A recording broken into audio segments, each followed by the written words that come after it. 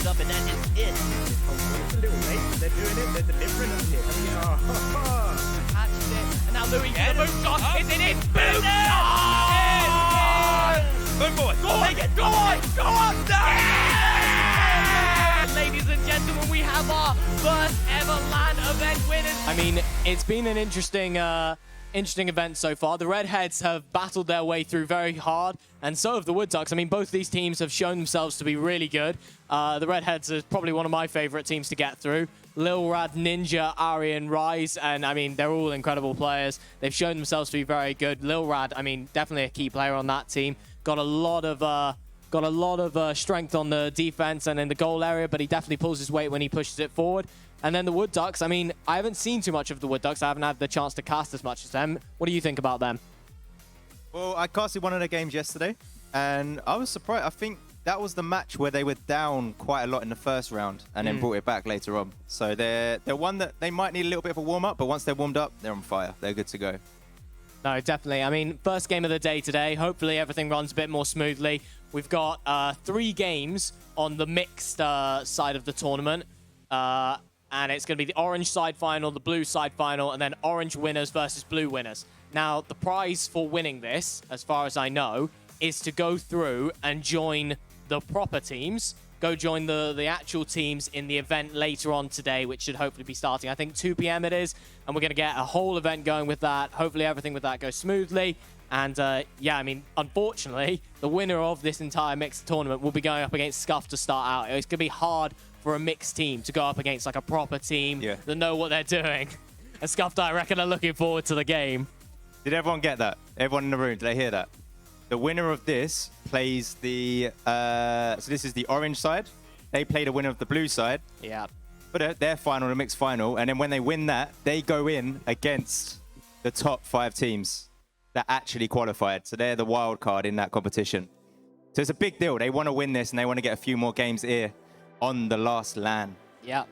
I mean, but it's a huge challenge, though, going up against like a proper team, especially if you're a mixed team. You have I mean, they've got a lot of practice throughout this tournament together. Whoever makes it through, they've played a lot of games, and maybe they've actually had more practice in this sort of arena, in this sort of play style, playing on Quest in this sort of environment. But going up against a team that will have strategy, set QBs, set counters and plays and stacks and everything, players that have been playing together for a long time, it's going to be difficult. And especially going up against a team like Scuffed, because one of the things with Scuffed is they are a team that have played together for a really long time. They've been together for a huge amount of time, and going up against a team that's, well, relatively new, and I mean entirely new, it's a mixed team, it's going to be rough. It's going to be pretty rough, I think. But we won't count them out just yet. It would be embarrassing for you lot. If you lot lost, that would be really embarrassing, wouldn't it? That would go badly for you. Okay, I think we're good. Can I get a thumbs up from Swift from the back? Yep. Can we ready up, please? Players on the floor, can you ready up? Is everybody excited? Let's go. Wood Ducks versus Redheads. First game of the day. Let's see who wins.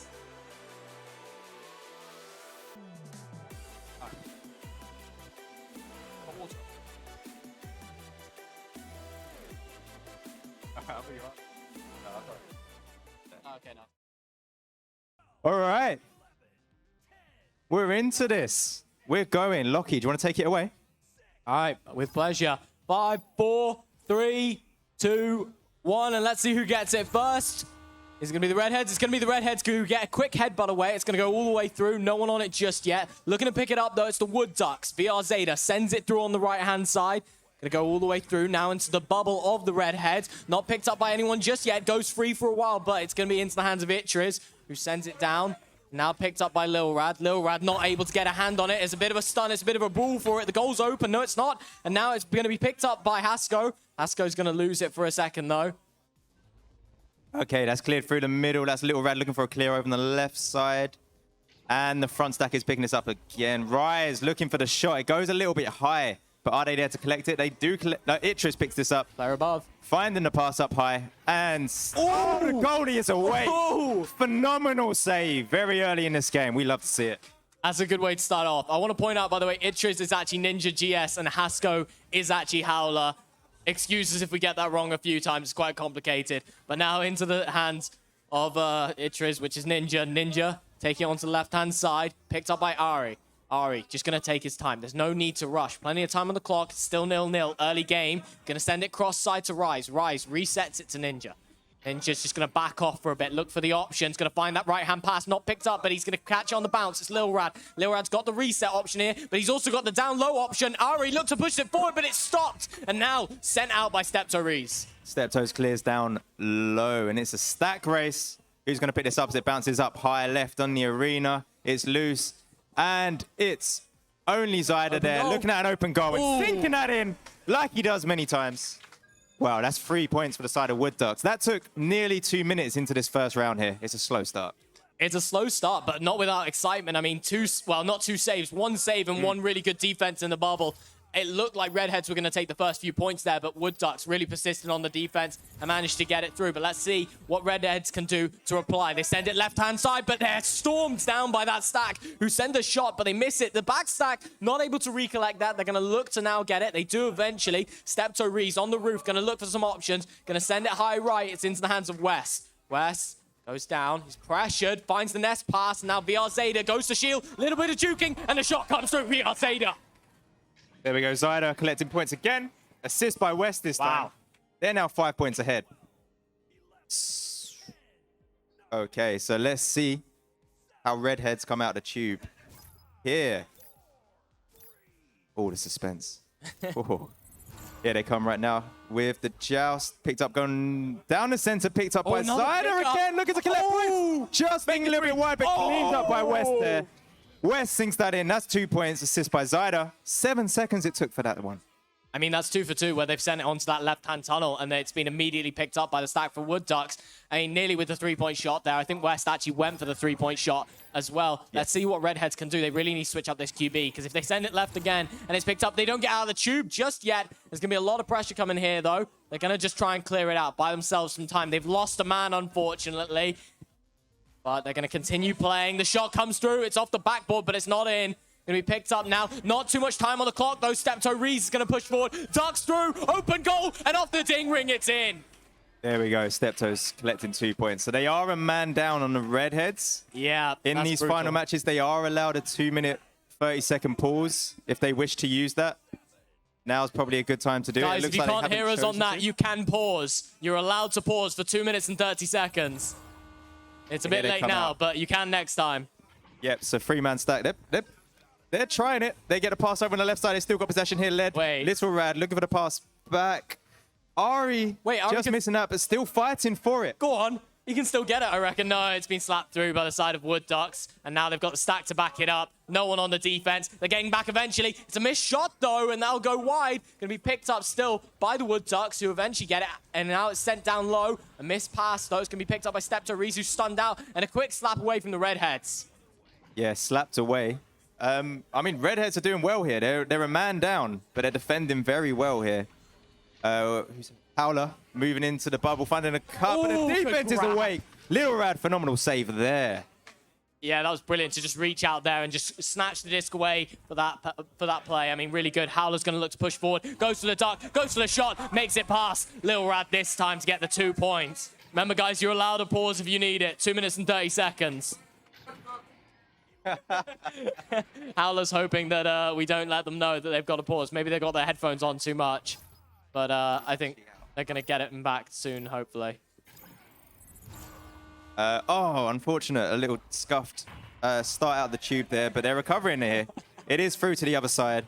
Oh. That was good. That's hilarious. That was the purpose. They're going to do that every time now. Every time you say the word scuff, they're going to go cheer and stuff. There it is again. I knew it was coming. West on the disc, on the back line. No pressure. Although they're asking for the pressure. The clear goes through onto that right-hand side. It is successful. It's going to make it all the way through. No one there to pick it up just yet. It's going to be taken by Lil Rad. Lil Rad's got a bit of time. That time's dwindling, though, as they push him on the back line. Clear goes through. There is a stack for the side of Redheads to pick it up. He's going to look to try and juke this in. He sends the backboard shot, but it's off target just as now VR Zeta takes the disc. Looks for the clear. It's unsuccessful. Lil Rad will put some pressure on. Can't manage to take on the 3 players from Wood Ducks, though. Although he can slow down the stacks a little bit, and hopefully his stack can get through. Instead, the shot comes through. It's a bit off target, and Wood Ducks missed that one, but they look to recollect. Okay, we have Zyder on along the floor. Backing it up to Bowtie. We have West moving in now. Finding the pass again with Zyder. Zyder moving around the but looking for a low shot into the goal, but it's cleared out there. Who's here to collect this? We have Howler on the back line. There's pressure coming in, so he finds the pass up on shoulder, and that gets sunk in by West. That's 2 more points for the side of Wood Ducks. I mean, this is not what we were hoping for the first round. We were hoping everything would go smoothly. Unfortunately, Ninjas can't seem to get back in. I don't think they're going to waste their pause here because they've had problems in the past. They had that game before. I've forgotten who they were against, but they had almost 10 minutes worth of missing a player, and yet they still managed to win. In fact, in the third round, they're completely demolished. They nearly mercied in the third round. So they definitely can come back. I think it's probably just smart to accept that this round is probably a defeat and wait, save that pause in case something happens again like this to try and win it through. But now, Stepto Reeves with a clear and boost strategy, trying to re-pick it up, and they do, and they manage to find the extra 2 points. Howler sinks it in. Yep. You might as well not pause now, though. I wouldn't recommend it. Don't do it now. You're going to waste your pause. Howler's really trying to look for some help.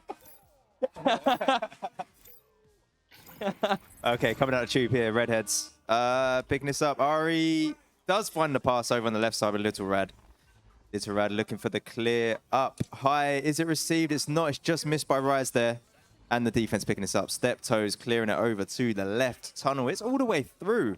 It's bouncing down. And it looks like they're about to collect this again. West does pick it up.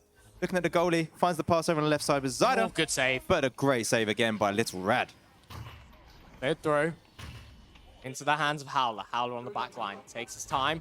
Sends it low. He's asking to go low, and he sends it to the stack, but the stack's not there in time. It's going to be picked up by Redheads, who get the clear up top. Going to be picked up by the Redheads, but stolen by Howler. Howler sends maybe an attempted shot. It's going to go really close to the goal, actually. It's a ding, unfortunately, and they might be able to make the 2 points. They go for the headbutt to get it in. They have the time, and they have the points to go for stuff like that. But the clear comes through. It's unsuccessful. Still in the half of Redheads. Picked up by Howler. Howler flicks it over to the left-hand side. Bit of a misbounce there. Not picked up by the Wood Ducks. Instead, it's going to be Redheads on the disc. A lot of pressure. Looks for the clear. It's unsuccessful, but it's actually going to make it through the mid-zone. Picked up maybe by their stack. The goal is open. Will Lil Rad make the shot? No, it's a bit of a difficult angle for him there, but they still have possession of the disc, and they're near the bubble. Send the cross pass in. Just a missed pass, though. So close. A couple opportunities there. They are making those like attempts. They're finding those passes around the bubble. They're finding those 3-pointer attempts, but just going not in their favor again and again.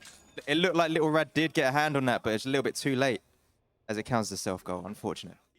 I think that Ninja's getting a different headset, so they're hoping to get the right account and get him in there. But he's changing headsets. I mean, he's been having problems on Itch's headset for a long time. The steal comes through, the shot attempt, and it's in on that top pocket. And that is the mercy that they needed. Wood Ducks take the first round. Wow. Yeah. I love hearing the crowd on this one. Howler's been brilliant, to be fair. I love hearing Howler go, oh no, pause now, waste your pause. And then saying don't pause when he doesn't want them to pause. It's brilliant. But, I mean, yeah, it's not a good representation of the Redheads, but we've seen them play rounds where they have had 3v4, and we've seen them win those games eventually. They definitely need to have a 4v4 in this, though. The game's getting more and more competitive as you get higher through it, and you can't really afford to be missing a player at this point. So, Lockie, you've been playing for a while. What, like, is there still something to learn from that 3v4? Can they take anything? Or when they do get Ninja back in, do they just need to be treating this like a fresh round? It's very difficult because there was a lot of times, especially when they were losing the joust. But, I mean, even when it was a 4v4 at the start, there were times when they were playing that fast left joust, and that front stack from Wood Ducks was picking it up. You can't afford to have that stuff happening, because if you're immediately not making that first pass, if you can't make the first pass and it's picked up, you're stopped straight away. 3-point opportunity is going to be available, and even if it's not, you're traveling towards their end, and they're pushing straight back against you, and you're completely left in the dirt. So it turns into like a 1v4 at that point. I think they definitely need to think about their QB, but it is hard to learn anything from a 4v4. Maybe they can try and take a bit of their play style from the other team. 2 minutes and 30 seconds. Yeah, but I mean, it's good that they didn't waste that pause. It's definitely good that they didn't waste that pause, because it looked like a bit of a lost cause on that. But yeah, I mean, it was a bit of a brutal game. was a bit of a brutal game. You don't want to be taking the approach that it's going to be impossible, because they can definitely do a lot with a 4v4. But yeah. Yeah, it is what it is. So yeah, we're getting the pause coming now, so we're gonna have a couple minutes break here as we figure out what's going on. Okay, so we're sorting out our replacement headset. So one other thing I was gonna say about this game. So as you saw, they got to a mercy, and I think that's because of the turnaround. So the counter QB, Zyda and West, speeding up. So the speed that they get there, and then being able to read that first tunnel pass as well, right? I mean, they're practicing you can't see it on the screen right now, but they are actually practicing their stacks whilst they wait in this pause. It's showing that the Wood Ducks actually have a good system set up. They've got a good front stack set up and a good back stack set up, and they actually have a system behind that. And especially in mixed tournaments, when I mean, you think that having the best players on your team is definitely good, but if you have that chemistry as well, it's a huge help. And right now, it looks like they actually have that front stack that delivers that pressure, puts forward that pressure, and then the back stack that's on the back line ready to pick up anything. And I heard good communication from them as well. There was a call, I've forgotten who made it, but saying go low, go low. I think Howler saying go low to one of his stacks, and then the stack coming through with it. That's a ghost pass. They're actually playing proper team tactics.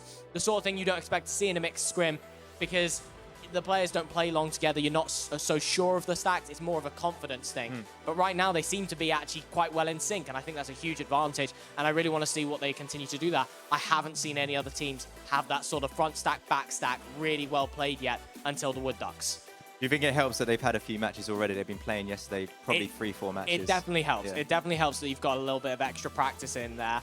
But Redheads have had a huge amount of practice as well. And it's hard for me to say that I haven't seen them have that same dynamic with the front stack, back stack played well. But at the same time, because they've only had 3 players, I hope they do, because I'd really like to see the proper EU play styles come through with the 2 stacks, racing around the place, keeping it really competitive and playing a speed game. But right now, all I can say is that Wood Ducks seem like they have that sorted. They seem like they've got it really done well. And it's very hard to play against that, especially because you can see that speed. The pass comes through, and it's a normal pass. We're in a pub, a left-hand tunnel pass, that'll make it through.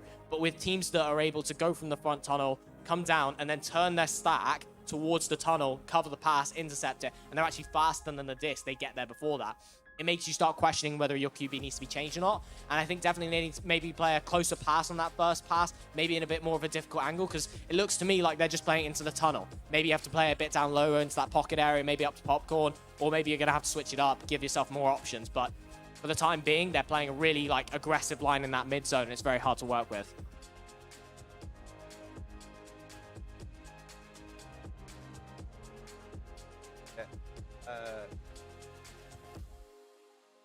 Figuring out this headset here.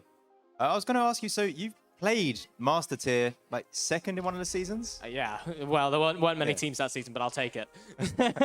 Well, I was going to ask, so the meta, if you pardon the pun there, is that front stack, back stack. That's how you win games at a high level. Is that true? Did you ever see that evolve? Did you see that change? Or was that kind of like, oh, that's just how you win because of the re-grabbing in this game? You have to, I mean, for me, when I was deciding on what strategies my team should do, that was definitely it. You play a front stack, back stack, but you need to be able to change that. You need to be able to transform that, because you can't score with that, especially at the high level once you've got an attack set up. You need to be able to work with that and change it and transform it into a proper attack, set up everything. And you need to know when it's good to stack and when it's not, because the game doesn't work as just stacking back and forward. I think at this current level with the teams, because they're mixed, and it's like they're not so sure, having any tactic, whether it's a passing tactic or it's a stacking tactic, puts you way ahead of the other teams, because you just have something in place. You have a plan, and you can work with it. But no, stacking on its own does not work at the very high level. You have to keep a mix of things, I feel, and I want to see that when we get into the real teams, when we get some of the teams that have been playing a long time together, see what tactics they actually bring to the game. Okay, can we get a volunteer, anyone ideally on the ground floor that has a headset with power and is here, is ready?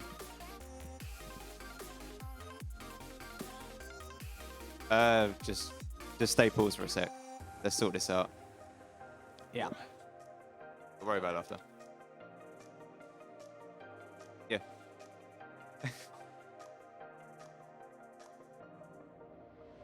yeah, I guess so. Right. Bit of a hectic start. This was my team. Red Head Duck. I have one. Yeah, if you have one. I bet just talking to someone. You know, I had my money on Red Head Ducks taking this to win. Do you have any team that you thought were gonna take it forward? Well, I was just watching Red Head Ducks, and they just looked really good throughout the whole thing. So I felt, to me, it was like that was the one team that I'd casted the most of, and was like, okay, this team feels like it's got some structure, it's got some plans. Playing 3v4 doesn't help, but they played 3v4 in some other games, and they kept it close. But now you're up against a harder team. But yeah, my money was on Red Head Ducks. So do you know Ari and Rise? Because they're players I haven't played with myself. I haven't played with them myself, no, but I didn't have my money on them to start, but watching them playing their dynamic, and immediately I started liking their playstyle, and they all seem to work well together. And I think a very crucial part to that, I don't want to say it again, but I mean, Lil Rad brings, when you have one very experienced player on a team, the whole structure sort of comes together a bit more, because you've got that dynamic of playing Foundation, right? That yeah, leadership. you have a player, and Lil Rad, especially because he plays back, he plays goal, he can bring it back up and then play like as a reset position. And a reset position really defines like a good team. And that was the first, like, as I said, once you actually, in these mixed games, once you have any tactics sort of set up, it works. Because other teams won't have tactics, they'll just be playing a bit scrambly, a bit of improvise. But then now they're going against Wood Ducks, who also have a strategy in place, so it's a bit more difficult. But yeah, my money was on Redheads because they actually had a good setup. They had that offensive structure, that reset, playing it forward. They were prepared to bring it back if they needed, and then they had a really good defense. Yeah. So I think Lil Rad definitely helps with that, because if you have that one really experienced player, you have someone that says, okay, let's get a proper setup. I'll play reset, you play left side, I'll play right side.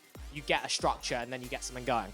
So there's structure, there's strategy, there's teamwork, there's the chemistry that builds over a couple of matches. Yeah. But what I also love about, I've done a few LANs now, and what I love seeing in these mixed tournaments is it gives these newer players a chance to shine. There's a couple newer players that have been putting in the hours, and because they don't know the other players, they haven't like got placements on higher teams, and they turn up to these mixed like they've been playing for 6 months, and they just like, you know, storm the game. That's one of the things I love about these mixes. Like, you're put in with a team of players that might be completely different levels. You're put in with players that might have been playing for years and years. You're put in with players that, I mean, if you get lucky, you're put in with a player that is on your team. I mean, what was the team? I think it was what was it? Who was the player? I forgot. I know the team. I'll just find it. Oh, it was this one. Yeah, it was the Bubbleheads. It was one of the other teams that I was like, because I said it was either between, for my finals, I said my finals is Redheads versus the Bubbleheads. That was my guess, because Redheads, as I said, I really like their structure. I mean, I'm not so certain of that now. I'm just going off what I said before, because now it's one round to the Wood Ducks. It's not looking so good for Redhead Ducks. But I had it Redhead Ducks versus the Bubbleheads, because Redheads, as I said, they had that structure, Lil Rad keeping that reset, and then everything falls into place from that, and they just had a really good rhythm going. And then the Bubbleheads, I had them because they've got Oriel and Yasser Sky, who are two players that play together. And as soon as you have that, you actually already have that tactic built in, because you have a stack of players that know what they're doing together. They've got strategies in their head. They know how to play together. And you got Twangpants, of course, who's been playing a serious amount of time, and Love's very talented as well. And when you start having players that are very talented, have been playing a long time, mixed with players that are duos, Twangpants can kind of work with that and say, hey, okay, I'll play up front, and they can start the tactics. We do have 4 players from the Redhead Ducks side. I think we're just checking that everything's going to go well and all good. But hopefully we'll get readied up. It looks like we are getting readied up, and we're moving into the second round. So let's get back into this. Wood Ducks versus Redheads. Round 2, 1 round to Wood Ducks. Okay, here we go. Lights out and away we go into the second round here. Oh, just their Redheads. Ooh. Do get a headbutt forward, and it's in the bubble. Are they going to collect this setup and make something happen? Almost. Oh, good ender. Ninja does get stunned out, and Wood Ducks are pushing this through. They're all the way through. They recollect it. They take the shot. It's on target, and they makes it through. It looks like West disconnected, but VR Zeta puts in 3. That gives them a bit of time to work with. I think West has actually disconnected, so that's really unfortunate. Nice. Maybe, yeah, now they're playing the 3v4 the other way around. Wow. So it's a pause each side, right? So they do get a 2-minute, 30-second pause if they need it for the Wood Ducks. Maybe we see the reverse now. Maybe we see Redheads get a little bit of a mercy. That's passed up high to Ninja. Ninja finding the pass on the left side. Rise, looking to send it in, but the goalie is wide awake here. Stopping that in their tracks. And Wood Ducks are looking for the clear over on the left side. They does get picked up by Ari. He finds the pass up high, right shoulder. Little Rad looking high again to Ninja. Ninja playing inverted, finds the pass back at shoulder. And Little Rad sinks that in. Assist by Ninja there. 2 points for the side of Redheads. Yeah, that's what you like to see. I mean, again, it's that structure that I feel that they have, the Redheads, because they have that player on ceiling as well. They know what they're doing. We do get a pause this time from the Wood Ducks. It's 3-all. It's 3-2. I mean, it's unfortunate that they didn't pause last time, but this time Wood Ducks know that they have that pause available. Nice. Well, I mean, it's a lesson for us to have to fill some time here. So, how's everyone doing? We all right? Having a good day? Having a good time? Enjoying second day? It's fun, isn't it? Let's do it again next year. That's a shame. Sorry. Too soon.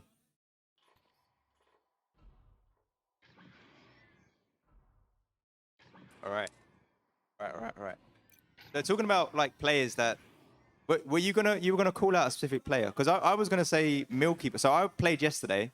I played with Milky Boy, Elixion, and Victoria Toxic. Milky Boy smashed it. I don't know where you are right now, but he I don't know. He just did really well. He was collecting all the points for our teams. Unfortunately, we lost just in overtime. Yeah. It was a really good match, but I hear hellos, but I can't see a hand waving. He's somewhere. Somewhere in the crowd. Just Tom puts his hand up. Yes, me. Tom just wants to take the credit. Nice. Was there anyone else that stood out to you in his mixed I mean, the boss 272, he was really good on the Mallards. It's unfortunate. I think they've been knocked out, but I mean, he was really good. He was really, really good. I think they played against Redhead Ducks, actually, in that, 3v4, and then the last round was a Mercy, I think. But it was the boss who was, just racking up points. He did really well, and he was really good in the offense. He's very hard to challenge. So that was definitely a player that stood out to me. But he was always going to be a player that stood out to me because he's incredible. But we're back into this, and let's go. It's going to be on to the Wood Ducks, who take the QB, send it down the right-hand side. Step-to-Reese can't send that one perfectly, though. The clear comes through. In fact, that shot attempt is very close. Goes just high. Picked up by the Wood Ducks. VR Zeta on the disc. Lose it for the time being, but they got a player on the back line to recollect that. Howler sends it through. Picked up by Lil Rad. Lil Rad tries to send a pass. It hits the inside of the tunnel, though. It's going to be picked up by the back stack of Wood Ducks. Now Stacks from the side of Redhead Ducks. Going to be there first. Picking it up. Sending the clear through. It's an unfortunate clear, but it's back to Rise. Rise sends the second clear this time. Doesn't get all the way through, and it's picked up by Wood Ducks, who get the clear. And now it looks like the Wood Ducks have the first stack there. They've got the open opportunity. They send it, and the players can't turn in time. That's 3 points. 3 points for the side of Wood Ducks. Zyda send that in, assist by Steptoes there. They are 4 points ahead here in this second round. Wait, who won? Yep. Wood Ducks. So Wood Ducks won the first one. Okay, so Redheads, if they want to stay in this, they want a chance to play with the big boys later on in the main tournament. They need to win this. They need to step up, build that chemistry, and make some magic happen. Oh! Yes, Lil Rad pushing forward. 2 collections. That was insane. Clear down in the bubble, but the defense are there to pick this up. That's Howler finding a pass over on the... No, finding a clear over on the right side. Zyda looking to follow it up as well with a second clear, but Lil Rad picking up on the back line here. I mean, Lil Rad giving it to them and then stealing it back twice. The clear comes all the way through and picked up maybe by their stack. No, it's a quick slap away for the Wood Ducks, but as I said, Redhead Ducks have that stack ready to re-pick it up. An attempted pass, though, goes a little bit wide, and it looks like the Wood Ducks are the first on the disc. They have that triple stack ready. VR Zeta looks for the clear onto the right side, and they've got the stack to back it up, but they don't get it all the way through, and now no stacks really formed for either team. It will come through eventually. Everyone's at the air at the same time. Shot comes through, and once again, can't turn around in enough time. West sinks the shot for 6-point lead. 6-point lead here. Redheads. Come on, Redheads. Bring this back. Give us a round 3. Yeah. Give us a round 3 here. My team that I had my money on, and they're not doing me proud right now. It's Lucky's favorite. Yeah, they were actually. I wanted it to be Redhead Ducks versus the Buffleheads in the finals, but it looks like Wood Ducks are going to make it all the way through. A good steal from Lil Rad there. Sends it up high and left. They're ready to receive it. It's now picked up by Ninja. Ninja sends a cross pass. Not going to be received there. No one on it. Eventually going to be picked up by Redhead Ducks. Taken by Ari. Ari sends the nest pass. Picked up by Ninja. Ninja tries to duck away, but he can't get there in time. Step-to-Reese takes the disc. Sends the clear all the way through. VR Zeta picks it up. Sends the 3-point shot, and there it is. 11-2. dangerous when you have players like that that can just clean up consistently. Zyda just sinks those in, and he makes them freeze every time. It's brutal. It's brutal to be on the receiving end of that. But can Redheads return fire here? They've got well over 5 minutes here. They've got, like... They've got good time. good Plenty of half. time to make this work. And I mean, they're only 9 points down. That could be closed very shortly. Big red call there. It goes all the way through. That's the first three-pointer they need, but it's a miss on the ding ring. And unfortunately, it's going to be picked up by Wood Ducks. That would have been the first three they needed, but unfortunately, it won't work out. And now they've got the stack to back it up. They picked up the disc. The goal is wide open. Takes the shot. It's on target. Oh, a good save to avoid the three, but Stepto Reeves will get it in on the slam dunk. The pressure is real. They need to hit those threes, and it's so like it can lose a game when you miss those.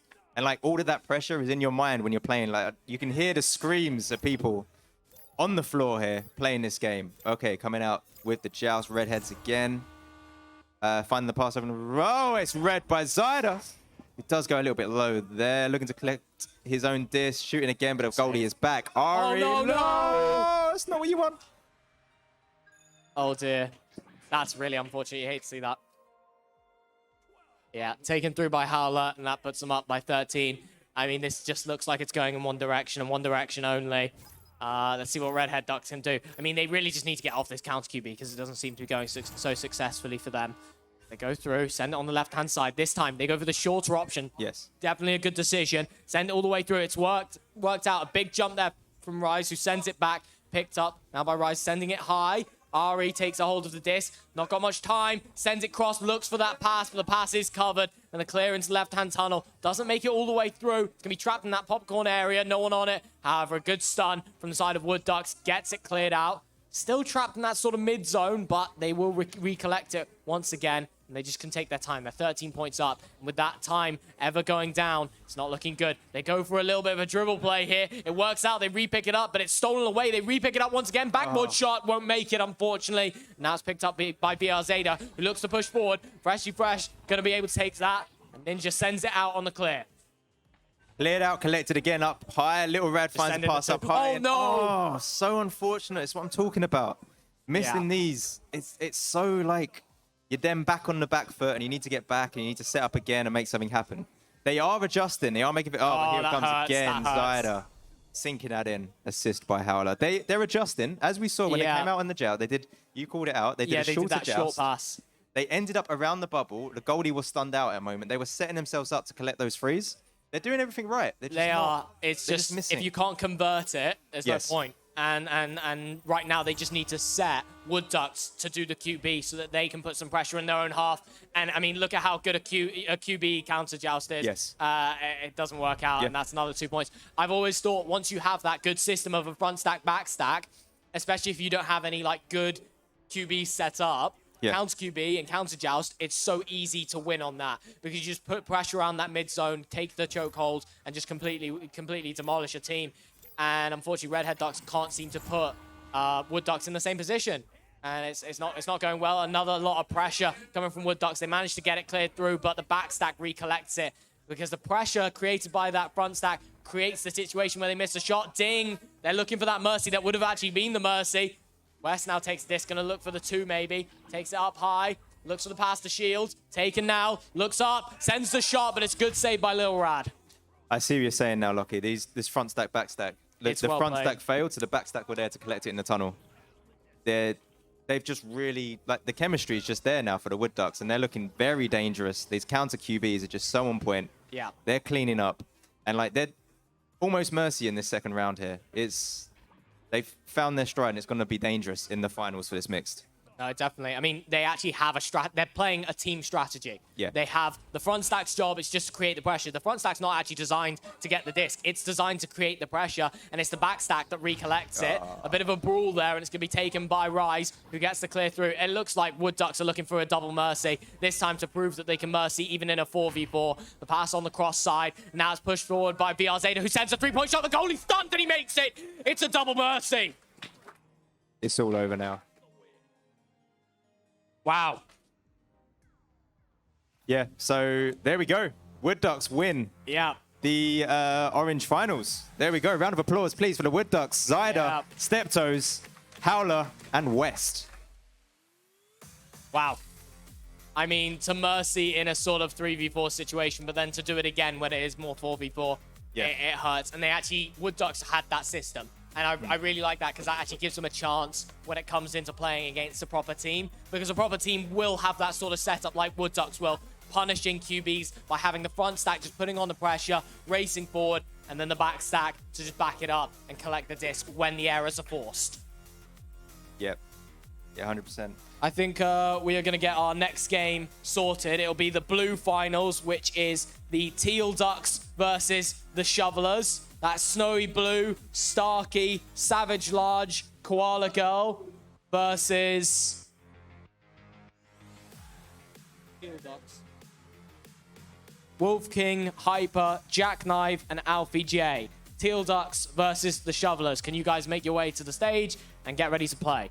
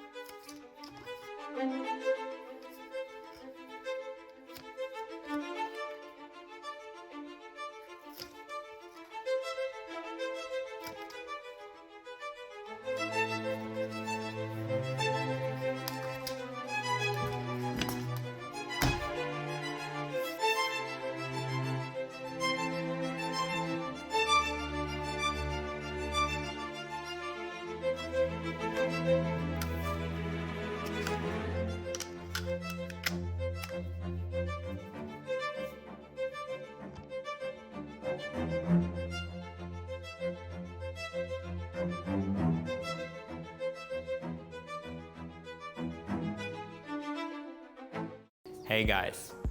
For the last 7 years, we here at VR Cover have been building products to make VR more comfortable and hygienic.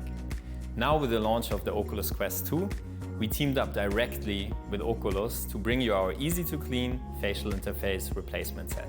The set is easy to use, and when you get it, you simply replace the one that comes with the Oculus Quest with ours. The set comes with 2 differently sized super soft foams, the standard foam that gets you as close to the action as possible, and the comfort foam that adds a little bit more padding. The facial interface also has passive ventilation features that improve air circulation. That means lenses are less likely to fog up, especially when VR sessions become a bit more intense and you might start to sweat. The facial interface set also has removable nose guards that reduce light leaks and prevent some of the hot air from rising up into your headset when you exhale. This is the first of many products we're going to launch for the Oculus Quest 2, and if you like it, get it, and subscribe to our newsletter to hear about new product launches first.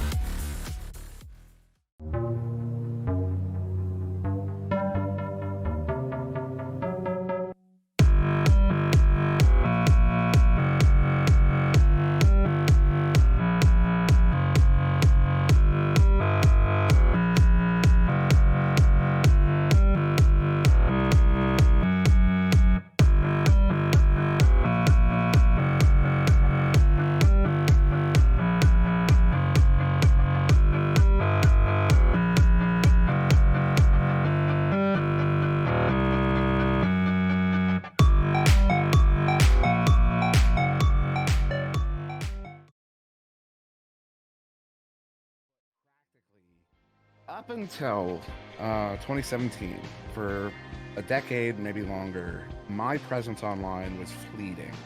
What I mean by that is I joined a community, I'd be really active. I mean, you see how active I am, how vocal I am, how front and center I can be. I'm like that everywhere. I'm very loud. I'm a loud person. But for a long time, I'd jump into these communities, become a big active member, make friends, form relationships. And then one day it would just be like, oh, okay, I'm done. And I'd dip, I just disappear. On a personal level, it was very, unfulfilling ultimately. And Echo Arena was the first time I actually made a much deeper commitment to a group of people where I had a drive to be a part of it. And I mean, that was from the very beginning. I remember back in 2017, being on a break, talking to my boss and it very specifically saying, I feel like I've discovered something. I feel like I've discovered something. We had success going into, I think, 5 LANs in a row, I want to say, that we won. 2 world championships in ESL. We got to go to the likes of San Jose, California for Oculus Connect. We went to Katowice, Poland for the World Finals of the first season. We went to Leicester, UK for an invitational. A lot of us, we've never been able to do something like that. Like, we were all gamers, but we've never been, with few exceptions, pro gamers or people who did things like that. Being able to just be part of something that felt bigger than ourselves, being part of something like that and being able to go on stage was a wild experience.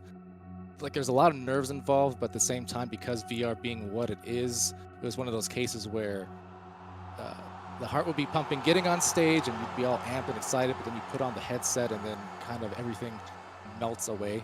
After the first few minutes, you sort of forget where you are exactly, and you just kind of get back into that moment and into the game, because that's all it's encompassing your senses, your eyes and your ears and everything. You're in VR.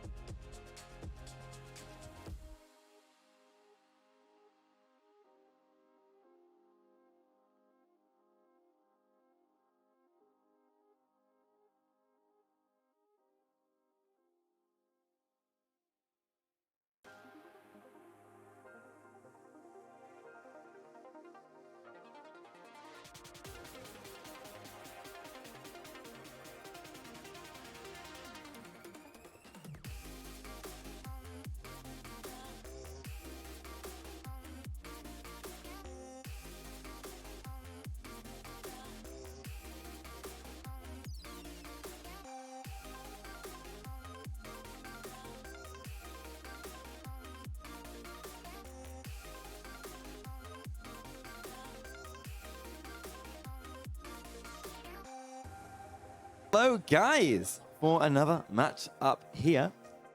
We've got the Teal Ducks versus the Shovelers coming in on these last finals here for these two teams before they face off against the real finals. The winner of this course is going to be in the absolute final matchup of this mixed tournament. With me here, guys, I got a little special surprise guest for us. You know her, you love her. It's Hasco7 on the mic. Oh my gosh, that hook has made my voice smoky today. Nice and close to mouth. Hey guys, can you hear me okay? That's it, yeah. So glad you're all here today. Let's play. Woo! So players, ready up when you can, if you can hear me. Ready it up. Ready up, players, let's go. Yes, sir, they hear it, they're ready to go. Cool. So, Hasco, are you nervous? Are you feeling, have you cast before? I've cast before and I don't get nervous. I just play. Are you nervous? Nah, I just That's the never energy. don't. Cool, we've seen these guys play yesterday. They both are experienced, both good teams. Got some really good players. Got Savage, Koala, Snowy Blue, and Starkey on one side against Wolf King, Hyper, Jackknife, and Alfie. The Teal Ducks and the Shovelers coming out of the shuttle. Here we go. Introduce us in, Hasco. Yes, let's go. I'm excited. So, first disc taken here by the Shovelers. Setting up fields, going for a quick attack. They shoot the goal, but they ding that first attack. That could have been so good for them. But instead, they are going to be bouncing it away. Taking their time. There's Wolf King. Wolf King passing it up, trying to get that disc out of there. They are going to bounce it up. But no, not away just yet. There's chance. The chance for Hyper. Going to pass across the floor, passing it up. Oh, but missing that attack. You know, I was impressed yesterday with Koala Girl. I had not actually seen her play. And she did really well. She did impressively well yesterday. Made a lot of goals. Yeah. Actually, really, sorry, I did see that actually. Yeah, really good gameplay. I had not played with her or seen her play, so I was pretty impressed with that. Yeah? Oh, speaking of though, speaking of goals, there's the Wolf King starting off this game, the first goal, 2-0 now. Good job, Wolf. Right, I'll tell you what I'm going to do. I'm going to stick the names on so we can remember who's who. So you talk for it. You take it away. Okay, so is it proper as a caster to predict the winner? Do you do that? Or do you not Absolutely. do Go on. that? Well, I mean, to an extent, yeah, absolutely. You know, you don't want to... Okay, so who do you predict? Don't, no, I have whisper no it to idea. me. Don't tell them. Whisper it to me. Listen. I'm going to go... Oh, okay. No, you know what? I'm going to see if he's right on this. This is good. We'll see, because right now, we do have... Nice pass. Good response. save. Oh, it could have been good. It could have been so good there. The Shoveler's doing a lovely job of the attack, but it's not going to work this time. Instead, it is going to be sent up the field. Yeah, I can't turn around and look at this screen because then it just shows a big blob of hair on the back of my head. So see, watch. Look at the camera. See the camera? Look. Then it. Oh, you can't see it. No, it's hidden now. Thank God. Yeah, imagine. Who is the Shoveler? We got the Shovelers in the blue. Here we go. So I'm going to put this here, and then we know who's who. Okay, the Shovelers, blue, the Shovelers, right. and what's the other team? The Teal Ducks. Who? We're like the best casters ever. We don't have the team name up here. There they are, the Teals. The Teals. Okay, this is it. We've got it. And look The at that. Teals. Yes. Now we know everything. Oh, it's going to fall. Hey, did Anyway. you guys know there were that many types of ducks? Seriously? I've never heard of it. I'm convinced God made these up. I don't think God made them up. Shovelers? I think he looked up something on Wikipedia and got like every duck name ever. Every duck name. The redhead, ringnecks, mallards, sure. Oh my God. I got to look away. Look away. You distracted me with the ducks talk. And another goal coming in. You can't be distracted by duck talk. I'm going to watch it. I'm going to have to watch it back on the replay Hyper here. did it. Nice job, Hyper. Good job. Look at that. Oh, lovely underneath. The great pass under. Yeah, that's clean. Yeah, it was. It was really good.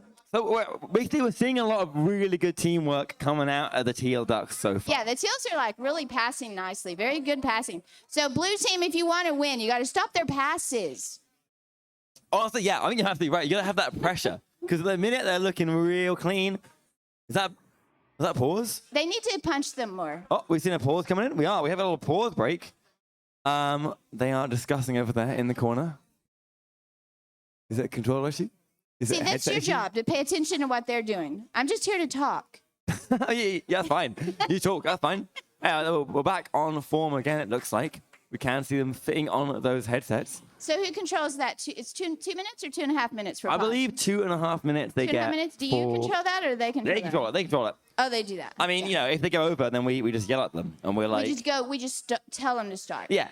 Okay. We can't Okay. control it through here. Oh, we can't control it through No, here. we Oh, can't. that's too bad. All we do is watch. Yeah. But Watch and talk. watch and talk, yeah, and gossip in the meantime while they mess around with the disc on stage, What in the world? What are they doing out there? trying to move it, right? Trying to change the color. Anyway, yeah, but so we do have time here. We have a minute for the Okay. teals to All right, make what's sure your they're. question? Ask a question. Go on. So you're the shovelers, right? You're seeing the teal ducks Mm-hmm. doing such a good job at the minute of attacking. They're looking consistent. Yes. They're aggressive. Yes. How do you counter that? What do How you do do? I counter that? I would hit them because You that's hit my them? response to everything. Go punch everybody. Like in real life, they take the headset No. off and just No, I don't punch sock him in the people head. real life. In the game. No, seriously, I do think they just need to stop their passing. So the real way to do that is not to stun them. The real trick is they have to anticipate where those passes are going. So look where the open players are. Go to where the where the passes are going to go, not go to the person who's making the pass. Yeah, predict it. Yeah. Yes, Watch predictive ahead. play. Oh my gosh! Whoa! They didn't predict that. Wait, I So- looked back for half a second and they just scored. Yeah, they did. What's happened? Because they didn't use predictive gameplay. That was crazy. All right, they just scored. That's another 2 points for the teals. Come on, Blue. Come on, Blue. Somebody You they can have do not this. got. We haven't got the game audio in. So for Watch whatever for reason, those passes. Take them out. I can't hear it. I couldn't hear the. Oh, that was good. That was nice. I like the. Lovely. Savage. Blue's Savage. going to try passing more here, too. That is the real Savage. It is. That was Savage a on the bad Savage clear, headset now. unfortunately. As Alfie take that one, going for the long shot. Oh, but no, recovered there by And I Jack. think they have Jack to for the open long Oh, that was good. He shot. Starkey takes it. Oh, Hyper. that's bad. Unless Going for the over attack. there. Recovered again. The goalie is stunned out, and there is the goal. Hyper takes that one in for another 2 points. A headbutt. Well, wasn't Hyper, but I didn't see who it was. It was Hyper's That's head. Hyper. Oh, somebody hit Hyper off the head. Yeah. Oh, is that the game sound? Oh, we're back. Oh, that's very loud. How exciting. Let's pull that back to there. There we go. Okay, come on, Blue. You got this. I think they'll get their swing in just a minute. We're only on round one of three. So if they can get their mojo going here, they'll be all right. And mojo. But they're leaving the goal open too. Look, like they have the goal wide open Well, now. So if they're not in sync right now, then Orange is just going to get back over there and score every time they do that. Yeah, it's the stacks. The stacks at the minute are not as tight. We're Yeah. seeing some. Oh, unlucky. Savage Large, stop that. But stop it too late. Yeah, Unfortunately. you see they've got one blue player like floating off by themselves, Yeah. which we all know is a huge no-no in Echo. That's true. That's true. You can't do that for You sure. can't do that. Yeah, so at the minute, you're right. We're seeing the teals have that chemistry. They're working together. Their stacks Yeah. are good. I mean, there you go. Oh, good. They're staying together a little better this time out. Yeah, they're looking good. They got double stack. Both players are stacked. No, they've lost one Hit stack. the shield. The other They stack- added a shield there. Dev's added that shield. You gotta watch Excellent. out. Oh, for they it. jumped off. They jumped off, though. They had a stack together. Oh, They that jumped was off a nice. little early. And so instead, we did see the teals there diving on the disc instead. There we go. There Starkey, we go. goals open. Nice, Goals open. nice. And Starkey finds the That was three. fantastic. There you go. Yeah, and a beautiful shot too. Almost dead center. It was great. What? We're hearing allegations of players being off their mat. Savage. Who want Savage? Are you- Says he's totally off the mat. Stay on your mats, guys. Are you saying Savage, yeah? All right, we're going to watch Oh, Savage yeah, now. Is he see. going off the mat? Is he going to punch the audience in the face? Oh, he's off the yeah. mat. He's off the Oh mat. no, that's bad. That's bad. Gotta keep your feet on the mat. That's why we have play space.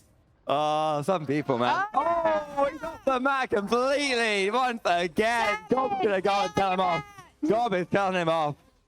That's right. Savage is trying to take out the front row of spectators. Let's see, whoever's on that front row there, maybe, yeah, you might want to He's going to move. sock him in the head. Yeah. Or get All your right. helmets on, be ready to shield. Maybe we'll have a minute after this. Savage trying to get his headset back 3 minutes in. left. You know, Blue hasn't enough time to bring this back. Reset. They could bring this back. It's scary. He's gonna punch the other players. I'm worried more about him punching that first row of spectators than the other players because he's going that direction. See, look, he's going toward the audience. Oh, I'm obsessed. But still, we do have another attack going. Oh, recovered again. Oh man, I thought they were going to be able to too get good. that. That stack's too fast. I'm telling Yeah. you, the teal They stacks really are are. too They're fast. stacking nicely. Oh, Right, well, let's look behind us because our screen's gone. As we are seeing the players now going for a little attack. They swing. They pass. Hyper down below. But no, it doesn't get sent away. Recovered nicely. No, another attack. Another bit of aggression. And they go and they score that one in. That is going to be a goal by Wolf King. Nice job, Wolf. That one as another point for their side as we're going to get back in this game. Pulls back in. We crashed out. But here we are. What is the score? Let's see. What's the score? We are 12 to 3. 12 to 3. 2.5 minutes to go. A huge 9-point lead. And attack fast. They're so fast. The free is open. They shoot below underneath. Going for attack. But no! Nice save. What a save that was. Nice push. The goal's open. The other way around. And they find the backboard. Wolf King. I love those banks. I can't do banks very well. Do you? Well, like the backboard? Yeah, the backboard shots, banks. I used to love them on CD1, on Quest. I can't risk it. They're a really hard shot for me. Like, yeah. They are. Yeah, for sure. Yeah, I you used gotta to. get the angle just right. I do them sometimes, and I'm always so thrilled to have one. I mostly get backboards because I miss. Yeah, we call them banks a lot, like in the U.S. Really? Yeah, because you're banking it off the backboard. Bank shot, a bank shot. Ah, no, we just got a backboard. Off Yeah. the another swing by Starkey. Swing from the top down below. That was nice. That was nice. That's what they need. And they're now back to that 9-point. No, yeah, 9-point lead. 9-point lead. You have fingers to count. And I was like, I have to add it up because. It's because your mic's busy holding the mic. Your hand is busy. True, I can only count up to 5. Yeah, you gotta. Here, I'll lend you a hand. Yeah, count. 1, 2, 3, 4, 6, 5. 7, 8, 9, 10, 11, 12, 13, 14. Yeah. 9. Yeah, good job. I still got it wrong. As Wolf King, there are only 3 players on each side.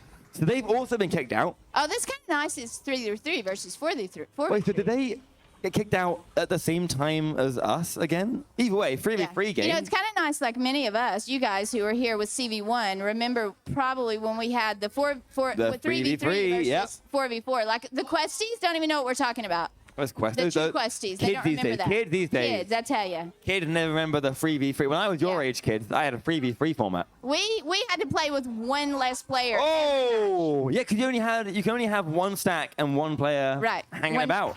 Well, we never played with it. When we had 3v3, we typically didn't keep a goalie. We just sent all 3 forward and then tried to get back. Well, and like run back. Or Fly, you know. Yeah. Whatever.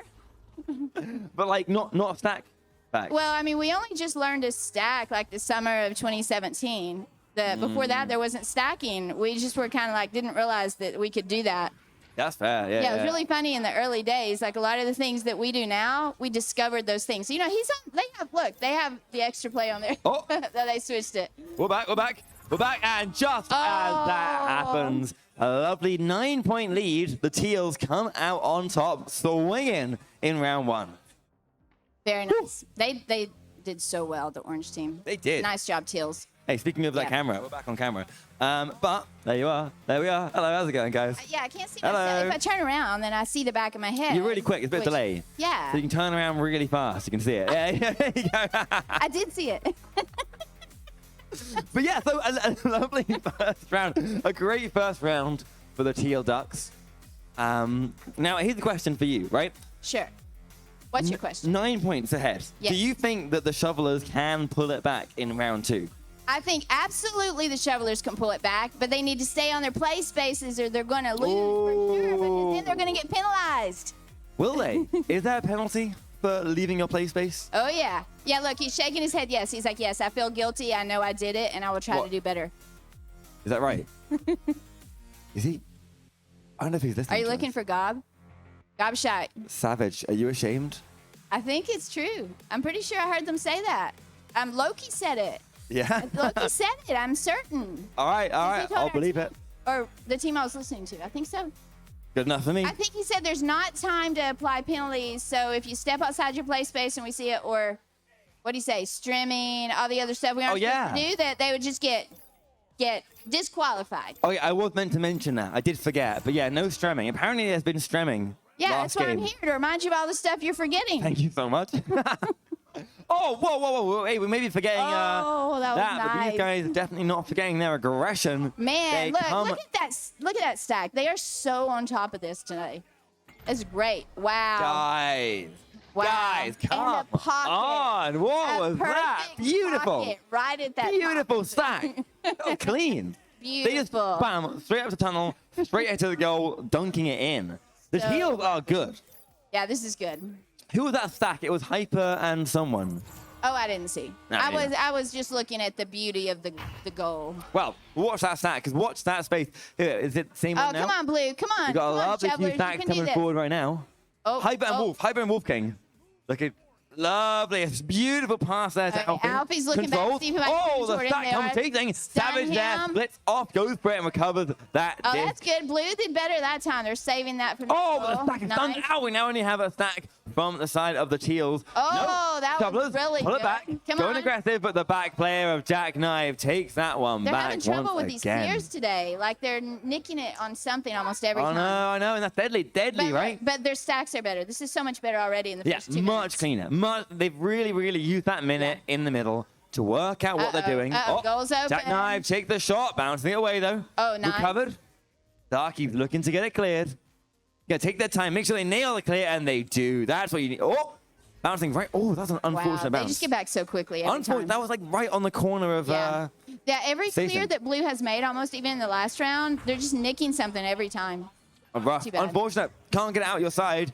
Ah, the Starkey that once was again good. Good looking recovery, good. There's Starkey. praise the hand of Wolf King. guys.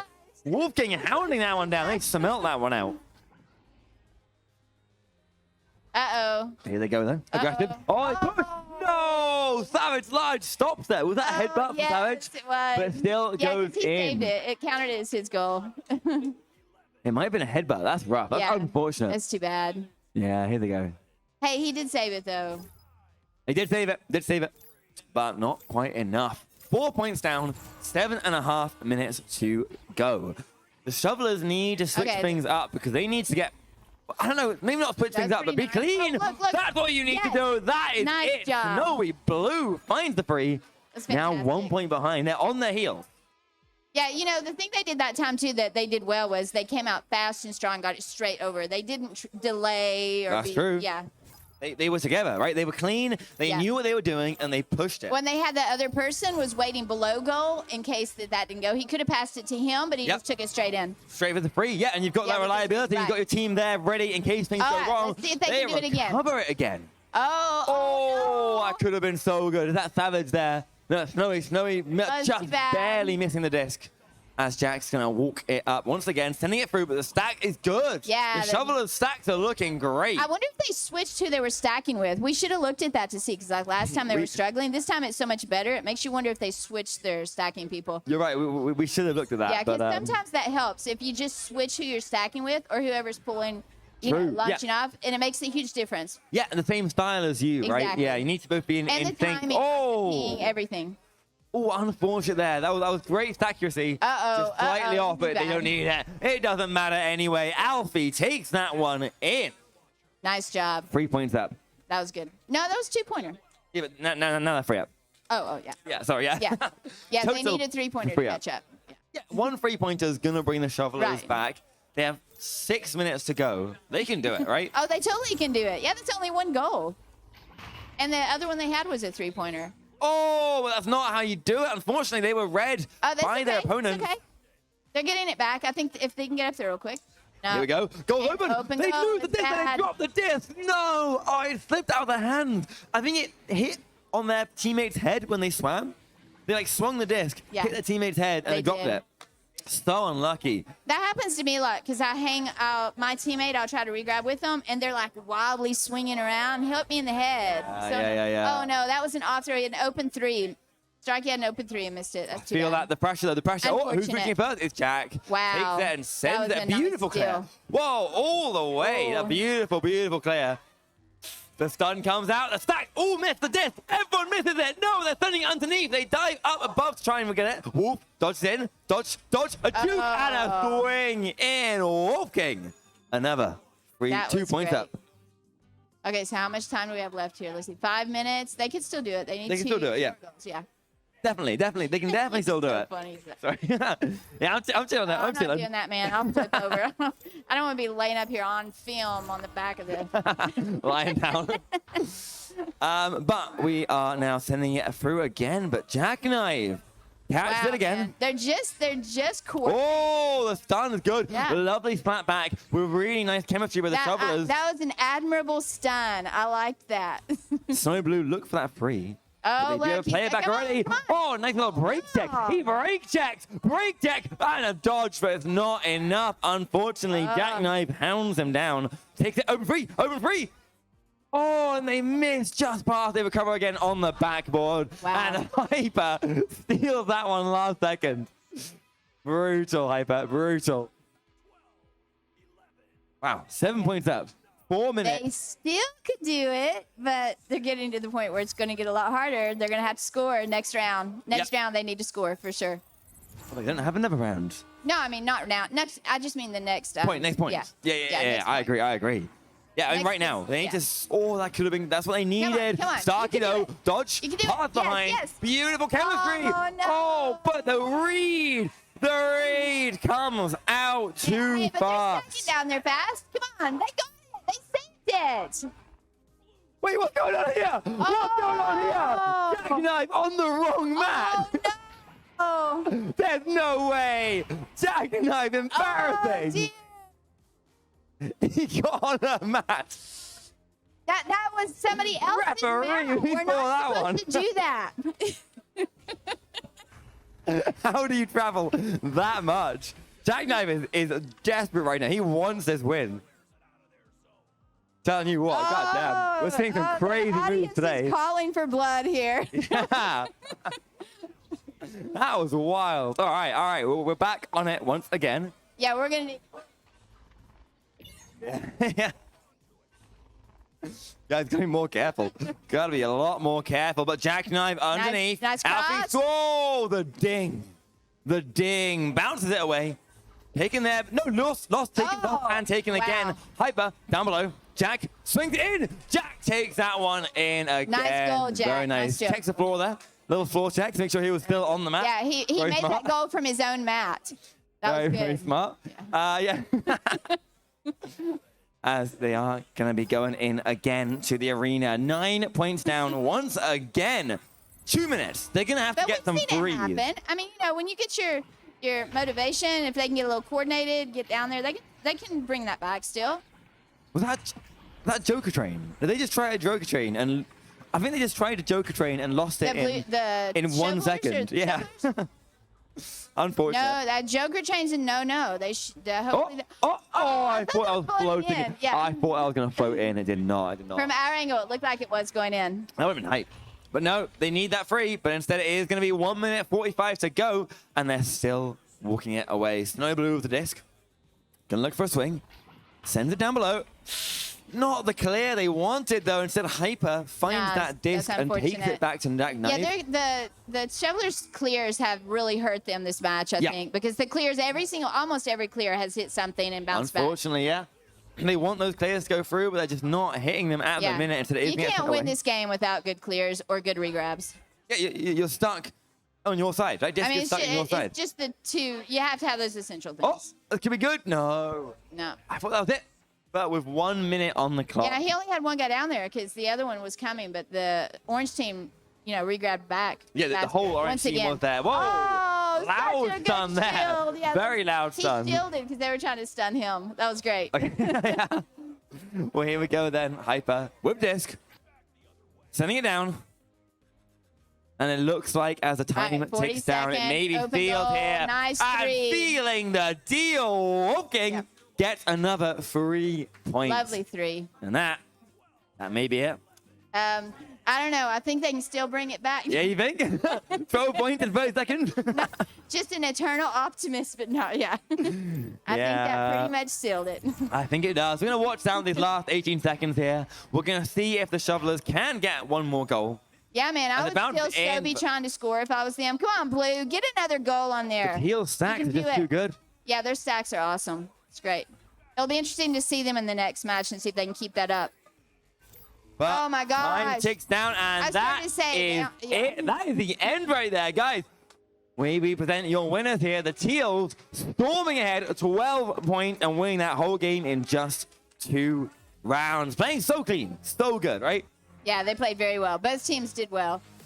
The Teals did so amazingly on their stacks. Good. The Shovelers were great. They played really good.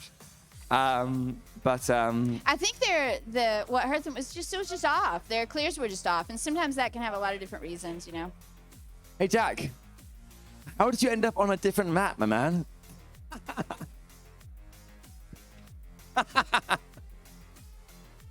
And it looks like the front row of spectators out there, I don't see any bandages or anything. Yeah, no one got okay. socked by Savage. Yeah, they're So grateful. I think we've made it so They're far. like, yes, thank God we're still alive. Yeah, successful. One successful match. Hey, well, you know what that means, though? That means we are through to our final match of the mixed. Whee!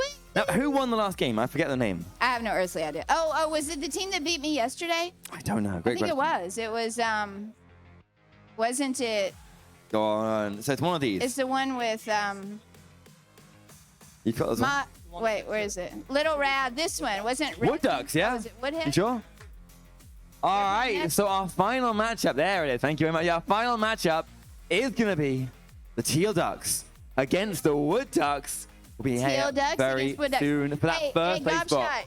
Gobshot, I have a question for you. So did you actually look up all these duck names, or did you make them up? You looked them up, right? You He chat asked GPT. GPT. So these are real duck names. Wow, According that's to chat really GPT, cool. the real. I like that. And then you looked up and got the real duck pictures. I got the pictures of these team ducks off of like the names of these ducks, like a canvasback duck, and then put it into the Stable Diffusion. Yeah. Very nice, very nice. Do I get to do AI sponsored tournament. Loki? Wow, so that's it. So yeah, we'll be back very soon with those last two names. The Wood Ducks versus the Teal Ducks. Very soon.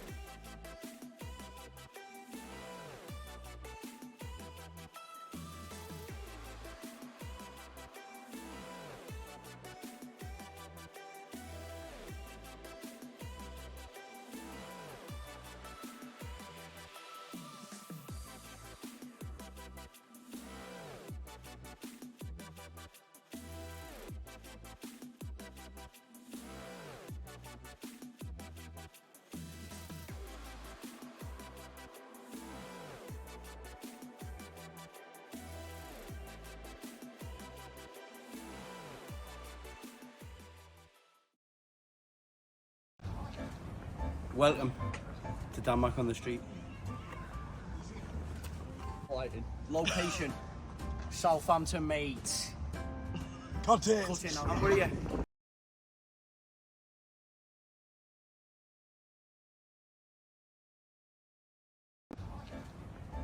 Welcome to Denmark on the street. Location, Southampton, mate. Cut it. I'm with you. Duckman man too. Cut it, mate. I'd also like to take this moment to thank VR Gaming for setting up Vertex Stadium. Get to the venue.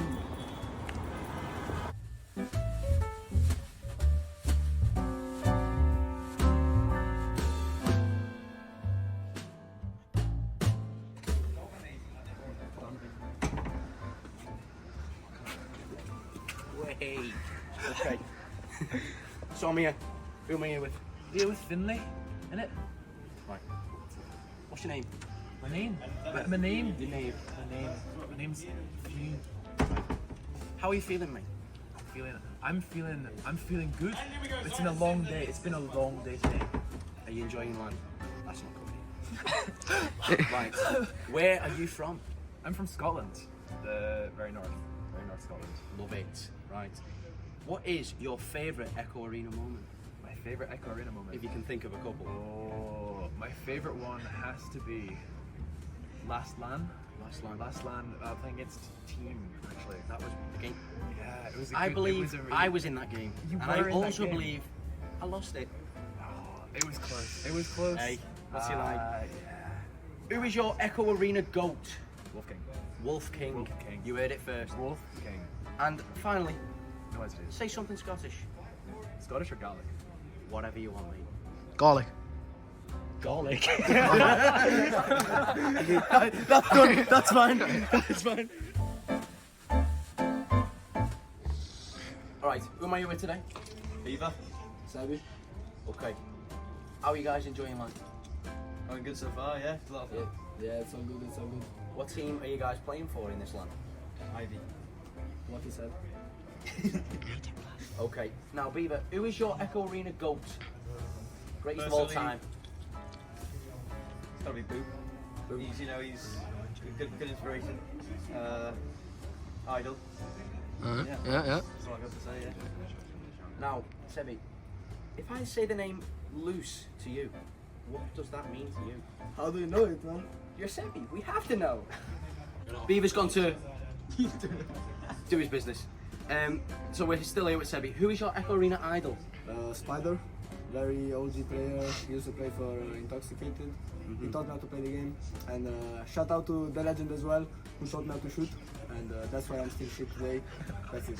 Okay, lovely. And now, what would you say is your favourite Echo Arena memory? Favorite Echo Arena memory? I'd say smurfing on VRML, cheating, and them getting surprised and angry and... No? Don't contact VRML, guys. That was really good. Bye. Right, I'm here with this man. Move out the way, a lot of people refer to him as HM. Is it pronounced HM or It's up to you, man. It's up to him. What is your favourite Echo Arena memory? Creating the HM flick, season 3, end of season 3 with Skag and Yeah, which headset? Which headset? Quest 1. Yeah, Quest Quest 1. Yeah, Love it. Yeah. Love it. Now, who is your Echo Arena idol? Oh, Mr. Boo. it's got to be Dan Mac. I think it's got That's to be correct. Oh. Everyone's idol. Thank you very much. Now, if you were to have to pick one Echo Arena skill trick shot type thing, Mazza flick, Backwards Mazza. what would you pick? Yeah, I think. Off a shield backwards. It's got to be. Come on! Good man, good man. Backwards Mazza. Backwards right. Signing off for now. We're going to be next back with.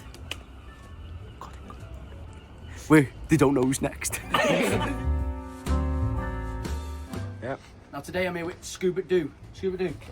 Who are you repping there? Oh, the Dale, Rochdale, 1-4-2 today. Very surprising. We're getting relegated out of League 2. Who's going to win LAN? Kronos, man. You are correct. This is Shriek right now.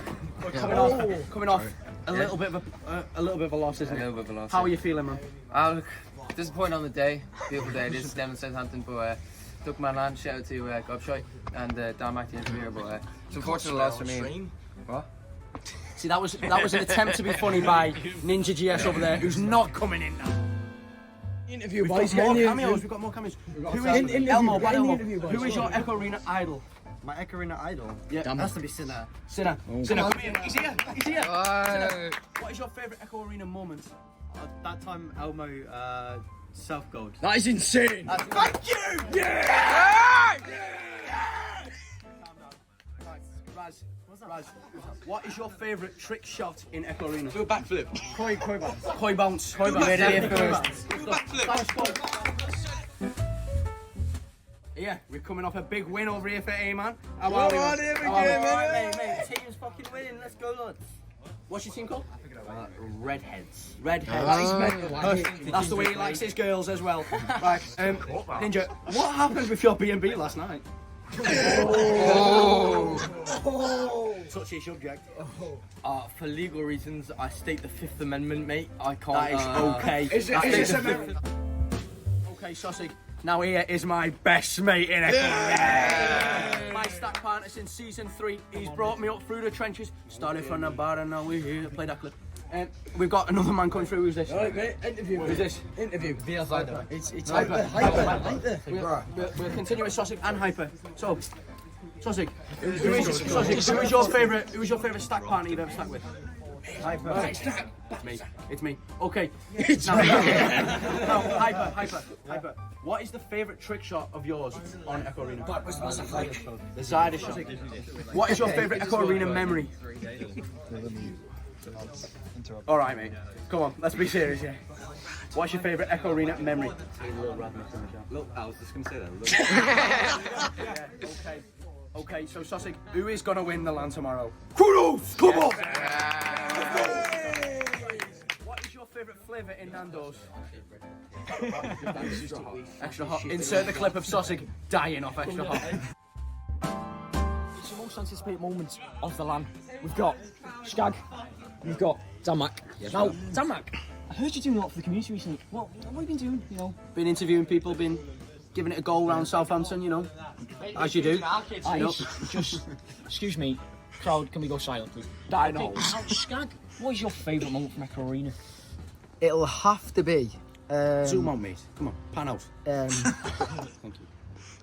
Sorry, boss. What did I have to do? Getting like finalists with Kronos or something. Yeah, aye, that one. Kronos. Aye. We do love a bit of Kronos. If I went and spent Now, who do you think yeah. it's going to be quite easy to... Pasco's team are in with a shout there. You know, they're a quality team. They're a quality team. We're just gonna... I'm gonna say Kronos. Yeah. Kronos season's choice. Now, Dan, what is your favourite Echo Arena moment for you? It's got to be the first time that I had a stack with Sossig, and we went 23 meters a second, and you know, it was really emotional for me because it was a start of a new beginning, and if I could do anything right now, it would be to go and stack 23 meters a second with Sossig. Steal money off me from VR. Wow. I love that guy. Yeah. Another one of my quality moments was, again, don't tell VRML this because I was playing another league. VR League Italia, and this man over there wanted money for playing 0 games. No! 2 games, man. 2 games. Played 0. So I remember this. Mari Satori got loads more because she deserved it. She played all the games. Now, is it going to be a final callback to Retep? Is it Danmac? Mandak? What is it? Who are you? I'm Danmac and I'm here to stay. Cut it now. Pro gameplay. Well done, Ringneck Ducks. Competing very well there. Winning the second round. Ravens not blue streak. Oh, that's fine.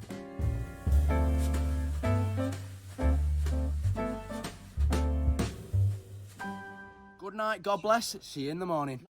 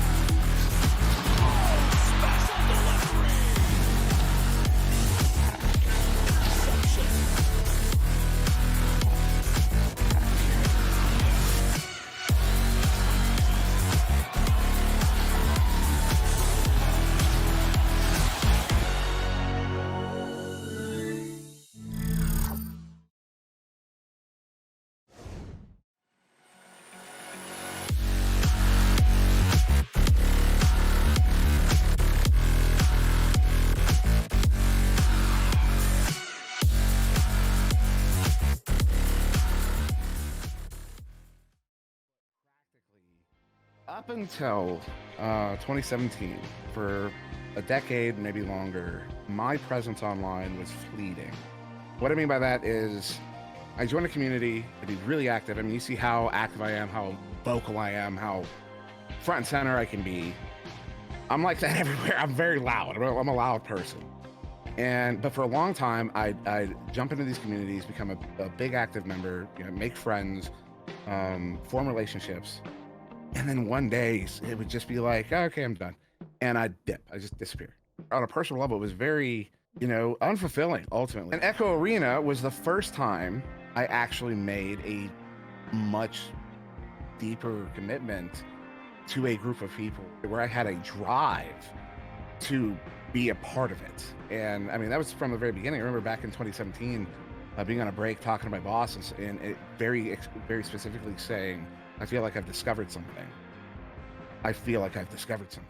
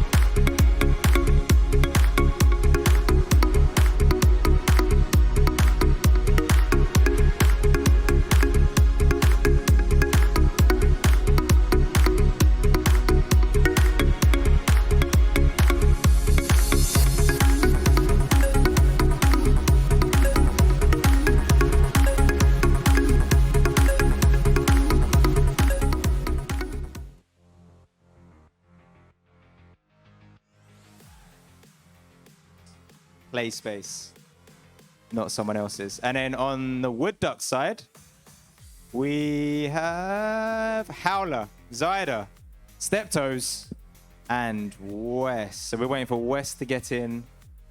And who's on Hasko's headset? That's Can I get a Howler. hand in here? That's Howler again. Okay, cool. Do we call him Howler or Hasko? Is the question? Hasko? We'll call it Hasko. All right, we'll call him Hasko. Let's go. All right, so we're just waiting for 2 people on blue Yes, team. we need Zyder, and West is in. It's just Zyder now. Hopefully, it'll be sorted. How are people sending invites to Zyder?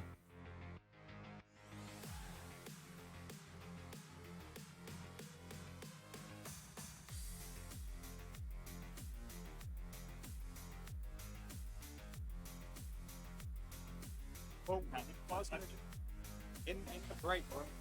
I mean, anyway. Okay, now. That's what I was going to do. Stand in the middle if you want. I just like. I've got this. Nice. How did this end up down here? Yeah, you just jinxed it. Alright.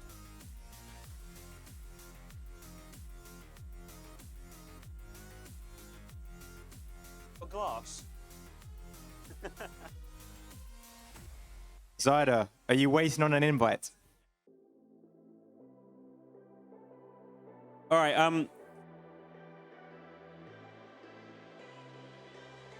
lost connection. If you get hit by a water ball, it's Lucky telling you your play space abusing. He's not just assaulting someone. That's how he's doing it for some reason. Doesn't want to get smacked. He's too scared to walk into the middle, so he's doing that. So, Woodsy, how long have you been playing Echo for? Too long. No, probably a couple years. Couple years playing Echo. Are you CV1 generation before Quest? I didn't play. I played Quest 1, so I played Season Okay. 2. So just first day of Quest 1, really. Okay. How long have you been playing, Mitch? Probably the same, to be honest. Was that pandemic time, right? Did you get Yeah, your I think headset? so. 2020. Yeah, yeah. Yeah. Nice. And then how did you get in? What was your first team? My first team was called Arctis. A bunch of people who aren't here. But, Oh, no. that was a long time ago. William's laughing at that one. Oh, wait. Sausage. He was on. Oh, yeah? Yeah, yeah. Okay. One person at least. Yeah, we see him up there.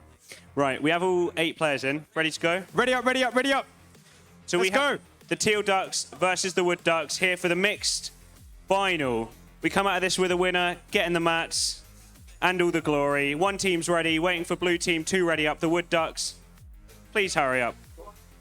5 rounds, best of 5. It's all to play for now. All to play for. This is the finals, guys. This is the finals for the mixed tournament. This is a big moment. This is their ticket into the tournament with the qualified teams. And here we go, coming for the neutral joust. Both teams looking to cement themselves at the start of this game, racing towards this disc. So they're coming for it. Blue stack on it first. Wood Ducks moving forwards. VR Zeta down low to West. West moving it forwards, looking for the passing options over on the left, but fumbled just about. VR Zeta looking to recollect. There we go. Looking for the long pass, cutting in, but just gone wide. It's just gone wide. We got Wolf King picking this up on the defense, looking for a clear. He does find it over on the left side. Is there a stack there? Back it is. Hyper picks this up and sends that in. 3 points early in this first round for this mixed finals here. Nice calm 3, just on the outside of the bubble. Hyper sending it in to send the Teals ahead. We see Wood Ducks on the joust advantage for the first time today, I believe. Or maybe they've played already. Have they played already? They have. So they're coming out for the joust advantage again.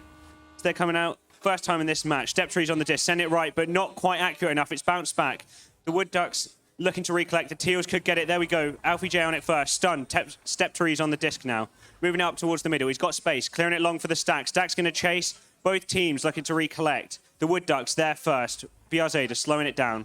Making the pass over to the left to Step Tree. Step Tree stunned out by Alfie J. Alfie J now on the disc. Moving it forwards left, but intercepted by VR Zeta. VR Zeta looking for the shot, and that's the 3. Past the defender. 18 MS to send them level. Right.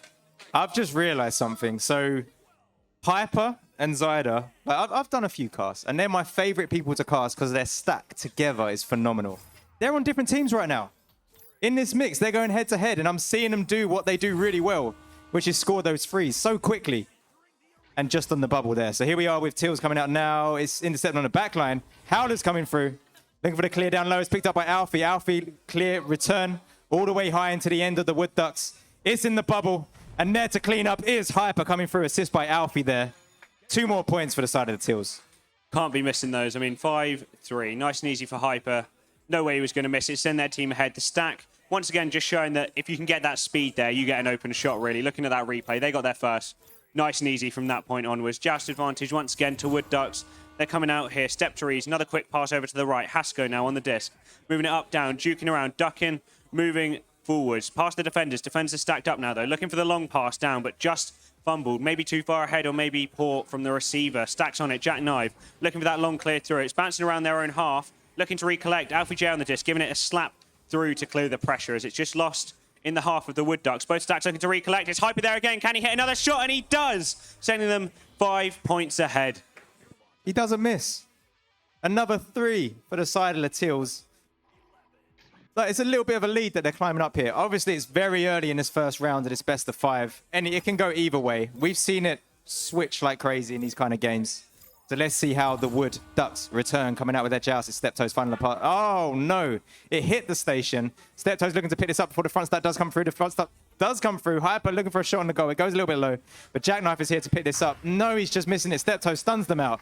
Finds a clear down the center line. Do they have the stack ready? It looks like they do. It's a stack race. However, the defense is back and they are picking this up. Jackknife trying to clear it out.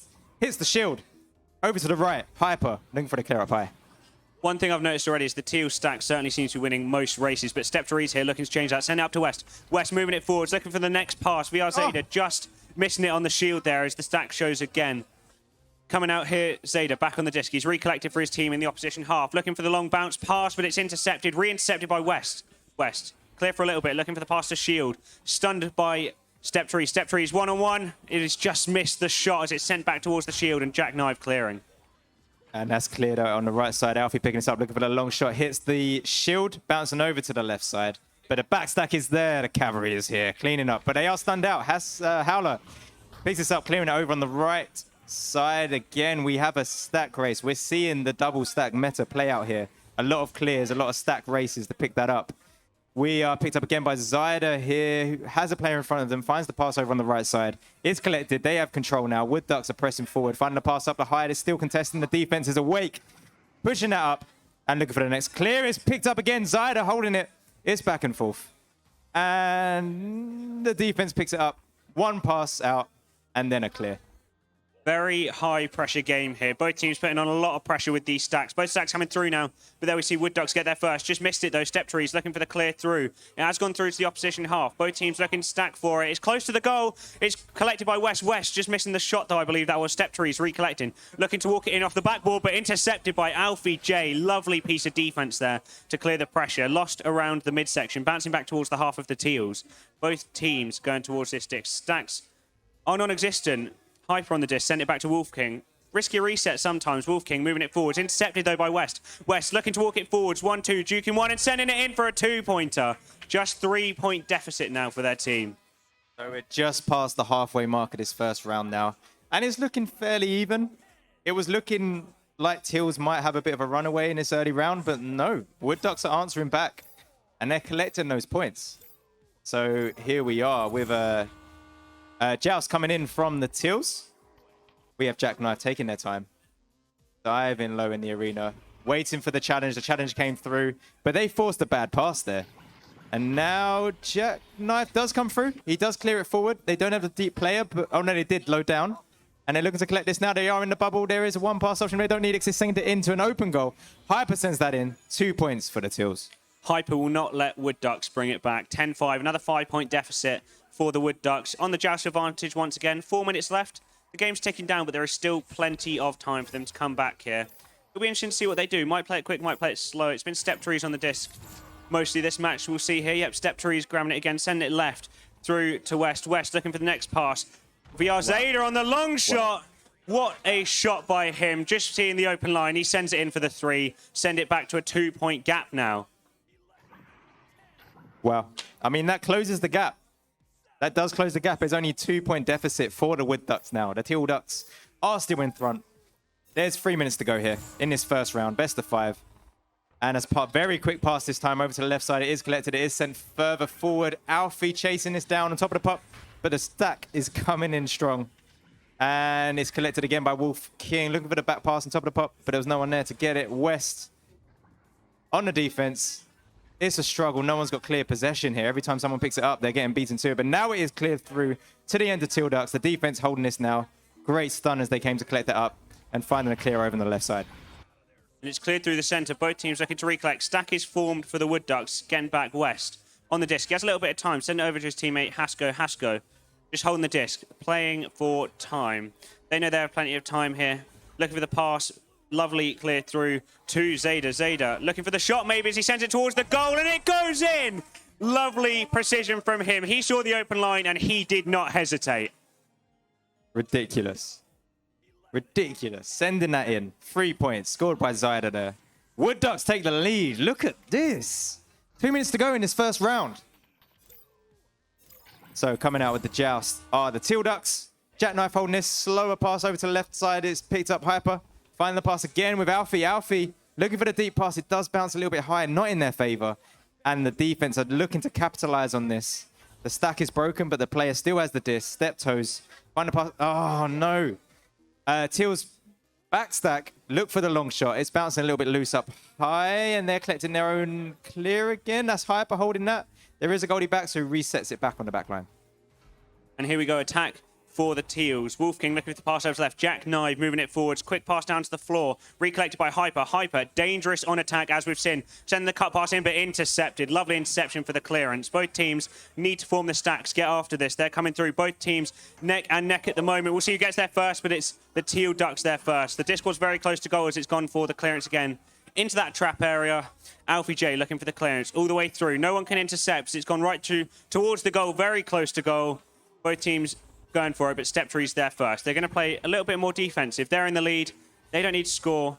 Hasko looking for the clear around the left. The stack's chasing. Both stacks on the teams looking for it. Teals get there first, but the clearance comes through. Jackknife on the reset. Jackknife moving it forwards. Long pass over to the left. Hyper looking for the long shot maybe, but it's just gone wide as both teams looking to recollect. Hasko on the disc, just looking for the long clearance. Yes, cleared out to the right side. It's picked up. Step toes. Finding the pass deep. It's through. And the defense is holding this now, but they're beaten to it. West sinking that in. I think that's the first time. Yeah, 2 points on the board for West. So Wood Ducks are 3 points up here in this first round. 30 seconds to go. The Teal Ducks, they get a 3 in now. They can take this to overtime. Let's see how they do. It would be very interesting to see. These teams have been neck and neck as we come out here. Jackknife looking for the quick pass over to the right. They need to react quickly. Hyper for the next pass. Wolf King down low. They need to get a 3-pointer here. It's going to have to be a backboard, but it's just gone wide. Hasko on the disc, looking for the long clearance just to clear the pressure. 13 seconds remain, and the Teals need to get a 3-pointer. Jackknife moving it forwards, looking for the long pass down below. Alfie on the shot, but it's saved. What a save there. Hyper on the disc, looking for the shot off the backboard maybe, but it's just gone wide. And that is the round dead and buried. That was a worrying attack, but they held their lead. Wood Ducks take round 1. I love the persistence there. I think that was 4 attempts of a 3-pointer. Just trying to make it happen. They're doing what they need to do. They have the persistence. The defense were catching them out and the execution wasn't quite there. I mean, what do you make of that last moment there? I mean, I think it perfectly shows the Teals. They had some really strong attacks. They were really dangerous. And I think, honestly, throughout the first sort of 5 minutes in that round, I would have given it to the Teals any day. They played the better game, the passing plays, the team plays, the link-ups were there. But Wood Ducks just sort of seemed to wake up. There was a moment where, I don't know, VR Zeta scored a 3, I think, and then suddenly the tides changed. Everything sort of changed, and they just started sending goals in. I mean, VR Zeta, 9 points. Hyper, all 10 for the Teals. He is insane on the offense. We've seen some of those 3-pointers, some of those passing plays that he's received. They've been very nice. Yeah, with the exception of West getting a couple points, it's Zyder and Hyper that are collecting all the points. We're seeing their name come up a lot. They're collecting those 3s back to back. I mean, they're both very aggressive, like, striking players, and it's really interesting to see them. Like, it kind of balances out this game. I don't know if you agree with that or... Yeah, I think both of them, if you leave them on an attack. If you leave them with an open goal, I mean, we saw Zyder slotting it in just the bottom of the goal. Hyper sending it straight through the center. Both of them will score those threes. They are steady scorers. They'll just send that three, and if you leave them an open line, it needs a defense. Yeah, agreed. So here we are coming into the second round. Best of 5. Here we are. It's the finals for the mixed. And we're kicking off the second round here. Zyder comes in that was a very fast neutral joust there. Zyder still uncontested, makes their time, finds the pass low on the same side. Howler looking to connect something on the right side, but the defense does pick this up. It's still in their end though. They're looking for a clear, and there it is. And it's sent all the way through. The stack is here. It seems to be open for them, but just missed the disc. The defense will have time to recollect. They're back, stunned out. Hyper now on the disc, looking for the pass. Maybe send it back to no receiver at the moment. A missed pass. The stack is on them. The pressure is high by the Wood Ducks. They're looking for the clearance. West, send it through. The stack is on it. It will be an open goal if they manage to get there first, but they've just missed the disc as it's sent towards the goal. Recollected by VR Zeta, and a nice, calm, and collected 2. Just slotting it into the goal. Slam dunk. Nice and easy. Nice and easy. 40 seconds into the second round. All to play for. It could be a runaway either side. If some of them builds the momentum and the counter QBs are just on point, then it could roll one way. Let's see how it goes. So Jackknife finds a pass very quickly over on the right side. No, it's not collected. Howler intercepts that. Passing it deep. The stack race is on. Howler looking to pick this up again. Zyder gets a hold on it. Look on the left wall. Step. Moving in. Sends that in. 2 points. First 2 points for Step. Wood Ducks are 4 points up. Wood Ducks are tearing apart that defense. I mean, you see here on the replay, just a lovely short pass. All of the defense has been pulled out. Only all 3 players are in front of the disc, away from their goal. Just the one goalie, one-on-one. That's a relatively easy situation. They're put back on the joust advantage. The Teals moving forwards. Jackknife, he's going to change it up. He's going to play it slightly slower this time, holding the disc. Send it through the center towards Alfie. Alfie looking for the long cross. But it's not sought. West back on the disc. They seem to be losing this disc a lot more frequently this round. West moving it forwards on the floor to Hasko. Hasko looking to move it up. He has an open line pass to Zeta, and that is a lovely short pass. I mean, precision is everywhere with this team. Okay, I'm surprised. I really thought it would be like back-to-back. Oh, we're getting a strategic pause in, I'm assuming, because we've got all... You're allowed 1 pause. So you've used your pause. You can have your pause. It sounds like it's not a technical. We're all good for the first time. And it's a strategic pause to talk strategy. 6 points down. We will hear them talking. It's not like when we're online. You can't have that same little huddled talk. It's been a very close game so far. Round 1 was certainly very close. 3 points. And honestly, I thought Teals could have taken it to overtime. It was just unlucky. A lot of shots gone awry there. Then this round, it seems like the Wood Ducks have just come out ready for war, I think. They're 6-0 up. Only 2 minutes in, anything can happen, but certainly their passing plays, they're working as a team a lot more. Stacks have sped up a hell of a lot, and I mean, they're everywhere. Yeah, sped up the stacks 100% with that neutral joust. Like, within a millisecond, Zyder was there in the middle with the disc. Uncontested, perhaps something went wrong in the tube there for the Teal Ducks, because there was no pressure, nothing came through. So at the beginning there, it's just Zyder with a disc in his hand with, like, open passes. Yeah, I mean... There's been a lot of high-pressure plays, but certainly the pressure seems to have dropped a little bit on the Wood Ducks. I think the Teals, it's a good tactical pause, in my opinion. They need to bring it back. They need to stop the momentum that the Wood Ducks have and sort of give themselves a moment just to get back into this game, because at the moment, the Wood Ducks would just run away with it, maybe even for a mercy at this rate. 6 points in 2 minutes is a lot. It is. So we have, I believe it's the same rules. We've got 2 minutes, 30 seconds these guys can take. And we're coming back into it now. So, yeah, we still have the 10-second countdown. It's joust advantage to the Teal Ducks. Let's see how they return fire here. They're 6 points down in this second round. They need to win this. And here they come. Jackknife send it over to the right again. Look for the pass, looking for the long clearance through, but intercepted by the Stack. Step Therese on the disc. He's going to hold it until the pressure's there. Stack's recollecting, looking for this high press once again, but Jackknife recollecting. Giving himself time and then clearing it over to the left. A lot of clear and boost again now in this round as they're there first, but missed the disc. That is a recurring theme. The Stacks seem to get there. They'll not be able to recollect, but not this time maybe. Jackknife, but intercepted by West. Lovely defense from him. Sending it clear for his team once again as both teams looking to recollect. They're through, but missed the disc again. Step Therese looking for the long pass to the backboard. Zyder going to walk it up. Lovely interception by Alfie J, though, to stop that pressure. Yep, so we have possession. Yeah, we do. With Wood Ducks, they're moving into the bubble right now. The defense is on them, but it's fine. They don't care. Howler. Dunking that in. That's 2 more points for the Wood Ducks. It's not looking great for the Teals. I wonder if they're going to switch up anything else here. They need to get the disc forward, and they need to keep that possession as they drive forward. I mean, all of the defense, if you looked at that replay, was stunned. The Wood Ducks are playing so much more as a team this round. They've got the chemistry down this one. They know it's the final. They've come out. All guns are blazing. Jackknife is going to hold on to it, trying to change something else. Ooh. Nice little no-look pass there. Now to Wolf King. He's going to hold it. They're playing with their time a little bit more now. It's nice to see Jackknife moving it up. He's got a little bit of time. Pressure on him now, though. He's got to make a pass. There we go, down low. Alfie J going to walk out for the backboard, but it's just dinged as it's gone wide again. Jackknife recollecting to Wolf King. Wolf King sending it in for the first points of the round for their team. Maybe a change of pace here. So how important is that?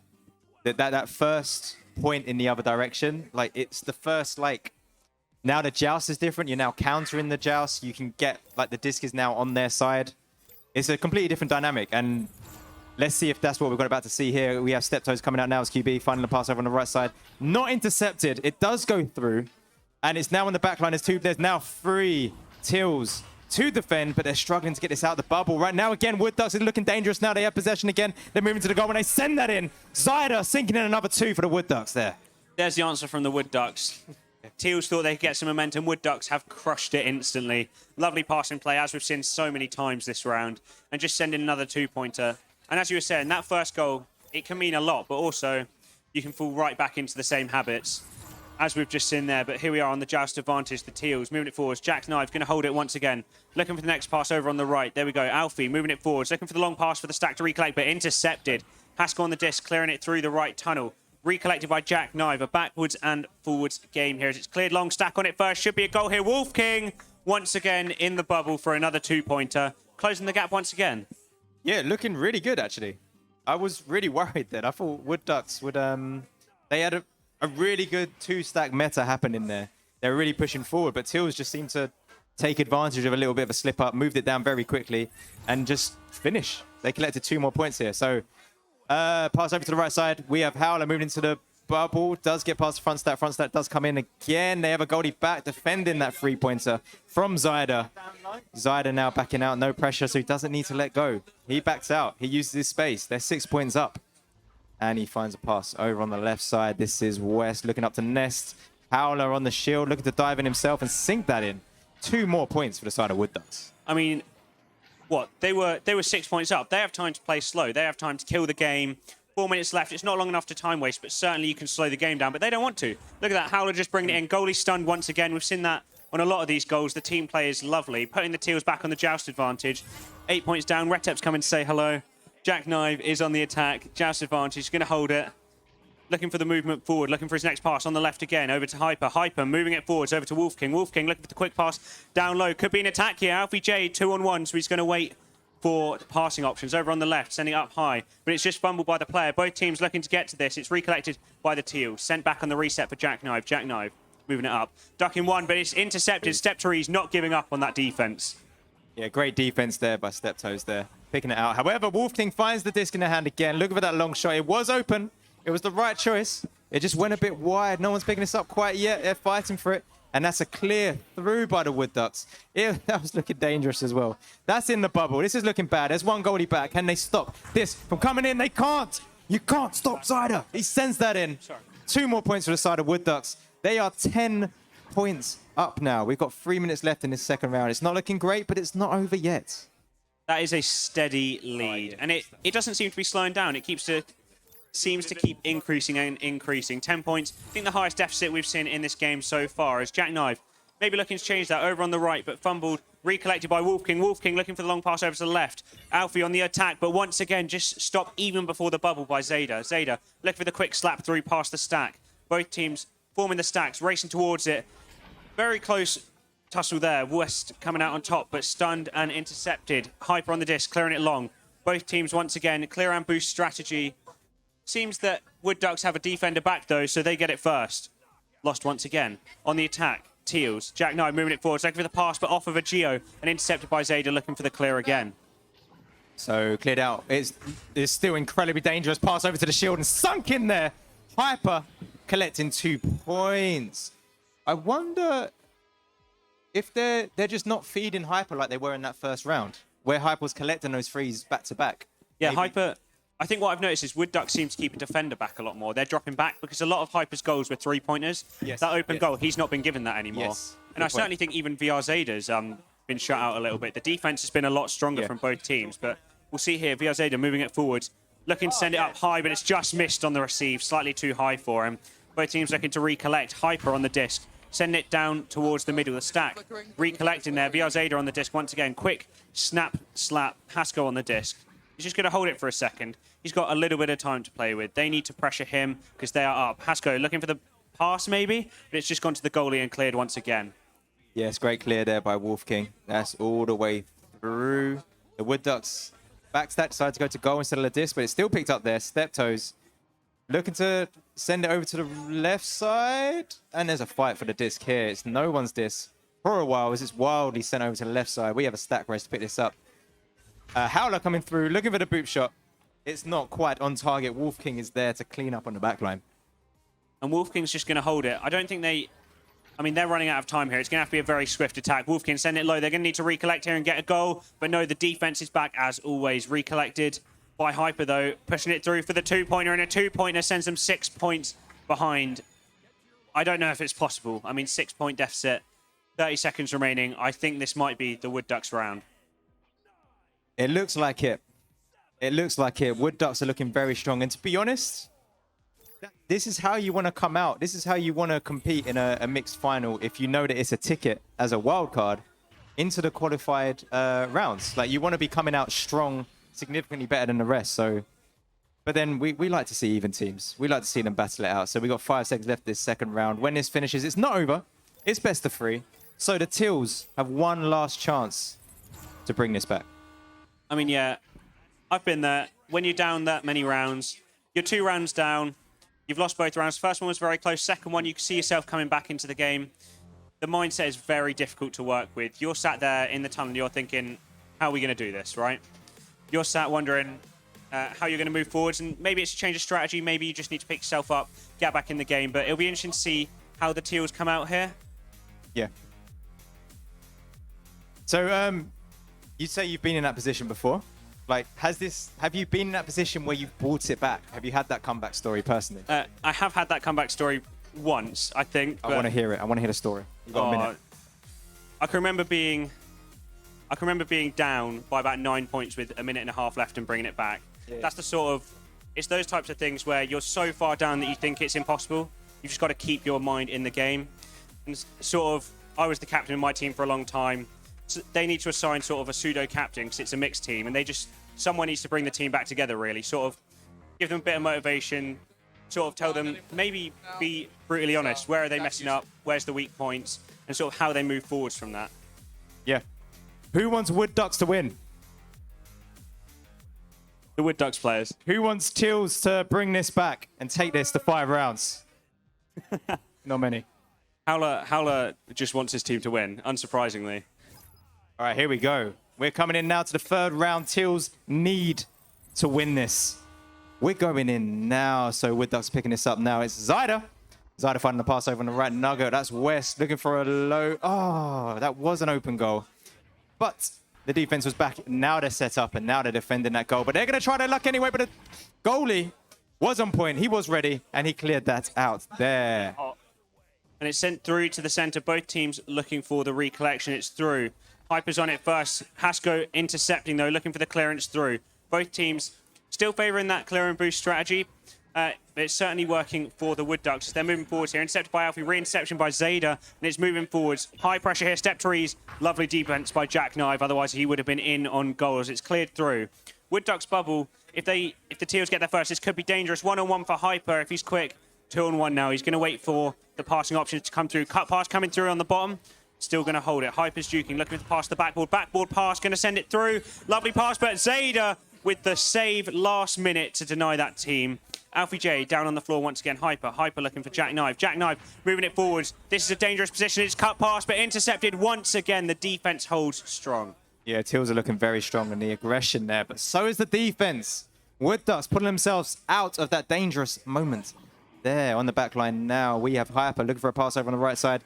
It's not quite through. And Wood Ducks are looking to capitalize on this. Howler picking this up. Pass back. Very good to Step. Forward to Zyder. Back to Step again. Great passing plays here as they're setting up. Maintaining that possession in the enemy territory here. Pass deep. Oh, just as I say that, it does go a bit loose, but it's picked up again by another Wood Duck. It's up to Howler. And it's... they had great form, but they're keeping it going. They're still pushing forward, keeping that momentum. And then they've lost it. It's cleared through by the Tills. The pressure is certainly setting in. Both teams are... I think they're struggling a lot more here. A lot of snap passes, snap clearances. They're not looking where they're passing it some of the time. You see a lot more lost discs as we get closer to the end of this game. The pressure really ramps up. But here on the attack, see Hyper recollecting the disc. We know how dangerous he could be. He's going to pass it up to Jackknife. Jackknife moving it forwards, but saved once again. Zayda has been amazing on the defense. It's cleared all the way through, sending it down low. Both teams looking to recollect. The stacks need to get there. It's lost towards the goal for a long time. There we go. Wood Ducks are there first. Sending for the goal and Step to Rees. Nice, easy two-pointer for him to send in.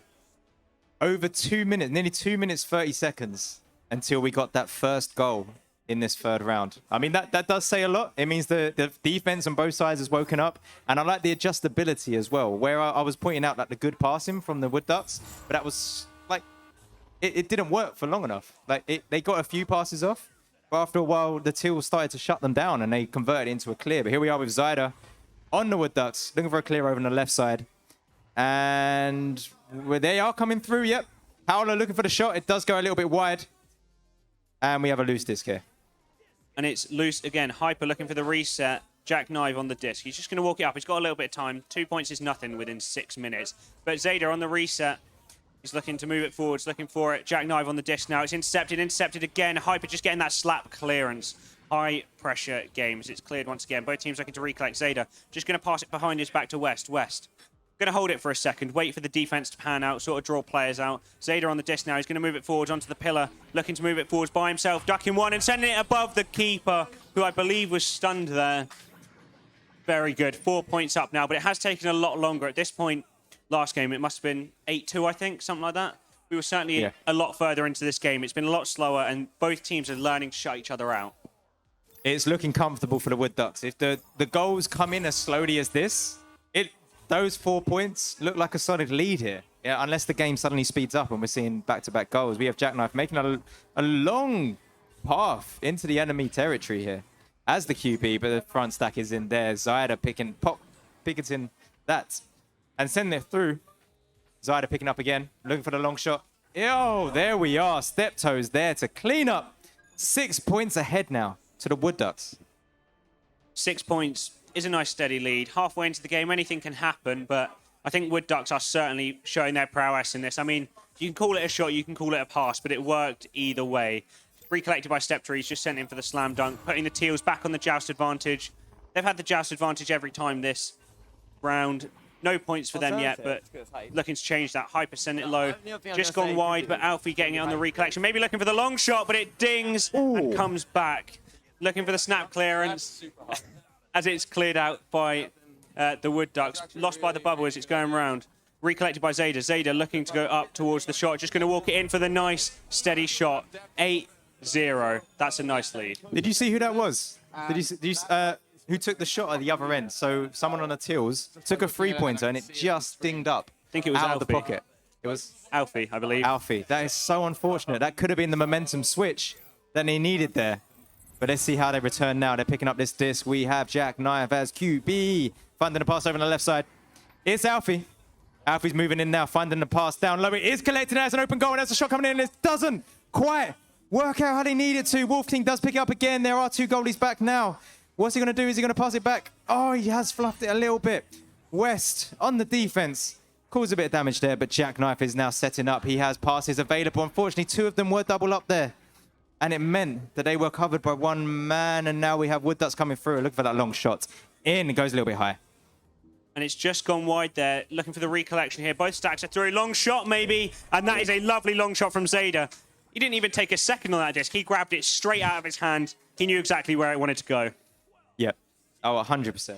You set them up. He has a sixth sense for when the goal's open. He knows when it's open, and he'll send it in. And he, you know, like he's missed like 1 out of 10 They just go in. But the thing is, it's the same story with Hyper. And I feel like Teals need to set Hyper up in that position. They need to get more stuns on the goalies and find those situations where they can capitalize like that. Take out that goalie so they can collect those threes and bring this third round back. That's the only way Teals are going to stay in this now.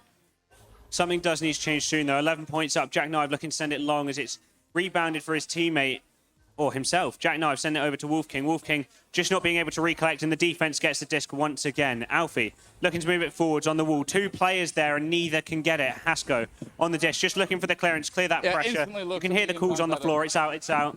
They're looking for the stacks to form up. Both teams chasing towards it. The defense gets there first, but lovely interception by Zayda once again, showing his prowess on the attack, just sending in another 2-pointer, sending his team 13 points ahead. Yeah, it's looking brutal now. We're under 3 minutes left of this third round. Best of 5. What do you think? It's not looking That's good. hype. I mean, it's back to you in the zero. studio. They haven't done any damage at all yet. I mean, it's of course it's still possible, but it's just not looking good. Wood Ducks must be feeling incredibly confident right now. What a lead they built here. 2 minutes, 30 seconds left. Alfie sending a pass down. It bounces the way he doesn't need it to. And again, Wood Ducks have possession. And it's just lost in the half of the Teals. Dangerous position for them as always, but Hyper recollecting, looking for the long clearance over on the left. Just to Wolf King. Wolf King looking for the pass over on the right to Alfie. Alfie, this could be the change in pace they need if he sends it down low here. There we go, looking for the attack, but just fumbled on the receive as it's sent back. Wolf King on the disc, moving it forward, sending it high, but intercepted by West. He has time, he's looking for the clearance, there it is. He's looking for the stacks to be formed, but no. Defense looks like they'll get there first. They should do, but no. Wood Ducks, they've formed the stack. Hasko on the shot, but just sent wide. Both teams looking to recollect. Wolf King on the disc, going to send it long. Looking for the clearance just to clear that pressure. Yeah, that is cleared through by the Teals, and that is deep into the enemy territory. There's 1 minute, 30 seconds left on the clock. Zyda has possession again. It's dangerous. He's looking to clear this through. And the defense is racing to pick this up as it goes into the bubble. We have Wolf King holding this, sending over to the left.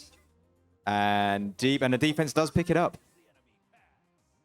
And they're just going to hold it here. Zayda, he has a little bit of time. They're 13 points up, a minute remaining. I think this round might be dead and buried, but I mean, the Teals can try something. They can try and get some points back. Zayda over on the right, looking for the pass. Hasko on the disc. He goes, I'm going to hit a half court. I don't think it went quite well. Just gone wide. Recollection by the defense. Jackknife on the disc, looking to just send it long. Get the clearance through towards Alfie J. Alfie J intercepted by Stepteries. Stepteries looking towards the goal. Going to move it forwards as a defender, so they're sending it wide to Zayda. Zayda missed on the receive as it's sent high. Looking for the recollection, though. Quick slap pass, but no one's there to receive it. The Wraith of the Wood Ducks here. Brutal. 13-point lead here. Didn't they, like, nearly mercy the first... oh, no, match 4. Ignore me. Coming in here, that was another opportunity. The Teal Ducks nearly sent that in, but the defense woke up for the Wood Ducks. And we have 30 seconds left. Here, can Teal, just for the LAN, just for something, just make something happen here. Show us a bit of magic. But Zyda juking around. Oh, intercepted. There we go. Hyper clearing it down the center, deep in the bubble. And the defense is there to clear this out. 10 seconds to go. I mean, 10 seconds. We know who this round's going to. We know who the game is going to, but we'll see if they can get a point back, get 1 point for this round. Jackknife to Wolf King. Wolf King going to move forward, looking for the backboarder, and another save by Hasko. Just sending that round dead and buried. And I believe that gives us our winners. The winners of the mixed tournament, the Wood Ducks. Let's go, Wood Ducks. So Howler, BR Zayda, Stepteries, and West, the winners of our mixed tournament.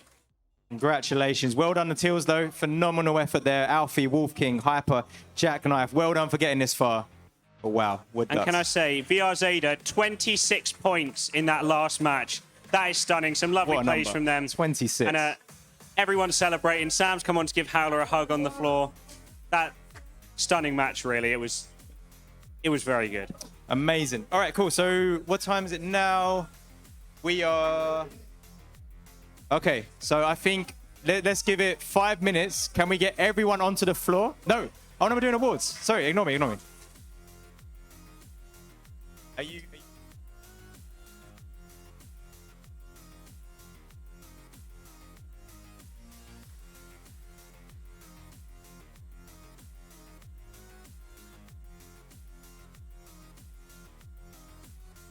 Howler, mate. Awards for you guys.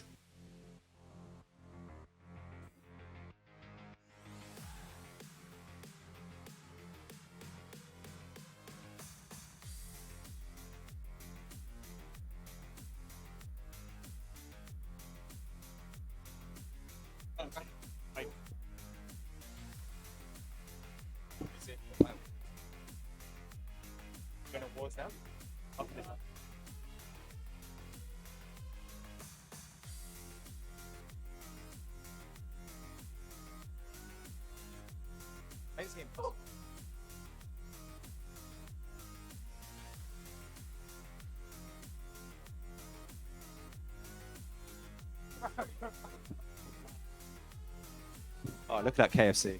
It's making me hungry. Mm-mm.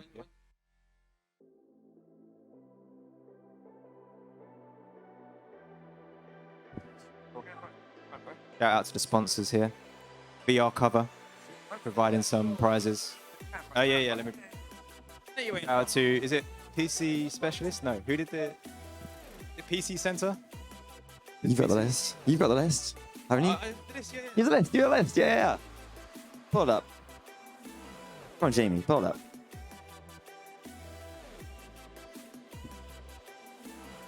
No, I had the note.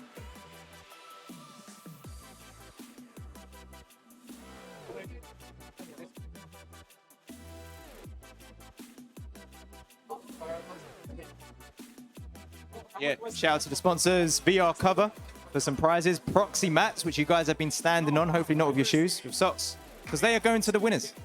And thank you, Vertex, for being involved and allowing us to stream on your platform. And Center VR for providing these lovely PCs we've been streaming to you, which have worked 100% of the time. Right, we're doing... We need the winners up on the stage. Where are you gone? Wood Ducks. Wood Ducks.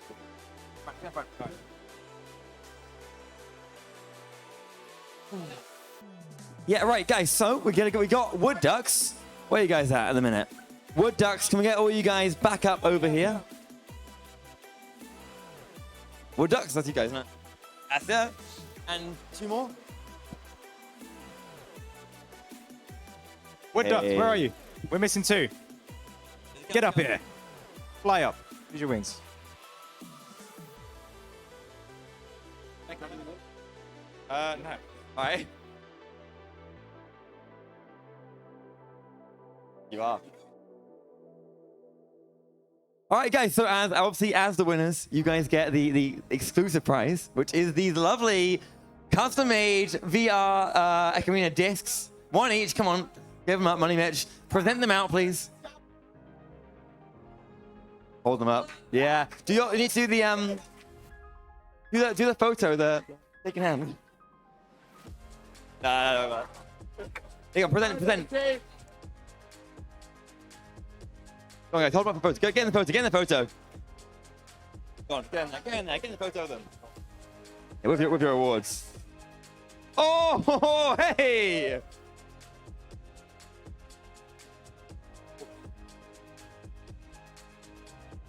Oh, guys, there's more. You got more stuff. There's more stuff coming. You ready? Wait for the cameraman.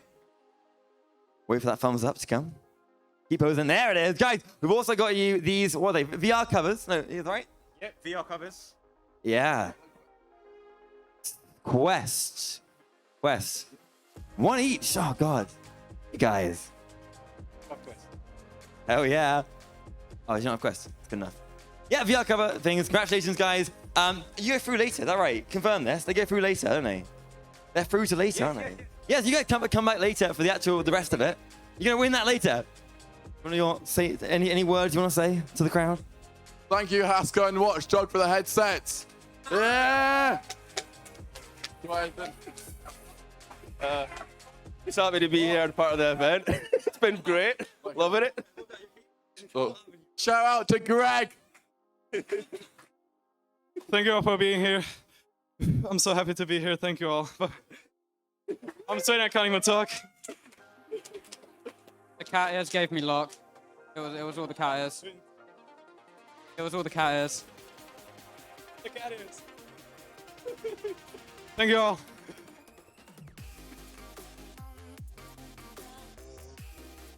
Right, so that is it, guys. That is the mixed one. Congratulations, and everyone. Thank you, everyone, for playing along. Gob, confirm. It is photos now, yeah? Do you want to introduce this, please? Tell everyone about your photos. All right, so we're going to do one of them big, like, group photo, everybody in it type jobby things. Photographer's going to go up onto the balcony and shoot down onto the dance floor and start, like, shouting directions at us to get everyone in the picture. So if you'd like to be in the big group picture, make your way to the dance floor. At the end.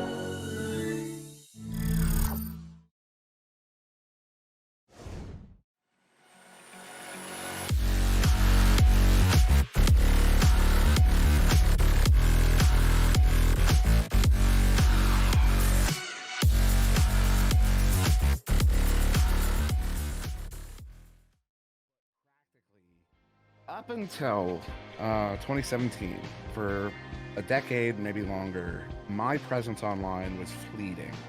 What I mean by that is I joined a community, I'd be really active. I mean, you see how active I am, how vocal I am, how front and center I can be. I'm like that everywhere. I'm very loud. I'm a loud person. But for a long time, I'd jump into these communities, become a big active member, make friends, form relationships. And then one day it would just be like, oh, okay, I'm done. And I'd dip, I just disappear. On a personal level, it was very, unfulfilling ultimately. And Echo Arena was the first time I actually made a much deeper commitment to a group of people where I had a drive to be a part of it. And I mean, that was from the very beginning. I remember back in 2017, being on a break, talking to my boss and it very specifically saying, I feel like I've discovered something. I feel like I've discovered something.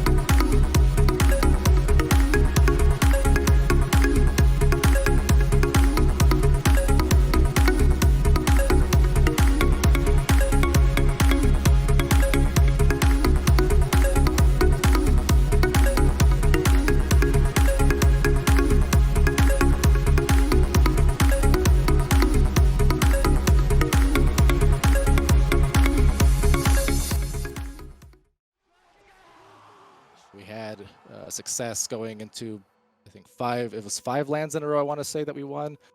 2 world championships in ESL.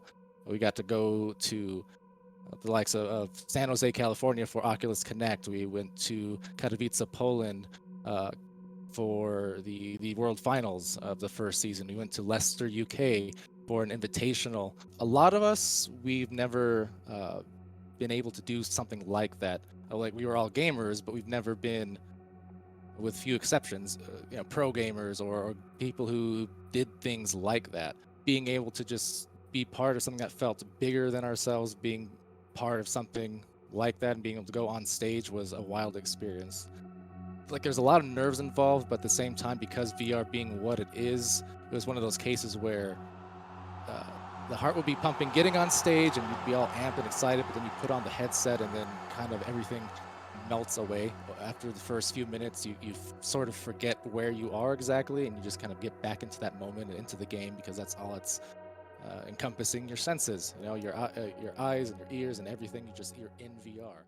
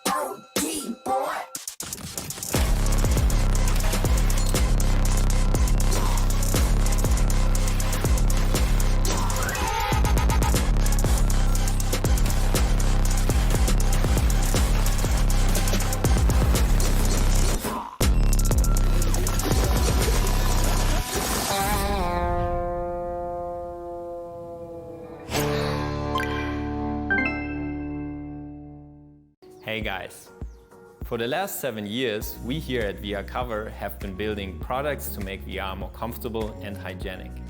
Now with the launch of the Oculus Quest 2, we teamed up directly with Oculus to bring you our easy-to-clean facial interface replacement set. The set is easy to use, and when you get it, you simply replace the one that comes with Oculus Quest with ours. The set comes with 2 differently sized super soft foams, the standard foam that gets you as close to the action as possible, and the comfort foam that adds a little bit more padding. The facial interface also has passive ventilation features that improve air circulation. That means lenses are less likely to fog up, especially when VR sessions become a bit more intense and you might start to sweat. The facial interface set also has removable nose guards that reduce light leaks and prevent some of the hot air from rising up into your headset when you exhale. This is the first of many products we're going to launch for the Oculus Quest 2, and if you like it, get it, and subscribe to our newsletter to hear about new product launches first.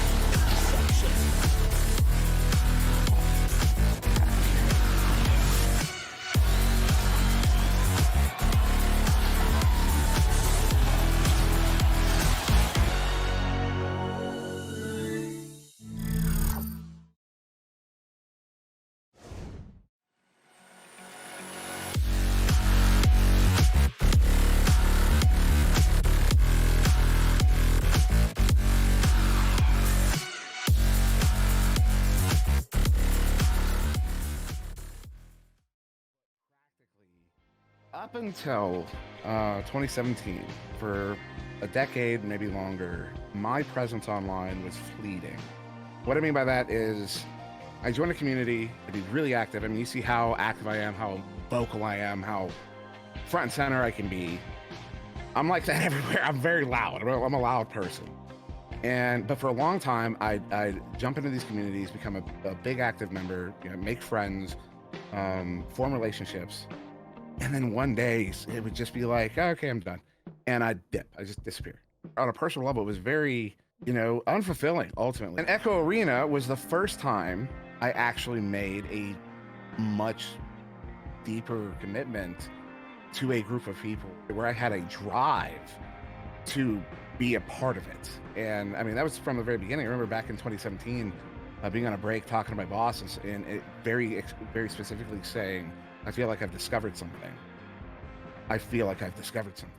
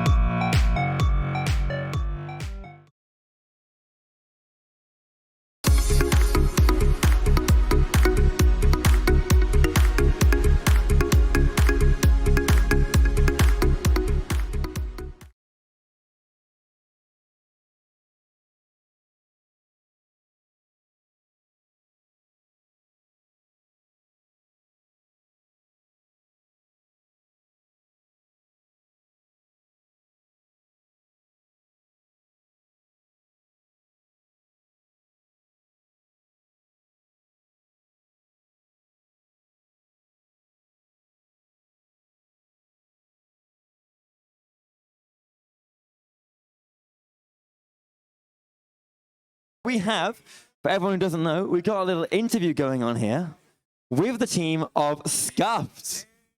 I want to cheer in the mic. Guys, so you guys obviously have done fantastically well recent seasons, right? But you're here at the LAN. Are you guys questies or what? No, not CB1 for life. This is the first time I played on Quest since last LAN. Last year? Have you not? No practicing. A week. We practice a bit. You got a week practice. All right, and how is it on the Quest compared to your CV1s? Horrible. It's so bad. I can't shoot. It's good to move around and it's hard to get good shots. Yeah, because you're a lot more freedom, right? I mean, have you always been CV1? Did you ever try out the Quest, or were you... God, no. And have you changed anything up then? Now you're on Quest? Like, you can't hit your longs. Are you changing that strat up, or are you just going to go for it? I mean, we're not going to tell you about our strategy, but... I'm not against you. I'm not... It's in the finals as well. You tried to like make us leak our tactics before the round. Of course. Guys, go on. Little hint. No, we're not telling you tactics, you know? I think Joshy says that he can shoot. I don't know if I believe him. Joshy says, hey, guys, I'm the best Quest shooter. Let's find out. So, I'm not sure. We'll see. I'm not getting this pressure, man. I can hit something. But I'm gonna go into CV1, I'm gonna go boop, and it's gonna go down. Go straight down into the floor. Yeah. But stacks and all that, all the stacks are the same. It's gonna be my first time on 20 ping, so it's gonna be great. On 20 ping? It's not 20 ping. I saw, how much ping is it? Play 25. I always play like 50 or 60 because I'm from far away. Oh, so you think this is gonna be better? You're gonna be faster? I'm gonna feel the energy, yeah, the speed. Front stack. Yeah? So fast. Are you nervous at all? Anyone here you're really scared about? A bit nervous, but when we get into the groove, when we're all in the game, I think it's gonna get away. What team? What team are you most worried about? Kronos. Danmark. Why? Danmark's an absolute demon on that Quest. Terrifying individual. We'll try our best, but he is scary. Yeah, all right. Well, you know, I think, well, hello. Cool man standing behind me. Quite scary. Hovering in the background. Yeah, all you guys, I mean, is this your main roster anyway? Is this your main team? We're missing on Chappie, but there's a main roster. That's pretty good. You feeling good? Also, obviously, final thing we've got to say is you have these fantastic shirts. Go on, give them a spin. Go on, for the camera. Are they actually just taped on? Oh, I'm taking off. We made these at 10 o'clock last night, and it was like a last-minute thing because we didn't buy any jerseys. How tight. Wait, where's the design from? This is the shirt. We went to Primark. Well, last night you went over Primark and... It's an impulse decision. We thought, you know, everyone's got shirts. Why not do it? So we went to Primark, found a black shirt, thought, whoa, there's white lines on it. Let's do that. And then went and bought some tape, 6 rolls of tape, and made some shirts. That's great. Well, that is pretty scuffed, living up to the name. Oh, it's the name! Oh! I haven't heard from you yet. Anything you want to say? The logos took an amount of time that I'm not proud to admit. We'll leave it at that, I think. Was this after the games last night? Yeah. So like 11 midnight last night? Oh, 10. We started like 9, finished probably about half 11. And so we just sat there on the 2.5 hours of prep. They look great. I'm quite jealous, guys. And best of luck in there. And any last words you want to say to all your adoring fans at home? Let's have some good games. Come on. Let's go! Let's go! Oh, cheers, guys.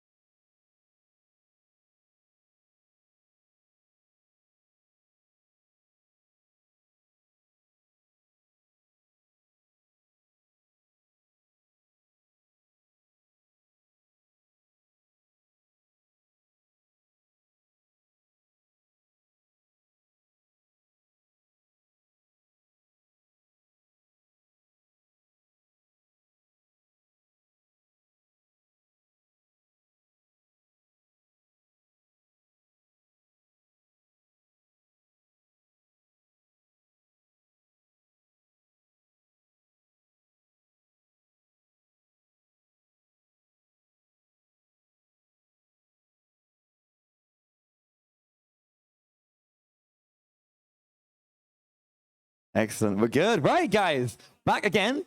Everyone who's listening along with another team. I can see it on the screen there. There we go. Another team here. Guys, we've Koi. How's it going, guys? Are you feeling good about this little LAN event? I'll pass it along to... yeah, it's good. Yeah, it's good. Are you ex-member? Is that what this is? Yeah, kind of. I was here like last week. I was on Koi like last week. Oh, so you've just joined? No, just left. But are you playing on these games? No. Oh, so are you leaving? Is that what this is? Are you being kicked out? Okay, so are you questies? What's the sitch here with? Because you're all quest here. Are you actually a questie? I've never been on CB1. And so the rest of you? Still terrible. You're still terrible? Still terrible. Do you still get the quest flick? The straight down into the ground throw? I mean, it kind of just goes anywhere but the goal, so. Yeah. How about you guys? Who's playing? Who is your team combo for this? You four. All right, so are you guys questies? I'm going to stand in front of you. Me? I mean, technically, yes. I've been for like 2 months now. Okay. Our secret weapon is Mr. Watchdog over here. As one of the only guys who actually does quests in the league. Mr. Watchdog is our secret weapon. He's going to have at least 3 inexcusable faults, and we cannot tell you when, but they're going to happen. Okay. It's like, how about you guys? Are you guys quest? I normally play on HTC Vive, but... Vive? No shot, really? That's crazy. Does it go well? Yeah, it goes pretty well normally. You shoot well on the Vive? Well, it took a bit of getting used to, and I had to like modify the handle so it fit my hand better, but it works pretty well. That's wild. That's pretty good. So now you're on quest. Is it completely different? Can I swear? I don't know. Let's go with no for now. Can I do it anyway? I'm gonna move on. That's a good decision. Are you nervous at all? Can I squeeze in the middle? I'm gonna squeeze in the middle. The guy's either side. I can't reach that far. Look at this. Nice. Oh, look at this. As close as you want to, Retep. Was that? As close as you want to. So guys, are you nervous at all about your chances here in this tournament? I'm a little bit, because I'm really bad at Quest. Really bad. Just the throwing or the whole thing? Well, mainly throwing, but because I QB and I can't throw, we're going to have to swap things up. Deadly. Who's going to QB? Really? You're going to QB? Yeah. Same strats though? Same strategies? Well, Elmo can't exactly do what I do on the upside down. So, but then I can't QB. So we're going to find out what's going to happen. We're going to find out what's going to happen. Bit of improv, bit of on the fly work. A lot of them. Well, I mean, I QB'd last LAN for us. That's another thing. We are the only team with the same name and the same core roster. We've had 1 roster change since last LAN. Really? The only team? Yeah. Me, Sana, Elmo played last LAN on Koi. Are you feeling good about that because of that? No. No. Okay. No. Not at all? How about you? What do you think? Yeah, we got this. Yeah. Yeah? Hey, who are you worried about? Who are you actually worried about in your chances up there? I'm amazing. I'm going to beat them. Are you going against them? Are you just going to take him on? Yeah. Terrible. That's terrible. I've threatened him a lot, so... So, guys, who are you worried about in this, would you say? Who could we be worried about? That's a good question. The mixed team. The mixed team? Yeah! The mixed team have Howler, and he's actually me and Senna's ex-teammate. Oh, and they were kind of deadly, right? A little double sack combo. I know Howler's weakness. Yeah? What was it? Well, that would be telling. Yeah, it would be. Yeah. So what is it? Starfish. I'll go with that. That's very cryptic. I have no idea what that means. That is, in fact, very cryptic. But guys, any other strats you're planning on pulling off here to try and get the combo, to get the win? Can I swear? It is the one thing. Like, do you have to? Can you, like, not... I don't know if... I don't even know where Gob is. I mean, in fact, his name is Gob Shite, so I feel like... Oh, Retep. What's that? He just swore. It's a theme. What's that saying? He said swore. Is it? Can they swear? They're saying... Yeah. All right. Are you sure, Gob? Nothing gonna get like banned on Twitch or whatever. Like, yeah, no, that's what I'm saying because they're very, very keen on it. Yeah. It's him, not me. Okay, I'm just gonna leave then. All right, great. Well, thanks for coming along, guys. Well, any last words you want to say to all your adoring fans here and behind us? Any last words? Retep, you're a sexy bastard.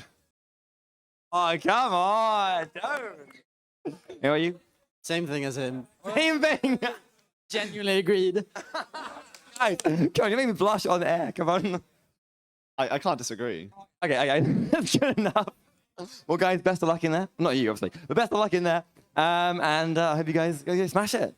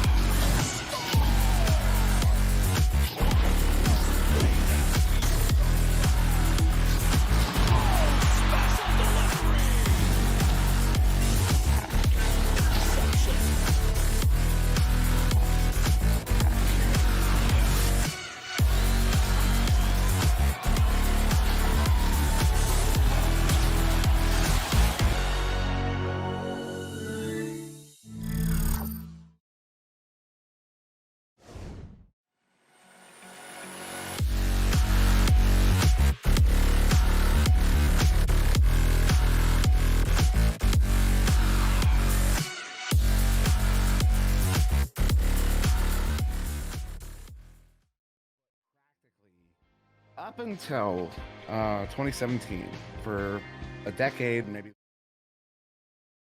For the game start with Kronos. Yeah, a thumbs up from Dan Mac. Guys, so we're here again. We've got the Quest 2 only, right? I've been asking the other teams. I'm going to ask you two. What do you think? Quest 2, how's it going? It's not looking good. No, why? Are you all CV1 or what? What's the sitch? Only Quest. I'm the only Quest. Me and Sosik have played heavy time on Quest. And Yeah, I've spent about a year and a half. Also spend time on Quest, but I am a CV1 merchant, so I'm a little CV1 rat. CV1 rat. Wait, so who's playing? Who's in your combo? Five people. Oh, five people. Yeah, 5 people. No, because there's 5 of us, so we're gonna. Because it's double elimination, so that means a minimum of 2 games. So we're gonna have a substitute just going in from the first game to the second game. So we're at LAN, might as well have everyone play a game.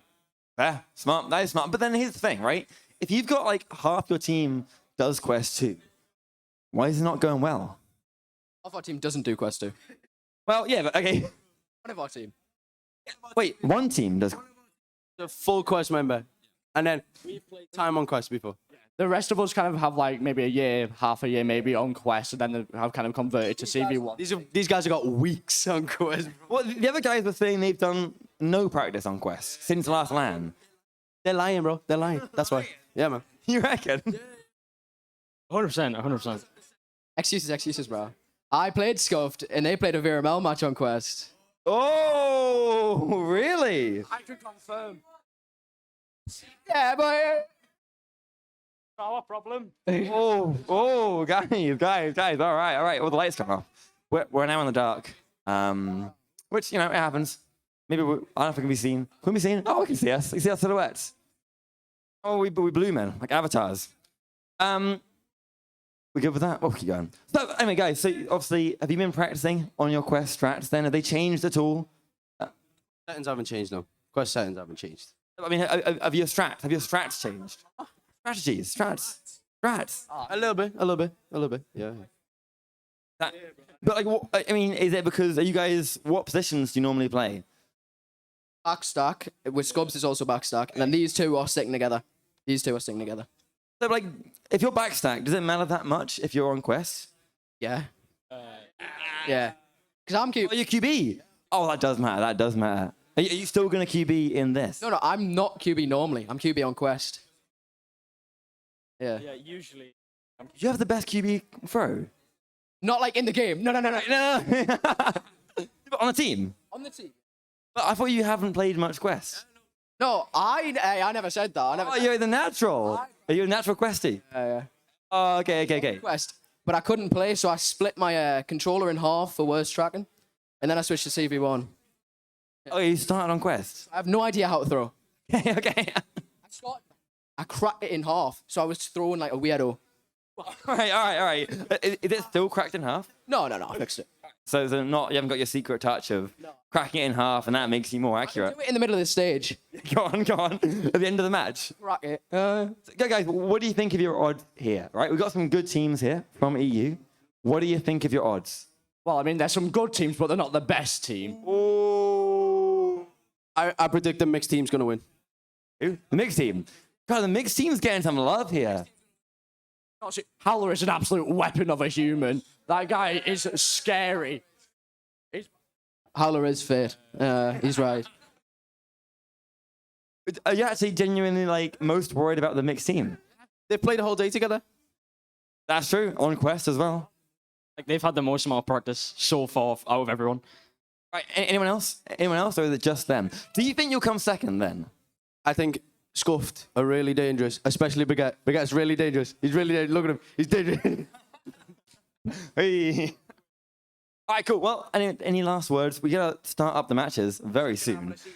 Title chance. What? I know who I'm scared of. I'm scared of Joshy T's chiseled jawline. That man. Hey. Yeah, any last words you want to say to everyone here at home? Up the Kronos. Thank you very much, guys. Best of luck in there.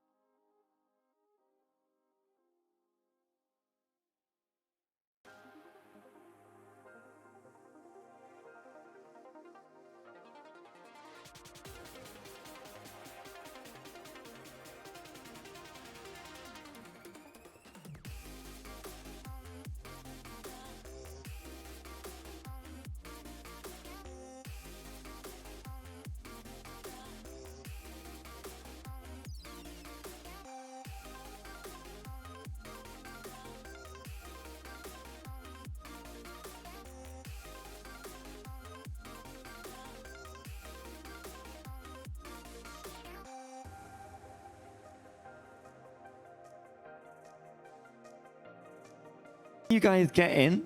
Anyone who's using a different name, could you let us know? And we will make sure we try and say your right name.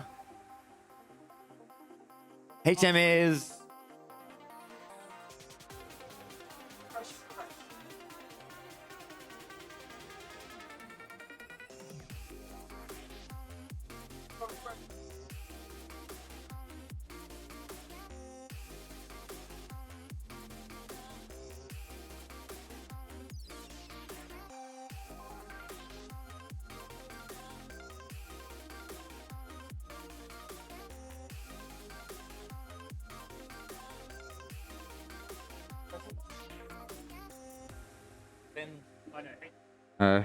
Who's on Freshy Fresh's headset?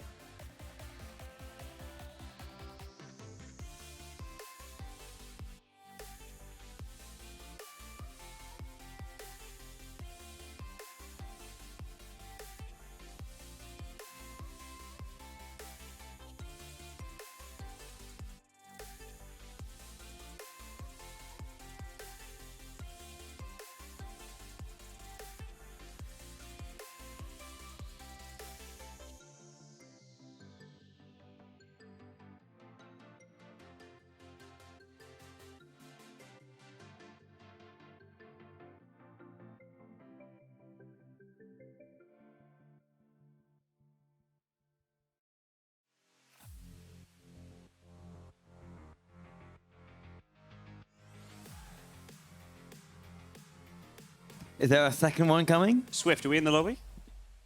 We're in. Perfect. Excellent. Can you reach under?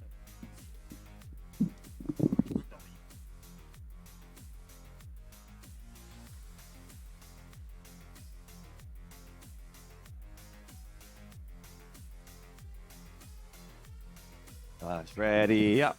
Ready up. Ready Yeah, can you hurry? up. Hey! Finally, here we go, guys. We have our first match. I want your money. Yeah, you're mine. First match of these teams against each other. We got in the orange, we got Landis. On the blue, the Kronos. Oh, that's still us. But coming against each other to face off 2-1-0. And out of the launch tube, who's going to take it first? It is going to be Landis. Now, while we're here, while we're launching in, a few names here are going to be not who you think they are. We've actually got Shriek, is actually HM. Freshly is Riz. And Scubs is actually Skag. And maybe more, who knows? They're all over the place. But attack comes in quick. Oh, the gate. Danmac takes that one in. The first goal of the game going to Kronos. Danmac takes no time, and he gives it a little look around the arena. He's celebrating to the fans. He's celebrating to the fans. He knows he's in for a big game here. See Joust advantage going to the Landit. See what they do here. See what they bring out. On the Joust advantage, Django gets this first, sends it left over to Wee Laddie. Wee Laddie moving it forwards. Send it all the way down over towards his teammate. Send it for the quick shot, but just wide, it's lost. Defense is trying to get in. The fans love it, and it's bouncing around their half. Googling on the disc now. He's been backwards, duking his teammate, passing it over far, but it's just fumbled. Called on the retrieve, though. HM moving forwards, looking for the passing option. Just hit a block, though, as it comes back to him. The defense holds strong, and they manage to clear it out. Itra's on the clear. Yeah, lovely clear out, but they're going again. They're going for it once again. There is the side of Landit, taking it down below, trying to get it clear, trying to get the attack going. Everyone's scrambling for it. Stuns coming out. There's one. Attack. Goblin. Down over to Django. Django looking for the attack. They shoot it, and they get it in. Goblin scores the first goal for that team. The boos come out from the crowd. Whoa. Kronos seems to be the fan favorite so far. Send it level. Not far in, though. Plenty of time left. Joust advantage to Kronos. See what they do here. See who's taking this. Fast or slow, do you reckon? I think they're going to go fast. I think they're going to go quick. I reckon they're going to hit quick. Let's see. No, I was wrong. I was wrong. You were wrong. Immediately. Well, this goes all the way upfield, all the way, but straight into the hands of Wee Laddie, who takes it straight back again where it came from. And back to Sausage. There's the cheers again. As it is sent back upfield. Pass up. 2. Oh! Open goal! Open shot! They missed that one, though. Unfortunately, it is taken back by Goblin, who clears it straight back upfield again, all the way past. And it's still on the attack. Damak on the disc. He's moving it forwards. He's going to hold it. He has no pressure. He has time. He sent it down low, but just a missed pass it sends back. Boos from the crowd again. Shriek on the disc. Moving it all the way through. Sorry, HM that was. Maybe going for the full court, but just dinging.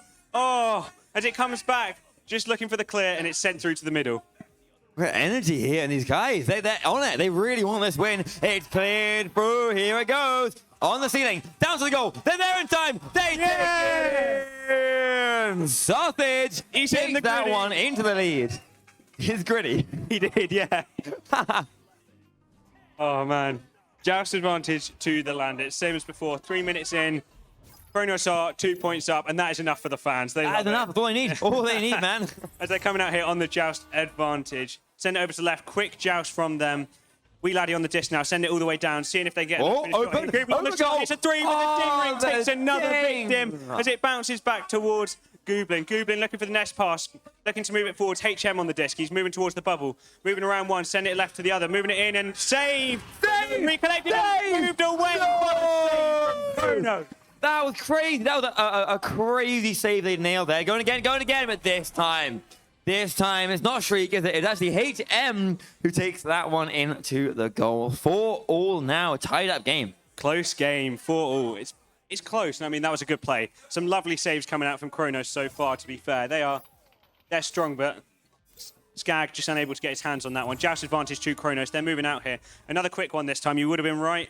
Itra is now on the disc, moving it long, looking for the receive by the goal. Oh, it bounces awkwardly for the team. Sausage can't quite get a hand on it. It's recollected by Landits, moving it long all the way through to the other half. Both teams are going to chase it. Kronos are there first, just looking for the snap clearance, try and get it as far away from their goal as they can. Dan Mack on the disc now. He's looking for the opportunity. Nice pass. It looks like an open goal, but Sausage can't convert.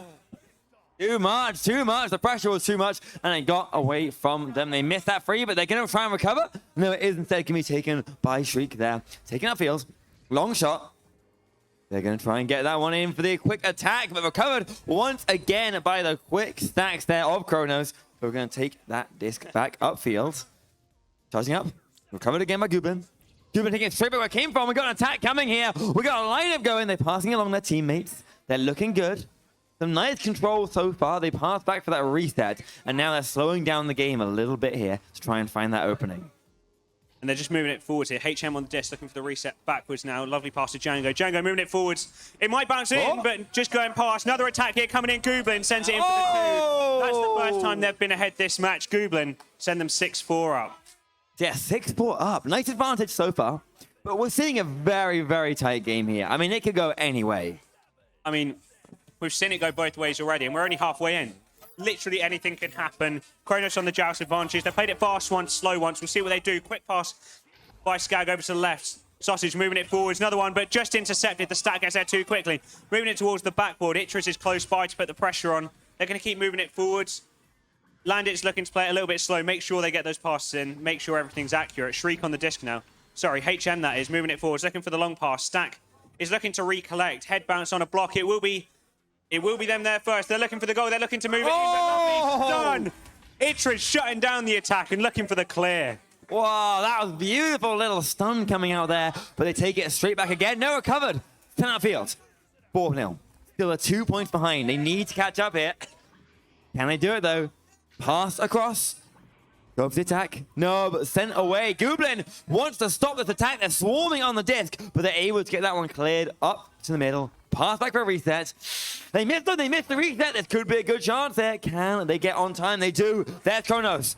Attack for the goal. They're swinging at it. Looking for the opportunity. They shoot behind. Passing back once again, but the stun is there. No, Gooblin finds it and gets a lovely clear through. Skag couldn't quite recollect that. Now on the attack here. It should be an open 3, but they've missed. They missed the open 3, and it's sent back into the half. Kronos for the counter-attack here. Both stacks looking for this disc. It's thrown back into the Kronos half. Landit's on the attack here. All the players going for it. HM on the disc first. He's going to look to move it forwards. Looking to move it past the players juking, but just loses the disc on the nest. Both teams scrambling for it. Wee Laddie first to it. He's going to move it up. Just walking on the floor. He's got a little bit of time. Moving it up, a lovely stun by Skag to move it forwards and cleared through the mid. Yeah, looking really good at the minute. Can they keep this up as they go for attack? There's disc. They swing underneath. They shoot! And a lovely goal scored there by Danmac, who is going to get another 2 points on the board. But each side, as they do it, loses a player. We're down to a 3v3, and it is going to be 2 minutes to go. Crucial time now. 3v3 is a very different dynamic. We'll see how the teams adapt, see how quickly people can get back in. As we see on the attack here, both teams trying to go for it. Gooblin, nice little juke, send it down to Wee Laddie. Wee Laddie moving forwards, but stunned out by Itris. Itris looking to recollect, just send it back for the reset. Skag on it now. Skag clearing it out through the left. It's moved through. Stun coming through on the attacker though. Django on the disc now, moving it forwards, just moving it. Maybe looking for the shot long, but he's just sent it through for the stack to recollect. Gooblin on the shot, looking for the backboard, but it's recollecting the disc. I could have been going on the backboard, but that was a lovely save. It's going to shut that down, but Gooblin working again to Wee Laddie. Passing cross back once again. Oh, they shoot underneath and they get it straight in there. Another lovely goal. That's the lead once again. 8-6. We've seen Kronos in the lead twice. We've seen Landitz in the lead twice. This is a very level game, and anything could change, really, I think.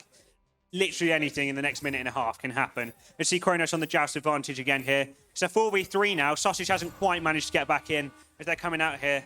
Skag send it over to the left, looking for the attack. Danmac sending it through for the stack to chase. The stack will chase, and it is there. Skag on the attack. He's looking for the shot, but he's just missed it. So it's just gone wide and recollected by Landitz. Whisked past the goal there. We're now in the last 90 seconds, and we're still seeing a 2-point lead. They need to get a goal. No, this could be bad for them. They go for the attack. It's beautiful. They line it up, but no, they lose the disc.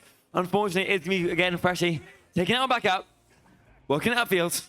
They're passing. They're looking for it. They're chasing. 1 minute to go. It could be it. Oh, and then that gets there first. They take that one away. No, Kronos. Freshie with the disc. Iris trying to get that one back, but Gooblin recovers it on the ceiling and looks to get the clear.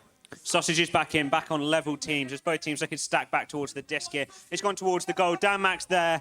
Can hear, come on, Sausage from the crowd. They want this team to win as it moves up towards the ceiling. This is collected by, and cleared by Landitz. Yeah, it's sent through. Stack looking to chase. Stack's just missed it, though. It gives the defense some time. Maybe he's on an open goal. It's gone in, but no. It's just gone wide. That would have sealed it. That would have sealed the deal, but instead it is another opportunity for them to get that disc clear. But no, recovered once again here. Gooblin sends it up. Wee Laddie, all they have to do is hold out here for 25 seconds and we'll see them getting the win for Landis. But Will they do it in time? The pressure is on. They're playing time. They're passing around and they're playing a really clean, tight formation. They shoot, but underneath, it dings off. 12 seconds, they have the disc. No, they lose it. We're coming again. Clear it out.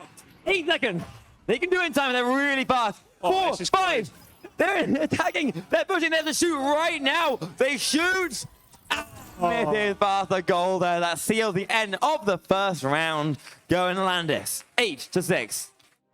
Oh, that was a very close round. I mean, that was tense. That was close. That was, I don't know what to say. It was very tense. Both teams were ahead at different points. I mean, Goblin 6 points. We've got, stunning match here. Every single one of those players is playing as a team. They're playing extremely well. But I think we know who the crowd want to win, really. I mean, yeah, we're seeing a lot of cheers here, aren't we? Yeah, a lot of cheers for Chrono. They seem to be the fan favourites, but we'll see if they can convert this. I mean... Well, that is the question, right? Because they were so close, but those 2-point difference, they just could not make up at the end. We were seeing them hammered again and again by Landits. We're going to have to find out. We've got another round here. They've got a minute now to work out their strategies to get back on this. Obviously, if they lose this round, they're going to be in a bad spot, but making things look good for them. We do only have 3 players now on the Landit side. Another connection failure, maybe, as they are going to take a minute to get back in. I don't think... Can they do pauses? I'm not sure they can pause. I don't know.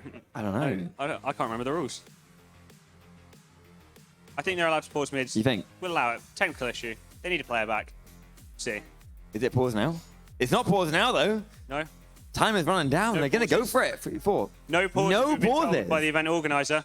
Oh, official word in here. No pauses allowed. So they are, in fact, going to have to run this a 3v4. Will Kronos take advantage of it out the gate? Let's see if they charge on out. Who's getting that first disc? It's going to be the side of Landits taking it straight into the attack. But Kronos recover straight away and take it right back again. And it's moving forward here. Landits on it. They're looking for the 3v4 opportunity. The Stack's moving towards it. Which Stack get there first? On the nest. And he sent it in for a 3. Googling. Early lead as all 4 players for both teams are back in. Early lead. Yeah, really nice early lead, actually. They're looking clean. They're looking good. They're looking aggressive. And they've got all 4 players back already. So definitely really strong. Was that? Do you think they'll hold the lead? That's the question. Can they hold it? The pressure is on. And we know how much Kronos wants this. We know how much the crowd wants Kronos to have this. So will they pull it back? Well, here is when they need to make it happen. Because, again, each side loses a player. We've seen this so many times. 1 player for each side drops out, becomes a 3v3. Who is going to do better in that 3v3 format? We will find out as Skag on the dish, looking to send it long. Danmark's going to chase. The Stack is there. It can be an open goal if they have the time. He's looking for the shot, but he's just sent it wide. Stack's looking to recollect. Skag and Sausage on the dish. They've recollected. They're looking to move it forward. A 2 is good enough. They'll move it in 1-2, and they'll send it below. Sausage, lovely walk. He's celebrating in the crowd. Look at him go. Oh, what a lovely play by him. That is... amazing. Just juking, you can see here on the replay, is moving towards it, faking it once, faking it twice, uses the pillar to move where he needs to, and then just send it past both of them. It's lovely. It's lovely. It's clean. It took advantage of that 3v3 format, because obviously 3v3 is easier than 4v4 to get in on a goal, right? To push in all together. It's harder to mark them, because you've only really got 2 defenders against 3 attackers. So, taking advantage of that, but will we see Landits doing the same thing right now? Well, no.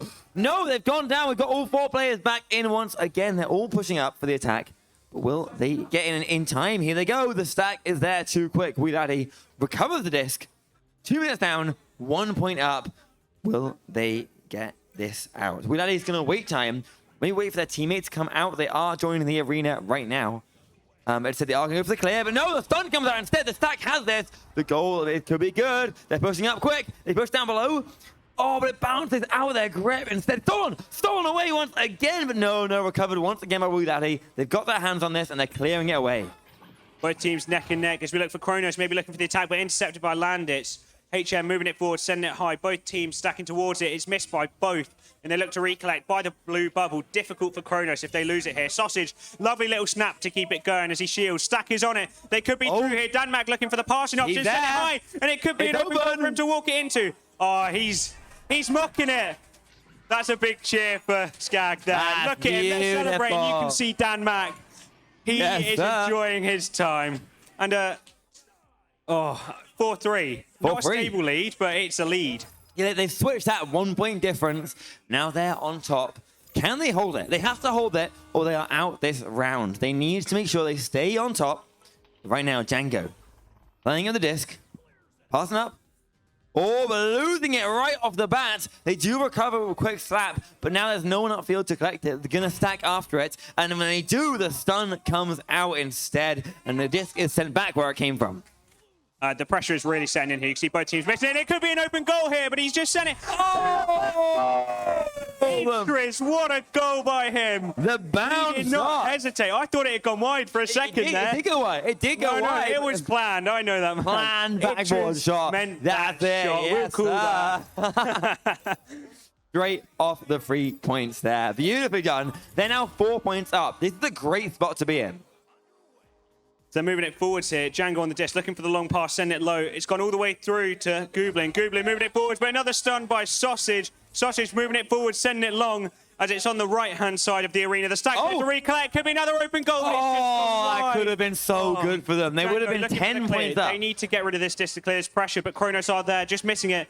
Landits are on it. Wee Laddie getting stunned out. Too much time on the disc. Recollected by Django, sent long to HM. HM moving it in, looking for the shot maybe. Just sending it wide, though, as the stacks will look to recollect. In the bubble here, it could be dangerous, but it's saved! What a save by Skag, as they're looking for this clear long. Yeah, trying to get it clear. They do find that out of the way. They do get through. A nice slap from Sausage, going to get that one to safety. Now, if they're done, they shoot the free, but no! Saved last second by Django after hitting that ring. Instead, it is going back upfield. Chased again. Now it's time for them to get an attack. Landed on the floor, pushing upfield. And they're just on the floor here. This could be dangerous. Goobler moving it up for the nice little stationary cut pass to HM, who sends it in. Still a 2 point lead, but they're cutting it down as quickly as they can. Yeah, 1 goal difference. Half the round gone. They're only 1 goal ahead now. We really need to see Kronos holding this lead, staying on it, staying consistent, or they're going to be out this round. And need to start right now with this joust. As there's Scuba taking it across. A nice long attack. It looks good. A long pass. Oh, just barely doesn't connect. They recover it, but they're going to have to reset that out to buy time and reset the play. Unlucky on that reset there as it's recollected by Landits. Looking to clear it along the stack. Will form up and be there first. Wee Laddie may have an open shot if he gets this disc early enough. He's looking for the play. Stunned out, though, Skag. He knows what to do. He sends it straight through the middle. The stack's looking to recollect. It looks like their stack's going to be there first. Kronos could get this goal! He wastes no time to send them 5 points ahead. A beautiful long shot there.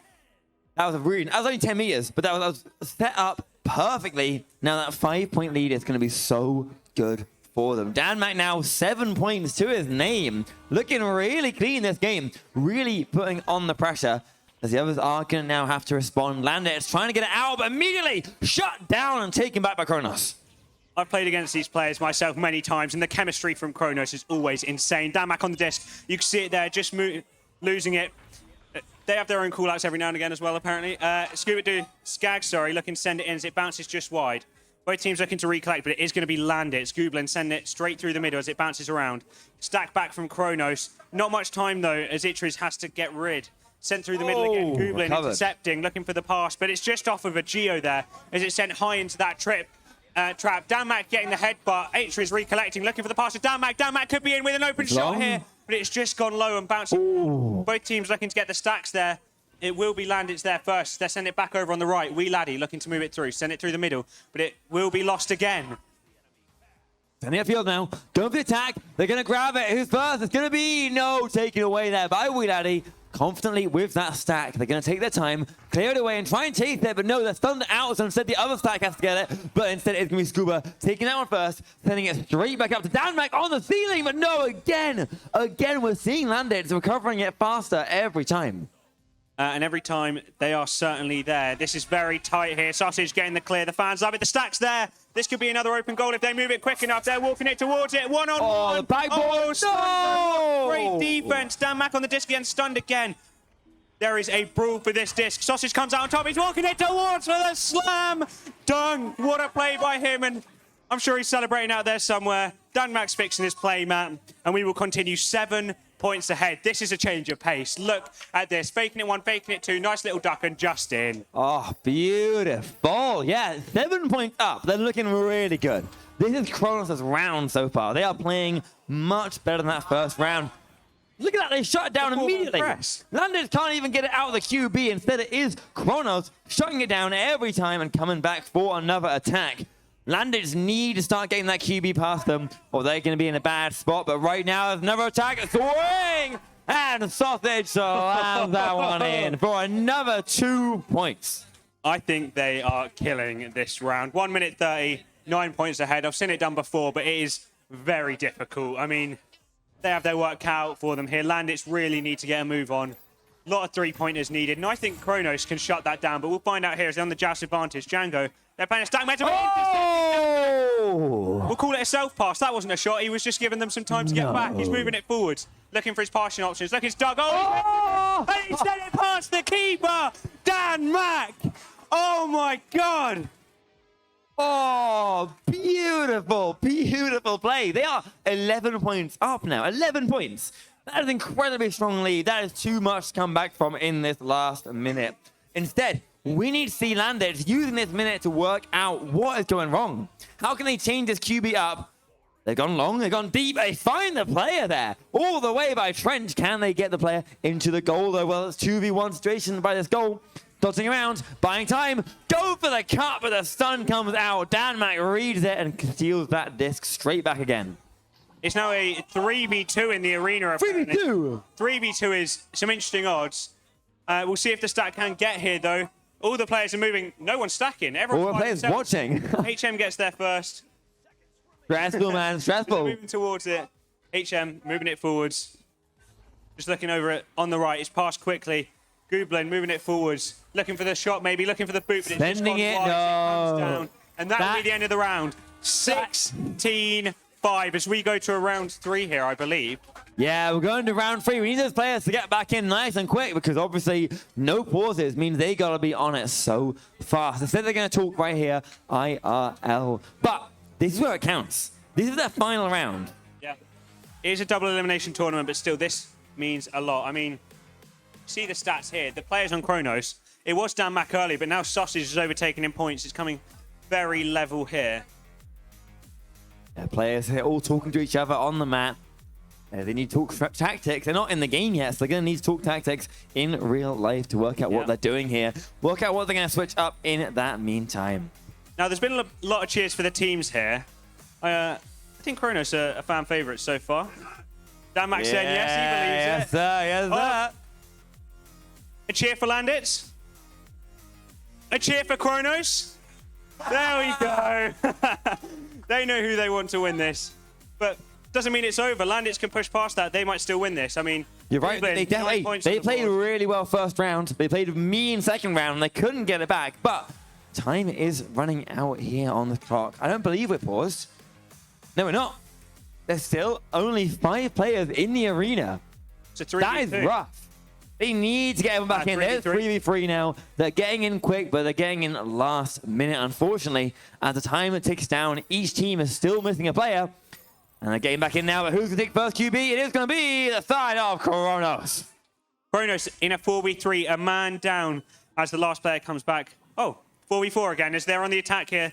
Dangerous position for Landits, but they're getting Kronos looking to recollect after that dodgy clear, I'll call it, but Gublin retrieving the disc, looking for the long shot, maybe it goes close, but no. The player that's just come back, Sausage, recollects it after coming out the tube. Passing it's Dan Mack. Dan Mack moving it forwards, looking for the pass down low, but it's intercepted by Django. Django, awkward bounce back for him. It's going to be recollected by Itriz. Itriz to Sausage. Sausage looking for the long shot, but intercepted by Wee Laddie. Yeah, great interception there. Gives them time to work this one up. We are 40 seconds into this round so far. First skirmishes have come and gone. No one scored yet. This could be where it changes. This could be it, but no. Kronos is too quick. The sack takes it down. Recovers it, but no. We had it again. The long shot. The low pocket. The 24-meter 3-point is going to put them back on the lead. That is shot placement right there. I mean, look at this. Gets the disc. That look at this replay. He is far out. Just nice, calm collect. He sees the open line. He goes for it. He even had the pass on the left. Threading the needle. Now, I don't want to jinx it, but last time they were 3 points up. It didn't go as well, but we'll see. Skag on the disc here, looking to move it forwards, moving it up, but it's intercepted. Stun? Gooblin getting the stun and headbutt. Here we go. Both teams looking for it. Landit's on it first, moving it forwards. Gooblin moving it forwards, maybe looking for a shot, just sending it high as it's bouncing around. Danmac will be the first player on it, I believe. He has the red call. He tries to clear, but it's gone back to his other teammate, Sausage, who's on the ceiling. He's going to send it left for the clear. Stacks looking to recollect, but they can't quite get after it as it bounces awkwardly.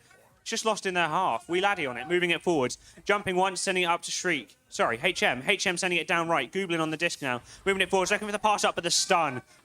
Critical defense here by Kronos. Yeah, really good defense. It is hard because they're constantly under pressure right now. They haven't got it out of their half in a while. And that means they're constantly having to defend. They're doing some great defensive work. That is a good example. Oh, recovered once again by Landis. They can't get it out of their half. And here we go again. Freak.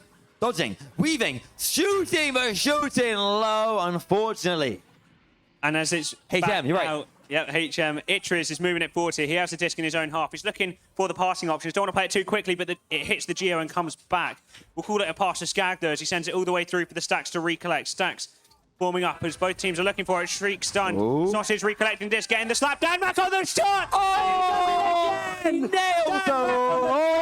it! The teammates in real life just come together. Nice little celebration. The arena wasn't enough for them to celebrate that one. That was good. That was a great shot. That is a game-changing shot right there. They were on the back foot the entirety of those 2 minutes, and they've just, in that one moment, flipped it back again. They're looking good. They're looking confident. And immediately the read by Sausage to get that disc and stun them out. They lose it quickly, but the stack is there. The stack of Sausage and I can't say, is it Freshy and Sausage? Looking really clean. This is what I mean when I say chemistry. Their stack can be so fast at times. Playing against that is so difficult. Danmac moving it forwards up to Itriz. Itriz looking to move it forwards. Give him the lead, maybe. Save an interception, and it's just gone out again. A lovely clear there from the Landits. Landits moving it through the middle. They have a stack. This could be dangerous for Kronos. They're through on goal, but no, the headbutt from his teammate denies the opportunities. It's sent back towards the middle. Kronos just trying to get back, but the shot comes through, and this could be dangerous. Gooblin on the shot. Another 3-pointer. We've seen nothing but free this round. These guys only want those long shots. 28 meters this time. Really nice 18 meters second. Fast ball all the way into the goal. Looking really nice so far, right? Aggressive, they're quick. Can we see Kronos responding to this? Can they get their own energy up as they do send it through? A lovely QB, but who's that in the middle? It is going to be HM taking that disc back and passing it back upfield. And I did hear Danmac in that little break between goals going, just focus, trying to calm the team down, trying to get them collected, but it might not work. HM on another shot, just gone wide. They're on the attack here, Landits. They're moving it forwards. Wee Laddie looking for another pass over to the left, moving it forwards. They need to save this, and it's sent high. HM, 5 points ahead now. There's some tech issues going on down there, I think, but, I mean, 5-point deficit is major. Yeah, it's looking a little bit dire here for Kronos. They're not quite. They're pretty much on that halfway point of the round, right? Not much time to go. If they're going to bring this back, they need to start getting points now. If Landits keep getting momentum, keep getting points on them, it's going to be rough. As they take it back, past the... Oh, Ingrid just flies past their fingertips. Instead, Gooblin takes it and starts passing it back upfield on the Landits' hands once again. And Landits have it in the back with the attack and just dancing around the goal. Laddie, 10-3. We are halfway in. Anything could happen. We saw last round. That was a major difference the other way. So, Danmac motivating his team out there, shouting Sausage's name. We'll see what they do on this joust advantage. Yeah, we need to see them doing something quick, right? We need to see them doing something that's going to get them goals, because at the minute, their long QBs are starting to get them intercepted quite a lot. Something different there. A beautiful pass to the stack. They charge all the way upfield. It's nice. It's beautiful. They're ready. The guy on the backboard dives in. But Django, the absolute A-star goalie here, takes that one out of their hands anyway and runs it upfield. Now HM with the disc, trying to get another goal. Oh, the pressure is on it. They're fumbling for it, but they get it clear. There we go, something new. Got them an opportunity, but not enough, as it's back in the bubble of Kronos here. Landits with an open shot, and it goes in. Oh, it's good. HM to send them 10 points ahead. It is looking dire by the minute here. And I mean, Danmac, 10 points in this game, but he's still... Their team needs to find something here. They need to find something to run with. Oh, also, Scuba with 40 stuns already. Calm down, man. They are going to do a lovely long attack here. Danmac, passing cross. But again, that stack is sitting on Bowtie, and they keep passing across Bowtie, and when they do, the stack jumps down and takes it. You can't do that against stacks this good, this sharp. You need to switch things up a little bit. Right now, we need to just defend, because Kronos is under pressure here. Landit is doing a great job, and there's Django shooting that one in right into the goal. 12 points up. It is looking real dire.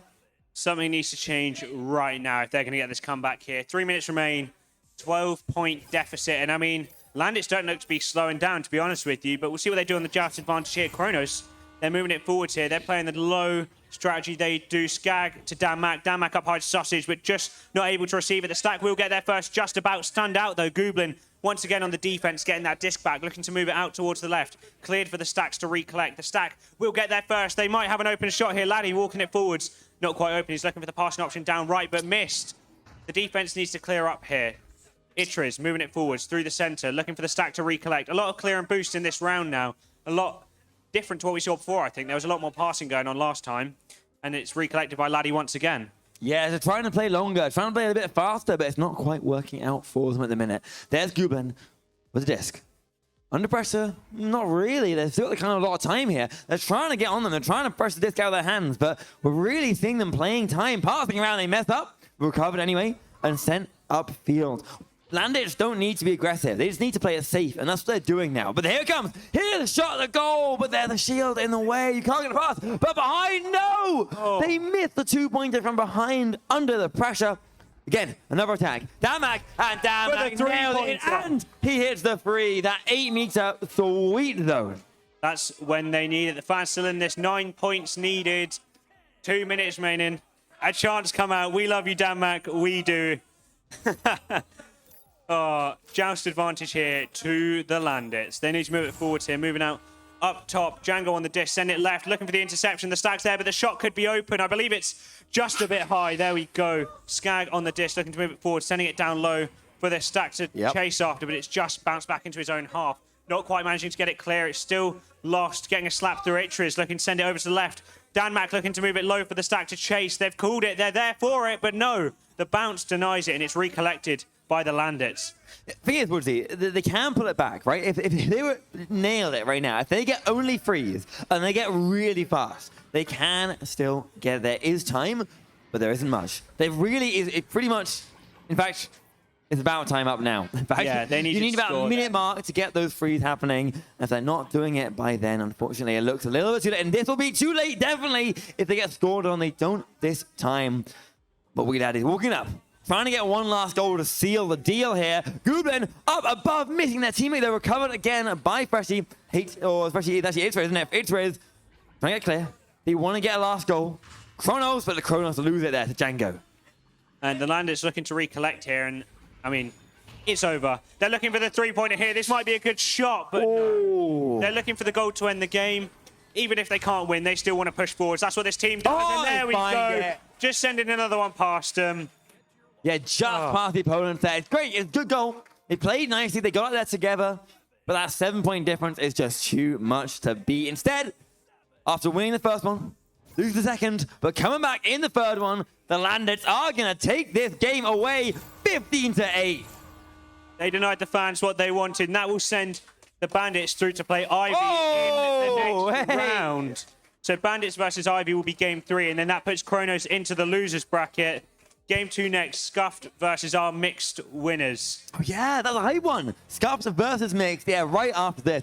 Guys, everyone who's there, well played. You guys played fantastic. Of course, as he said, double elimination. So they're not out yet. They will be in the losers bracket, coming back later to try and reclaim their title. But yeah, in the meantime, another game after this. Yeah, we'll see what the mixed winners can do after this. That'll be an interesting one. See how they compare to the pre-made teams.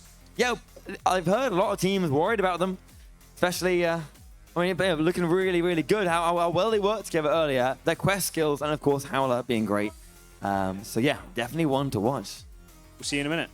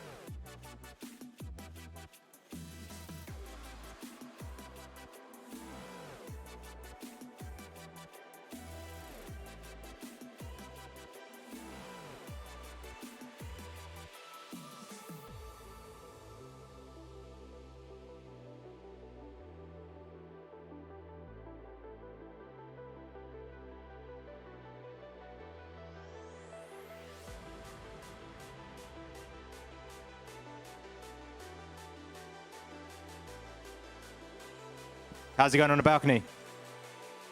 We good? Yeah. How's it going at the bar? See, last game. How's it going at the bar? Hands up.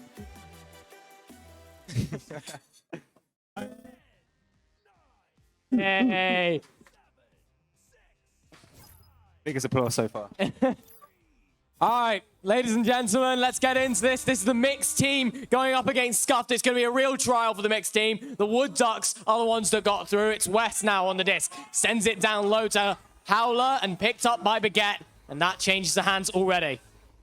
Yes, Baguette sending a pass down below, and the front stack is already on that. You can tell this is a team now. They're synced up. Joshy T sends that in 17 seconds into the game. 2 points for Scuffed. I mean, this must be terrifying for Scuff, because realistically, Scuff should win by a lot, right? Scuff should definitely win, but there's a lot of fear now behind that, because the expectations are that they're going to completely demolish the Wood Ducks. But, I mean, they didn't make it through the whole thing for nothing.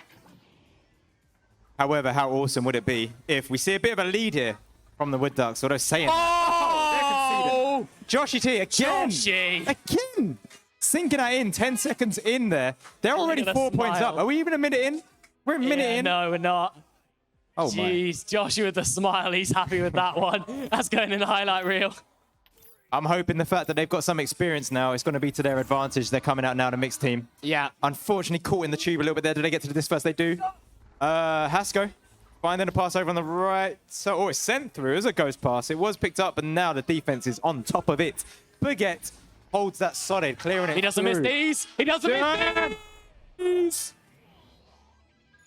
Jeez. Is this it for the rest of the day? Are we just going to be seeing threes from the halfway mark? No, that was an incredible shot. But Baguette's known for those long shots. It's Insane. incredible. Good stuff. Absolutely insane. 7 points up. We're not even 2 minutes in. This is it's the caster's curse to say the M word, but that's how it's looking. Well, nearly with a pickup there. That would have been an open opportunity. Looks like Scuff's back, but with enough time, the disc's gone loose for a bit. The Wood Ducks pick it up. A shot attempt. It's gone just wide, but it will be picked up by VR Zeta. Zeta now going to back away, try buy some time. Joshy's trying to give him no time. Backs away. Duck. Oh, nearly gets it through to the goal, but it's going to be picked up by DJ Uncle Scott, who's going to send it all the way through for a good clearance. In fact, it might be going quite close to the goal. It's going to go off the shield. Nearly picked up by Scuff. It's going to be taken by Alan. Alan's going to push forward. Maybe going to try the one-on-one attempt. He's going to try for the pass, but it's not available. Alan actually just goes for the self-pass. Okay, Alan picks that up, gets over to Nest. We've got Baguette on Nest. Find another pass over to DJ. DJ moving it in. And that is Baguette singing it in. A lovely 2-1 there. And that goes in. That's 2 more points for the side of Scuffed. Gotta love the 1-2 there. Gotta love the 1-2. It just shows the chemistry behind this team. They know what they're doing when they play together. They've got that chemistry. Pass it one, pass it twice, and get it into the goal. And yeah, Baguette having a little bit of fun there. And that chemistry, you can feel it in the room as well. The energy on the floor right now is Scuffed are just playing optimally here. Ooh, wait, they're still next to the disc though. If no one from Scuff can get back in time, it's like a 4v1 right now. Buy some time, and Scuff to have their whole team back. A shot attempt there.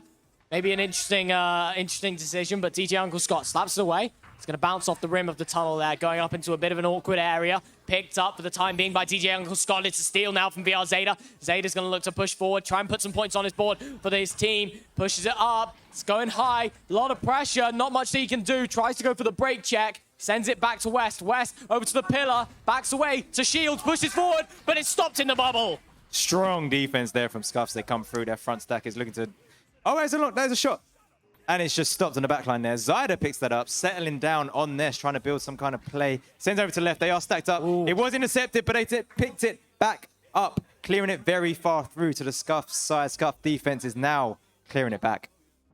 Slapped away. Going to be picked up by Wood Ducks. Hasko. Towler on the disc, and now bounces up. Picked up. Stolen by VR Zeta. Zeta's going to push up the field. Got a little bit of pressure. Manages to find that man, but from behind there's the stack of Scuffed. Putting a lot of pressure on. Going to be able to find that reset, however. Step to Reese. Sends it down low. The goalie's jumped out, though, and it works. Alan gets the clear. Cleared through it is. Do we have some defense to pick this up? We don't. Joshy T picks this up. Finds a pass low right. It's Baguette holding it back. Resetting it back. Sensible. Back to Oku Allen. Okiwaden finding a pass over on the left side. It's Joshi T moving in. We're seeing some passing play going on now. Approaching that bubble, deciding to reset it back. Okiwaden holding it, find the pass down low. It does just clip the geometry up. It is self-pass. Yeah, we'll call it that. Bouncing against self-pass? No.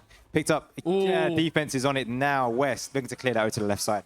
They've got the stack ready as well first. They can take the open shot. No one's marking it. Is it on target? No, but will this one be? Yes, it will. No, whoa, it's going to go to the backboard and it's missed. Going back and picked up by DJ Uncle Scott for the time being. Baguette has an open opportunity. It's a difficult shot, though. He won't be able to make that on the second attempt. He makes that one. Joshi sends it in for 3. That's 12-0. Wow. 12-0. 12-0. There was a bit of a hold up on that one, though. 2 minutes to score that 3-pointer. Yeah. So, but yeah, I mean, let's see if we get some return fire here from the mixed winners, the Wood Ducks. Wood Ducks mixed tournament winners. Full name. I don't know. Left side. Going to come up. Picked up by DJ Uncle Scott. Buys himself some time. Sends a shot. It's going to ding. Unfortunately, DJ's going to pick it back up once again. Sending it up high. Joshi looks for the push. Goes to the dive. Goes to the duck and sends a shot. The aggression. The unrelenting freeze. Coming in, even when they ding, they're there to clean up and convert that into a 2. Wow, 4 minutes to go left on the clock. This first round of this qualified teams tourney.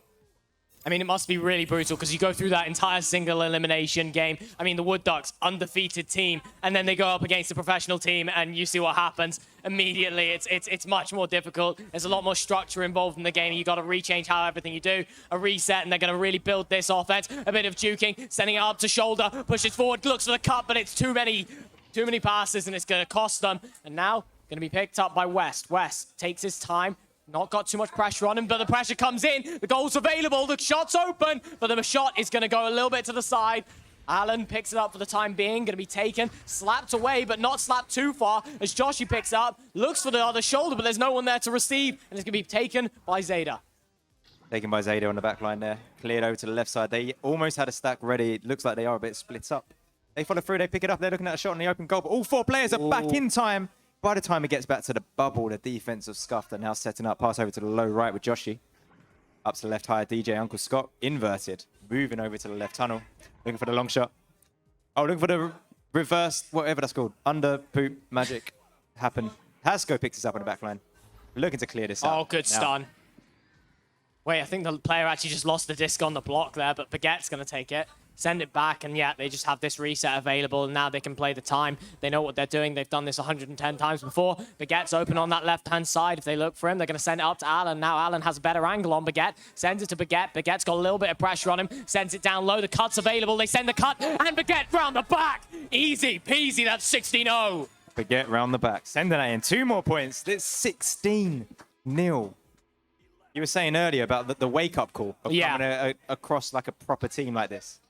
Yeah, it's quite brutal because you have that chemistry there between the players, able to just send it over, and again, we get that cutting pass. That's one thing we haven't seen much of in these mixed teams is those cutting passes because there isn't the trust between players as much. There's a bit more desire to go solo. A shot attempt's going to be hitting the ding ring, unfortunately. However, gets a hand on it for the time being, and maybe it's going to be picked up. A quick slap, but it's a save from West. Going to bounce off that nugget block, though. And now it's into the hands of DJ Uncle Scott. Sends it to Allen. Allen going to send it to Baguette. Baguette looks to push into the bubble. A lot of pressure, but they left the goal open. And Baguette's not going to miss that opportunity.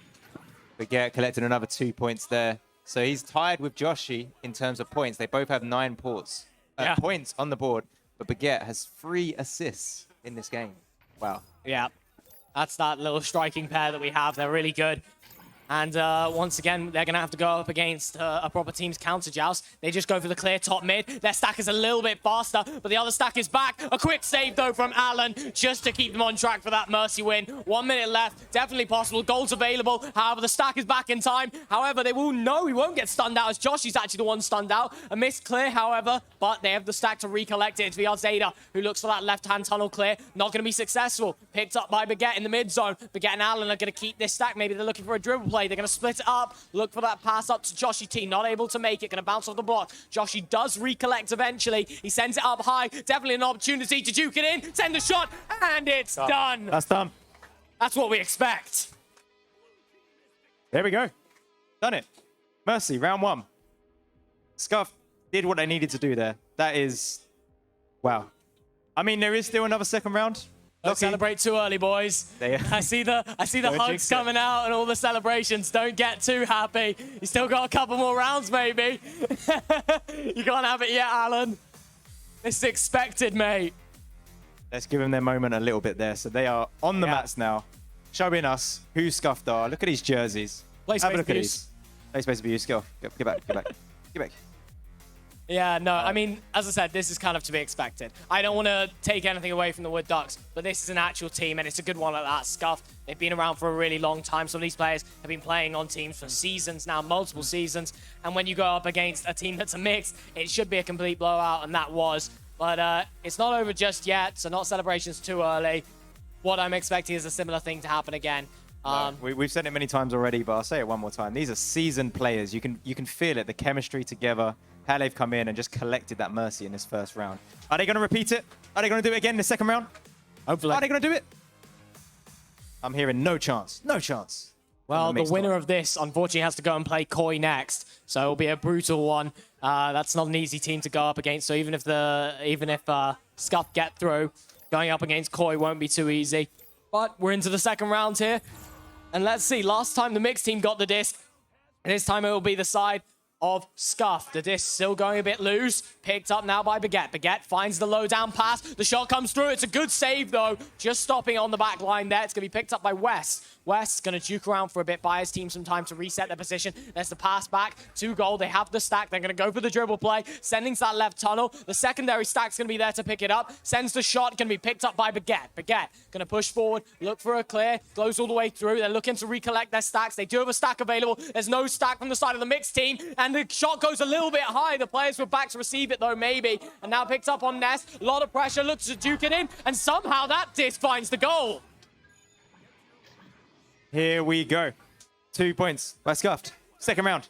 Here we are. 1 minute in. Let's see if that continues. Baguette put that in. Assist by DJ Uncle Scott. Scott's great, Scott. And Baguette insisting that he lost tracking, and that's why the shot was so slow. But I reckon that's just normal for Baguette. Even when he's winning, he's making excuses. Yeah, pretty much. The shot's available, and he won't miss that. You can't just clear it top mid against proper players that know how to do it, because whilst they are heading to the right tunnel, they can easily just stop, go back. You can't just clear it top mid there, and immediately they score the points. That's 5-0. And yeah, this is not looking good for the Wood Ducks. I can't help it. I love an underdog. I want to see mixed team collect, you know, a couple here and there. But I don't know if it's happening. I don't know if it's going to happen. That was 4 seconds. That was 4 seconds. Yeah, that's bad. Oh, that's bad. Yeah, you shouldn't have said anything, because that is really brutal. That's 8-0 with 8 minutes on the clock left. I'm going to cry. Wood Ducks. Let's see if they can make something work. They've not got out of their half just yet. I don't think the disc has actually spent a second outside of their own half, and it looks like it won't continue to do so, as now they pick up the disc. It's going to be a Joshy T. Looks to pass it up to Baguette. Baguette on the backboard. Bit of a missed shot from him, though. Picked up by DJ on the back line. Sends it top left. Baguette under a lot of pressure. Sends it to Ness. Dukes around for a little bit. Not able to hold on to it, but a good slap off to Baguette. Baguette sends the shot. It's a ding, though. Unfortunately, won't be able to take that one. It's going to be picked up by Step to Reese. Step to Reese sends it all the way forward. No one on the side of Scuff to pick it up just yet. I mean, no one's really picking it up. Scuff just got that pressure in, and the shot goes through. Maybe a pass attempt, but it's going to be taken by Scuff instead. A stun there from Joshy T. Joshy T going to send it to DJ Uncle Scott. DJ going to send through the clear, hoping that his stack's going to be there ready first. And DJ managed to pick his own pass up. It's a self-pass, and now it goes up high to Baguette. Baguette looking to go for that cut-in, sends it, and Joshy finishes it. That was 52 seconds of magic there. Wow, 10 points up. In this second round, Scuffed, they're working for that M word. Yeah. They're working for it. We've got 7 minutes to go here. Let's see what the joust looks like for the Wood Ducks. Here come the Wood Ducks on their joust. We're going for a backstack situation, dribble situation thing here. It works. It's good. Bit of progress. Well, it's finally spending some time in Scuff's half, but maybe not for too long as Scuff look to re-pick this one up again. Joshy doesn't actually recollect that. And now they finally have their first attack of this round. They're going to pick it up. No, not able to recatch the disc. And it's going to be slapped away from Scuff. Baguette recollects the disc and sends it all the way through. Going to go down low, bouncing into the bubble of the mixed team. Wood Ducks, no one on it. DJ is the first man to it. He's going to be pressured by VL Zeta. Not pressured enough, though. Going to have some time on the disc. Passes it to Baguette. Baguette looking for that cross pass. Got some time on the nest block. Maybe going to juke this one in. No, going to be stopped dead in his tracks. Great stop. Step to Reese on the disc. Goes for the clear. It's an unsuccessful one, though. Going to be picked up by the team of Scuff. Baguette's on it, but stolen by BR Zeta. BR Zeta finding a pass over on the left side. Is he going for the, whatever that, what's that called? Kung shot? Bouncing off the shield over to the right side, and the defense is picking this up. This is Baguette. Looking for the pass up high. It's read by Hasko. Looking for the next pass up high, but that's covered hard, so finds the one on the bow tie. Looks for something else next. Now Zyda moving into and taking the shot. The goalie was... Oh, no! No! Scramble! My goodness. Headbutt. 2 points. I need to see that again. I want to see exactly what happened there. Steptoe's got the credit for that. He stuns the goalie beautiful. too late and then tries to put it in, but Alan headbutts it. It's a few headbutts and it goes in off the head of Stepto Reese. That was a hectic situation. I don't think anyone really knew what was happening. Step knew that was going in. They were looking the other way when it went in. It was behind their head. I think everyone was a bit clueless there. But here we go. Joshi passing over to Baguette, looking... Oh, no, there are players back. So that shot is blocked. Finding a reset back on Bowtie. Okyu Allen up to Joshi T. Joshi T looking across. We have Baguette all the way up on the right side. DJ Uncle Scott moving in on just one goalie. Fancying their chances. No, just pass so one, mean. two, It's no back mean. to the one. DJ sinking at him. Amazing team chemistry here. We're seeing it in action. Have a look at this. Yeah, that's brutal. You hate to see that. One, and they send it back as well. Two, and puts it in the goal. So close to a save as well. What's the word? Choreography. Yeah. It's just so like synced up. Really, really well done. VL Zeta looks for this, holds a stack, but if you hold that stack, you might get stunned away. DJ Uncle Scott can be able to push this a little bit. Howler's on his tail. Gonna send it up. A good stun there from Joshi to maintain their possession. Picked up by DJ Uncle Scott. Sends it back. Now Alan. Alan's gonna send it over to the left-hand side once again to DJ Uncle Scott. Takes his time. No need to push. They are winning by a lot. They send the pass down low. No one picking it up just yet. It looks like Scuff's are closest to it. Alan's got it. Sending the bounce pass up to the nest area. Not picked up. DJ Uncle Scott might be the closest player to it. No, just gets his hand on it via Zeta, but Alan, no, sorry, that's Baguette who gets a hand on it. Now back to DJ. And Baguette not able to pick up that one. He's still stunned out, but it's going to be into the hands of Howler, who Howler's going to look for that clear. Not going to make it. Picked up by West, though. And West maybe sends an attempted shot. It's going to bounce off that bottom block. Alan picks it up, sends the clear. Actually, a pass to his teammates. However, it's into the hands of Howler, who sends a shot. Maybe, but not today. Unlucky there. How to send that long shot. That was another good opportunity there.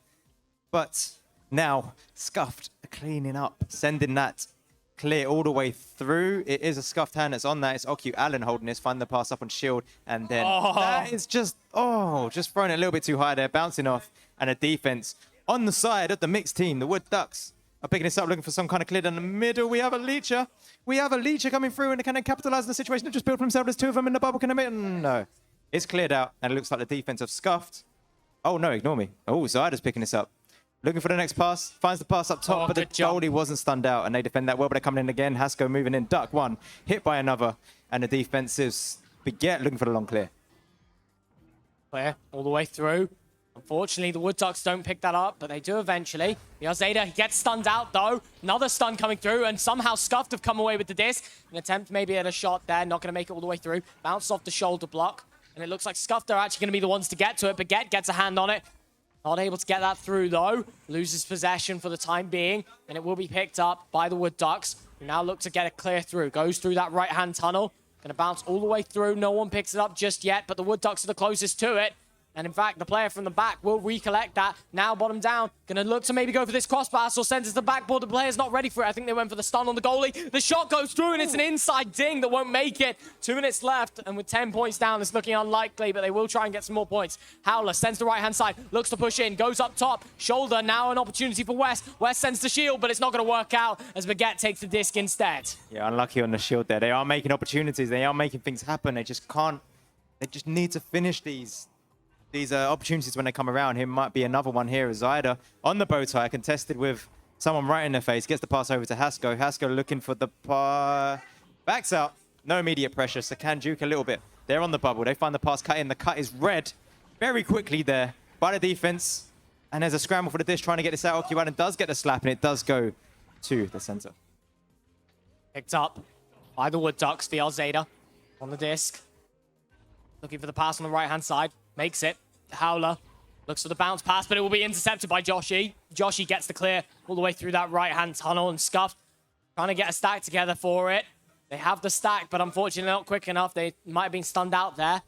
There's the stack looking to charge behind, and there's 2 stacks actually to create enough pressure that causes that mistake, and now looking to pick it up. However, it will be the Wood Ducks who pick it up. Find that left-hand tunnel clear. It's going to be quarter rounds back into their own half. Picked up by Scuffed, who try and flick it away. Good pass there and sends it back for the reset. Allen tries to slow things down. Joshi sends it to Baguette. Baguette looks to push it, but he's got a player on his toe. He can't make it all the way through. And Zyda now going to send this right-hand clear. Bounces off the sort of tunnel rim there, and it's going to be taken by Baguette, who looks for the pass on the right-hand side, but can't make it. Flicked away quickly to try and slow him down, but no one can seem to get a hand on it. It's a bit of a scramble for the disc, and a clear finally comes through for Step to Reese. 26 seconds left in this game. Baguette picking up on the back line. I think they've missed their opportunity for the Mercy. So, I mean, they've changed something. Our mixed winners. And 10 seconds left now. DJ holding this now. Fighting for it with all their life is West. Ruling their way through. Trying to get a grip of it and take a shot on an open goal. It's coming in now, and it is in! Oh. It's in!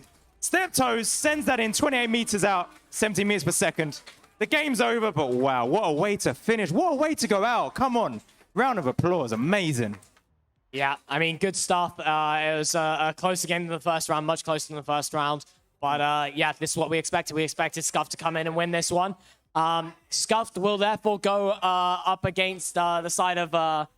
they'll be going up against Koi. So that's going to be a brutal game. That's going to be a difficult one. And next we have Ivy versus Landits. Ivy versus Landits. You guys are up. Good luck. Yeah, go get it. Yep, Ivy and Lambits come up. And so for game 4, so Koi and Scuffed, who we just had, please charge your headsets. Have them ready, please. Thank you.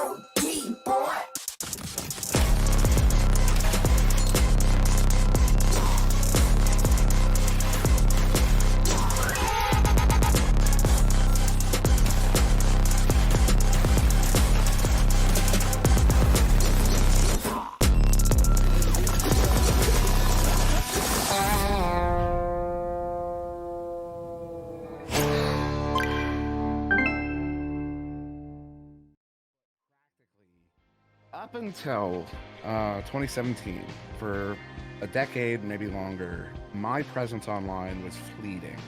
What I mean by that is I joined a community, I'd be really active. I mean, you see how active I am, how vocal I am, how front and center I can be. I'm like that everywhere. I'm very loud. I'm a loud person. But for a long time, I'd jump into these communities, become a big active member, make friends, form relationships. And then one day it would just be like, oh, okay, I'm done. And I'd dip, I just disappear.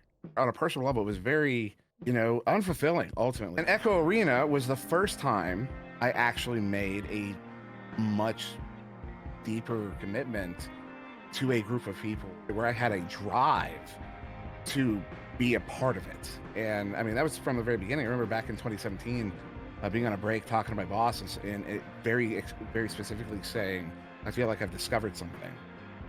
I feel like I've discovered something. Hey guys. For the last 7 years, we here at VR Cover have been building products to make VR more comfortable and hygienic. Now with the launch of the Oculus Quest 2, we teamed up directly with Oculus to bring you our easy-to-clean facial interface replacement set. The set is easy to use, and when you get it, you simply replace the one that comes with the Oculus Quest with ours. The set comes with 2 differently sized super soft foams, the standard foam that gets you as close to the action as possible, and the comfort foam that adds a little bit more padding. The facial interface also has passive ventilation features that improve air circulation. That means lenses are less likely to fog up, especially when VR sessions become a bit more intense and you might start to sweat. The facial interface set also has removable nose guards that reduce light leaks and prevent some of the hot air from rising up into your headset when you exhale. This is the first of many products we're going to launch for the Oculus Quest 2, and if you like it, get it, and subscribe to our newsletter to hear about new product launches first.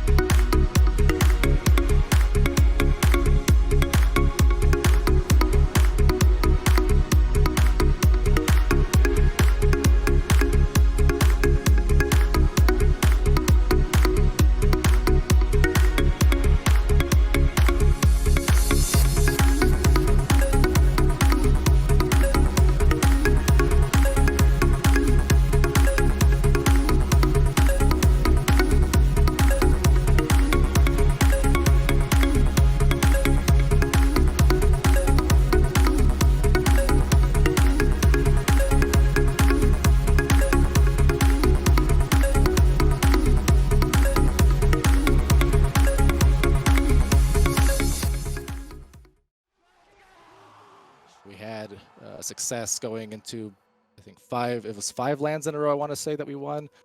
2 world championships in ESL. We got to go to the likes of San Jose, California for Oculus Connect. We went to Katowice, Poland for the World Finals of the first season. We went to Leicester, UK for an invitational. A lot of us, we've never been able to do something like that. Like, we were all gamers, but we've never been, with few exceptions, pro gamers or people who did things like that. Being able to just be part of something that felt bigger than ourselves, being part of something like that and being able to go on stage was a wild experience.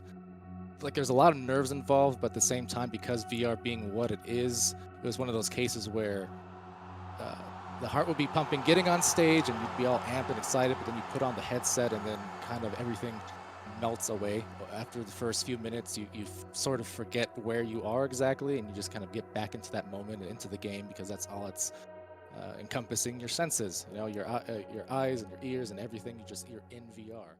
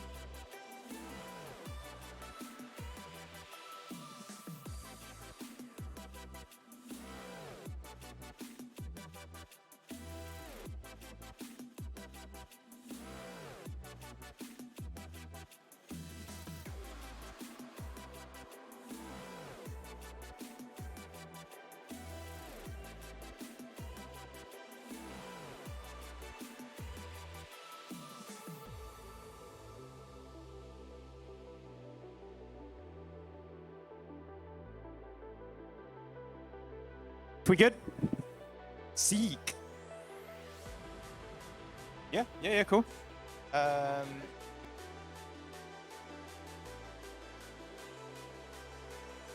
Here we go. Yeah, ready up, ready up, ready up. I'm MoneyMitch26. I have Woodsy with me here. And we're going to cast the next game. Here we go. Duckman LAN 2023. We're into the next game now. Round 1. Ivy versus Landbits. Yeah, Landbits. Woodsy, take it away. And they're coming out here for the neutral joust. Both teams coming towards it here. We'll see who wins it. See who has the highest pace at the start of this game. Weelady sent it over to the left to Gooblin. Gooblin moving it forwards up into the bubble. Aggressive at the start. Beaver on the disc, though. He's going to get the counter-attack going. Going for the clear. Clear and boost strategy. Straight off the bat, interesting. Gooblin moving towards the disc. Trying to recollect, but can't quite reach it. And it's lost in their bubble. Could be dangerous.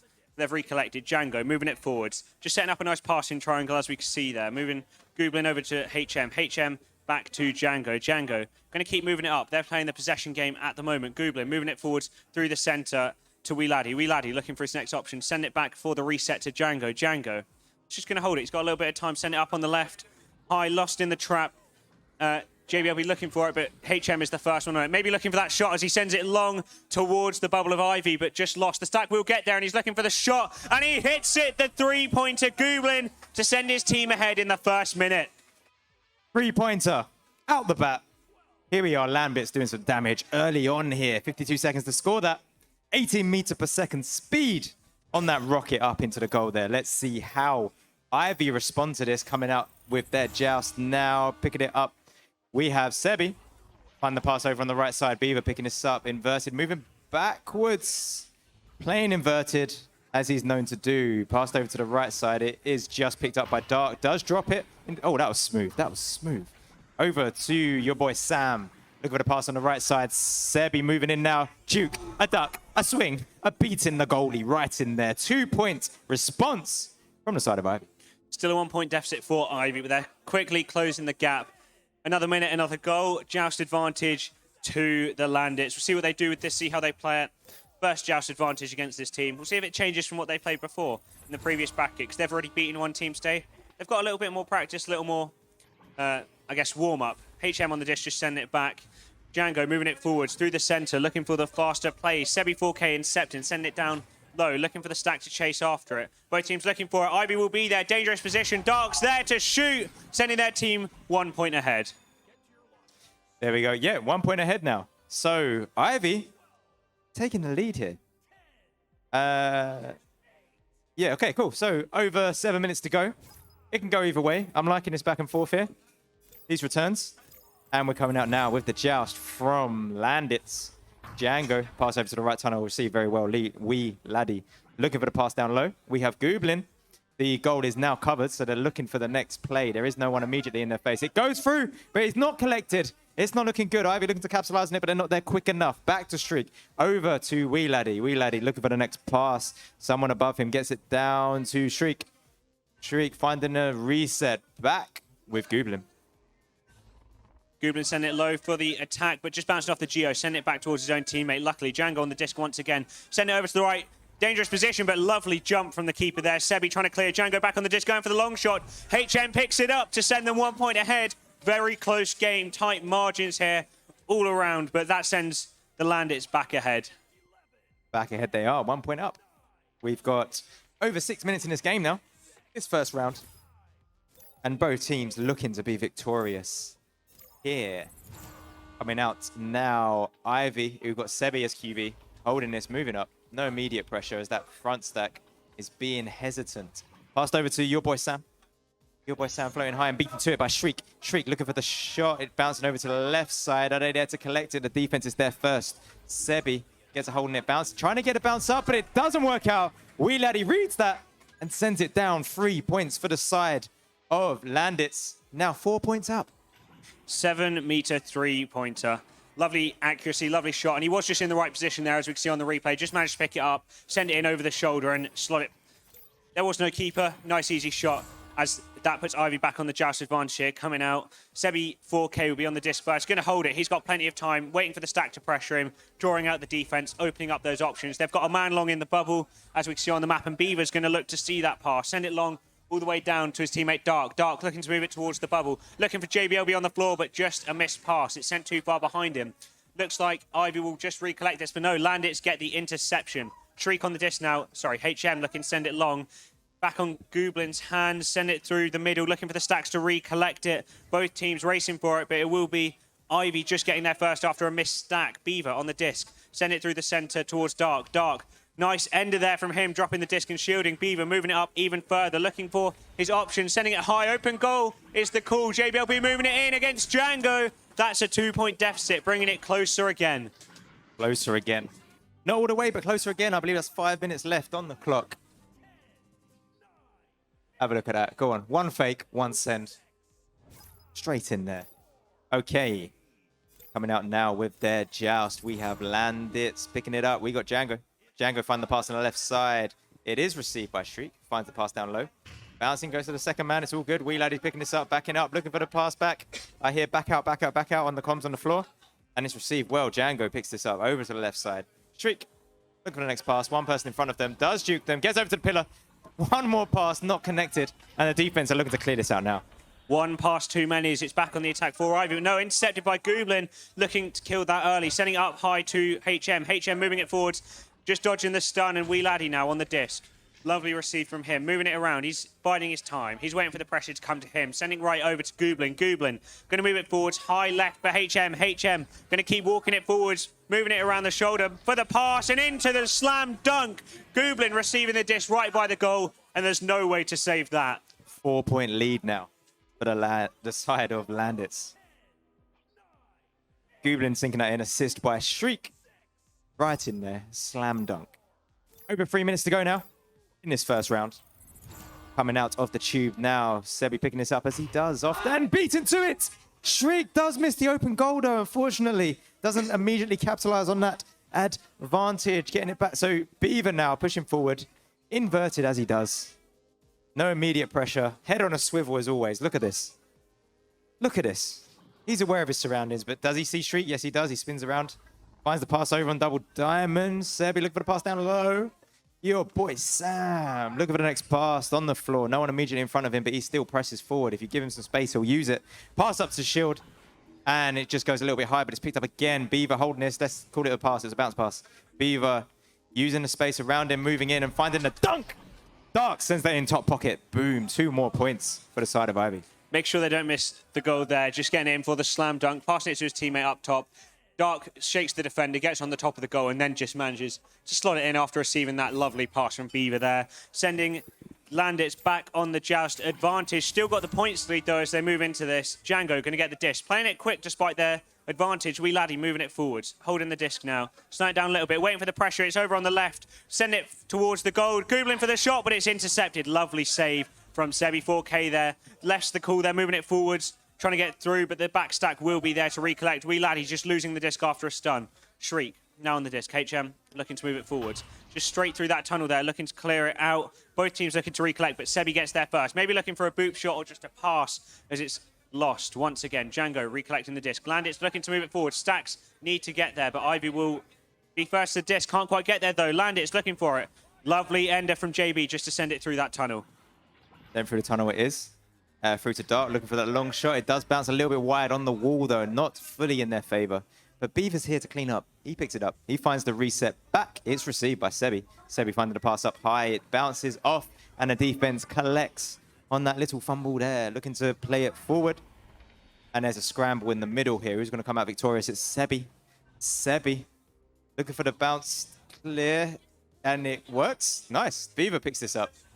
Finding the pass on the floor. Do we need one more pass? We don't! Sebi sends it in. 2 more points. We're now equalized with 1 minute to go in this first round. Ivy versus Landits. Very, very tight game here. 10 points apiece. 1 minute remaining. Could go to overtime here. We know we all love to see it.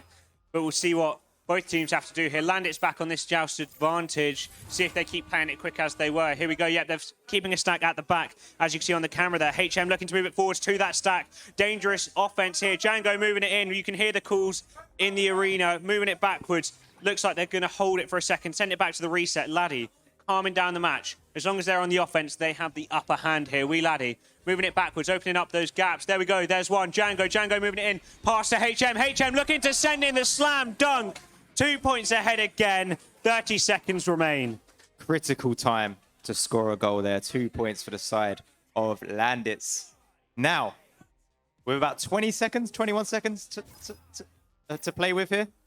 As Ivy are going to come out now with this joust. Can they make something happen in 15 seconds that they've got to use here? It's very quickly over to Beaver. Does secure it. Looking for the low pass. Not quite finding it.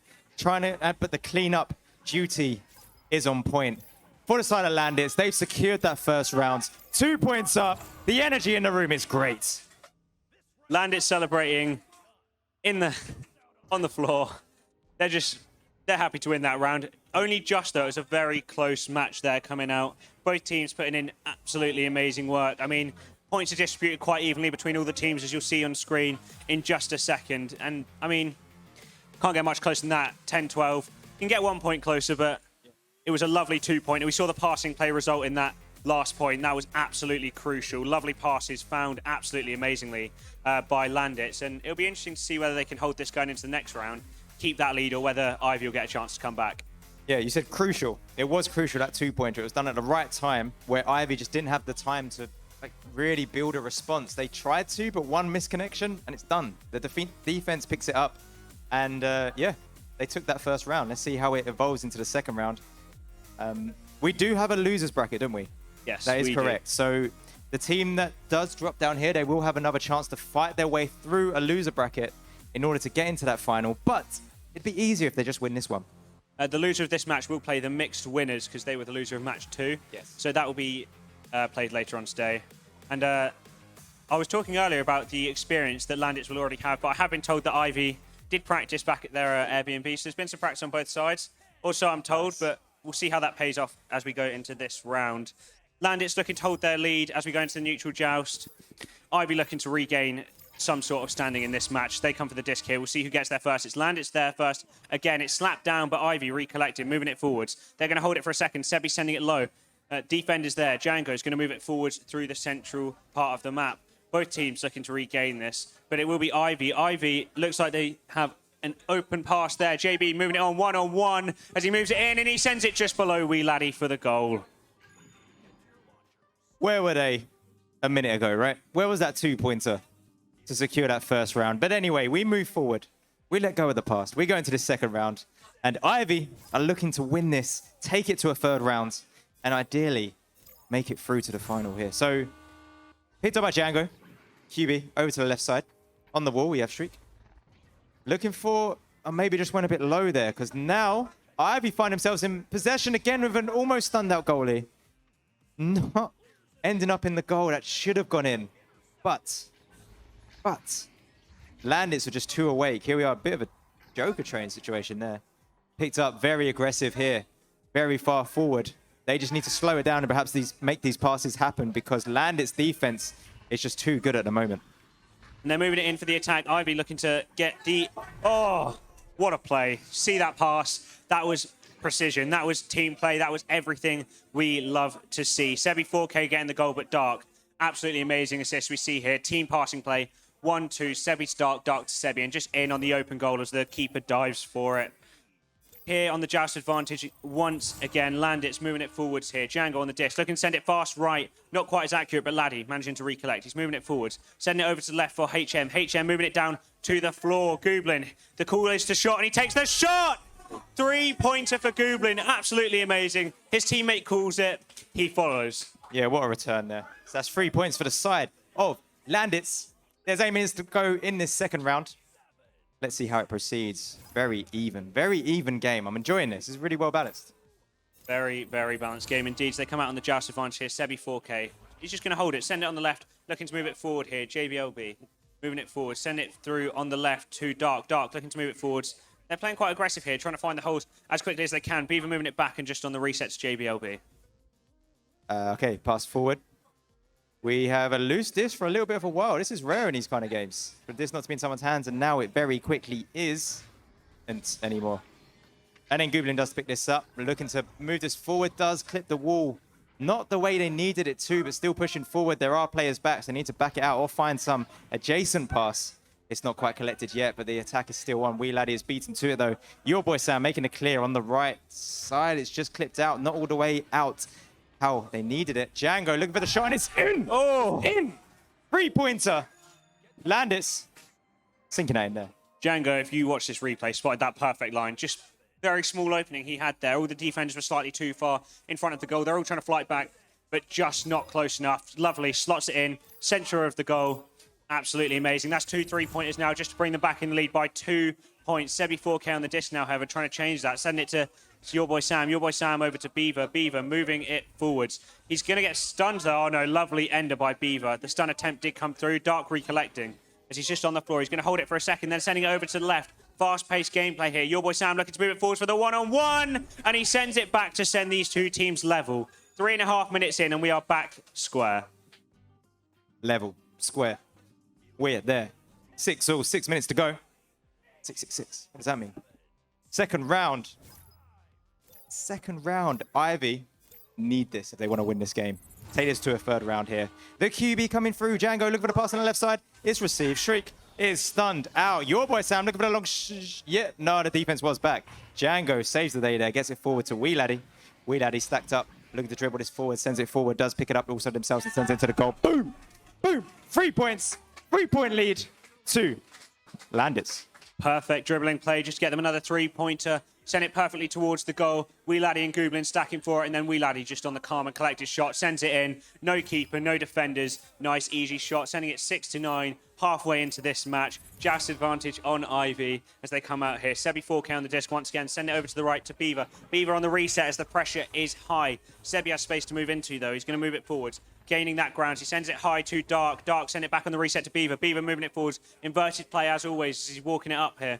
Going to keep moving it. Passing it down low to Sebi. Sebi moving it forwards to JBL. JBL just going to send it in for another 2-pointer. The passing plays for Ivy are clinical. Look at that. Right in the middle of the goal there. Phenomenal shot there. Your boy Sam. Assist by Sebi. 18 meters per second speed. Wow. 5 minutes to go left in this second round.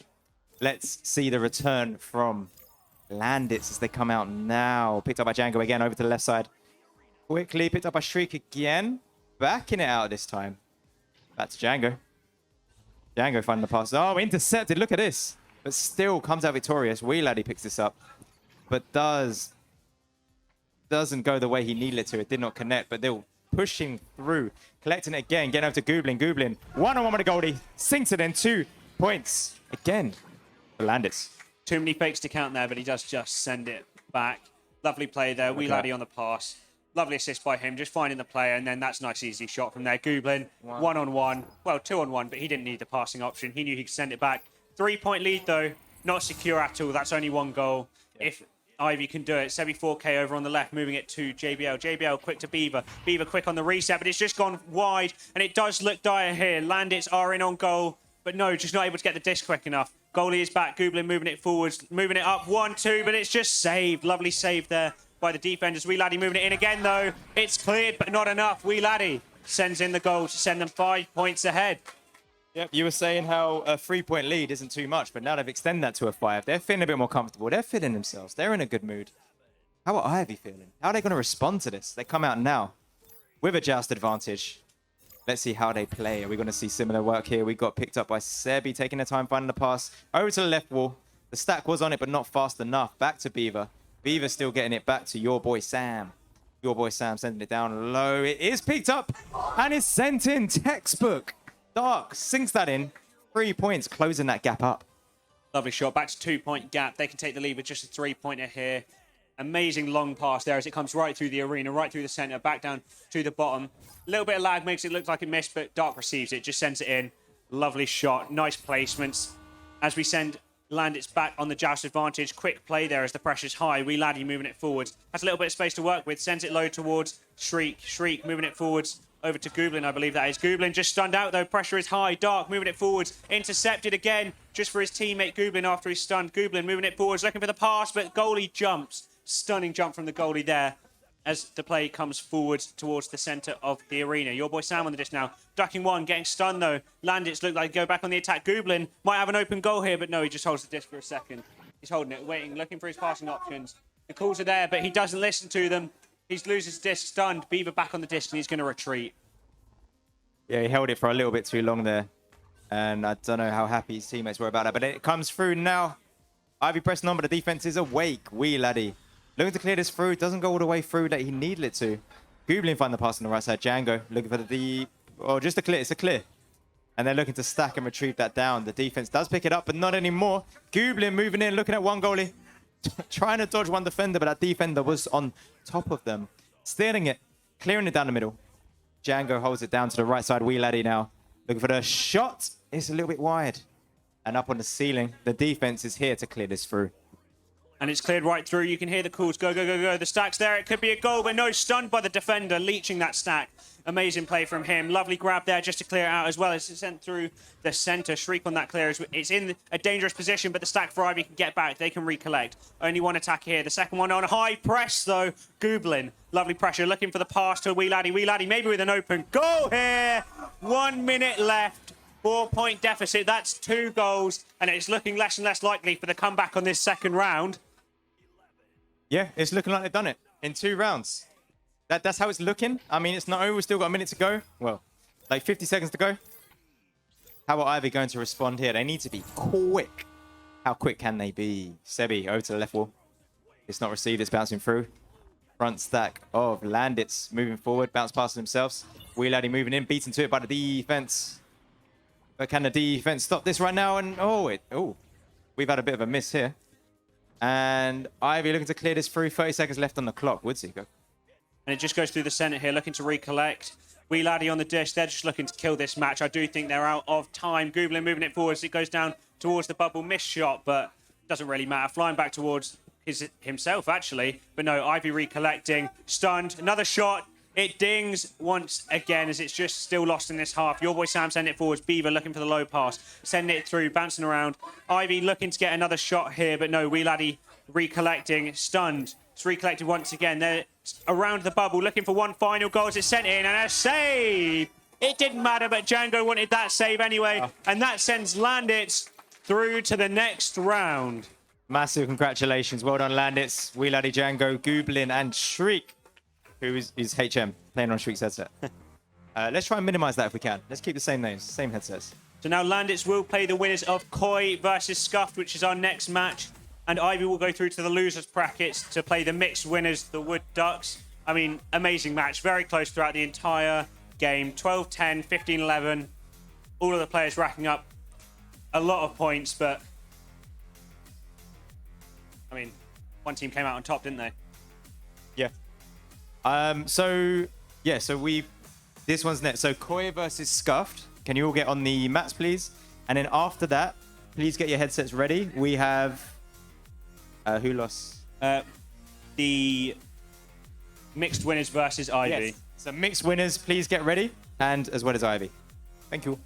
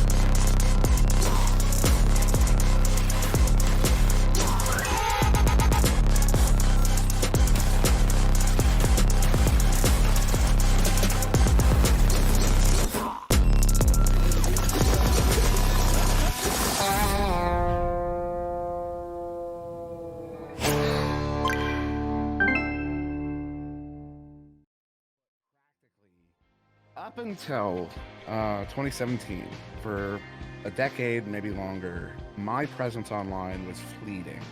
What I mean by that is I joined a community to be really active. I mean, you see how active I am, how vocal I am, how front and center I can be. I'm like that everywhere. I'm very loud. I'm a loud person.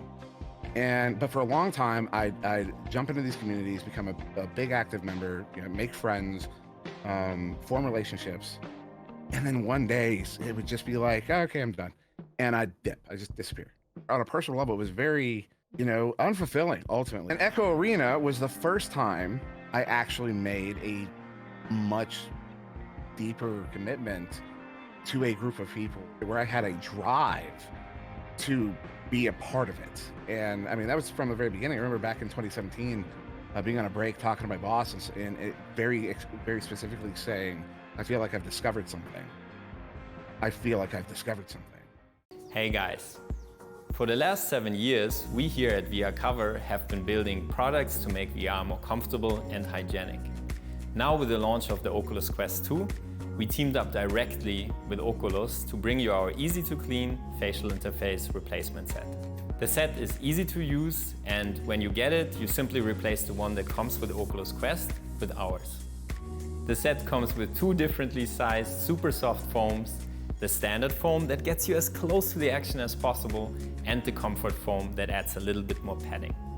The facial interface also has passive ventilation features that improve air circulation. That means lenses are less likely to fog up, especially when VR sessions become a bit more intense and you might start to sweat.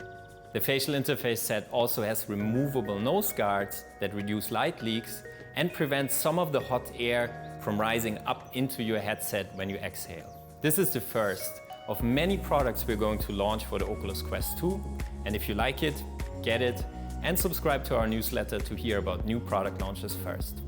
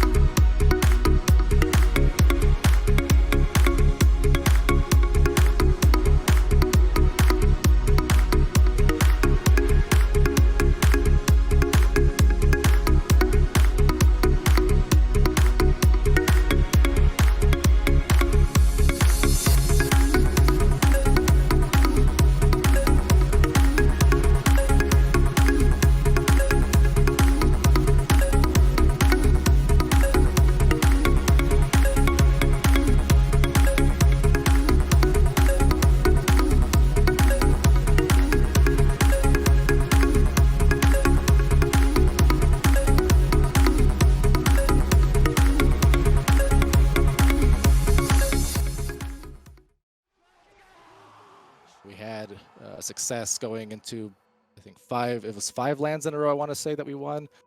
2 world championships in ESL. We got to go to the likes of San Jose, California for Oculus Connect. We went to Katowice, Poland for the World Finals of the first season. We went to Leicester, UK for an invitational. A lot of us, we've never been able to do something like that. Like, we were all gamers, but we've never been, with few exceptions, pro gamers or people who did things like that. Being able to just be part of something that felt bigger than ourselves, being part of something like that and being able to go on stage was a wild experience. Like, there's a lot of nerves involved, but at the same time, because VR being what it is, it was one of those cases where the heart would be pumping getting on stage and you'd be all amped and excited, but then you put on the headset and then kind of everything melts away. After the first few minutes, you sort of forget where you are exactly, and you just kind of get back into that moment and into the game, because that's all it's encompassing your senses. Your eyes and your ears and everything. You're in VR.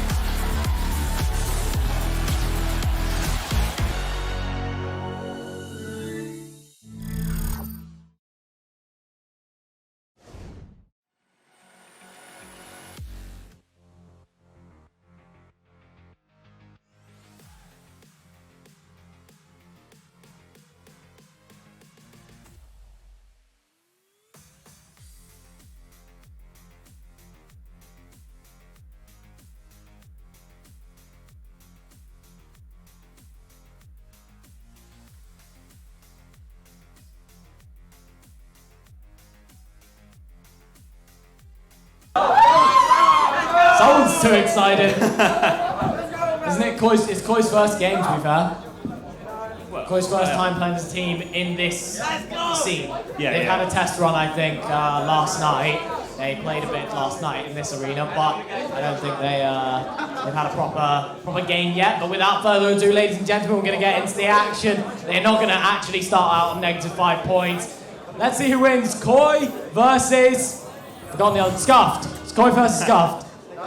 And neutral joust, here we go. The disc is lost right by the goal. That is a close headbutt to start. Scuffed, but gets on the disc already. Send it forwards, move it forwards. Send it towards the middle of the arena to Joshy G. Joshy T has a little bit of space to play with here. Pressure, the red call does come for him. DJ Uncle Scott send it back to Joshy. Joshy moving it forwards, looking for his next passing option. He's just going to move it forwards, slowing it down a little bit as he sends it low to Baguette. Baguette has a little bit of space to move into, walking it forwards, another pass, Joshy T going to move it forwards, another cut pass, and it's dangerous, but the interception comes through. Koi get it all the way out, and potentially with the stacks coming through now, it looks like it's going to be Scuffed back first. Baguette picks up the disc, the Koi stack is there, and they're going to be putting a lot of pressure on. They put a lot of pressure on, but can they get the disc? No, they can't. Koi does pick it up eventually. It's Finley. Finley tries to get the clear, goes to Elmo. Elmo up high, looking for his options, doesn't need to do anything just yet, but a little bit of pressure comes through, and the failed receive there from the Koi player means that the disc goes to the hand of Scuff. Scuff looks to pass it over to Baguette. Baguette now trying to get it through, going to send it down low, maybe looking for a stack opportunity, but it's Koi that are there first, and now Sinner tries to find the left-hand side, finds Finley. Finley's going to look for the crossover, going to hit double diamond though, unfortunately. However, a good leech there from Finley, manages to get the slap away and keeps Koi on the offensive. And here we go, intercepted here. DJ Uncle Scott looking to send it, but just Elmo getting the disc, looking for a shot. Maybe intercepted on the shot there, Finley. Moving it forwards, Linfey, whatever you want to call him. Send it high to the pass, faking it once, faking it twice, and Sinner, that is dirty. Sending it in for the 2 points, the first goal of this game. Fair enough, wow. I mean, it's a good start for Koi. It looked like, I thought Scuff were going to get the first few points because they had that offense going, but Koi managed to slow it down, change possession, and get forward and score. So yeah, really good. 2 minutes off the clock and only 2 points in. It's a slow start, pass to the right-hand side. Baguette maybe got his left-hand option to Joshy. Joshy's got a low right option, but it might be covered by that stack. Picked up now by Alan. Alan over to Joshy. Joshy back down right. Baguette's going to send the reset over to Alan. It's a really good passing play. Not a single pass has gone wide so far. Alan takes it, finds the right-hand side. Baguette has a little bit of time to push it up on his own. Joshy seems quite open. Joshy might be able to start walking this. Sends the cut pass, but it's a good save there. Finley takes this and slaps it away. Maybe Elmo can get a hand on it. He does do so and manages to get the clear through top mid. And it goes through top mid, and they will be on the defense here. Both stacks looking for it, but Sinner gets the lead. Maybe a shot is coming goalward bound, but no. Just gone wide. Nice opportunity, but he bounced back to his own player. Watchdog moving it in. 1-2 over to the post for the pass to Sinner. Sinner moving it in. And it's a ding. That is so unfortunate, but Just Elmo trying to bring it back in, and it's gone wide just again. Both teams scrambling for this disc now. Looks like Just Elmo will be there first, but no, Sinner is the first to receive it. Moving it backwards, slowing it down for the reset. Finley sends up high. Looks for Elmo. Elmo's got some time. Pass over on the right-hand side. Taken back, now into the hands of Finley. Finley passes to Sinner. Sinner trying to take his time, trying to juke around. There's the shoulder option available. Takes it, Watchdog ends it off. That was beautiful, lovely passing plays there. And that puts them 4 points ahead. That's a little bit more of a secure lead. 2 points, that's not really enough for me, but 4 points is nice. As we see them on the joust advantage here. Scuffed, moving it. We'll see what they do. Fast, slow. We'll see how they play this. They're coming out here. First on the disc will be Oculana. Oculana looking to send it to the left, but bounces back off the Geo. Missed pass there. Looks like Koi will get the receive. They'll have an open goal for a shot. But it dings! Not quite going in as it's sent back to DJ Uncle Scott. Pass it over to the right. Interception by Just Elmo. Elmo looking high. Another pass needed. Finley send it towards the backboard. Watchdog moving it forwards, but a lovely save and interception by Baguette. There comes through. Stuck around the mid zone, still in the half of Scuffed. Managed to get it out finally, and now it enters Koi's half. Pushing forward, it looks like Joshy and Baguette are on it. Baguette's the one that takes a hand on it. Looks to just slow things down. He's got a little bit of pressure on him. He finds that reset. No, he doesn't. He can't get it high enough, but it's worked well by Alan. Alan sends it over onto the left-hand side. Just tries to get it away from the Koi player for the time being. Sends a cross pass, but it's going to be intercepted by the block. And now Jake on the disc sends it down low. No one on it just yet. No one can pick it up. It looks like it's going to be Jake on the disc. Koi trying to get it. It's going to be taken by Sinner. Sinner sends it down through, but picked up by Alan. The clear comes through. No one on it just yet. It looks like Scuff might be the ones to get it. They're really close. A good slap pass. And now a huge opportunity with the time. 1-on-1, 1-on-0. The goalie's stunned. Forget puts in for their first 2 points. And celebrations are happening all around. 4-2, 2-point lead. Not secure in any way. Here we go. First joust advantage with Sin from Koi today. It'll be interesting to see how they play, interesting to see how they move it, how they work as a team. They have some good team play. Both of these teams have known each other for, well, probably years now. As we're moving forwards here, just almost sending it high. Nice Sinner on the dish, looking for the next pass to Finley. Finley moving it forwards. Lots of options open, the cross pass they choose. Watchdog moving it forwards. Nice and slow, tons of open space in front. Moving it up, Sinner on the dish, looking for the next pass. Just hit the Geo though, and Josh E.T. on the dish, getting the clear through. All the way through, picked up by Scuff, and Scuff having a huge opportunity. The shot comes through, and DJ Uncle Scott picked that. DJ Uncle Scott, that is pause for celebration from everyone here. That is a lovely 3-point to send them 1 point ahead and regain this lead for the first point in this match. I feel like this is the first team game where whenever either side score, there's a good cheer for both teams. So far it seems a bit one-sided from the crowd, but this one seems quite even. Taken by Elmo. Elmo's good steal by Joshi, and the shot comes through in the 3. Joshi won't miss that one. Matt, that is a blow. What? Probably 30 seconds ago, it was completely the other way. 4-2, 4-3? Yeah, 4-2. 4-2, and now it's 8-4. That's how much can happen in such a short time. 4 points ahead, and that puts Koi on the joust advantage once again as they're moving out here. Just Elmo looking for the quick pass over to right, switching up a bit, intercepted by DJ Uncle Scott. DJ Uncle Scott, plenty of calls for him. Lovely pass, Joshy. Joshy looking for the next goal! 11-4 in next to no time at all. That must be under a minute. Yeah, scoring 3 threes back to back. I mean, you have to make this joust work. They've been put on the counter QB immediately on 2 points, and every single QB they've had so far has been unsuccessful. You have to make it work this time. You cannot just keep getting hit on the counter QB because that will really cause your downfall, as we've just seen. Elmo, down low, finds Sinner. They're going for a bit of a slower attempt on the joust, maybe a bit of disconnection there, but it's going to be picked up by Jake. Jake up high, going to send it down to Finley. Finley finds Jake again, sends it left over to Finley.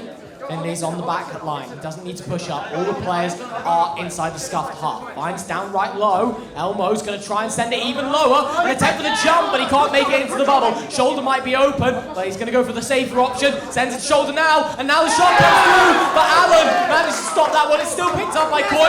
It's a stun though. It's a free ball in the bubble, and no one on it just yet. It might be picked up by Elmo. Elmo finally gets a hand on it. No real options though. Finds that left low. Going to go for a bit wide, but it will be Koi who recollect. It's going to be into the hands of Sinner. Sinner's going to have to back away and try and slow things down to the side of Koi, but they do eventually have to push in. They're on the side, looking for that cut pass. And Jake puts it in for 2. This game needed a change of pace, and that was it. I can hear some screaming out there from Finley. 6-11, still plenty of ground needs to be made, but that was the change of pace that we needed. The passes started rolling, everyone started moving much better, and I mean, that puts them back on the joust advantage. Scuff needs to do something here. They can hold the disc.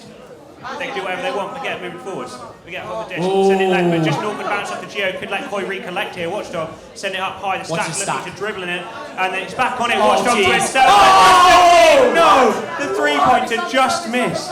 Oh, off the inside of the ding ring. That's really unfortunate to see, but picked up now by Sinner. Sinner on the back line, looking to work through the tunnel. Tries to find this right-hand pass. It's available, but he's too slow with it. Now Joshi has an open 3 opportunity. No, there's a player back. Watchdog's on the back line, trying to stop that 3. It's going to be taken by Joshi. Joshi just tries to find the reset, sends it over to Allen. Anden finds high right, but it's a bit too high. Picked up by the stack, and they're the only stack formed at the moment. And if the side, and now it's all the way through. Open opportunity, but a missed shot will cost them once again. And these 3s going wide are just going to really start racking up and start counting for a lot. A missed catch on the back line by Watchdog. It will be picked up by Sinner, who looks to try and find Watchdog on the opposite side, but can't manage to do so. In the end, it's going to be in the hands of Finley, who makes a slap off. Watchdog looks up the high. No one able to receive it though. Received on the bounce, so it works out, and Sinner's got it. On the back line, he might just juke this all the way in. He'll try to do so, and he'll succeed! Sinner receiving what I believe they like to call a Koi bounce. Just getting that lucky bounce towards them, walking it in perfectly across the backboard, send them 3 points behind, and I mean, this is a close game. We are in for one game here. It's amazing. But we'll see what Scuff do here. They could try and play time. 50 seconds is not very long. they could chop this time down, or they could try and play it quick, get a goal, shut the game down. Alan down to Joshy T. Joshy T moving it back for the reset. They're playing the possession game by the looks of it, because it's passed through. They need high pressure from Koi here as they're moving it forward. DJ Uncle Scott moving it towards the centre. Baguette on the disc now. Baguette looking to move it back. Oculan down. The stack is there for Koi. They need pressure. Joshy T moving it forward. DJ Uncle Scott could be in for the pass here. Baguette moving it forward. They could be in for a good opportunity. Joshy T moving it forward. Good start. DJ Uncle Scott. DJ Uncle Scott. Killing the round. Wow. I mean, I was just about to say, remember, most of Scuff points have come in within like a minute's time. They scored that 9 points just back after back. But yeah, now Scuff seem to be, it's a good lead. It's a really good lead. I feel like in open play, Koi seem to have that slight bit of an advantage, but when it comes to that counter QB, Scuff have been dominating Koi, and I feel like if Koi had a bit more thought into their QB and took a bit more time, maybe slowed it down, because they went for those really long passes trying to find that into the tunnel, and every time it seemed to not work out, especially against Scuff stacks. So maybe they need to slow down on their QB, bring it a bit closer, a little less long-range passes. Yeah, I mean, you could definitely see it. We started the first round off and Koi were doing it insanely well. They were almost clear. They were points ahead. They were doing well. Then as soon as they had that joust advantage, as soon as they conceded one, whether it was in any way possible, it doesn't matter what that goal is, as soon as they were put on that joust advantage, they crumbled. They just could not get past that centre point within the first phase of play, and that really just ruined it from there. And it's so crucial. If you get put on the back foot for 1 second and you can't seem to push forward into your opponent's half and keep possession of the disc, and that's one thing that I'll give to Scuff. They did really well on their QB. They managed to hold disc and they managed to just take their time. I feel like you have to slow it down, because when you come out of the launches, everything's so fast, everything's so hectic. You're facing one way towards the disc, and you've got stacks coming from behind you. It's very hard to work against, and I think just slowing things down, short passes, taking your time can definitely work. But then if you're too slow, you end up trying to go through that chokehold that is like a more narrow area of the mid zone against a lot of players, and you get sort of, you know, a bit stuff in. It's very hard to work through, but nevertheless, let's see what they can do in round two. That was definitely a close round one. It wasn't really one team dominating another. It was very close. I'd definitely like to see some more slower plays. It'd be certainly nice to see it, because the high pressure situation here, I mean, it's a situation not many of us have been in before. You really have to just think about how much pressure you have being stood there. Everyone's watching you, everyone's sort of judging how you're playing, judging everything. It's the most pressure you're ever going to feel in the arena. And the shot does come through here. It's quite close, but just recollected by Scuff on the back line to Baguette. Looking to move it forwards just for the reset, backwards even. Oculan moving it to Baguette. Looking for the next option, send it right to DJ. He's just going to walk it forward. He's going to take his time. Some slower play, as we said, calming it down just a little bit. Reset it back to Alan. Alan looking for the move forwards to Joshy. Joshy moving it forwards, past one of the defenders. Going to keep moving it forwards. He's gone for a shot, but just off of the barrier. Yeah, I thought there was a huge opportunity for Scuff there, because Alan had the stack held on the back line, but Alan's now going to look to slow down the player once again. Baguette gets the disc. Baguette's trying to push it forward, tries to send the reset to Alan. Alan sends it down low left again, once again to Baguette. Baguette's going to try and move this forward, but not going to be able to work. He's stunned, but luckily the disc returns to his side. Alan on the back line once again tries to slow things down, sending it to the right low. Now a bit of juking, tries to work it in on his own, and he can do so. Joshy sends it down low, and it works. That's 2-0, and as I said, it puts them on the counter QB, and that's really good for them. That was spectacular. You just see Alan holding it. He's taking his time. He sees the defender go slightly too far, and he takes that opportunity straight to Joshy. No one's on Joshy, and then he just manages to weave it through the defense in front of him. Joust advantage 2 point. We'll see if they do what we said. See if they learn to slow it down or change up strategies. But no, the stack tries to go for it. The stack is Sun. Recollected by Baguette, but intercepted by Watchdog. Lovely play from Watchdog. This could be Koi on for a shot here. It's gone for a shot, and it's just gone off the backboard. Just elbowed. It's not missed those. Go on, man! Good stuff. That's what I love to see. I hate seeing a game where you just feel like you get completely destroyed because the counter QB every time. It really just feels horrible if you just keep losing on the counter QB, because there's nothing you can do. It just starts snowballing into one after the other, and before you know it, you're 11 points down or something.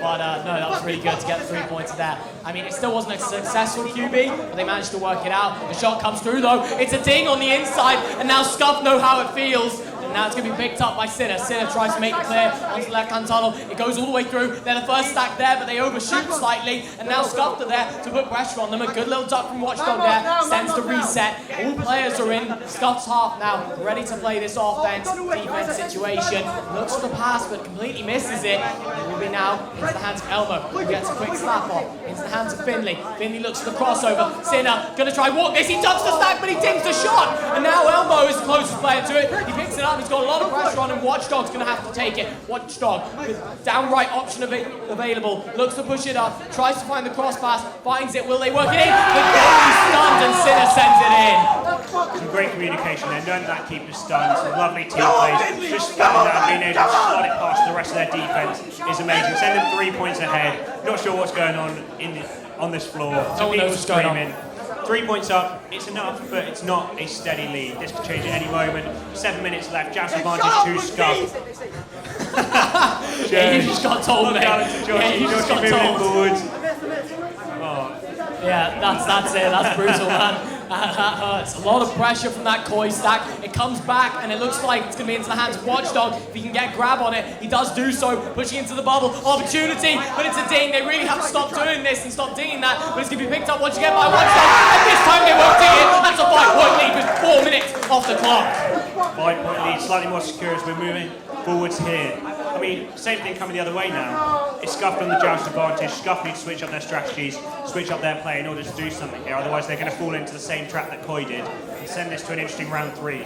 But here we go, Scuffed on the Joust advantage. Ogyan sending it over to the left to Joshy T. Joshy T moving it downwards, looking for the next pass over on the right. Some lovely cross play here. Baguette moving it forwards, moving it down, looking for the next pass. 1-2s between Joshy and Baguette, moving it forwards once again. Back to Baguette. Baguette moving it forwards, maybe back to the reset to Alan. Alan isn't looking the right way, so it's Sinner on the pressure there. Sinner might have an open shot here. They're going to go for it. Not quite quick enough. Stack recollecting. Just Elmo sending it high for the pass. Just off that shoulder there. Finley going to turn upside down, inverted, moving it forwards, but Joshy T, lovely stun, looking for that slap clear. Recollected by Watchdog. It's an unfortunate clear there. Bit of a rush. One sends it to Pillar. He's going to try and juke. He wasn't ready for the player behind him. Joshy T with a good stun there. Going to look for the pass up top. And now they'll find the true clear all the way through. Goes to the mid zone. Watchdog's really close to it. He manages to pick it up. It won't go all the way through to the opposing half. Watchdog's actually going to go for the reset. Smart decision there. Tries to find Watchdog once again. A lot of pressure. And you hear the red call come through. But it doesn't matter. The clear comes through. Recollected by Sinner. Sinner going to have to try and work something over to the right hand side. A bit of a missed pass though. Watchdog's still really close to this. He's got a lot of pressure on him. Can it work with it? He's going to slap it away, and does he slap it back successfully? No, he doesn't. Unfortunately, heads to Joshy T. Joshy T to Baguette. They're the only stack there. Surely it's a goal here. Surely it's not June T, but it's a missed shot on the difficult angle. And now Watchdog has the disc once again, and he finds his left hand clear, but it's going to be picked up by Baguette. And Baguette now has some opportunity. The defense is set up though. This left low might be available, but he sends it high. Going to be picked up instead now by DJ. The DJ sends the backboard, and that's a brilliant shot. 3-point deficit only now for Scuff. That's lovely to see. Instead of taking the tight angle, aiming for the backboard, trying to send it in, using the arena to his advantage, that's perfect. 3-point deficit now. They're certainly bringing it back slowly. Koi back on the Joust advantage. Interesting to see if they manage to do what they did last time, keeping it moving forwards, keeping the play rolling. As they come out here, see Just Elmo on the disc once again. They're keeping that stack back this time, but it might be intercepted by Scuff. Dr. Land looking to move forwards. Re-intercepted by Sinner. Sinner moving it down. Stack's looking to form up to chase this disc. Lost in the Scuffed half. Both teams are there, but Scuff come out top. Send it through that tunnel. Both teams still brawling for this disc. Finley getting a hand, but not enough. Send it over towards Sinner. Sinner able to recollect, but stunned immediately. Joshy T pressuring. Over to Watchdog though to recollect. Watchdog to Finley. Finley looking to move it forwards. There's a cut, but it's stunned. There's a second cut, and that's through, but not quite accurate enough for Just Elmo. Sinner though, back on the disc, looking to move it forwards, juking around the Geo. We love a Sinner juke, but it's just missed on the pass. Yeah, it's unfortunate on the pass though. He reorientates himself and that sends him a bit off balance. Now into Elmo's hands. Elmo sends a shot. It's a save, but Watchdog secures it.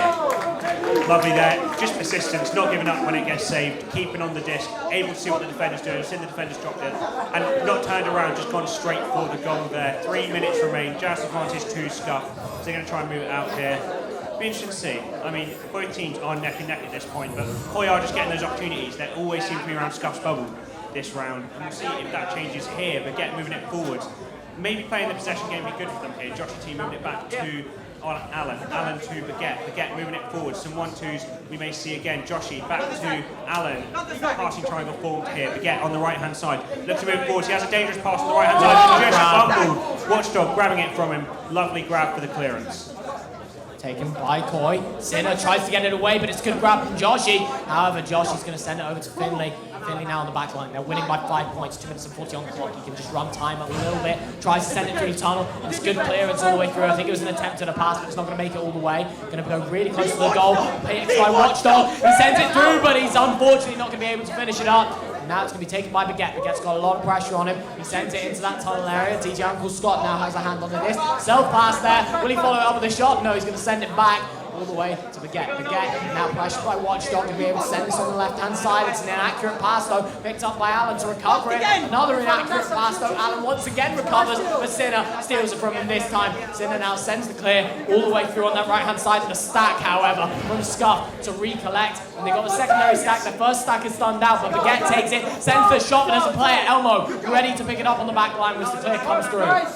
And it bounces back towards Koi, but no, Scuff managed to intercept by their bubble. Opyan tries to send it clear, but just Elmo send it low. A player has dropped out for Koi, 3-4. Sinner's going to walk out either way though, and just can't quite capitalise on that moment. Joshy T able to recollect, 3v4, dangerous position here for Koi. 5 points up though, so they have that little bit of a lead. Koi looking for the defence here. Baguette has space to move into, walking it forwards. Baguette just holding it for a little bit, send it over onto the right to DJ Uncle Scott. DJ Uncle Scott send it low, not quite intercepted by Joshy on it. Backboard! Just digging. Cleared away for the time being. They just really need to buy themselves some time. With a minute left, if they can just burn the clock a little bit more, that would really help them, especially seeing as they're in a 3v4. It's unlikely they're going to be able to score themselves. But Alan now takes the disc, sends it up high to Baguette. Baguette and Alan going to try and find this right hand clear. No, it's a pass over to Joshy. Joshy now going to look for the pass to himself, maybe. He gets the stun on the opposing team. He sends it once again, but again, bouncing off that inside area. To be picked up by Baguette. Baguette sends a shot. Is it on target? No, not just, but they'll look for another 3 maybe. But it's going to be picked up by Sid. Very good from Koi here, being able to hold this 9-4 lead. No goals since they've gone down a man. Watchdog trying to send it through, just bounced off the Georgly up into that trap area. Both teams trying to capitalise. Elmo gets the stun, Elmo gets the disc, send it low, just towards the Scuff bubble. That's a safe zone for Koi for the disc to be in. Recollected just about. Watchdog is going to be first this disc, I believe. He's on it. Trying to send it low, but Joshy T managing to intercept. Looking for this clearance through. They're running out of time. Baguette sending it high. And I believe they have run out of time here. Neither teams are on this disc. And that will be round 1 to Koi. Yeah, Baguette. 2, sorry. Yeah, and cleared through. No one on it just yet. It looks like it's going to be into the hands of Scuff. Scuff looking to try put some points on the board. Takes the 0 angle, but unfortunately can't make it. 2 seconds left. Final shot on the backboard. And it's missed with a 5-point deficit. Yeah. Hopefully going to get it pausing. Finley is laid on the ground. I don't know what's going on here. But hopefully Finley will be able to get back into the game. I want to hear what's our rules on pauses. No pauses. No pauses. No, until finals, no pauses. Until so, finals, they have wow. to play 3v4 unless Finley can get back in. Okay, right. Does it count as play space abuse if he's lying horizontally? This man's so big that he takes up the whole play space. Technically, the feet are out. The feet are out of the play space. But I'm not sure. It's not like I can punish him with taking his headset off. He's not even in the game. Very true. Both teams having one top scorer, Watchdog for Koi, Joshy T for Scuff. Yeah. And actually both of them having 2 people with other points, one without. But usually the person without on both teams is getting the assists. I mean, team play showing throughout this entire stat sheet. I'm not sure what's going on the floor. I can just hear shouting. It's hectic. As always. Actually, I heard when it was lost near the Scuff bubble, the get-go, please be Watchdog. Do you reckon that's some competition between the teams? I reckon there's a little bit there. Right. All 8 players back in. Danmak's trying to get a clap going. Go on, Danmak, make it happen. Let's go! Come on! Let's go! Come on! He's actually doing it. I respect that. Right, neutral jabs. Take it away, Lockie. All right, let's get into this, guys. Let's see whom it takes to round 3. Let's go. And it's Koi who eventually come off it first and recollect and send the shot. It's a ding, but back to himself. Watchdog with the self-pass and goal. What a catch by Watchdog to take that shot and have the quick reaction time and get that catch, send it back in without even hesitating. That is amazing. 2 points ahead for Koi. Not lucky. 7 at seconds all. in. Not lucky at all. You don't say that here. Another Koi bounce as it puts Scuff back on the Joust advantage. All right, let's see what Alan does with this. Alan sends on the right-hand side. I mean, this was one thing that Scuff talked about. They said they'd be successful as long as Alan managed to actually make some QBs. They've lost a player. Finley's out once again, and now Baguette take for this. On the right-hand side, we're looking to find this left-hand side. In fact, it's not Finley. It's Watchdog that's lost his headset this time. The shot comes through, and Baguette scores it. It's Watchdog who's dropped out to the side of Koi. This is really not good because it's a round 3, and it looked like they were doing great in there, and they've lost a man. So 3v4. Watchdog needs to get back in quickly. Koi are on the Joust advantage, and even with 4 players, sometimes this doesn't go very well. So it'll be interesting to see what they do. See if they change up the strategy. Moving it forwards here. Just Elmo on the left, trying to send it long, playing it quick with the stack. No way, they're sending it towards the bubble, but no one can receive it. A nice bounce for them though. Sinner being able to get it as the stack misses. Sinner moving it forwards. Duke as always moving it forward. Oh, Sinner! That is a beautiful shot.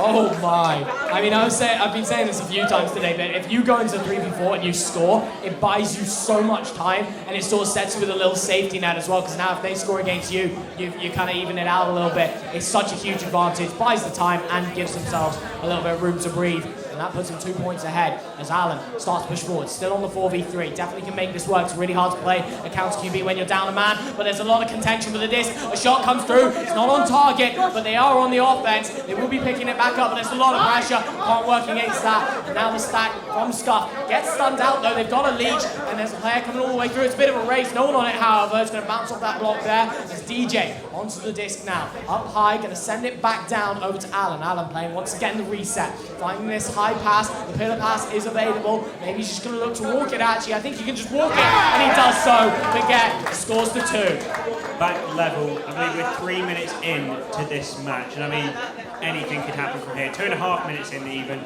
Koi back on the Joust advantage, and it's still a 3v4. Watchdog not able to get back into the game just yet.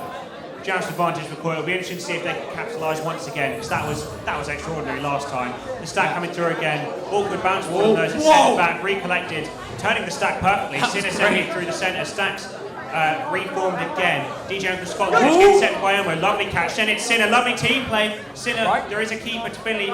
Finley, Sinner. Sinner trying to send it over. No, just missed. Finley managed to stun the keeper, so it's a slap clearance by Joshy T. Joshy T to DJ. DJ trying to clear, but Sinner, just Elmo even, sorry, manages to get the interception. Trying to send it on the backboard, but no, it's just gone wide. Yeah, and now Scuff looks to be the only one with a stack. Watchdog's back in. If they take a shot attempt here, Watchdog can save it. No, but that stack's there to save it. I think that was actually on target. As now it goes into the right-hand tunnel. Bounces back. Watchdog's back in the game. They've got a 4v4 on their hands. And now it's going to be taken by Finley. Finley looking to do something with this. I think he sent a shot attempt, but it's going to be stopped by Alan. Alan on the left-hand side. Watchdog's dropped out again, unfortunately. Going to go into the bubble. You can hear the screams from the team of Koi. Unfortunately losing their man again as soon as they get him back. As Joshy takes the disc. Joshy sent it over to the left-hand side. Taken now by Scuff, and Baguette will score that one, putting them 2 points clear. It's painful. It's painful to watch a 3v4. But 6-4, 2 points up. Scuff are doing well. They're moving it forwards. Koi back on this Joust advantage. They've got to try and capitalise on it again. They've got to try and get past that defence. So I think breakaways is the way they're going to win this in the 3v4. We'll see what they do. The stack forming once again. Just Elmo looking for a bounce maybe again, but no. DJ Uncle Scott on the shot, but it's just sent low. Joshy T recollecting. There is a goalkeeper now, so Joshy T will reset it to Baguette. Baguette just playing it slow, resetting to Alan. Alan moving it forwards to Joshy T. Joshy T one-on-one, moving it in and just sliding it over the keeper. The keeper was too low in the goal. There's nothing you can do about that one. No, they lost the disc on their QB, and there's nothing they can do against 4v3 attack. There's always going to be a player, more than one player left open, so plenty of options for the side of Scuff, and nothing Koi can do there. With 5 minutes on, 30 seconds on the clock, I mean, if they get Watchdog back in here, it's anybody's game, but for the time being, if it's 3v4, I can't see it happening. There's the clear and boost strategy, the dribble attempt comes through once again. There's one player down the other field trying to have a contention with the keeper for the side of Scuff. They're going to try and work it forwards, looking for some options, juking around. I mean, maybe that's the play, just to juke around a little bit. The player is available, bow tie. He's going to have to juke. They have to juke a little bit because they're running out of options. There will always be an extra player. They have to fight every man that they can. And they try, and they send the pass onto the backboard. No way, they can make it! Oh, Sinner! Sinner sent them to sleep! What a pass, what a play. 2 point deficit back. And Koi, certainly Finley, a little bit of hope in their team. 3v4, Watchdog still trying to get back in. They certainly have a chance here. Joust advantage to Scuff. See what they can do moving it out here. Wow, just wow so far. Oculallen moving it forward to the left. Just fumbled there. The stack might be able to recollect. Joshie T not under too much pressure. He sent it through. And it's moving forwards here. DJ Uncle Scott on the right over to Forget again. Just walking it forwards once again. They're looking for just a one-on-one situation here. Start the keeper. And that's a 4-point deficit once again. 10-6. Forget. Just wait for the keeper to be stunned. Yeah, you can just wait for that and then immediately score the goal, 4 points down. They have 4 minutes left, they've got plenty of time, and they showed last QB that they definitely can score off the QB, but I mean, it's difficult and it's not going to happen every time. So yeah, let's see what they can do about it. I mean, that juking play seems to be working for them. They're going to go for this dribble. It's successful for the first one. The second one, if they can take the shot, maybe no. The back stack, the second stack comes through and gets it there. Joshie now going to look to send that. It's going to be picked up by Sinner, and he's going to have to juke around a little bit. Again, they're going to have to play a bit of a ducking and diving game here because they are a man down. It's going to be pushed by DJ. DJ sends it up. He can walk this. He definitely should walk this. He can't miss it. He can't afford to miss. And Sinner won't miss. We all know what Sinner's like on the 1v1. That was a goal any day. 8-10. Koi still hanging in here. Watchdog still looks very disappointed out there that he can't get back in. Annoyed at his headset, but see what they can do here. Scuffed on the joust advantage. They can play possession. They can move it quick. We'll see what they do. 4v3. They have the world to play with. So they're moving out here. Oculan on the disc once again. He's going to hold it, send it left quick to Joshie T. Joshie T moving it forward. He's going to hold it for a second before the cross pass to Baguette. Baguette moving it forward. Might see some 1-2s here again. She's moving it up.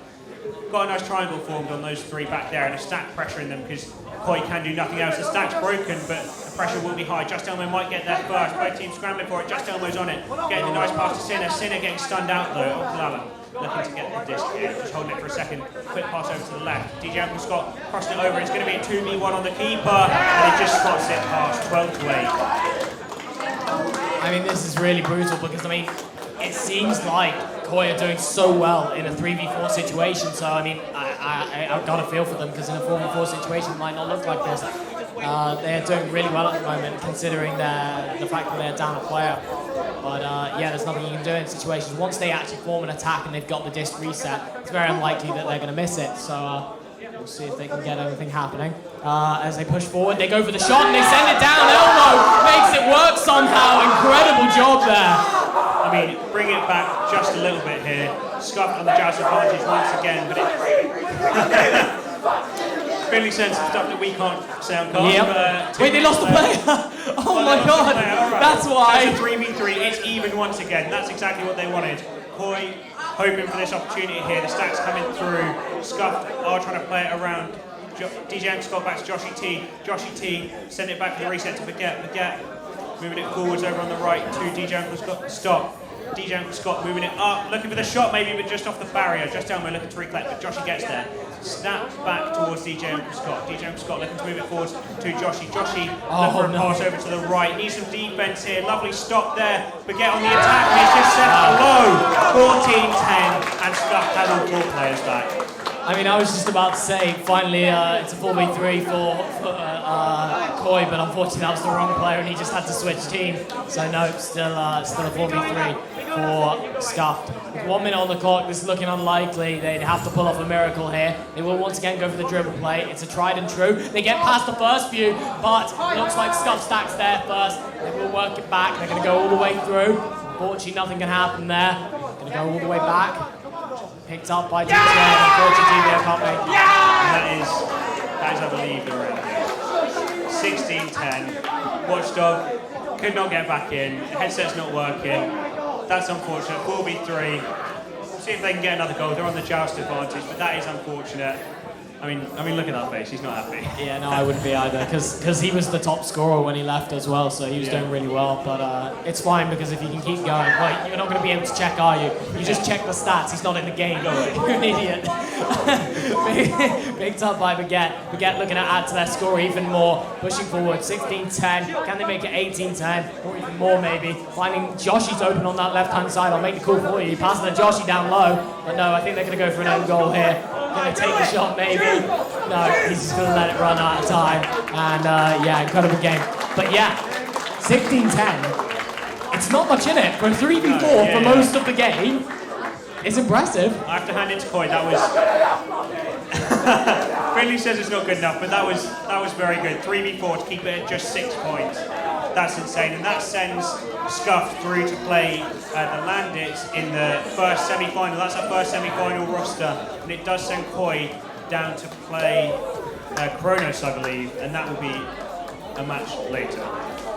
Yep, and now we will be having the Team Ivy versus the Wood Ducks. Team Ivy versus the Wood Ducks. Can you make your way to the stage? Good luck.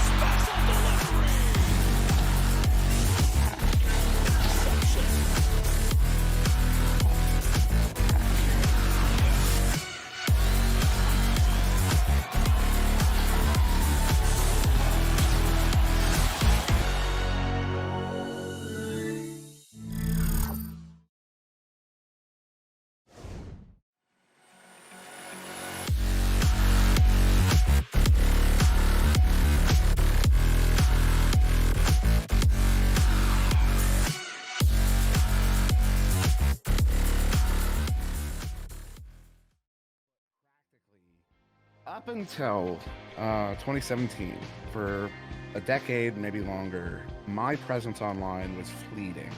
What I mean by that is I joined a community to be really active. I mean, you see how active I am, how vocal I am, how front and center I can be. I'm like that everywhere. I'm very loud. I'm a loud person. But for a long time, I jump into these communities, become a big active member, make friends, form relationships. And then one day it would just be like, oh, okay, I'm done. And I'd dip. I just disappear. On a personal level, it was very, unfulfilling ultimately. And Echo Arena was the first time I actually made a much deeper commitment to a group of people where I had a drive to be a part of it. And I mean, that was from the very beginning. I remember back in 2017, being on a break, talking to my boss and it very specifically saying, I feel like I've discovered something. I feel like I've discovered something.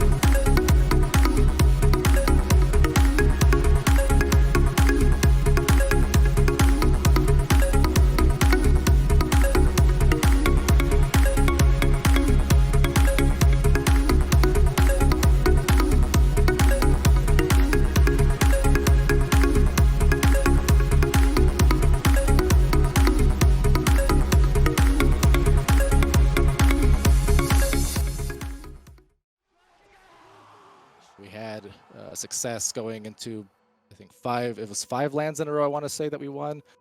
2 world championships in ESL. We got to go to the likes of San Jose, California for Oculus Connect. We went to Katowice, Poland for the World Finals of the first season. We went to Leicester, UK for an invitational. A lot of us, we've never been able to do something like that. Like, we were all gamers, but we've never been, with few exceptions, pro gamers or people who did things like that. Being able to just be part of something that felt bigger than ourselves, being part of something like that and being able to go on stage was a wild experience.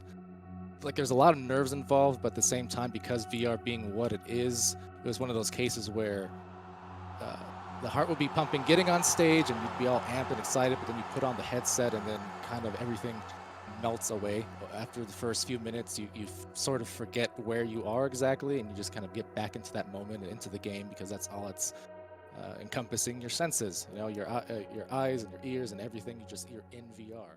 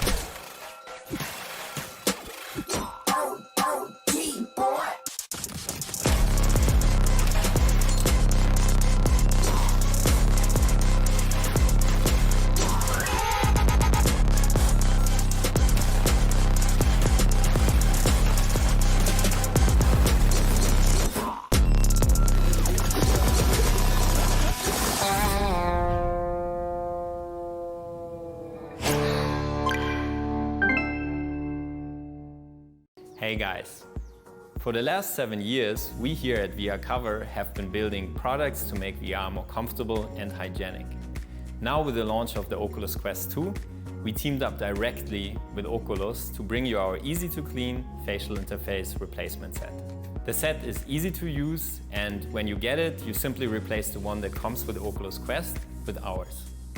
The set comes with 2 differently sized super soft foams, the standard foam that gets you as close to the action as possible, and the comfort foam that adds a little bit more padding.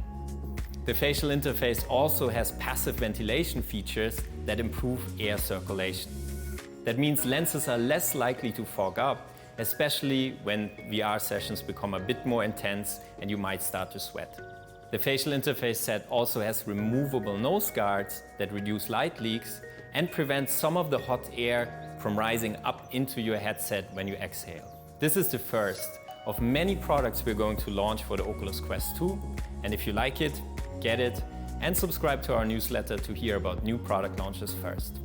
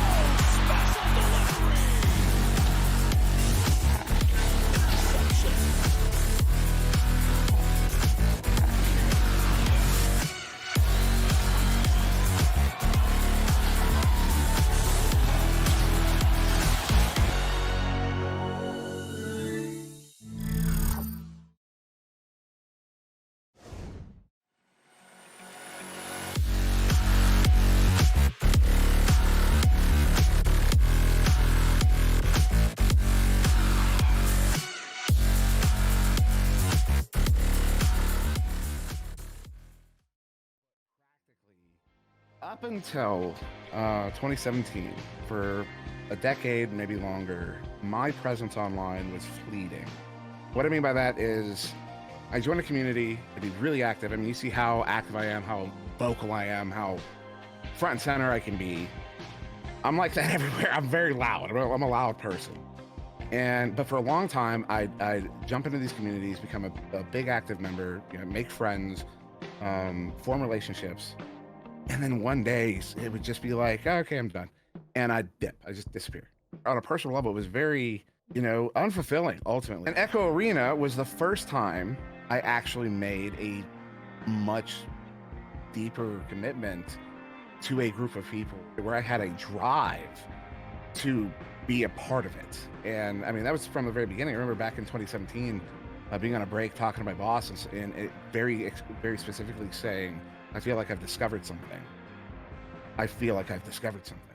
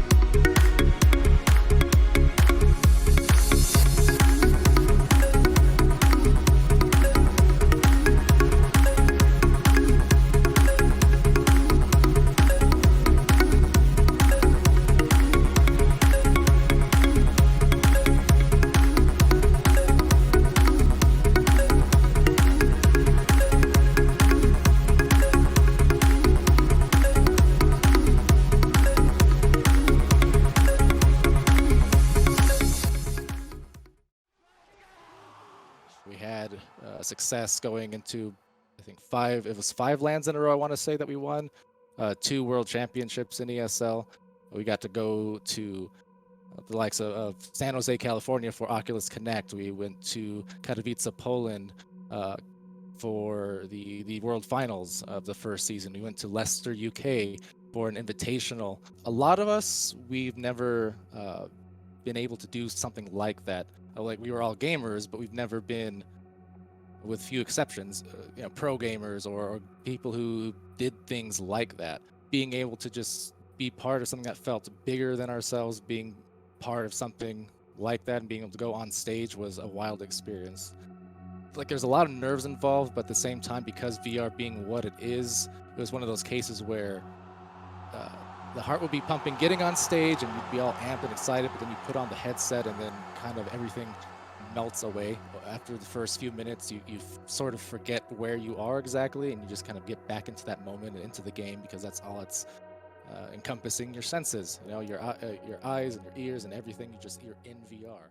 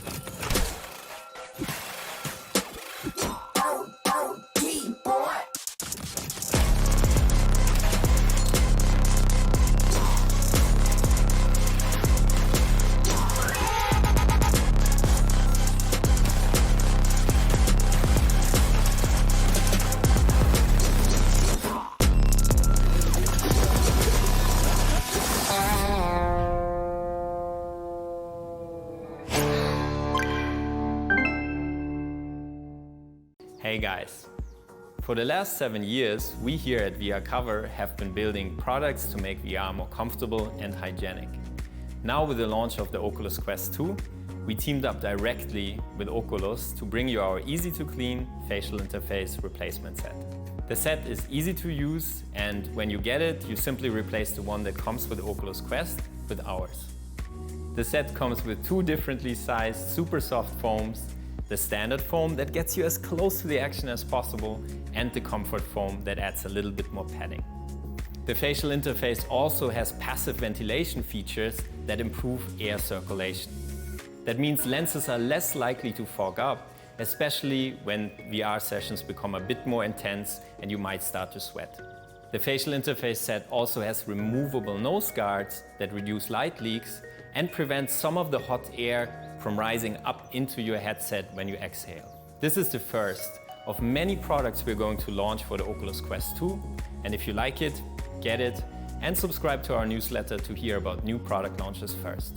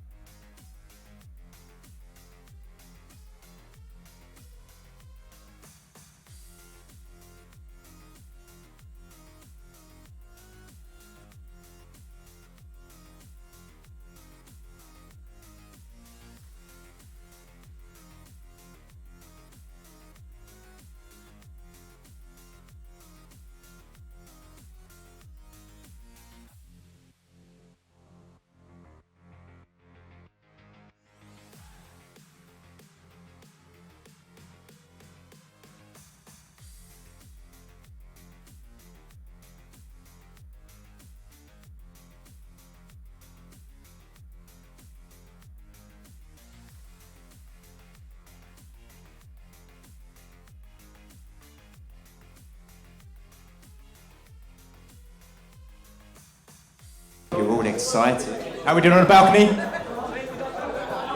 How are we doing on the balcony? How are we doing on the balcony? How are we doing on the bar? How are we doing on the seats? How are we doing, Scubs, in the spinny chair? Love it. Love it. Right, so we got...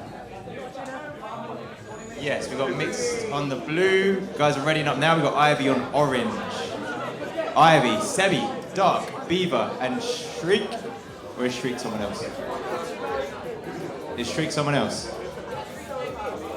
You are Shriek, you're not someone else. Yeah, cool. Oh, it's JB, JB.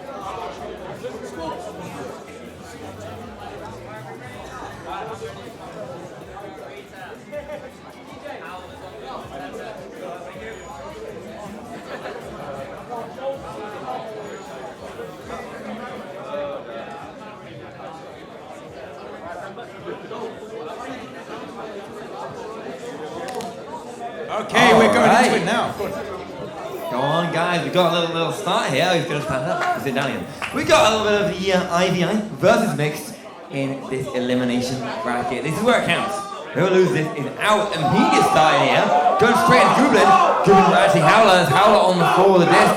We got a cheering. Oh, will it help them? Will it help them? No, the disc is sent away. Just like that, it is knocked out. Zyda takes it, snaps it forward, and is going to go for another second attack. The mixed team wants this first goal, but it is getting played away. Okay, so mixed team with possession here. It's Zyder. Zyder finding a pass up high with a cloud. We have West moving in, finding a pass up on the right shoulder. It's Goobler moving in right now, looking for the shot. It's bouncing out wide, and the defense are picking this up. It's Streak, who's JB. Passing over to the left side. It's all the way through, but the defense is back in time. Cuba is Howler. Let me list here. Yeah, do it again. But, oh my god! Oh! Beaver! Showing what he can do there. The 3 points coming out. No, yeah, he's nodding along. He knows what he did. Lovely long 3-pointer. 24 points. 24 meters. 24 points. 24 meters. 3 points. I know Ivy are looking to really climb out of this loser bracket here. They don't want to be here. They want to be up with the winners. They want to win it all. This is how they're going to do it. So Steptoes trying to get over to the left side. We've got over on the right side. Goobling picking this up. Looking for the pass on the left is Zyder. Zyder, unchallenged, floats over to the left. Pac-Man dropping down. Treeks on their back and they get it back. Goldie picks this up. Cleared over the center. Picked up again. Beaver. Beaver forward to Dark. Dark looking at the open goal. Ooh, just so thinking a little bit low there. So close, but they are going to go again. Nice little attack coming in here. Beaver walking the disc, chilling out on the floor there, trying to find the pass. He does find it to Dark on the side. Really slowing this game down. They're already in the lead, and they know they can hold it and get even better if they just keep their cool here. And they're keeping their cool. They do! Sevi under the goal takes that one for a lovely 2 points. Now 5-point lead. Yeah, 5-point lead in this first round. We're 2 minutes, 30 seconds in.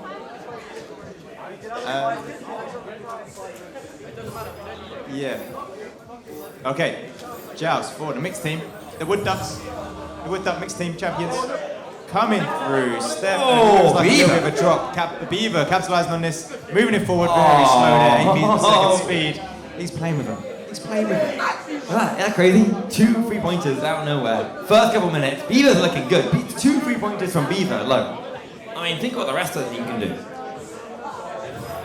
It's true. This is an 8-point lead. We're 3 minutes into this game. Ivy are really turning up here. Showing that they want to fight their way through. It's Steptoes finding a deep pass over to the right. It's not collected, unfortunately. Beaver looking to pick this up. Beaten to it by Goobling. Bouncing a little bit high. And we have Steptoes looking for another clear. Going again, there's Shriek. Taking disc. Oh, passing up.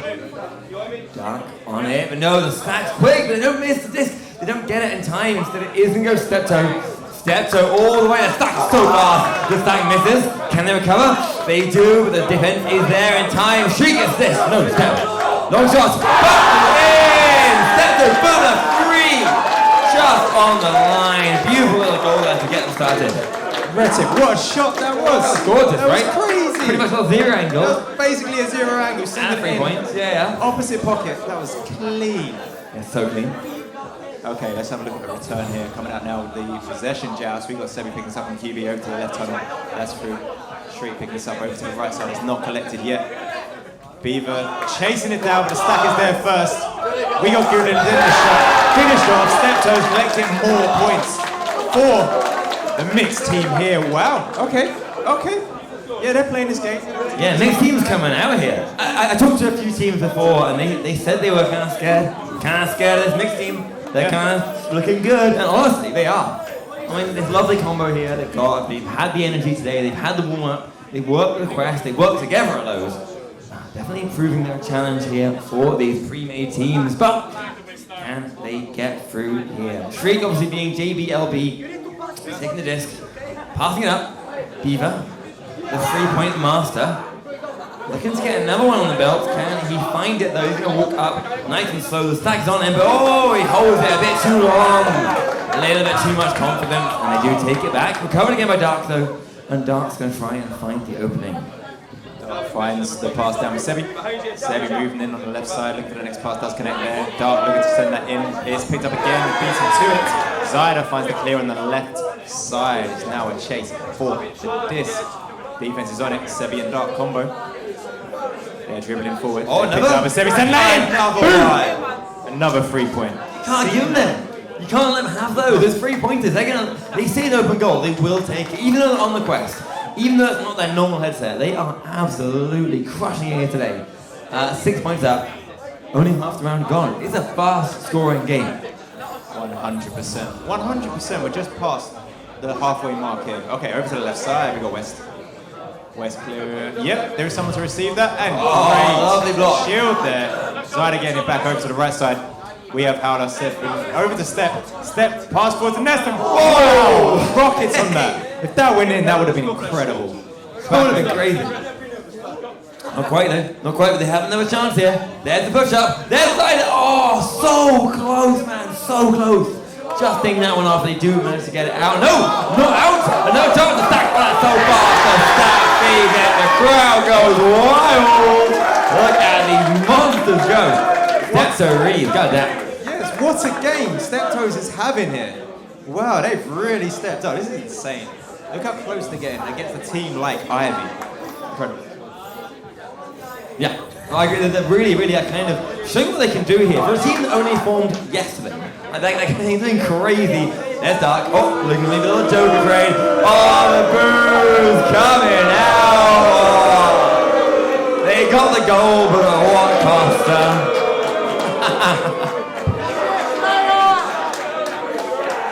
They got the goal, but they lost the crowd. Oh, boos all around. How can they live with themselves? Shameful, shameful. Right, the crowd. But they're going again anyway. Oh, another chance here. God, they are on it. And no one's in the goal yet. They had that whole time. They were given like 5 full seconds there with the goal open to mess around with it. Yeah, they're running away with it now. That was Beaver sinking that in. Okay, let's have a look at the joust advantage. From the mixed teams, they come out here. The Wood Ducks. We love the Wood Ducks. And here they go, coming out the tube now. 3, 2, 1. They're through.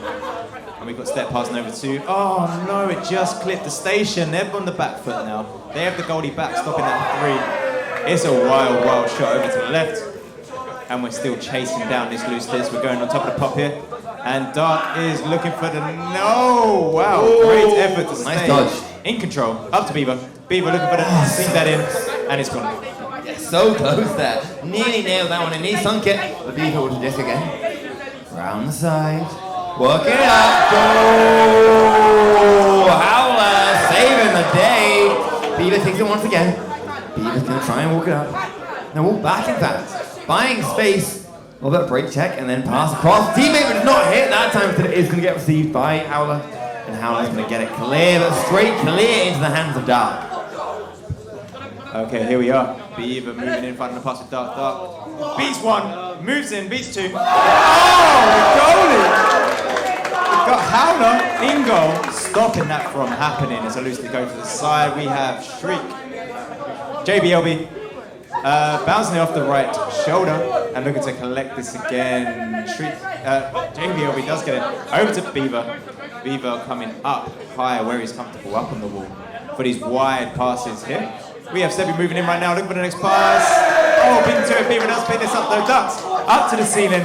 Does he have the next passes? He has Zada around his face, over to the shoulder. Collected by JBLB, resetting it back out. Yeah, some great moves here. They're looking good. Oh, Zada gets it clear. Going out towards, going in. Oh, so close. So close to being free. But no chance. No chance. The goal's open. Oh, bounces past, things off again. The stack is there, but just too late. Instead it gets saved. Nope, taken. Lost again. Howler's chasing it, but the stack is faster. Sebi the free. Sebi with the free. 11-point lead now. These guys are looking damn good. Yeah, well-deserved cheer there. 20 seconds left on the clock in this first round. They are 9 points up here. 9 points up. Ivy are getting comfortable here. They found their stride. They have, yeah, they're confident. They're looking really good. They know what they're doing. I mean, their team have practiced together for a while, and of course, that is going to be the end. Oh, that's it. A great first round, hard-fought victory, 11-point lead. Mixed team is on dire straits here, right? I mean, 11-point difference is quite a lot. Yeah, 100%. They just found their groove. They had the match earlier. Unfortunately, they didn't quite win it, but they're in the losers bracket now. And now is their time to, as you said, find their groove, get comfortable, get confident, as you say. Comfortable in the mats, comfortable in this environment. Some players like a few players are having the spotlight, the physical spotlight, but just having all of these eyes on them in this arena. All of the noise. It's hard to hear each other when you're in there. It's intense. People talk about like wobbly knees, shaking legs. Yeah. It's nerve-wracking. First shot, look at them. Look at them now, talking all about the little team strat real life. They're intense. They won this win. I see that, Eva. That is actually smart. It's something that people aren't using, making the most of, which is physically going over to your teammate and talking to them. And having that huddle. It's key. It's really key. And I'm surprised that other teams haven't been doing that. I mean, yeah, that is what you can do here in a physical space. You can go over to them, you keep that mental strong, that chemistry strong. Yeah. And just know your teammates, looking at each other on the space. What's that? We can pause. Yes. In the elimination brackets, we're saying you guys can pause. Can have a couple minutes of pauses. 5 minutes total across the game. If you need to take a minute, because we have lost 4 players. 4 players dipped at once. Wow. So, Red, you played in the mix yesterday. Can you talk about the nerves? Did you get the nerves? Or you're confident? You're a confident guy. A mix? No, I didn't get the nerves. I mean, random teams and everything. We didn't get the nerves because there's not much stress on it, right? But the more the higher level you're playing at, like these guys, I think the more stressful that gets. Because when you've got everyone watching you, you are the team that's won. You're against, IVI, which is it's Vertigo, isn't it? Essentially. Is it not? Is it not? I don't know, I'm asking this because I'm seeing the V's. Vertigo who? Who? I'm seeing the V's. It's not a V. It's actually IV. That's embarrassing, bro. Stop doing it. Stop. Embarrassing for me, tell you what. Hey, I've been attention. I'm asking Mitch here. So yeah, Vertigo. No, but the team like this, I have played together a lot. I'm guessing it. I know what it is, I saw the V. And the purple. Mitch is tickling at me here. Oh, that's good, that's funny. John Braid. But yeah, no, when you're playing against a team at this kind of level, it does matter. It does. You haven't played together a lot, you haven't got the chemistry together. You don't know how your teammates necessarily respond under pressure. Maybe you don't have a leader formed out of it, you haven't got a captain, because obviously it's a random team formed. It's stressful. Oh, we've got boys coming onto the ring right now. Does the team talk?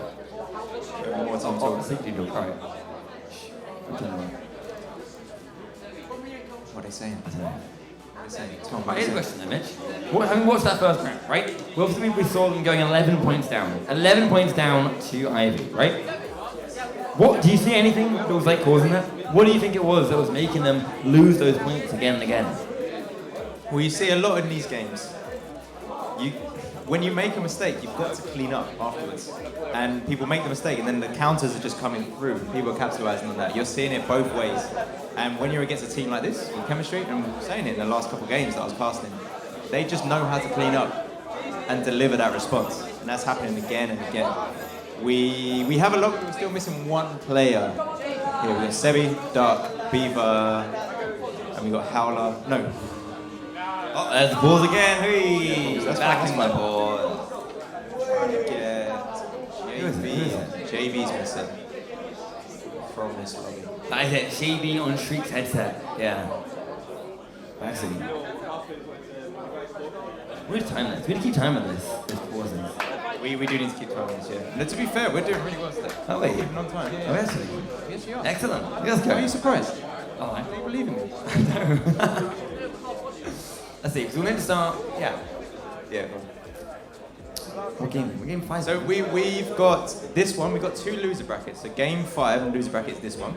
Yep. Following this, game 6. That's 6. To lose with, you got it up. Game 6. Yeah. So we've got one more game after this. Then we're going to have an hour break. Nice. And then we're going to come along. We're going to come back. 7:45. 7:45. We're going to have semi-finals. Yep. Loser bracket. Is that right?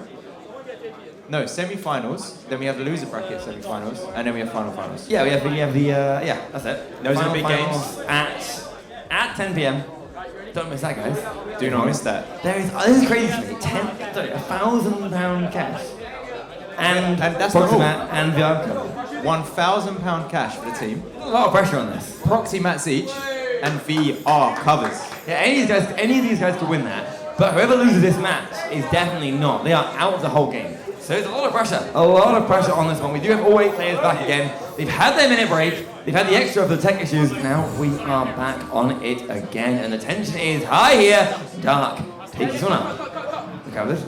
Beaver, looking to get a nice quick attack going. They do. They're quick with it, but a nice bit of defense from the Wood Ducks is going to hold them off. Okay, cleared down the middle. We're picked up here by Beaver. Beaver finding the pass over to Sebi. Sebi moving it forward. No one there to collect it yet, but now they do. We have Beaver holding this. Looking for a pass up top. Doesn't quite connect. It's loose. It's picked up by Beaver again. Self pass. Reset back to Nest. Sebi taking it nice and slow. It's 0-0 in his second round. We're about 30 seconds in now. They're playing a slow game. Beaver holding this. Over to the left side. In the tunnel with Duck. Making that long pass. Do we have the stack to collect this? It looks like the defense are back in time to pick this up. Step toes, foot the clear. Over the left side, intercepted there by Beaver. Beaver moving up, finding the pass up high, and we have JBLB moving to the bubble, trying to make something happen, beating to it by the defense, and that's cleared back out. There's Sebi on the floor, taking him up and across, looking for the attack. Oh, was that behind the back? Was that behind the back? Let's have a look. Let's check the replay. There he is. There he is. Takes it. Ah, it wasn't. It wasn't behind. I'm hoping behind the back. That would be cooler. Still, first 2 points. That is pretty good. That's what you need after dominating the last game, and you still, after a nice bit of break, get the first point next game. That's a good start. Good way to start things out. Okay, bit of a brawl there. We got Zyda picking this up now. Looking for the pass over to the middle. We're moving forward now with Howler. Howler dodging 2 defenders there, passing it back over West on the back line, finding the pass over on the left side. Zyda beating their man, passing over to the right. We have Howler moving in right now, taking that shot, and it's in! Something! Assist by Zyda. 19 meter per second speed. Killer shot. Boom! 3 points for the mixed team. That was speedy. Speedy little 3-pointer by Howler. That is what you need to get. Absolutely. They are on the money right now. If they keep this up, that kind of gameplay, they're going to be in a really good spot. The pressure is on Ivy now. Can they pull it off as Sebi goes up? Shriek. Shriek passing across at the Beaver. Beaver is taking their time. They do not want to lose this disc. They're playing real nice, but a little fumble. Recovered by Sebi. Again, sending it upfield. Some nice controlled gameplay, but under the pressure of that stack, they lose it there. Can they shoot? They do! Barely digging off that goal. Yeah, just dinging out. Over to the side with Beaver, looking to clear this out. Over to JBLB, back to Beaver. Beaver resetting it back up to Sebi. On the back line, finding the pass over on the left tunnel. We have Dark. Dark progressing up, looking at the stack coming at him, so he decides to pass it back to Sebi. These are very clean passes coming through. Beaver again in possession. Looking for the next pass down low. We have JBLB stunned out by the front stack, but oh no, he stunned them out. JBL moving in, finding the pass on the left side. We have Dark moving in right now, looking for the next pass. He finds it up high. It's Sebi. Sebi looking for the shield pass, potentially no, sends it out to the right side. We have Beaver moving in right now, 2 players in front of him, so finds the open mark. Up with Sebi. Sebi back again with Beaver. Beaver, this is looking very dangerous as they move around the bubble here. Trying to make something connect as Beaver moves in. Faking the attack, finding Sebi above, and Sebi sinks that in. 2 more points for the side of Ivy. God, look at them go. They're clean. They're so good at playing off each other, finding each other around the bubble. I mean, that's what comes when you play together so much, right? You know where each other's going to be. You can really help find that spacing, find the passes quicker. The Wood Ducks don't have the chemistry yet to do. They're finding it harder. They're going to have to really work to find those moments, but nice. Go to the stack there. You can have those moments of brilliance, but could not follow through on it. Unfortunately, it is in fact right by the goal. Was bad for them. The stack's there first. There is Howler with disc, walking it up and looking for a clear. They find it straight into the hands of Shriek. Oh, deadly. lead. They're going there like JBLB. Oh, another shot, but dinging that one off once again. Can they walk it up? Bouncing off the wall, taking time. Oh, each player loses a player. Each team loses one player. So we are shooting and another save comes in. 3v3 stats now. How are they going to do? So here we have Zyda looking for the clear out. It's bouncing out on the right side. No one to collect this now when it's 3v3. It looks like we had some people kicked out. No. Oh, so close. So close indeed. Is that someone coming back in? There's something going on here with players dropped out. I'm back in. Let's see again. We have a clear out on the right side. JBLB trying to get it through mid. It's almost through mid. West does pick this up, slapping it back forward. We are picked up by Zyda here. Back spin! If that went in, that would have been crazy. Yeah, lovely attack though coming in here. Defense is just so good. They're doing a really good job holding them off in this 3v3 format. That one stack coming out from the Wood Ducks is good. Oh no, they get there in time. The leech is really pressuring them. They don't. Oh, millimeters again. There's so many long threes coming out. Both teams, no, only one team. It's only going to be the Ivy who have that free player back here, the fourth player. They shoot the long. Zyda hits the long three, putting them back in the lead, 4-6. Wood Ducks take the lead. They're 2 points up in this game now, in this second round. 4 minutes. 4 minutes to go. They're leading. The mixed team is leading this match in the loser bracket. They may go further. They may keep this up. Here we are. Sebi finding a pass over the left side. We have JBLB getting over back to Beaver. Beaver contested there. Gets it back to Sebi. Sebi finds a pass over on the left. That's a deep pass. There's only one goalie. Is he enough to stop that? He's not! Dark sends that in. Equalising here. It's 6-6 in this second round. Okay, we're in an interesting spot right now. We're at 6-all. 3.5 minutes to go. If the Wood Ducks lose these 3.5 minutes, they are out of this whole running for this £1,000 total prize. They need to step up here. This is where it counts. Starting here.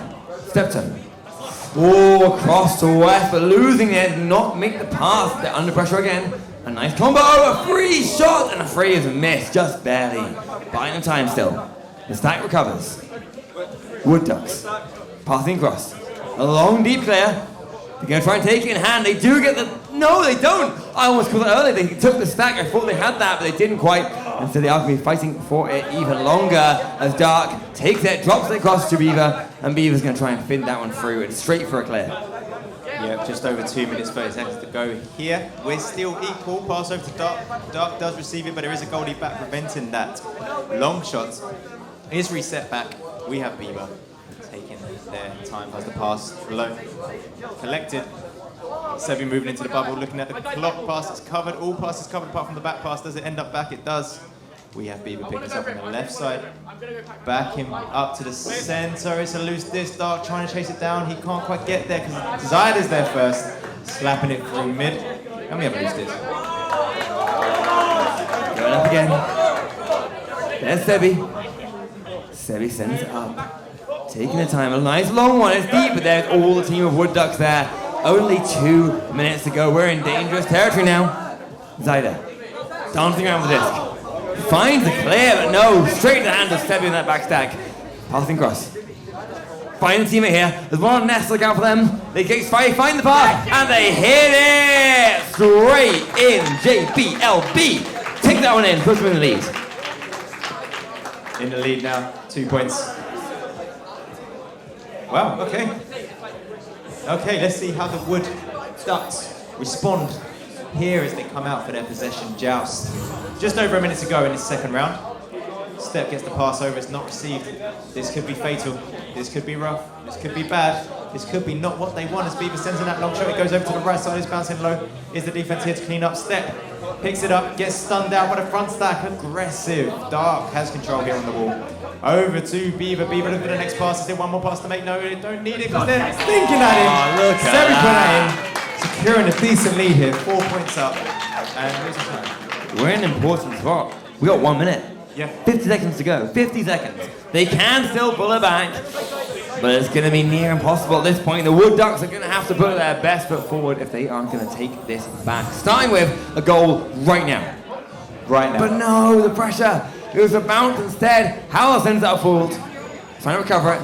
The goal down is below, open if they can but take a shot. Sebi recovers. No, it's a chance. There it is. The goal's open, and they just slip past their fingers. Instead, Sebi's going to clear that one out. Taking it there to a step. Stepping for a long again. It's in deep, but unfortunately there is Sebi instead. They look confident and they look good. And 10 seconds to go.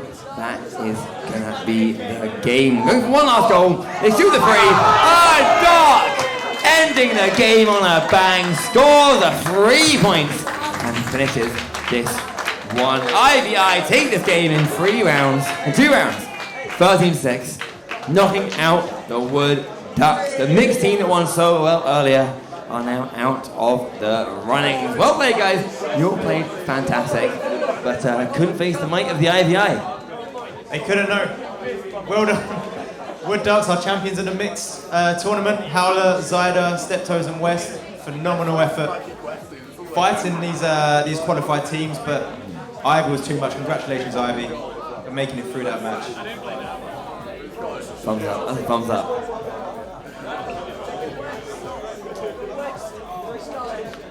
You see the stats? Okay, why don't I figure that out? So next up, to the floor, could we get Koi and Cronus, please? Koi and Cronus. Koi and Cronus! After this match, we're going to have an hour break. Hour break after this match. Then we will return.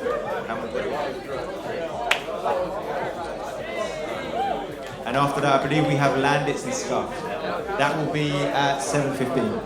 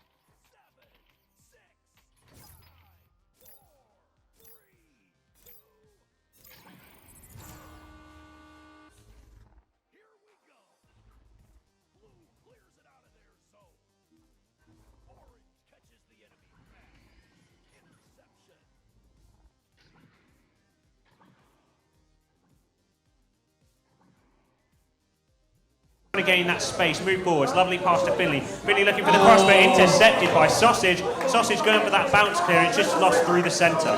Oh, it's a great leech, and the shot's there, and the shot's nearly on target, but it'll come to be on target. But Watchdog's there to stop that one. Watchdog now with the disc, got a little bit of pressure on him. He's going to be able to make that right hand clear. It's going to go all the way through and back. It's going to be trapped around this zone, just outside the tunnel now. No one on it just yet. Finley's going to be able to pick up this one. Going to look to juke it forward. Sends a shot maybe, but it's going to bounce off there and picked up now by Scuba, who's going to go for that clear.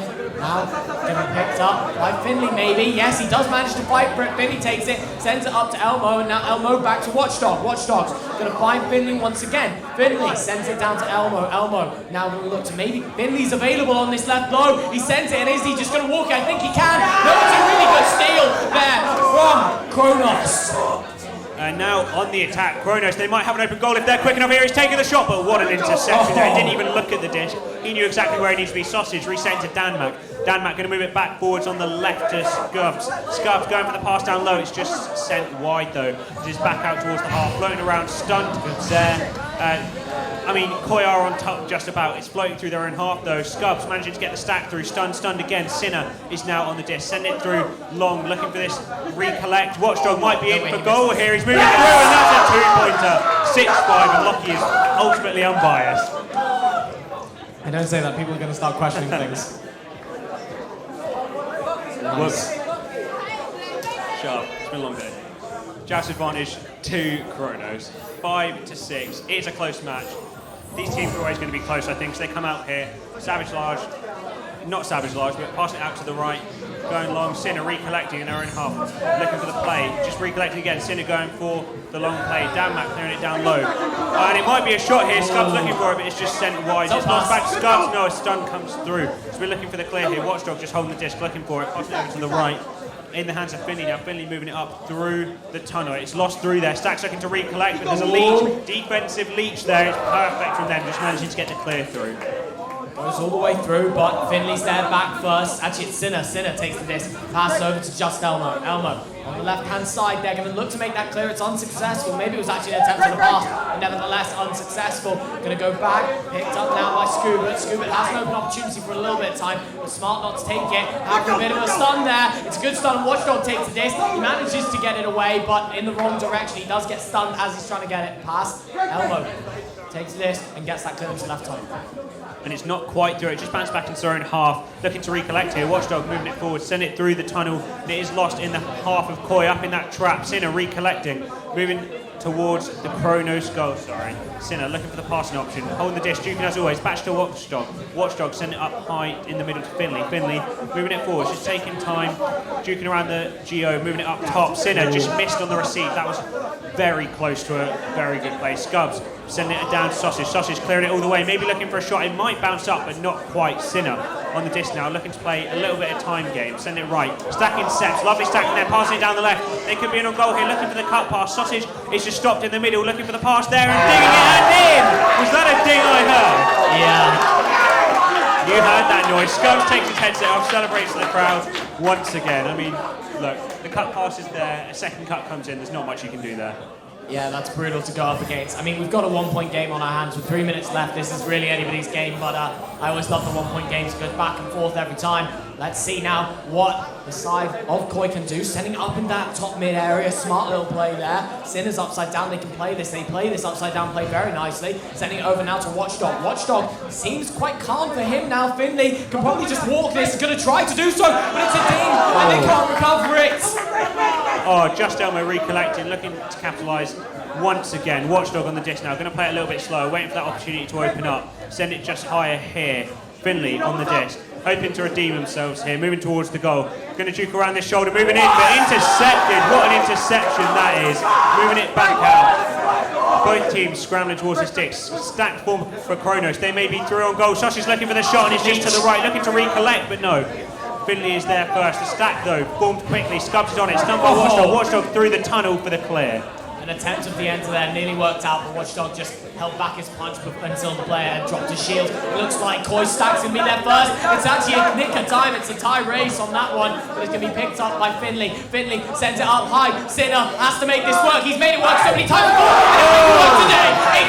8-7. Come on! How many times has Sinner done that today? That is, I mean, that's the class move. Just a little juke around the backboard, send it in for a slam dunk. 8-7, still a 1-point game. It is all to play for. And I mean, 2 minutes remaining, literally anything could happen. Kronos on the joust advantage here. We'll see how they play it. They need to get a goal, so they can't play for possession right now.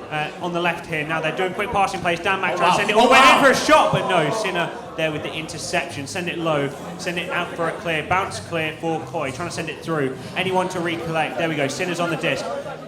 Looking for the option, send it over to the right here. Finley on the disc, trying to send it up high, but it's just lost. It's sent towards the goal. Scubs on the goal, needs to clear it there. Back to Finley. Finley's manages to recollect to Sinner. Sinner moving it forwards, looking for the passing option in the bubble, though they might just walk it. We've seen this many times. Sinner juking around the shield.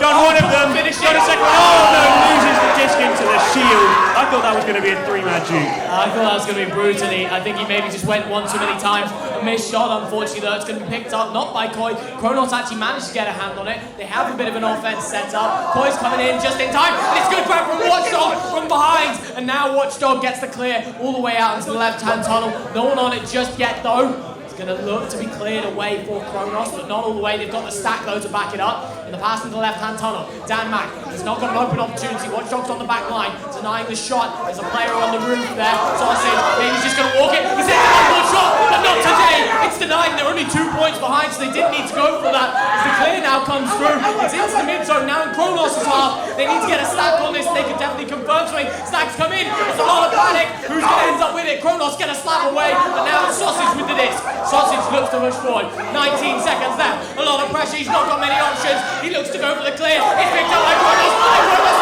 with a stun, and he's not going to make it. Kronos take the win on the round one.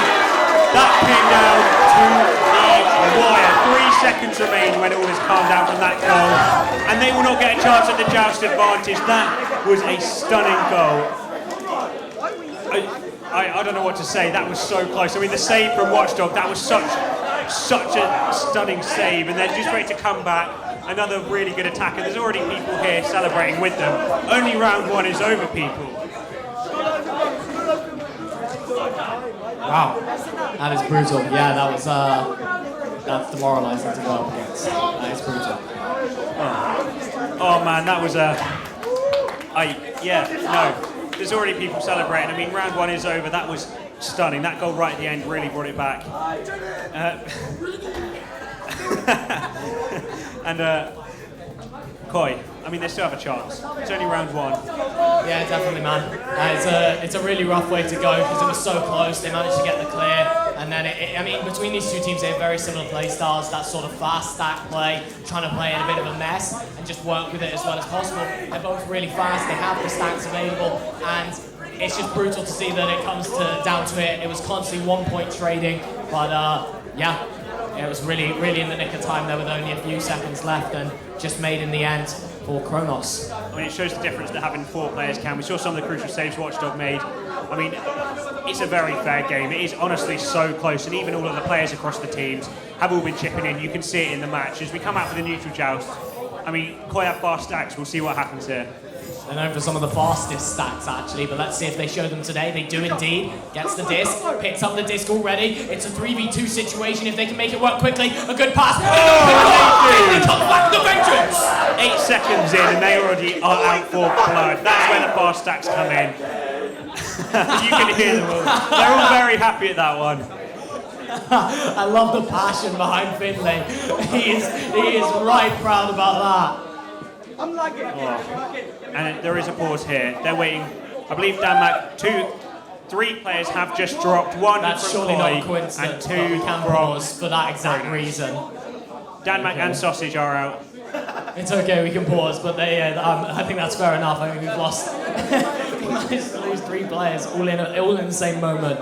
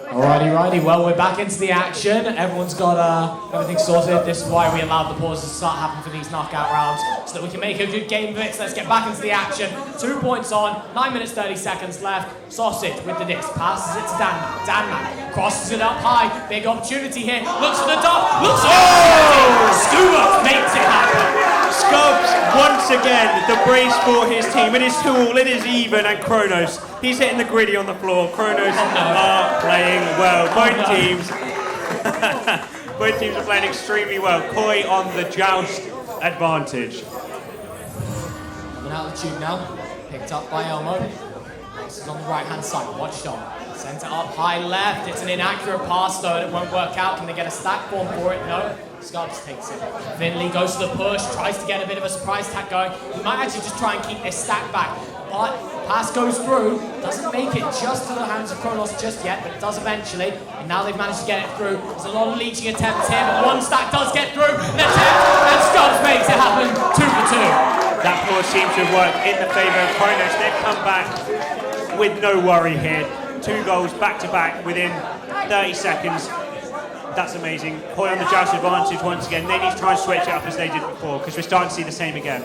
A little bit of a counter working here, a little bit starting to build up from Kronos. They need to learn to kill that pressure. Watchdog send it over to the left to Finley. Finley sent it up right, but it's a missed pass once again, as it's on the right. Intercepted though, as they're moving it forwards. Go on, make the shot. Make the shot. Make the shot. Yes! Yes! Go on, Watchdog! Oh, no bias here, as that puts Kronos back on the joust advantage. That's the first shot he's hit in his life, I guarantee. Other than a 2-pointer. Yeah, that's the first 3-pointer that man has ever hit in his life. Kronos on the joust advantage. They're coming out for it here, nice and quick. Savage Large on them.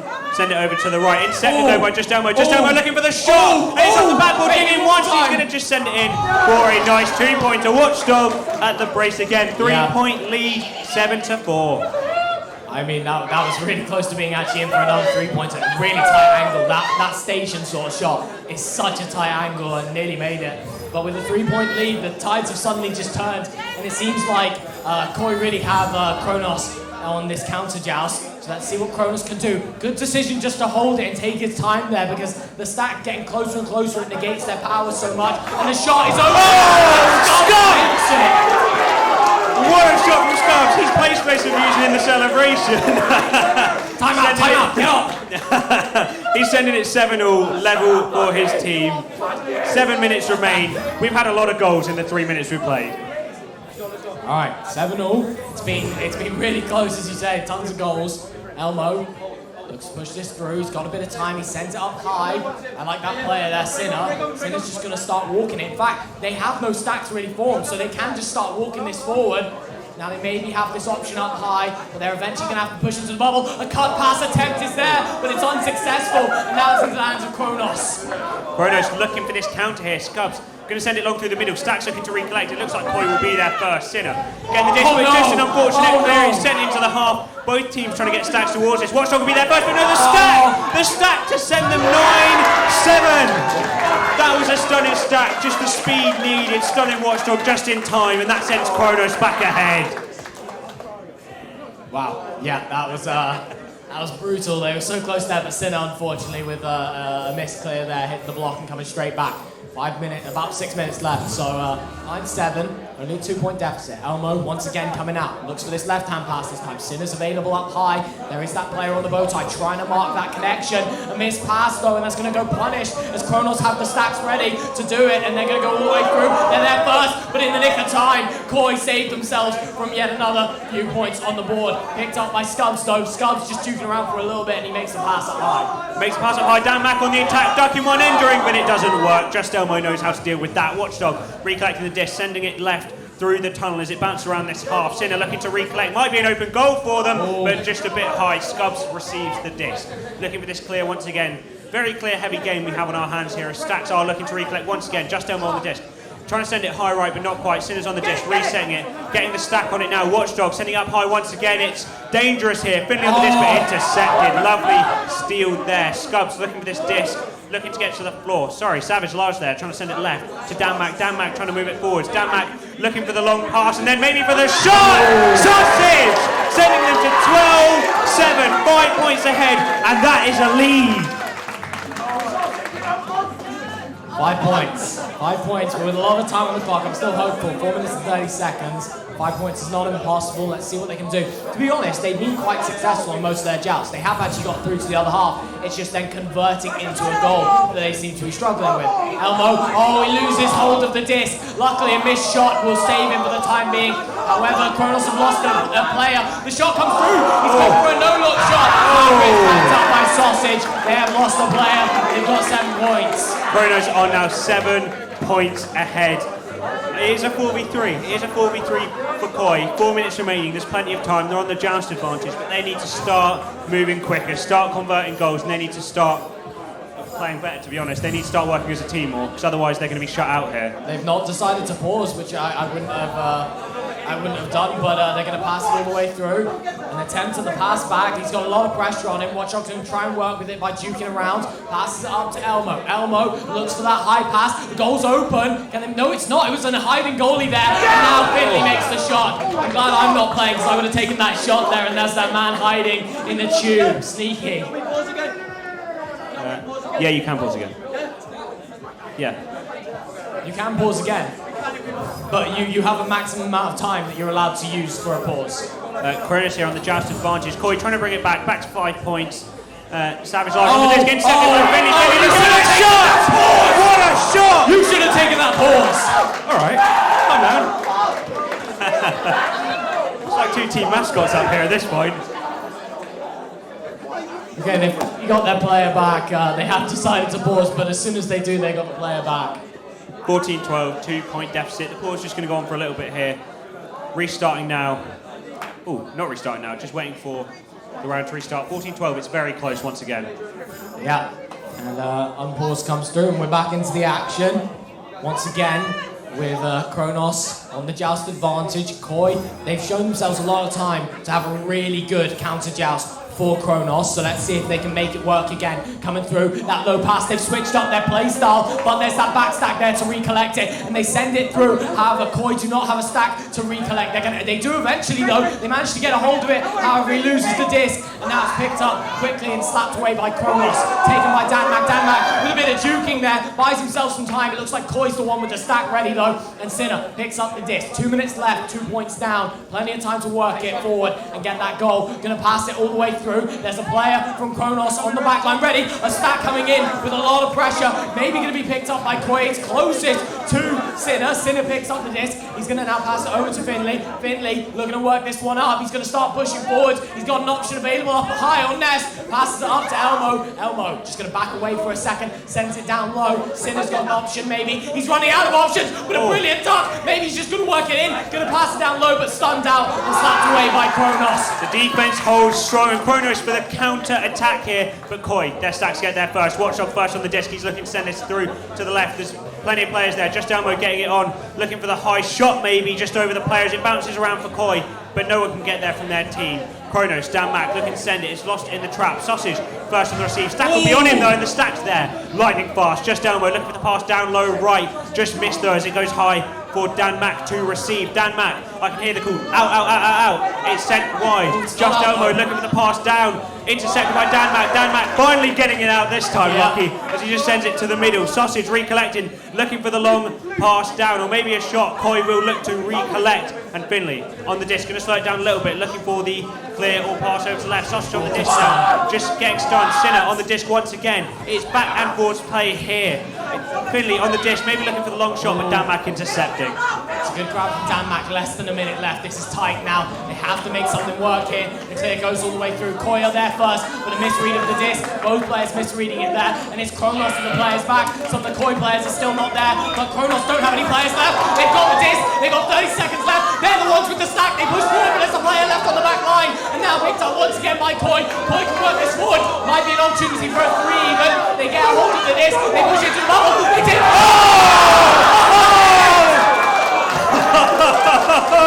I believe that was Watchdog, wasn't it? Yes. Oh my. Joust advantage to Kronos. I mean, it looks like it's going to be overtime, but who knows? Anything can happen. Counter QB, fast headbutt QB. We'll see what they do. They send it down low. See if the counter QB can come through, but no. 3, 2, 1. And that is a round 2 overtime. 14. Oh. This is our first overtime throughout the entire tournament. I'm not sure if we've had a single overtime at all. So. I don't think we've had one overtime yet, let alone in round 1, 2, or 3. We haven't had a single overtime. So this is our first overtime. Let's get into it. Koi have won the joust every time so far. So let's see if they win it once again. Koi coming out. This time, it's not Koi that win it. It's Kronos, but Koi recollect. A good slap away though. It's going to go into hands of Kronos. He won't be able to pick it up though. And now picked up by the side of Koi. Slapping away once again into the hands of Koi. Sinner gets a slap away. It's going to go all the way through. The snacks are through. Koi are there first. Do they score it though? They need to get a hold of it. Take it. Another attempt though. Can limit. The defense. But Koi still have a hold of this. Sinner takes it. He's stolen from though. Skulls gets it all the way through. The stacks need to recollect it. Both stacks are there. Kronos on it. Kronos has won! Kronos take the second round in overtime, and people are scoring the arena. 16 to 4. Kronos gone through to the semi-final. Holy. That was incredible. Semi-finals, my bad. Kronos go through to game 7. Unfortunately, Koi are knocked out, but that was an incredible showing from both teams. So close. Wow. Yeah, I don't have the words for that. Incredible. That was a very close match, and there's going to be celebration, so we'll call it there. Next match. Oh yeah, the next match is... It's going to be Kronos versus Ivy. So Kronos, you're up for round 2. See you there in a minute.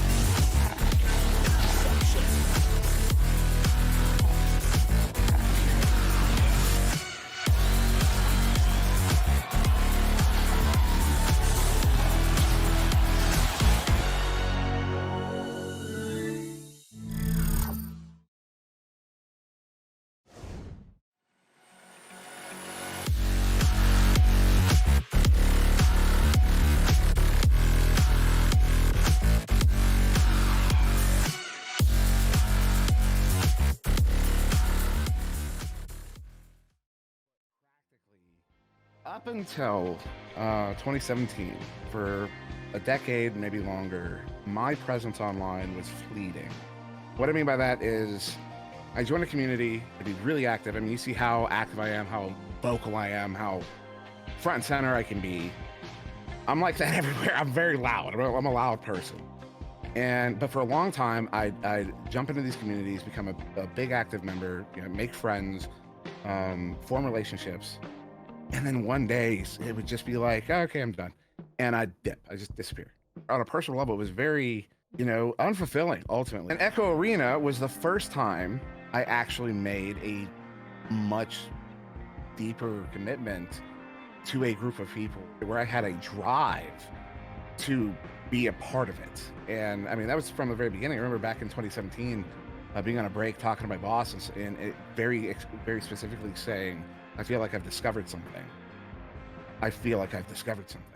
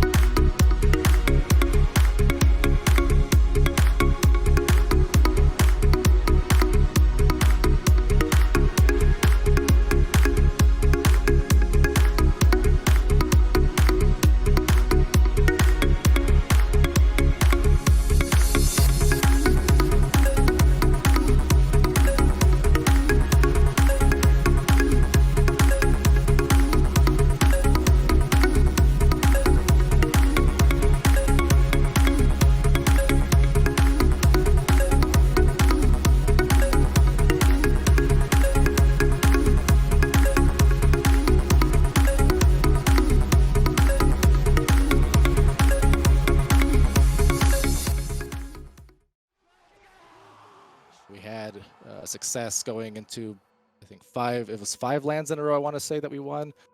2 world championships in ESL. We got to go to the likes of San Jose, California for Oculus Connect. We went to Katowice, Poland for the World Finals of the first season. We went to Leicester, UK for an invitational. A lot of us, we've never been able to do something like that. Like, we were all gamers, but we've never been, with few exceptions, pro gamers or people who did things like that. Being able to just be part of something that felt bigger than ourselves, being part of something like that and being able to go on stage was a wild experience. Like, there's a lot of nerves involved, but at the same time, because VR being what it is, it was one of those cases where the heart would be pumping getting on stage and you'd be all amped and excited, but then you put on the headset and then kind of everything melts away. After the first few minutes, you sort of forget where you are exactly, and you just kind of get back into that moment and into the game, because that's all it's encompassing your senses, your eyes and your ears and everything. You're in VR.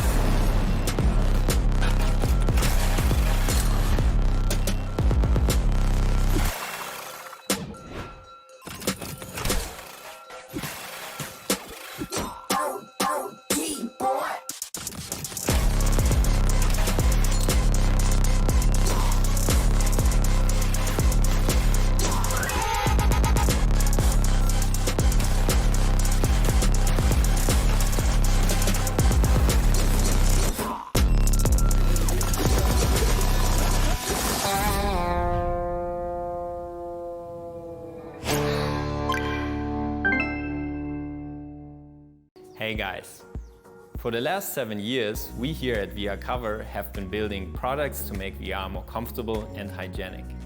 Now with the launch of the Oculus Quest 2, we teamed up directly with Oculus to bring you our easy to clean facial interface replacement set. The set is easy to use, and when you get it, you simply replace the one that comes with the Oculus Quest with ours. The set comes with 2 differently sized super soft foams, the standard foam that gets you as close to the action as possible, and the comfort foam that adds a little bit more padding.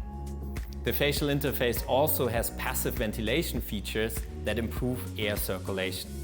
That means lenses are less likely to fog up, especially when VR sessions become a bit more intense and you might start to sweat. The facial interface set also has removable nose guards that reduce light leaks and prevent some of the hot air from rising up into your headset when you exhale. This is the first of many products we're going to launch for the Oculus Quest 2, and if you like it, get it, and subscribe to our newsletter to hear about new product launches first.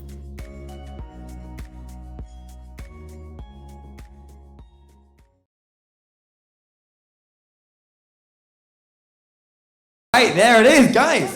Back again here with the team of Chronos just after their hot win. Cheers in the background for them. Let's go. You're hearing that one. Guys, that was an absolutely brutal win, right? They was like so in your favor for a while. They got neck and neck. I mean, how are you feeling during that? I was supporting.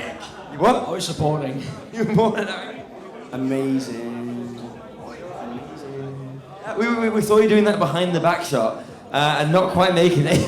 we noticed that. It's actually called the backwards Mazza flick. Also known as the Gremlin. Also known as the... Of course, yeah. Yeah, that is also true. That is also true. Did you guys, going into that, did you think you were going to win? What happened? Right. We'll say yes, but I think we know what yes actually means. yeah, sure. We're going to say? It wasn't looking good, but Scubs turned up. Look at him. Look at Scooby-Doo. Yeah. Fucking Scooby-Doo, innit? Do you know how many points he dropped? How many points he dropped? I've no idea. How many? Not enough. Oh, I don't know. I wasn't counting. 50 points. I've no idea. Is that it? Guys, what was it? It's my... Hey, I love the spirit of LAN. I love everyone being together. So if I can be as active and interactive as possible, that's what I'm going to do. Every goal I'm taking my headset off, I'm celebrating. I'm just saying whatever. Yeah, we can see it. The energy was there. You get that goal, you rip it off, jump in the air a bit, punch each other. It was great. Guys, so what was it? What was it that got you that win this time? Scubs. What was Scubs doing? Playing as a part of our team and really, we developed as a team during that game, and I think it's only upwards from me. Let's go. Okay, so you've got your win, right? And people, everyone's been ecstatic about the win, really hyped up. Do you think you can go on and get some more? Right, I can see Ivy right there. I'm going to send a message. This onesie is my victory crown, and when we beat you next, it's going right back on. Right back on. I would love it if we beat them. It would be bloody lovely if we knock them out this tournament right now. That's a message. So if you went from a big fan, yeah, a big fan. As Kronos' #1 fan, it's a bit embarrassing watching Blast getting absolutely shafted by some Ivy, sorry. All right. Well, let's pull back to your win. Reverse it back a bit, run it back. So guys, we talked earlier about the quests and everything, about not being that warm on it, right? How are you feeling now? You feeling better? Toasty. I have switched headsets 4 times so far, and I'm better than ever, mate. Fresh. Yeah. Savage Large. Yeah, that was me. I was on Scubs. I'm Savage Large now. I don't know what's coming next. And Savage Large is doing it for you? Just about. I'm from in the background. Hey guys, how's it going? Sweet, right, so, is there anything you did differently? Anything that worked for you this time? Or are you just going to keep doing what you're doing normal? We held stacks. We held our stacks. Yeah, backline. Scubs MVP, mate. Kept the back line not needed. Oh, lovely job, guys. I mean, it was great. Honestly, we're all hyped. We've got an hour break now, obviously, but after break, you'll be back to fight that place. I think you're next match, aren't you?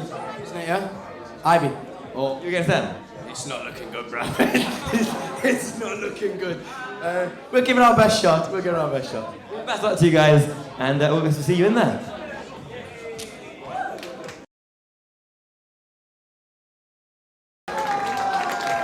a second. Go.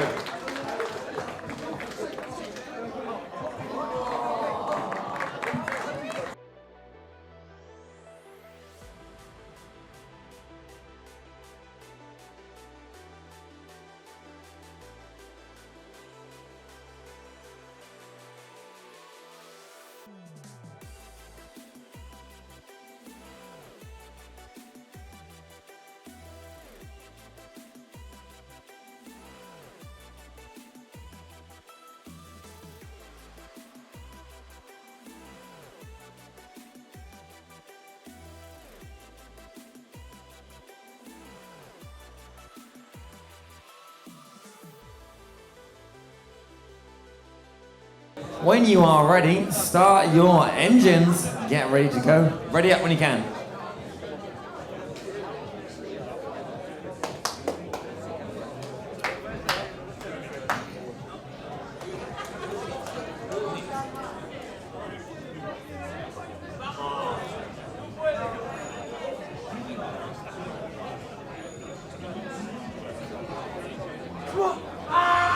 Let's go.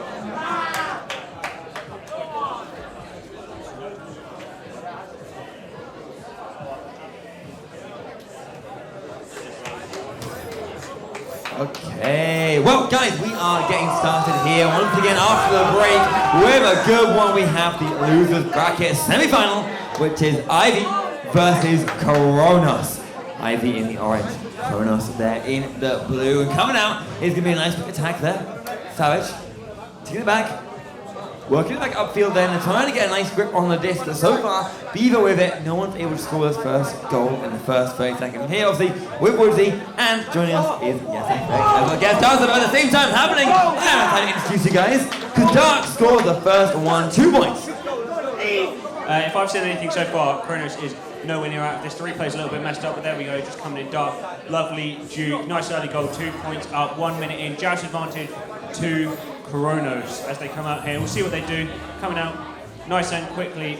Scubs over on the left here, send it through, Stacks there, Sausage trying to intercept, but both teams scrambling for it. Beaver's now on the disc, now Dark, they're looking to stack forwards, but the stack from Kronos is just slightly quicker. Send it back to your boy Sam, sorry, that is JBLB in this one. Send it through, Damak intercepting, send it low, Stack looking to recollect, maybe with a shot, but they can't reach the disc. All 3 of them have missed. Beaver recollecting, looking for the clear, or the reset there to Sebi. Sebi just moving it forwards, playing it nice and slow, back over on the left to Beaver. Beaver moving it forward, straight through the centre for the clear.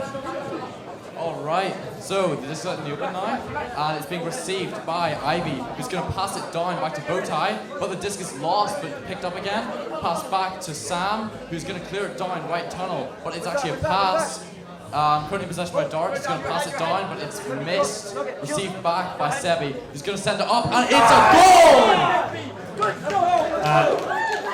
Hey, Beaver, yeah, that's right. Beaver taking that one away there. A nice 2 points again. 4-0. 4-0 taking this one to start off with. Out the gates. Ivy looking real goddamn clean. They're looking good. They're looking aggressive, but can they keep it up? It's only the start of the game, and Sausage now is taking that one up for a QB for Kronos. I mean, there were certainly some mixed scrims going on in the break.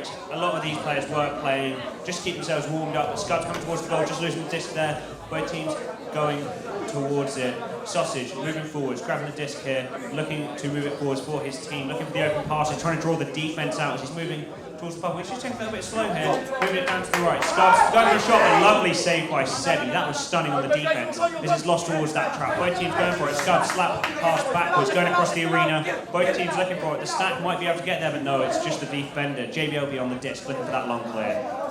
You can hear the players screaming down here, they're fired up. It's being long shot, and it's hit! Beaver with the 3-pointer! 25 meters, beautiful. Beautiful, beautiful little attack there. They're looking really clean so far. 7-0. 7-0. That is a considerable lead right now. We're only in the start of the game.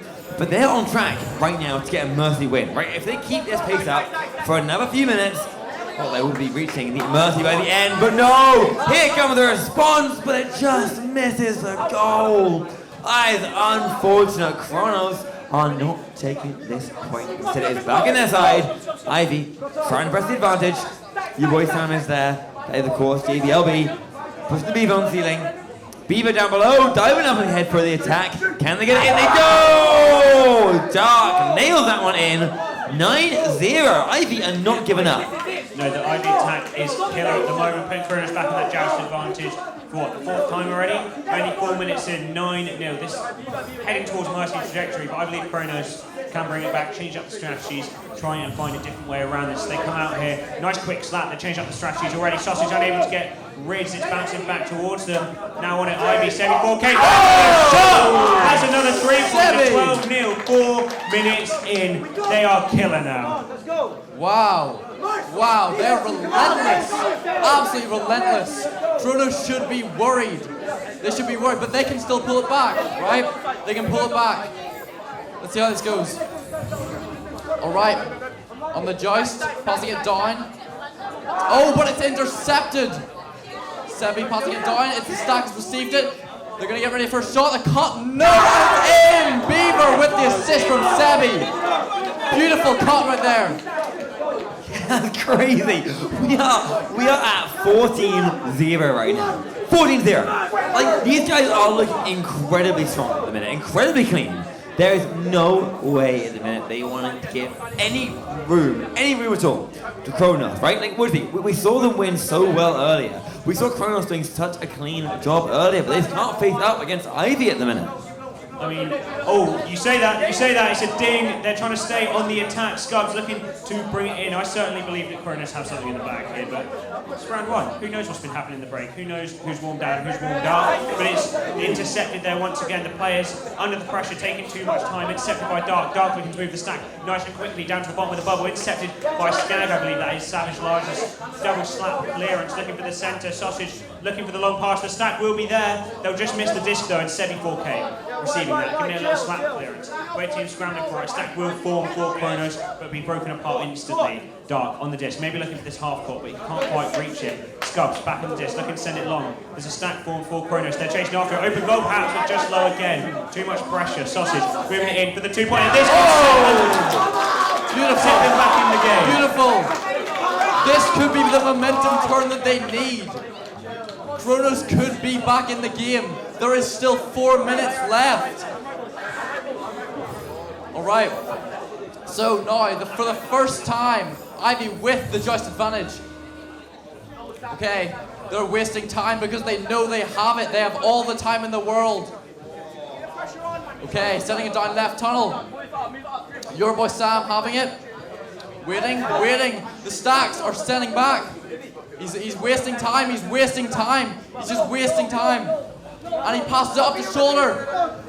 Going for the cut, Waiting, cutting. Another cut. Oh, the style points are insane here. Beautiful. But no. Too much style, but not enough skill. Ended up being sent down. Not enough skill. Come on, what are you saying? They're 14-2. They're a Mercy in a pub right now. This will probably be Mercy already. But hey, they're confident. Like you said, they are burning up time because they can burn that clock up. Every second that goes past is a second. Absolutely, Arpisa. Every second that goes by is a second closer to them winning. And both in their side here. Kronos want to knock them down, but no. Beaver with the disc again, not giving up an inch of momentum so far.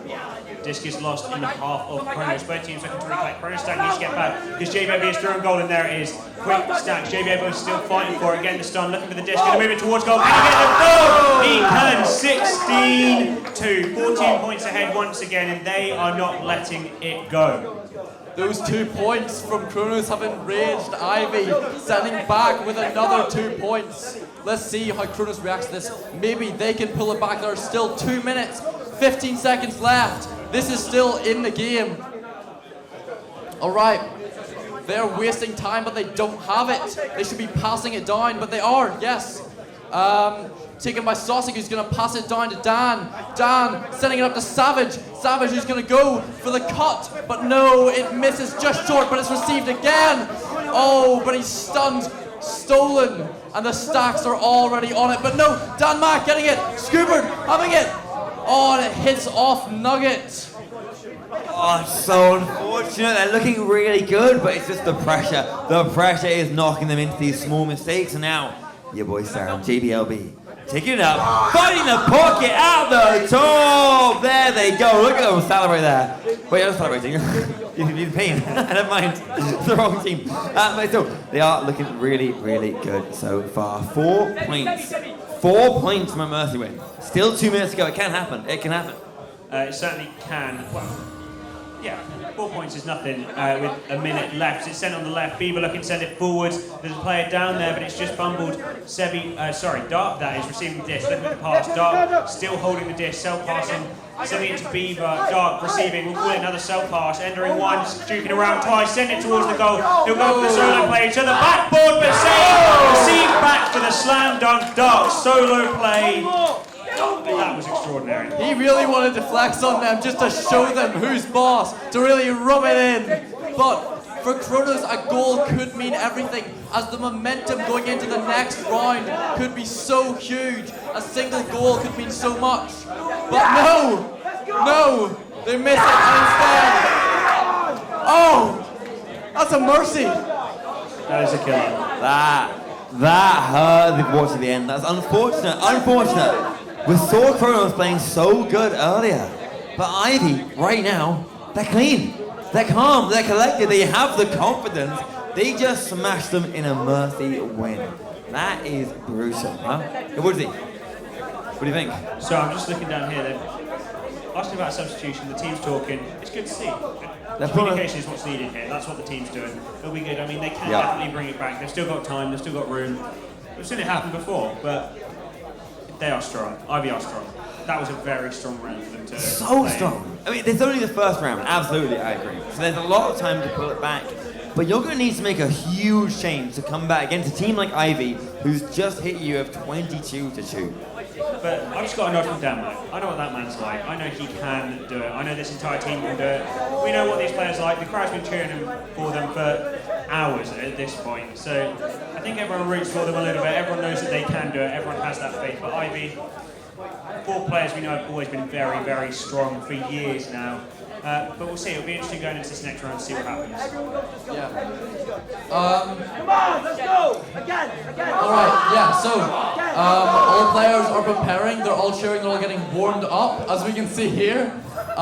We've seen many times before, things can change round 2, not only in this LAN, but in any game, VRML in general. But first, it is taken by Ivy. Beaver walking it up slowly.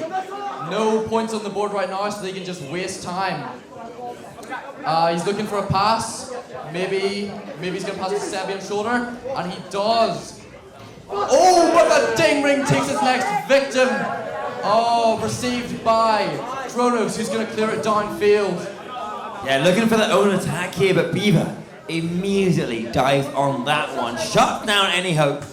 They don't want to give a single inch of wiggle room to Kronos. Kronos need this. Kronos need momentum. They need that interception. They receive it right there. Pushing upfield. Trying to find an opening. The goal's open. Who make it first? They missed this. Oh, but the stack from Kronos is not there in time. If you're not there, you cannot capitalize on these openings. They do receive it. They work it up. Now, backline. Passing upfield. Danmark. There he is. Taking his time. He's waiting. He is in no rush right now. Pass across. Down again, on the floor. Can they find the opening? The pressure is intense from Ivy right now. There they are. Kronos underneath. No, they shoot. The goal's open and they get stunned out at the wrong moment. Instead, it is going to get cleared out all the way outfield. I mean, that was an extraordinary jump by the keepers. It's not in there. Strem? Whoa. We're hearing Strem allegations. Whoa, we check at the end of the round. Those We're going to have to check the clam at the end of that round. Because players still play on. No, and the shot goes in. Sending Kronos ahead for the first time in this match. Regardless, god damn, that is a beautiful 3 points. More points than they received all of last round. That is insane. I knew they had something up their sleeves. Alright, this could be the change that they need. Okay, so joust advantage. Ivy has it. They're wasting time. Night is still young. 7 minutes, 57 seconds. Gonna pass it down. Received by your boy Sam, who's gonna pass it reset. We love resets. He's gonna clear it down. Passed it to Dark. Dark walking it up. This is it. Bouncing off Nest. This is and it. he's gonna get it in. Oh, the ding. No, it dings. That faster. They want these points right now. Of course they do. They're looking great. They receive it. What a save coming out there from the Ivy. From the goalie. Again. Beautifully well done. The clear comes out. The stacks are on it. The Ivy stacks to reach it first. The pressure's good though. Can they get there in time? No, Beaver takes it sideways. Takes it out of that pressure. Very smart little play there. And is able to get that clear to their teammate in dark. But stolen! Stolen! Where are the stacks? Where are the stacks? Who's going to be reaching it first? There they are! There's Kronos! The goal open and Skula slam that one in.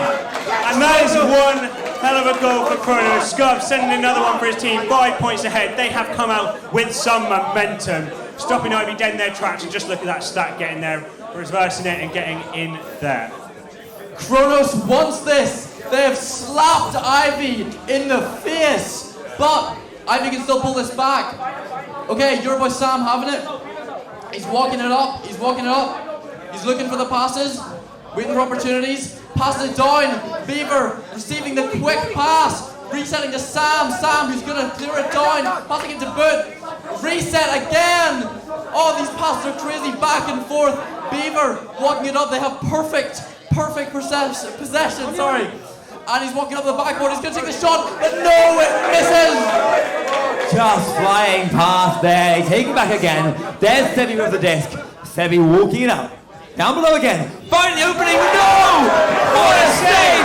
What a save that was! Kronos goalie looking crazy right now. As Ducks can take it back again with that one. You can't stop that one.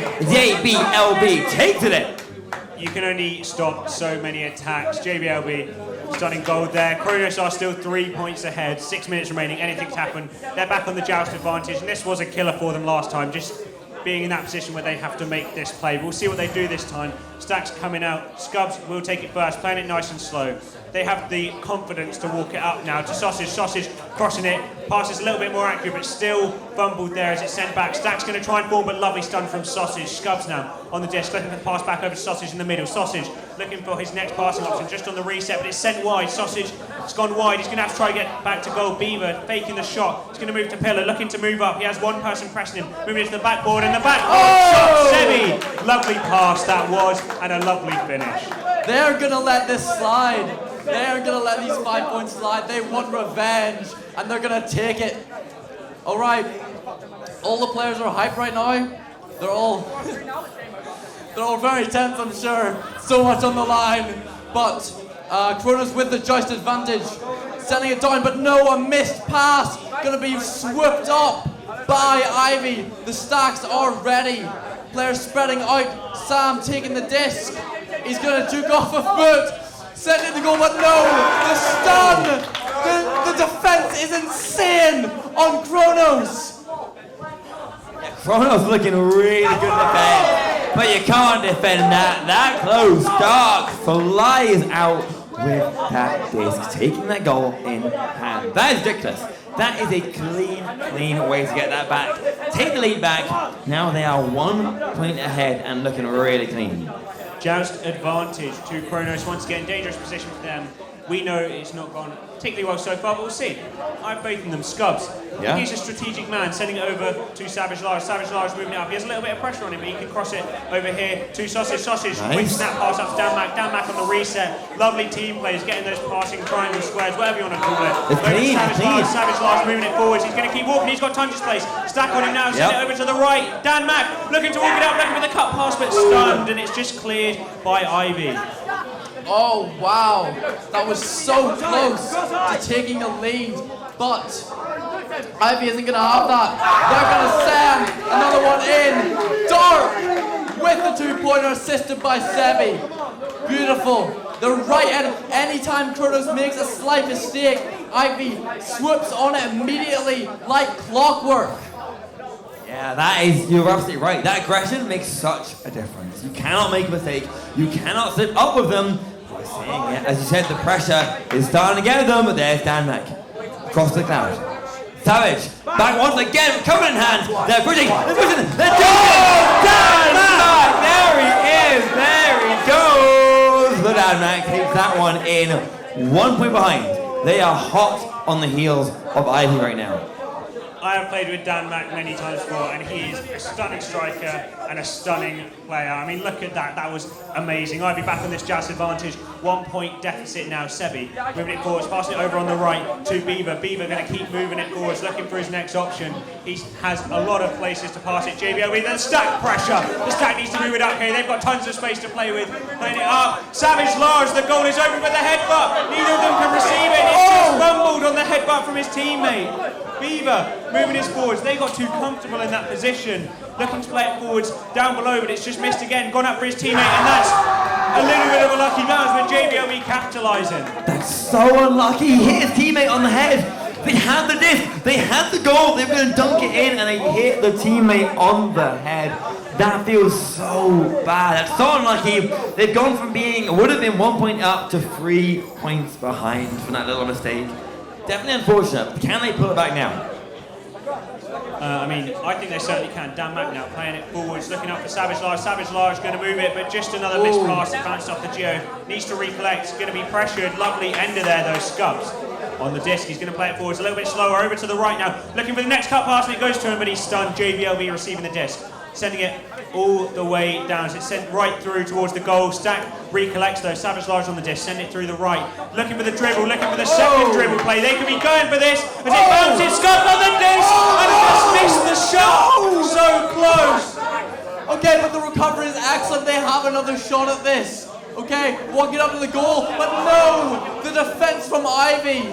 Oh, another shot though, another attempt. Oh, third time in a row. They've mucked this up. Oh man, that's rough, that's rough. I'm gonna lose my mind over here. They're so close. That was so to a 3, so good to a 2, so goes again the recover. They only have 40 seconds on the clock to get a 3-pointer right now. That could have been it, but no, they missed that one. Like you need to either go for a goalie stun or 2 very quick 2 points. A goalie stun or a long 3 is all they can really do right now as the time ticks down. If they get scored on right now, it's over. If they can push back, they can get a goal, but no, this could be bad for them. They recover it, sit down field. If they can chase it down, if they can get a 3-pointer, they could do it, but the stack goes straight back home. They're not risking it. And it just goes into this half here. They need to hold out. They need to get on the attack. 9 seconds remain. They need to get the stack on this. The stack's coming back. Dan Mack on the disc.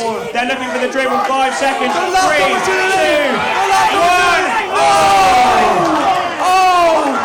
Oh! Right. Oh, it just went a little easy from the crowd. Wow. Quickly. Wow. We have requested a strength check throughout that match. I'm going to go check it quickly, see if we need a points deduction. What a game, though, guys. What a game. What a game that was. That was ridiculous. That was a ridiculous. Oh, he's in a second. Oh, what a ridiculous. That was a beautiful game. They played it so well throughout. Guys, you crushed it, but Ivy was incredible. We are getting. Oh, we're getting logs up. We're going to have to check the logs here.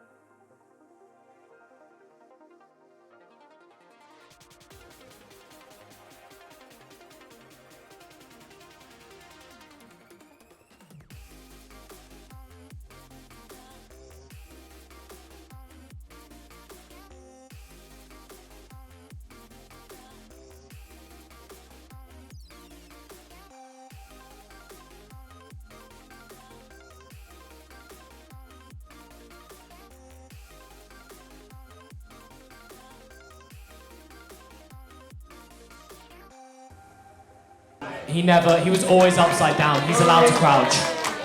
He's been upside down for literally half that round, so yeah, he was still upside down.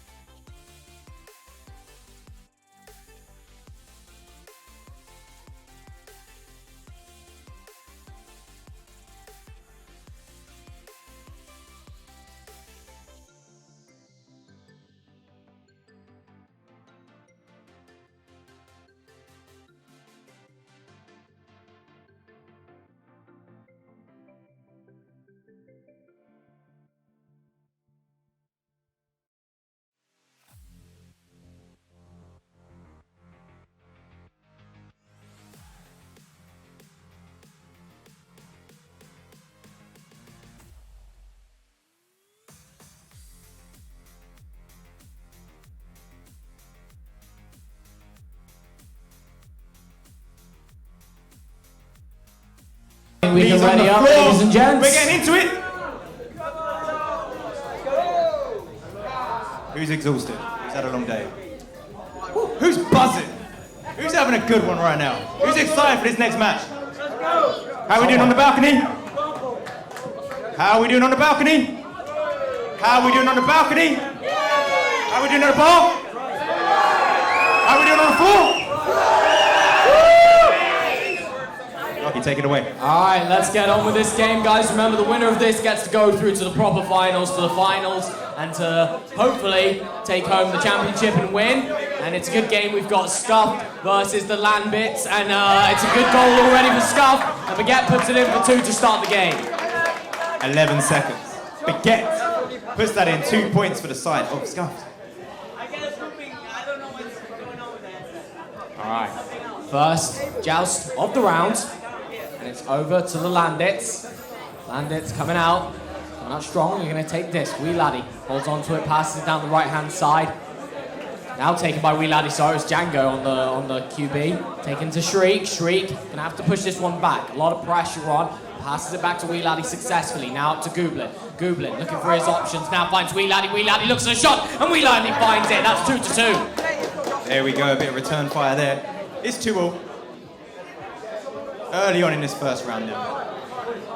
This is what you want to see. These later games, you want them to be a bit more even, right, Lucky? Yeah, I mean, well, that's what you're expecting at least from these players. I mean, they've gone through a lot, they've had a lot of trials and tribulations, and now they come towards this final sort of era. But a bit of a missed QB, and they mentioned this before, that Scuff really do not want to be messing up their QB, but there's the first one today. And Baguette now manages to recover it. They're going to work with it, look for this clear and boost strategy. It's worked quite nicely. They're there, but they don't manage to quite get the disc. They have a huge amount of pressure, though, and they are unstunned, taking their other 2 opponents out.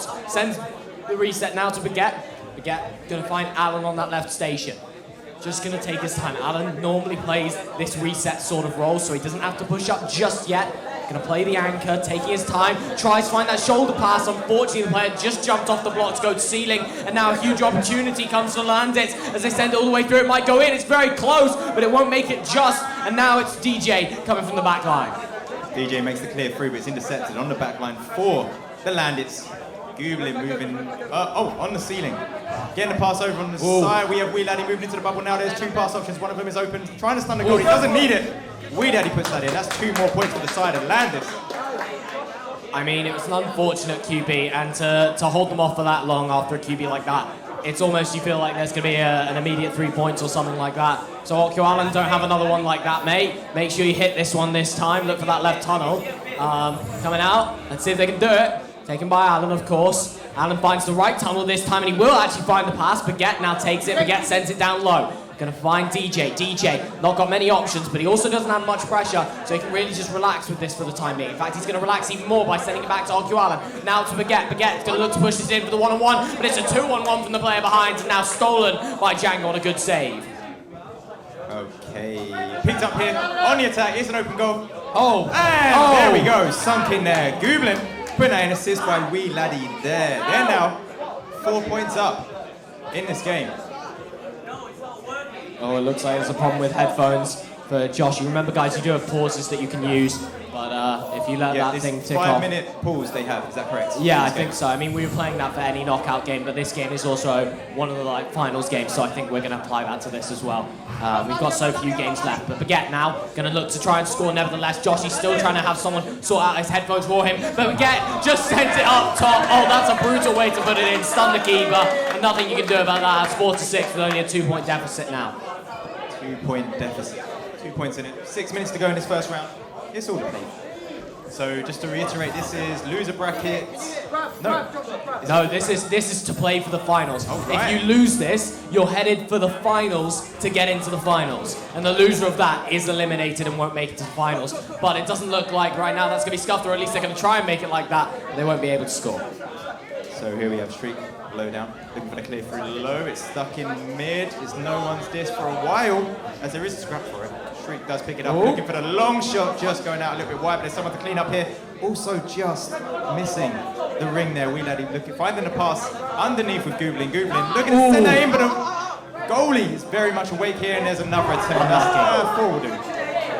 There's only so much Alan can do. I love how Joshi has like a pit crew, by the way. He's not actually sorting out his own headset. He continues to play and he has someone come over there to sort out his headset. That's so smart. They've hired a pit crew to help them. But yeah, let's see if it can work out. Now Alan's going to take disc as ever. Finds the right tunnel this time, or maybe he doesn't. In fact, he won't find it truly. And now it's into the hands of Gooblin. This should go punished now by Landit, but can they make it work? Weelady's really got no options. He's got this reset actually. Sends it up to Django. Django finds his left-hand side. A little bit of pressure here. Gonna try and work it forward. Buys himself some time with the Dukes. And now looking for that pass on the right-hand side. Tries to read the bounce, but the disc is just that little bit too far away. However, it bounces to the opposing side. Still to one of his teammates. However, not able to keep the disc. And now it's DJ Uncle Scott with it. Takes a shot. It's really close, but not close enough. And now it heads back towards the mid-zone. Picked up by Shriek.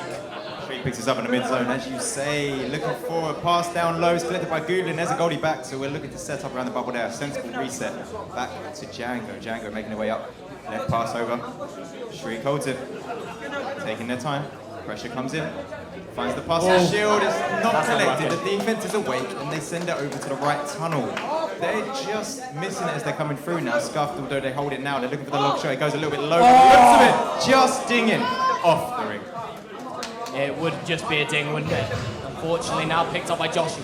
Joshi tries to find his high right, does manage to do so. Passes it off to DJ. DJ on the ceiling, trying to buy himself some time, looking for his options. He finds an option, but the pass, the collection is not exactly there. And now the stun comes through. However, they don't manage to collect this just yet. They do eventually go for the clear. It's not all the way through, but it's partly the way through. Going to be stolen by Django now. Django sends the shot, but Alan's on the back line. Tries to clear it, not able to find the clear fully through. Now back in the hands of Shriek. Stolen by Joshi. Joshi looks to make it clear, not able to do so once again. And now it's in the hands of Baguette. Stolen again by Django. It's back and forth in terms of possession, and now Shriek's going to manage to do it, sending it right and low, but not going to make it all the way through. Still going to be able to collect it, and a slam dunk, Weeladdie!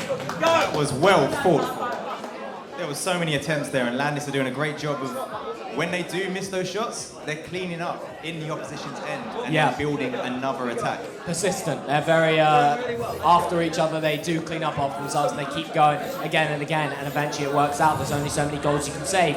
Alan sends it right side again, and Alan's missed another QB. Alan has to clean this up if he wants to play in the higher ranks now. 2 minutes and 58 seconds left, taken by Gooblin. Gooblin once again looking for an attack for his sides. They're 6 points down. They have to just change the possession here because they could honestly just hold this and play time right now. Doesn't look like they're going to do so. Shriek's going to take it in, and Alan makes up for his mistake with a brilliant save. And now the clear comes through. No one on it just yet. Django looking to get it. There's a lot of players around this zone. It's very hard to get a pass off here. And Alan punishes it once again, but Weeladdie somehow comes away with the disc to get it away. Now up to Gooblin. Gooblin maybe going to look for this crossover to Weeladdie, or just to walk it. He walks it! Great walk. Great scramble. Great assist there. Weeladdie assisting Gooblin there. Sinking it in. 2 more points. That's a little bit of a lead now. A little bit of a lead. 12 points in this first round. 2 minutes to go. There's time to bring it back for Scuff. We've seen them do incredible things so far in this tournament. Let's see if they can pull one out of the bag now. They come out now. Pass very quickly over to the right side. Baguette holds this. Looking for the pass very up high. It is collected. We have a pass into Nest. It doesn't quite connect the way I assume he intended it. Joshua T trying to chase this down. Gooblin gets a hold of it, looking for the long shot, and it's cleared deep in there. Picked up by Scuffed. Look for this clear. Not able to make it through. It's going to go high. Weeladdie manages to get a recollection on it. Stacks are looking to take it, but Joshi ends up taking it.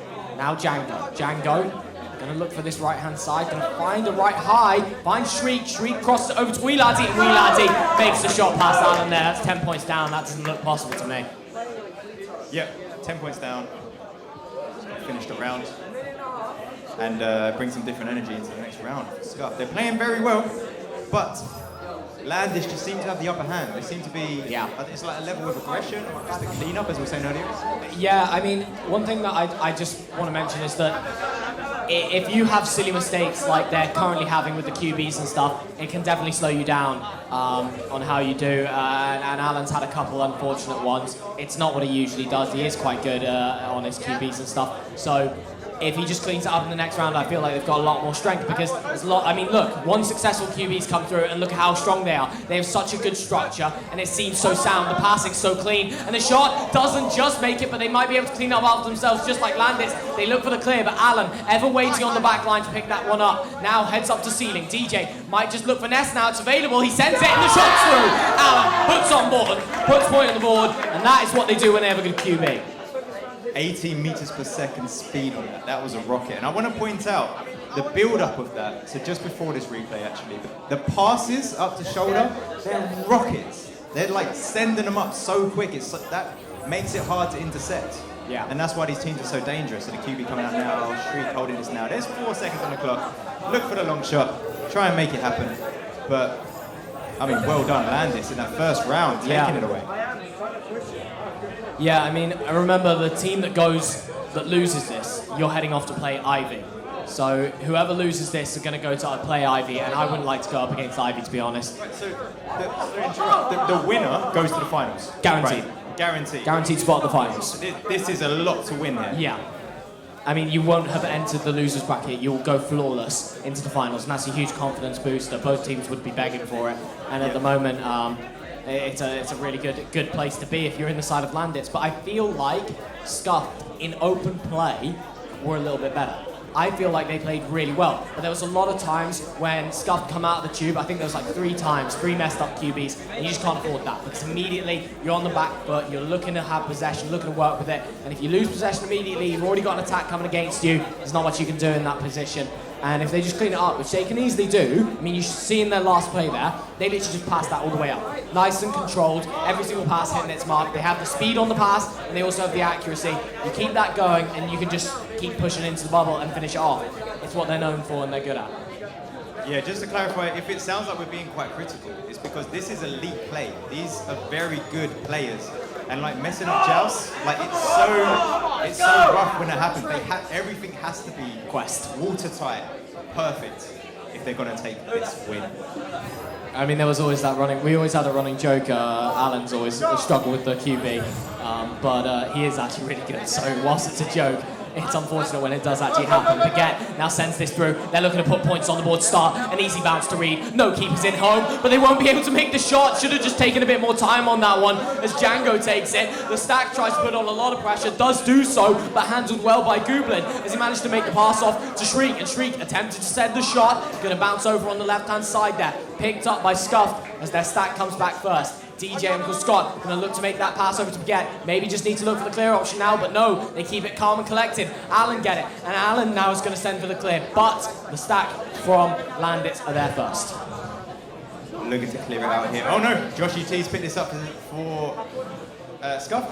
Over to Okiwalan, finds the pass up high with Baguette. Baguette moving in, finds one more cut. Looking to sink that in, just ding a little bit low. Do they have to clean up? Almost still fighting for it. Okiwalan very quickly handing it off into the bubble, but it goes into the defensive hand. Django's here. Oh, nice. I didn't know Django was here. Okay, so DJ Uncle Scott picking this up, looking to build something around here. This Scuffed attack around the bubble. Reset it back to Poe. Okiwalan over to DJ Uncle Scott, moving in now, looking for the next pass. That could be good, but the Goldie is awake. Django's saving that and clearing it low. I mean, they have a really good bubble defense here, but they can't seem to make the clear. It will be picked up by Joshy T. It depends on what Joshy T can do with it. He's on the back line. He's got quite a few options. He's going to find this high left one, and he's got to walk it here. Surely just walk it. Don't need to overcomplicate it. No! Look for the 3! The Goldie jumps and leaves it wide open for Baguette. 1 minute 38 it took in the second round to score the first goal. Coming up to 2 minutes in. That's slow. It's a slow round, these kind of things. It is, but they had such a good defense. I mean, so many times they actually made it into the bubble. And just when you have that keeper in the back line and you've got a good bubble defense, you start questioning your shots, you start passing maybe that one too many times, and it makes it even stronger. However, 3-point opportunity open, and DJ Uncle Scott won't miss that. 6-point lead. We've gone from taking nearly 2 minutes to score to 8 seconds. Counter QB. Counter QB strong if you get your team on the opposing side, and we've seen Scuffed have a lot of good counter QBs. They're usually successful on it. And I mean, we might see it again if we're lucky. Give us a good example. A lot of pressure coming through, and they've just had to go through the clear. They have stunned out pretty much every single stack, and they are going to be back first, but are they going to be accurate on it? They are. The clear's too fast though. Wee Laddie picks it up. He's going to look to push it in. He's going to make the pass to Gooblin. Gooblin's going to dunk down and set it for the slam dunk. Return fire now. 4-point deficit for Landis. They're fighting. They're in this still. Let's see if they can do a counter QB in response here. As they come out now. This is for the first time in the second round. Scuffed with possession, Jack. Allen. Let's see if he can make the pass. Unfortunately, flicks the wrist too much every time it seems. Every time it seems to be going downwards rather than upwards, so it means that he's just getting that quest to flick a bit too much. The stun comes through. There's a huge amount of pressure from that stack, and that's brilliant. They will immediately come with it. I mean, that's brilliant because they know to keep the stack in the defensive situation there. A lot of teams wouldn't make that decision. However, they're not able to convert it into an offense. It's going to be Gooblin. Gooblin looks for this right-hand clear. Will it be successful? Oh, the speed of the stack punishes as Joshy now tries to find this pass. A lot of pressure though. A good enter, and he'll take the one right and boom! Again makes it! Everyone in the room, watch this replay right now. That was insane. Yeah. This is the elite play we're talking about here. Have a look at this. No thanks. Get off. Big ender. I'm going. That's going in the goal. All right, coming out. Another joust advantage. It's going to be a clear all the way through. And actually, I think that was an intended pass. Oh, there's no one home. Oh, there's no one home. 4-point deficit. Gooblin sinks it. I might steal that. There's no one home. That's brilliant. That's all the way through. I mean, just they've struggled a few times on the joust advantage with how good Scuff's counter QB is, but noticing that they're leaving that like bottom mid area open, just send the player down trench, send another player deep to back it up, and just throw it down and hope for the best. And it works, especially if the other team's just driving their stacks out forwards in the opposite direction. And now, Oku Allen looking to put points back on the board for his team. Unfortunately, the pass doesn't just make it to DJ, and now the clear comes away. However, it's not a huge clear. Will it be picked up? No, it won't be picked up by Scuff. Clear goes through again. Again, it's not all the way through, and this time Scuff managed to get a hand on it, and they have the stack. They are there first. They're going to pick it up. It's going to be Baguette, who sends it high. Looking for DJ there. Can't manage to find him. It's Shriek instead, who once again looks for the clear, but can't exactly make it. Wee Laddie holding this now on the left side, looking for the... Oh, just bouncing off station. He's back in their possession again. Wee Laddie holding this. Self-pass, correct. He has two pass options now. He makes one of them. One of them sends it back to Wee Laddie. Oh, what great service that was. Just couldn't quite convert there. It's loose on the scuffed end. And looks like they're fine to pick this up. Here's a fight for it. It's slapped forward. It's received by Gooblin there. Reset back. Same side tunnel. Django holding this now on the back line. Looking for the next pass that is on the same side again. Wee Laddie holding this now. He has a pass high. He uses it. He finds it. And it converts. Shriek sending that in. Assist by Wee Laddie. Wow. I mean, I just want to take it back to that save from Allen. I mean, pushing into the bubble there, he's crossing over the goal for a second, and there's a split-second time when he just does not have an angle on the goal, and Allen knows that. He jumps out and catches him off guard, and there's just no option for him. So really good there, and it just shows how good of a goalkeeper that Oku Allen is. He's brilliant on the back line. But as a QB, not so strong. Joshy, now with this, their QB has gone successfully, as I say that though. And Joshy can honestly just walk this for a little while. He will go for the reset though. Smart decision. Oku Allen can't just make that pass, but gets not exactly ready for it on the cloud position. Baguette will receive it though. He manages to recollect. Has to juke about for a bit. It's a difficult angle to that pass for Allen, but he'll find it nevertheless. Now passes down to Baguette. Baguette finds up high to DJ. DJ just going to take some time. Allen might be able to walk this a little bit. He's just going to keep on that angle position. But a good pass. Joshy gets away from his man, and he'll make it count. There's another one to study. Have a look at the passes. Hopefully we get it on the replay. Oh no, to the cut. Oh no, this one. Yeah, look at that. Textbook reset back to Bowtie. Right position, right timing. And Joshy's just ahead of his man. Joshy T to convert at the end. That is team play at its best. Yeah, because the thing is, if you get a stun on one player, you just immediately just have to run forwards. Because if you stay behind with him, you're going to get marked as soon as he's back. But if you just run away immediately, look for the cut, you can get that goal, and it's perfect play there from Joshy. Joshy now looking to do a bit more perfect play with the shot, but Django's on the back line to recollect. 6-10, and it looks like it's in the favor of Scuff for the time being, but with 3 minutes on the clock, that can change very quickly. Clear comes all the way through, picked up by no one just yet. Instead, it's going to be taken by Wee Laddie. Wee Laddie looks to send it up to the shield, a missed pass though, and maybe it'll give some time for the Scuff defense to get set up and get back in place. The shot comes through onto the backboard, dives around. Aku Allen's done a brilliant job at diving out there, knowing the player's got his back turned, but it doesn't work forever as they get a re-steal and Shriek puts it in. 2 points in it. I think we've got a bit of time here. Yeah, 2 minutes 30 about. We've got 2 minutes. Yeah.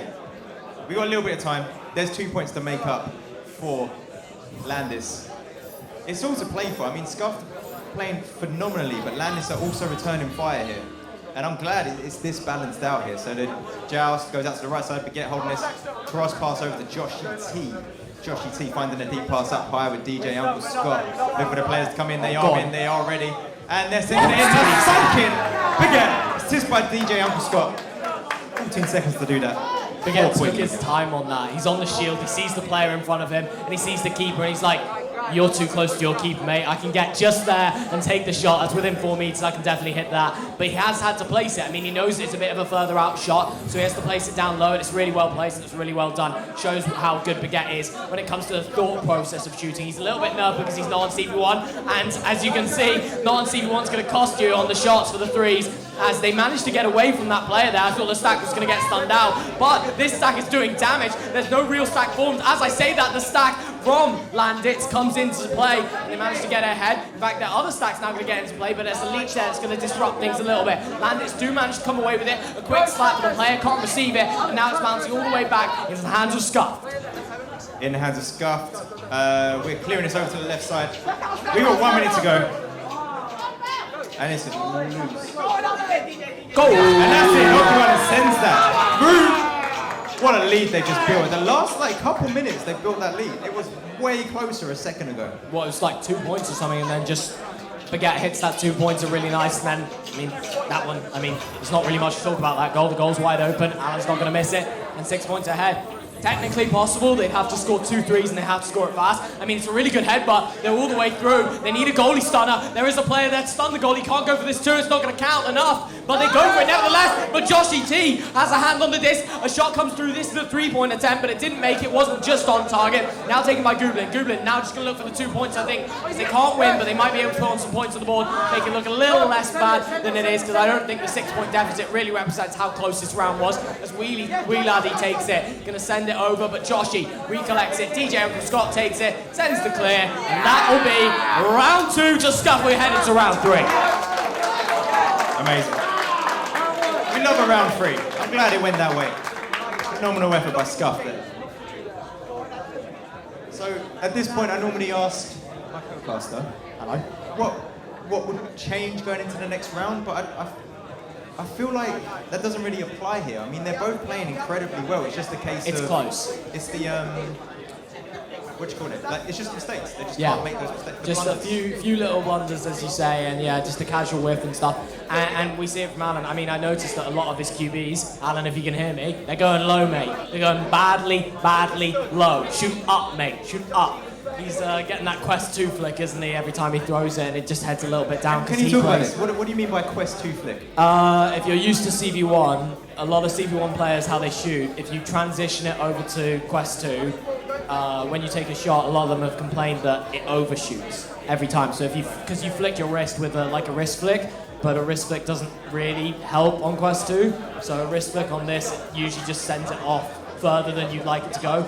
And because Alan takes that overarm shot on the QB, he keeps sending it down to that pocket area rather than into the tunnel. So maybe, when I play Quest 2, I usually go with a horizontal throw, and I keep my wrist back the whole time. I never really flick it, but I've been playing Quest 2 for a really, really long time, so it helps. And Alan's not a normal Quest 2 player, so it doesn't help. But nevertheless, we're headed into round 3, and honestly, I feel like it could go either way. It's been quite a hectic couple rounds, and it will be Scuffed who come away with the first possession. It's going to keep going through. Scuffed recollect, but gets under a lot of pressure. He works well with it, sends pass, but it's a good dive from the keeper. Dive from the keeper, stops that there. So we have Gubin holding this on the defense, but Baguette beats him to it, and they beat them again. Shriek trying to clear this through low. They do pick this up again, and Shriek is looking for the long shot here. No, cleared over to the left side. Baguette picks this up for the side of Scarf, looking to build some kind of play to start attacking mid now. We have Joshua T resetting this back.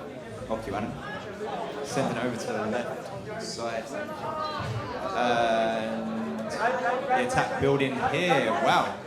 Landis are now setting up around the bubble, moving it in. Almost an opportunity there, but stunned. Out and still in possession again within the bubble and sending that in like he does it every day. Goblin sinks that in. 2 points for the side of Landis in his third round here. It's a good start, especially considering the fact that Landis didn't actually come away with the disc. I was expecting, I was really expecting the side of Scuff to come away with the points. They had the disc. They were on the left-hand side. They had the cross pass open, but it's a brilliant dive from the goalie to know that he's not ready for that. Unfortunately, the messed up QB. I mean, they're really going for these deep passes on the QB, and that doesn't always work against a stack-heavy team that's really fast. It might actually be faster than your pass is. As the slap comes through, now it's going to be picked up by DJ Uncle Scott. DJ Uncle Scott sends it to Baguette. Good call from Baguette there. Joshy T might be open. I don't think he is anymore. He's on that left-hand tunnel. He is. They're going to take him. And now Baguette available. Good dodge of the stack there. Looks for the right-hand pass. DJ sends it back to Alan. And Alan, once again, playing that anchor position. Tries to just slow things down. Takes it again. Looks for this pass down to Joshy. They're just sending it back and forth between Alan and them. And they left the backboard wide open. And Baguette won't miss. You leave it open. They capitalise. They do it. You have to man is catching them out, and this is the blunders we're talking about. Like, strategically, they're watertight. It's just you make one little mistake and it's just an opening. They're going to attack it. They know how. They understand the game. When they're in the, like, each player is counting 7 other bodies. They know where all the players are at any moment. And they're making things like this. No. Nearly converted. I mean, they still have an opportunity. If they stun the keeper, they just stun the keeper. And the three-point shot! DJ! What a stun! Just in the nick of time with the stack there coming from behind. Just in the nick of time. 3 points. 3-point lead here for Scuff. I mean, 8 meters. 8 meters is sometimes a 2, I'm just saying. So 8 meters is nice for them to get the 3 on that. Must have just let it go right at the last second. As the pass from the right-hand side, Wee Laddie going to send it even further down deep. Here we are, Ocuan clearing over on the right side. It does get through. Picked up on the midline there. DJ Uncle Scott moving it forward. 1-2, 1-2. DJ looking for the long shot again.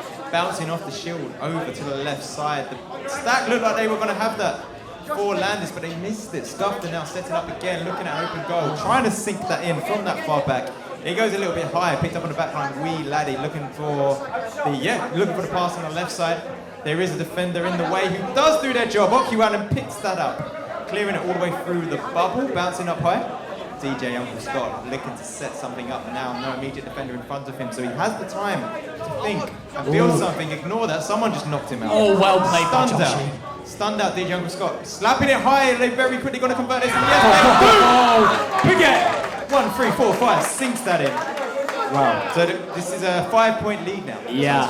That starts becoming concerning. I mean, well played from Josh today. He's not on the board for assist or the goal, but I mean, the loss of this there from DJ was almost detrimental, but Joshy jumps away from Bowtie, just gets it, and then he stuns the 2 players that are next to him. That buys the time for his teammates. However, this doesn't look like it's good. Never mind, that stack is back so quick. They lose it for a second, and then the stack once again recollecting. But this time it's the stack from the opposing team. They're going to get it. It's landed, and now Ocuan can send this one all the way through for the clear. Cleared all the way through. It's no one's disc for a while, and now it is. Landis clearing over on the left side, following through their own clear. Still trying to chase it down. The defense does pick up the disc. However, Scuff pushing us forward, but it's a change of hands again. Wee Laddie find the pass on the left side on goes, moving to the bubble now. Ooh. Defender just outside the bubble, they're stopping it. Joshy T again, as you called out, winning the brawls very well. And no one has clear possession here. DJ Uncle Scott sends a shot, it's a little bit too low, and it's going to hit the shield, and unfortunately his teammates can't seem to recollect. DJ might be the one to recollect. We'll call it a self-pass today. I'm sure we'll give him the benefit of the doubt, but Baguette takes it, sends it back to DJ. DJ in a bit of a slanted position, might be giving him a little bit of an advantage in juking, but now it's in the hands of Baguette. Baguette might just try and walk this forward. He tries for a little while, but Hilbert denied. Wee Laddie gets the clearance to the left-hand tunnel, goes all the way through, but look at the stack from Scuff, already back and already prepared to recollect that, and Baguette can really just take some time here as Ocuan sitting back on that shoulder. He might actually look to pass to him, or they'll look to pass deeper, but if you pass deeper, you risk going to that back stack. The self pass is brilliant there from the side of Landitz as the clear comes through onto the left-hand side. Goblin looking for the shot. He asks him to shoot, and he delivers. Oh, look at that pocket. That was lovely. Lovely return fire there. 3 points in it. Over 4 minutes to go. Let's have a look at that. Let's have a look at the pocket. I wish you could hear the player comms though with that as well. Shoot, shoot, shoot, shoot from Wee Laddie, and he takes a shot up top. With only 3 points down, as you said, that's definitely doable, especially in 4 minutes. But, I mean, they're looking to extend their lead. An unfortunate pass, though, might slow them down a little bit. Pass it over to Joshy T. Joshy T has this downright option. I'd start pushing it forward, to be honest, but he's actually just going to run the clock a little bit. They are winning, and they can look for Okualan. That reset that always seems to be there. And he's going to go back again. Okualan on the bow tie, ready to receive it. He's on the back of bow tie, and he's just going to pass it again. They can just juggle it between this player, but Okualan gets away from his man, and that gives him options, but no, it's going to be a missed pass there from Okualan, looking for that player. I would have just taken the shot myself, but unfortunately it goes really high. Maybe an opportunity now for the Landit. Sends it across shoulder, pushes the goal, pushes the opportunity. He's floating low. It's a good pass to Shriek, and Shriek brings him within one. Oh, let's have a look at that. That little handoff at the end there. That was clean. That would have thrown me off. If I was sat in goal, right past me. Beautiful, beautiful, beautiful. Here we are. Okay. QB from Scuff coming out now. Okualan holding this. Over to the left tunnel. It's picked up by Joshy T, sending it very quickly over to Baguette. Reset back to Okualan. Okualan finding the pass to Joshy T. Oh, Joshy T doesn't quite receive it. It does dip a little bit wide. Back over to the right. Baguette holding this. Couple players around him, so he resets it back. Okualan looking for the deep pass. It doesn't get through. The back stack for Landis are clearing this all the way into the bubble. Scuffed and looking like they're all the time in the world. Taking the lead. 1 point up now, 2 minutes to go in this third round. It's anyone's game.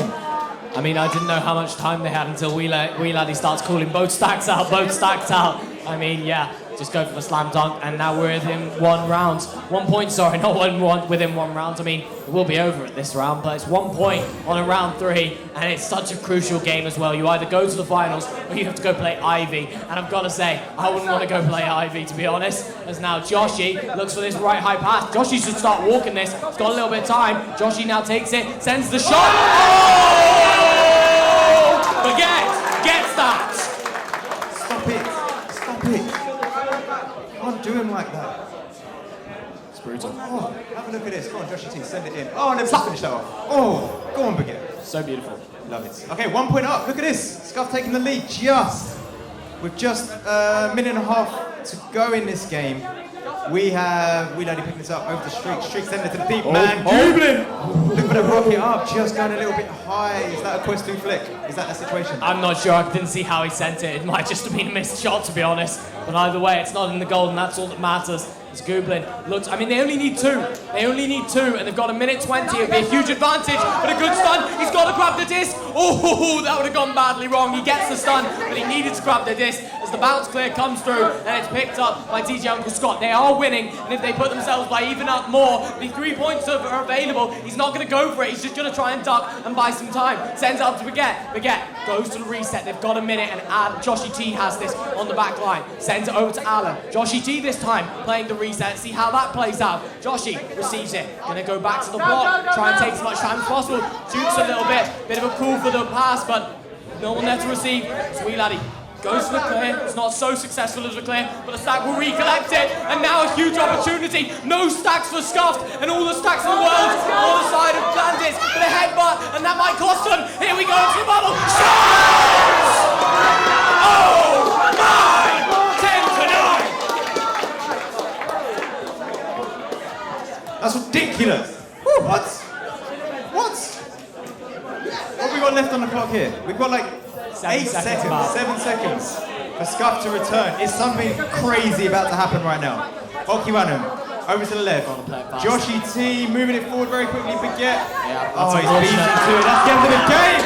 Wow! What a match! What a match! Oh my God.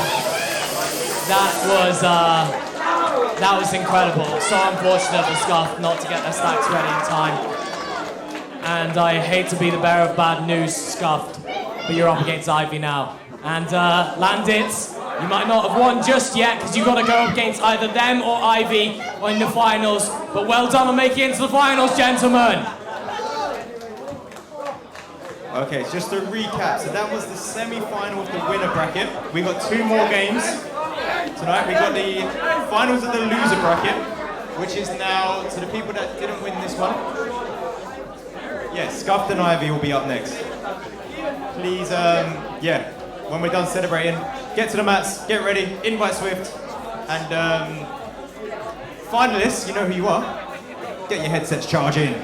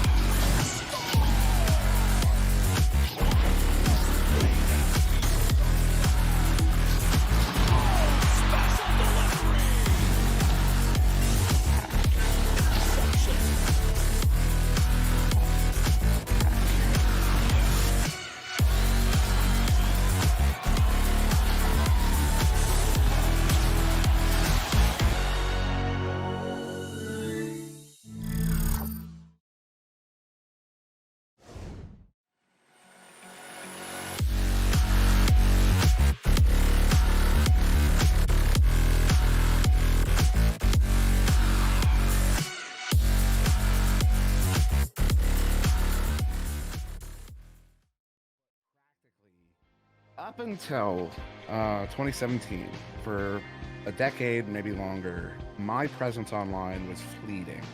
What I mean by that is I joined a community to be really active. I mean, you see how active I am, how vocal I am, how front and center I can be. I'm like that everywhere. I'm very loud. I'm a loud person. But for a long time, I'd jump into these communities, become a big active member, you know, make friends, form relationships. And then one day it would just be like, oh, okay, I'm done. And I'd dip, I just disappear. On a personal level, it was very, you know, unfulfilling ultimately. And Echo Arena was the first time I actually made a much deeper commitment to a group of people where I had a drive to be a part of it. And I mean, that was from the very beginning. I remember back in 2017, being on a break, talking to my boss and it very specifically saying, I feel like I've discovered something. I feel like I've discovered something.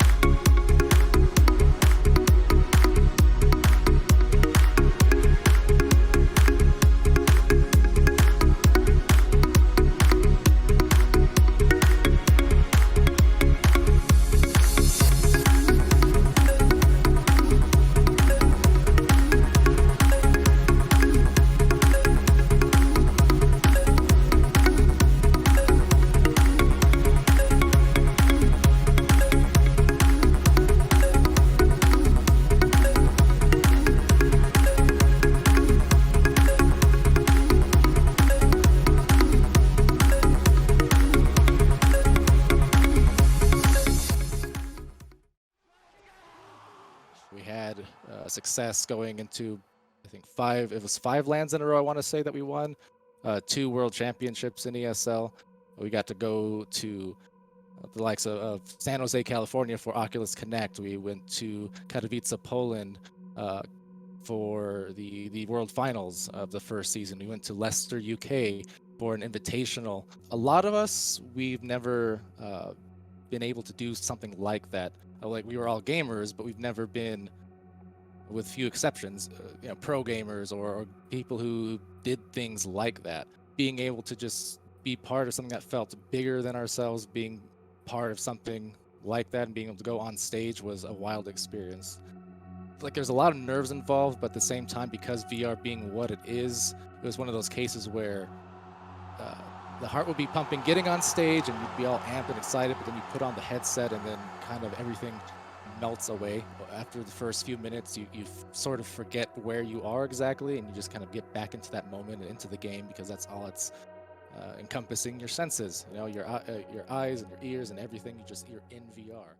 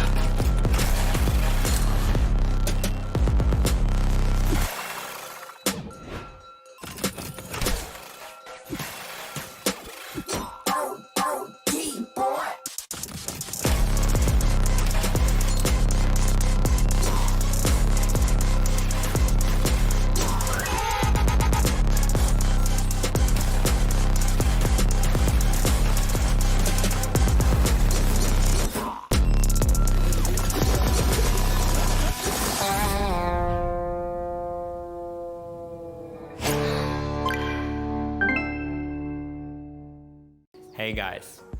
For the last 7 years, we here at VR Cover have been building products to make VR more comfortable and hygienic. Now, with the launch of the Oculus Quest 2, we teamed up directly with Oculus to bring you our easy-to-clean facial interface replacement set. The set is easy to use, and when you get it, you simply replace the one that comes with Oculus Quest with ours. The set comes with 2 differently sized super soft foams, the standard foam that gets you as close to the action as possible, and the comfort foam that adds a little bit more padding.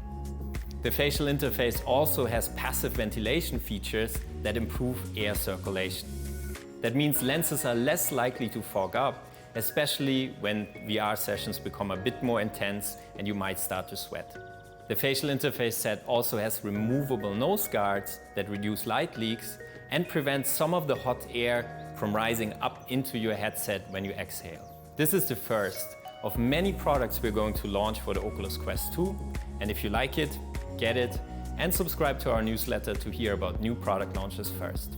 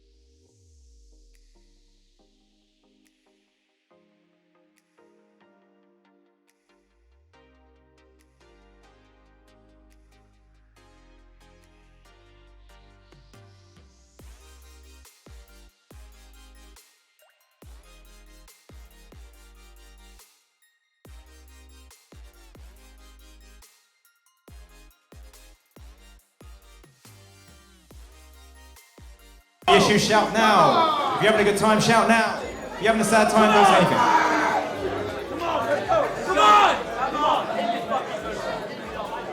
Okay, loser bracket final. This is the penultimate game of the evening. How are we feeling? How are we feeling? How are we feeling? What is going on? Why is so quiet? This is big. We're kicking off now. Okay, Scuff versus Ivy. Scuff moving in now, finding the pass up on there, sending that in. Whoa, that would have been quick, but it didn't connect. Joshy T on the floor, beating to it. Sebi 4K, clearing it through. And it is cleared through. Both stacks looking to get on this. First stack there is Ivy. Beaver looking for it. There is a keeper back though. They're going to go for the 2v1. Stacks get back though. Looking for that nice calm resets. JBLB. JBLB resetting Sebi 4K. Sebi 4K is going to hold it at the back. They like to play possession at the moment. Bouncing it back though. We'll call it a self pass by Sebi.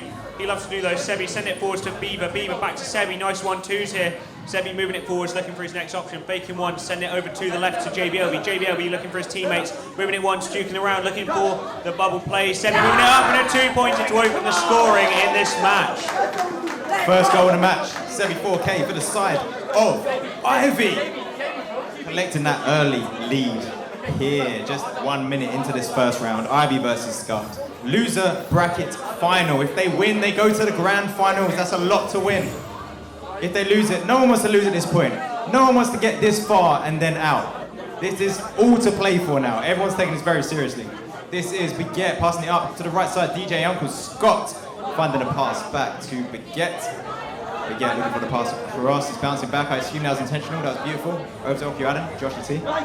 Intercepted there. Dark clearing this through. I mean, I certainly know most of these players will be very tired at this point. Beaver moving it up now. Both teams looking for this disc.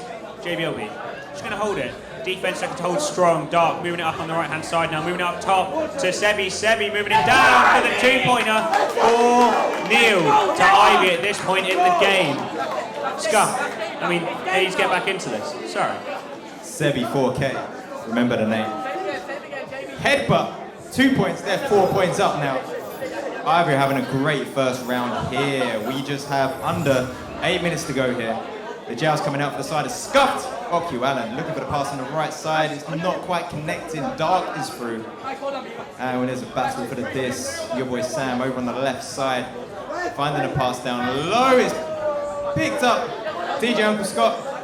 Then over to Beaver. Beaver. Over to your boy Sam. Looking to sing that in. It dings. It goes wide. And Sebi 4K picks this up. Post over on the right side. Dark is moving in towards the ball. Now sinks it in. Dark assist by Sebi 4K. No signs of slowing down. And I mean, 6 points, big lead at this point, 3 minutes in. That is one hell of a lead. Joust advantage to Scuff. They need to switch up a little bit. They need to try and find something that will work slightly differently, because at this point, they're letting the lead go very quickly as they're here now. Okulala moving it forwards. Quick pass over to the left to Joshua T. Joshua T looking for the cross pass to Baguette. Baguette moving it forwards. Looking for his next option. He has a little bit of space to work into. Back on the left over to the cross trap. Joshua T moving it forwards. He's going to keep walking it. 2 players pressing him. Sending it for the reset to Allen. Allen looking for Baguette. Baguette now looking for Joshi. Joshi looking to move it forwards to DJ Uncle Scott and save. That would have been an amazing team play, and it's lost on the backboard. It's still one hell of a team play. Joshi T recollecting and sending in the 2-pointer. Return fire from Scott here. 4-point lead to Ivy. Coming out now for their first possession joust of this match, of this loser bracket final. Trying to get into the finals here for the LAN 2023 Duckman EU region.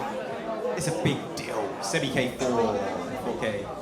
Moving forward, finding the pass on the left. Does find the pass, connects. Dark looking for the shot, goes a little bit low. Collects on the floor is Baguette. Looking to set up for the clear out. They are stacked and ready to go. The next, so one pass out, cleared over right tunnel. Stack comes through, looking to pick this up and sink it into that open goal. Oh, that was an early celebration. This is by Oku Allen. Wow!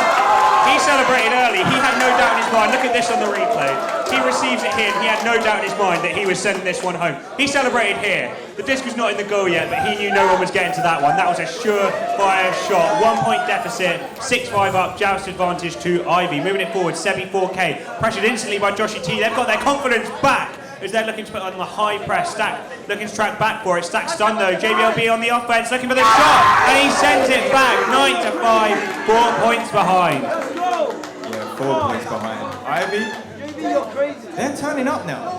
They've had some minor criticism for not playing how people were expected. They were expecting more so far, and now they are turning up. They found their groove. They love these Quest 2s. They are Questies now. Questies at heart. And here they come. Oculan just getting the headbutt there. It is Ivy on the attack once again, and it sends it in for another 3-pointer. Semi 4K, 12-5. We have had a dropout on the side of Scuff. They do have, I'll remind them, they do have a pause to use. And it looks like we have used that here to figure out what's going on.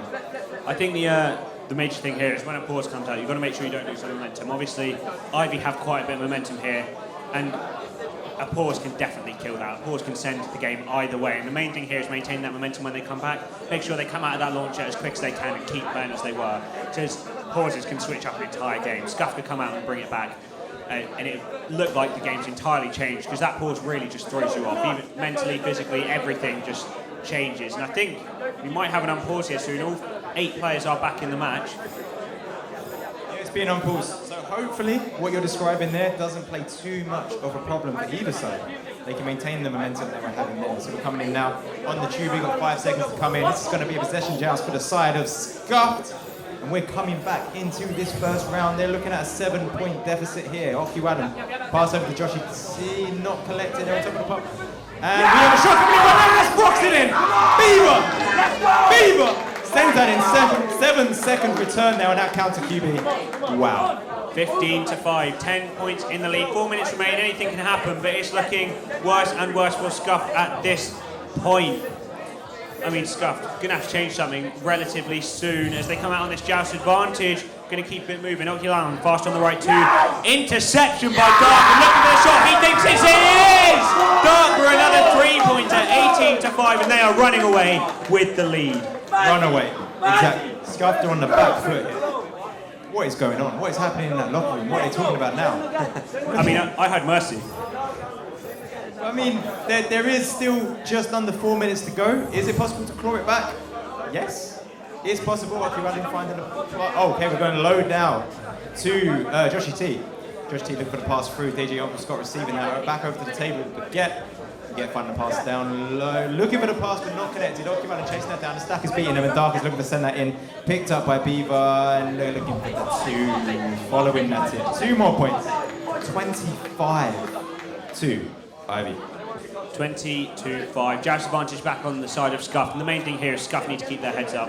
Even if they let this round slip, make sure they come into round 2. There's always that extra chance. Come into round 2 with the, I guess, mental high ground, as you call it, is they're on the joust advantage now. Try and get a couple points back now. Try and get some momentum flowing. Okialan sending it down to Joshi T. Just another missed pass there. Joshi T looking for the next pass over to the right as it's received by Baguette. Baguette looking for his next option, possibly back to Joshi T or possibly further up. Back to Joshi T. Lovely 1-2s as we've seen all night here. Joshi T holding the disc a little bit, giving a little fake, moving it forwards even further. Joshi T looking for the next pass, and it's forwards. DJ Uncle Scott maybe in on goal, looking for the cut pass, looking for the cut back, but no, intercepted by Beaver as it's sent for the little clear there. Not quite clear. Oculan will be first to it, but missed it. Semi 4K next. Stacks there, looking for the boot shot. Stacks there, looking for the shot. Semi 4K, unlucky 2-pointer, but 22-5, 1-3 away from a Mercy. Who would have thought? Who would have thought 3 points away from a Mercy? This is Ivy turning up against Scuffed. Scuffed have been playing so well so far. They still are, but Ivy, they're just finding their way through. They're just cutting through, causing damage, back-to-back 3s, to the point where the point difference is so close to 20 points here. 2 minutes left in the game as well. This is looking dangerous. They have a goalie back now, but your boy Sam is up high, looking for the pass on the right side. Joshi T reads that very well, sending it up high. Is it collected again? It is. Looking for the clear through. We've dropped it. Your boy Sam chasing this down. DJ Uncle Scott clearing it and picked up on the back line. Net.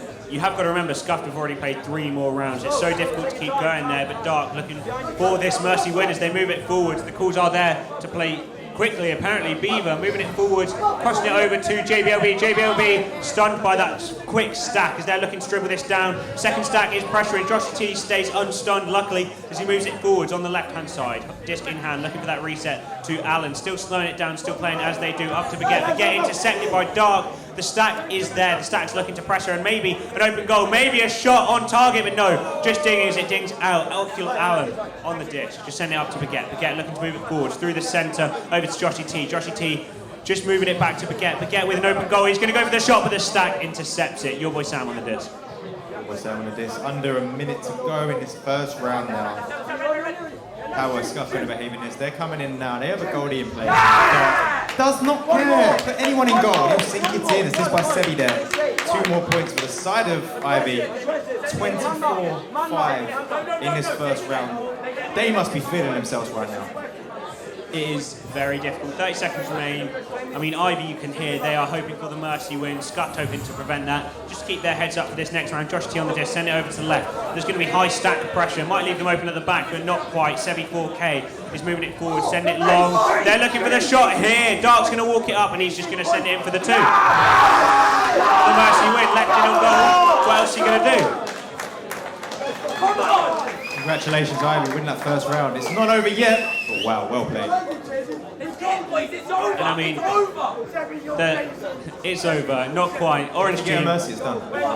Ivy, I mean, there's even points throughout. Certainly 2 people shine higher. Sebi and Dark, not just on points, but their link-up plays on assists are insane as well. Yeah, 100%. 2 very good players on the attack. I don't know if you can see that in the room, but Sebi, one of the highest scorers on the team, well, pairing with Dark.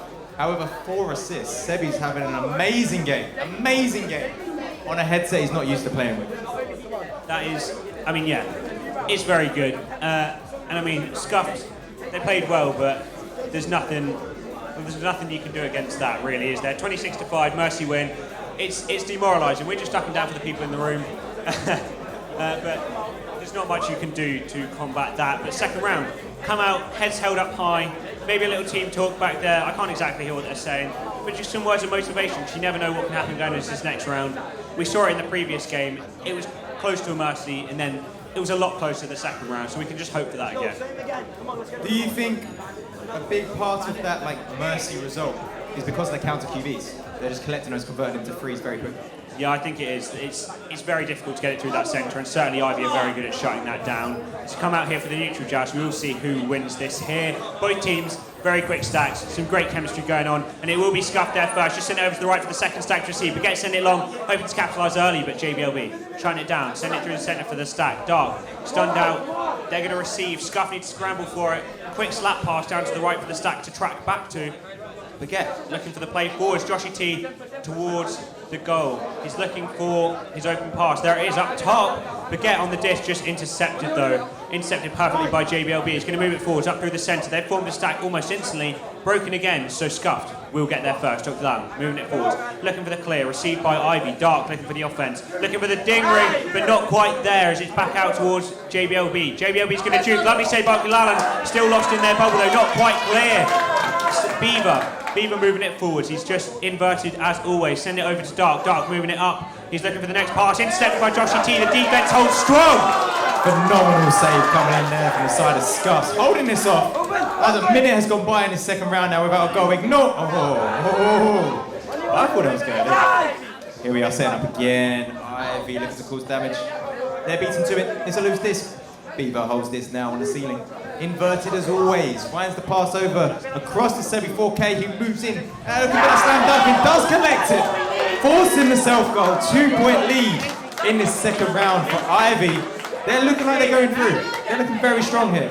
They are looking very strong, but never count another team out. Only a minute and a half in. Joust advantage to Scuffed. I mean, that play, quite nice. Once again, just from the backboard, sending it in and moving it forwards here. Scuffed going to have to try something different on the joust advantage. Different QB actually, but now it's DJ Uncle Scott. DJ Uncle Scott send it up high to Okilan. Okilan, who was on the QB before, trying to send it over to the left. Joshy T needs to recollect after that missed pass. Joshy T scrambling for the disc. He's missed it twice. Player comes for him. Second player gets him. Beaver.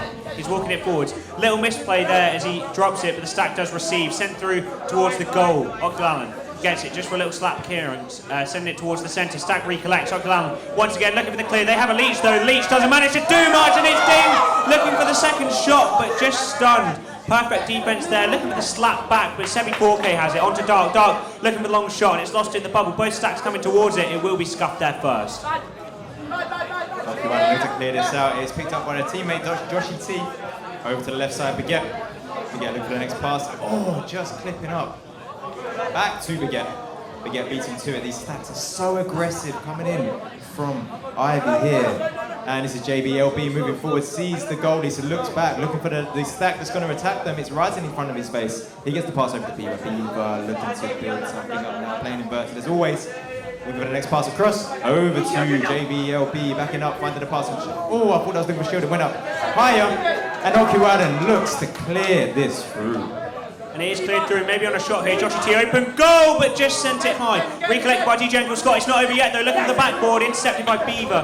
Beaver kills that offense quickly as it's just bouncing down. Beaver once again on the disc, trying to clear it along. Both stacks looking for it. Scuff get there first, but gone past it. Ivy with the recollection. Sevi looking to move it forward. Dangerous attack here. These two are dangerous, but intercepted. Lovely jump by Joshy. The fans love it as it goes through the centre. Just recollected by Okilan. Okilan looking for the shot. It's so close. He was already celebrating, people were celebrating, they all thought it was in as it dings just wide. That was so unfortunate. Sent over to the right, Joshy T. Once again on the disc, send it for the reset. Baguette trying to move it forward. He's looking over to the right, looking for this offense play. Bounces in the hands of Joshy T. Joshy T going to walk it up, looking for the two-pointer, and he walks it in! Baguette sends it even!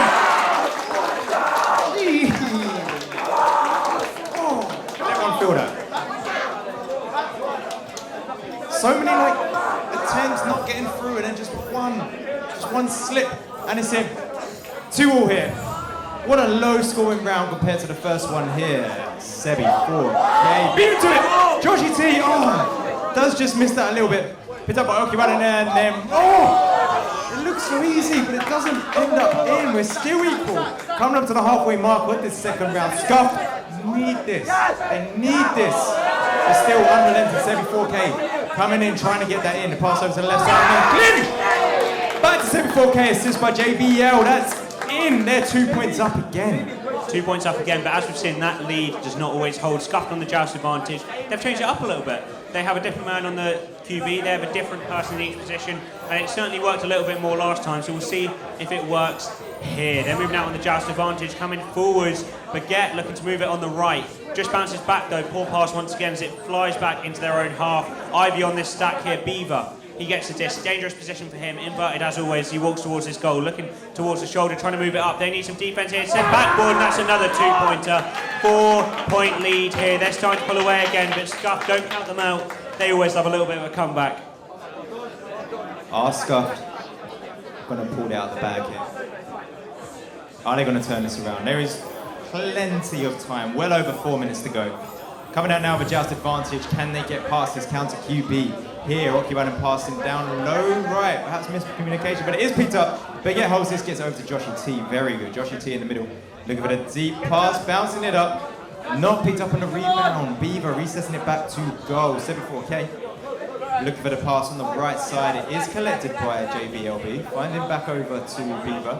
Beaver, upside down as always, on the ceiling. Over to the left hand. Sorry, my bad. DJ Uncle Scott looking to clear this through. It's picked up by Okiwaden.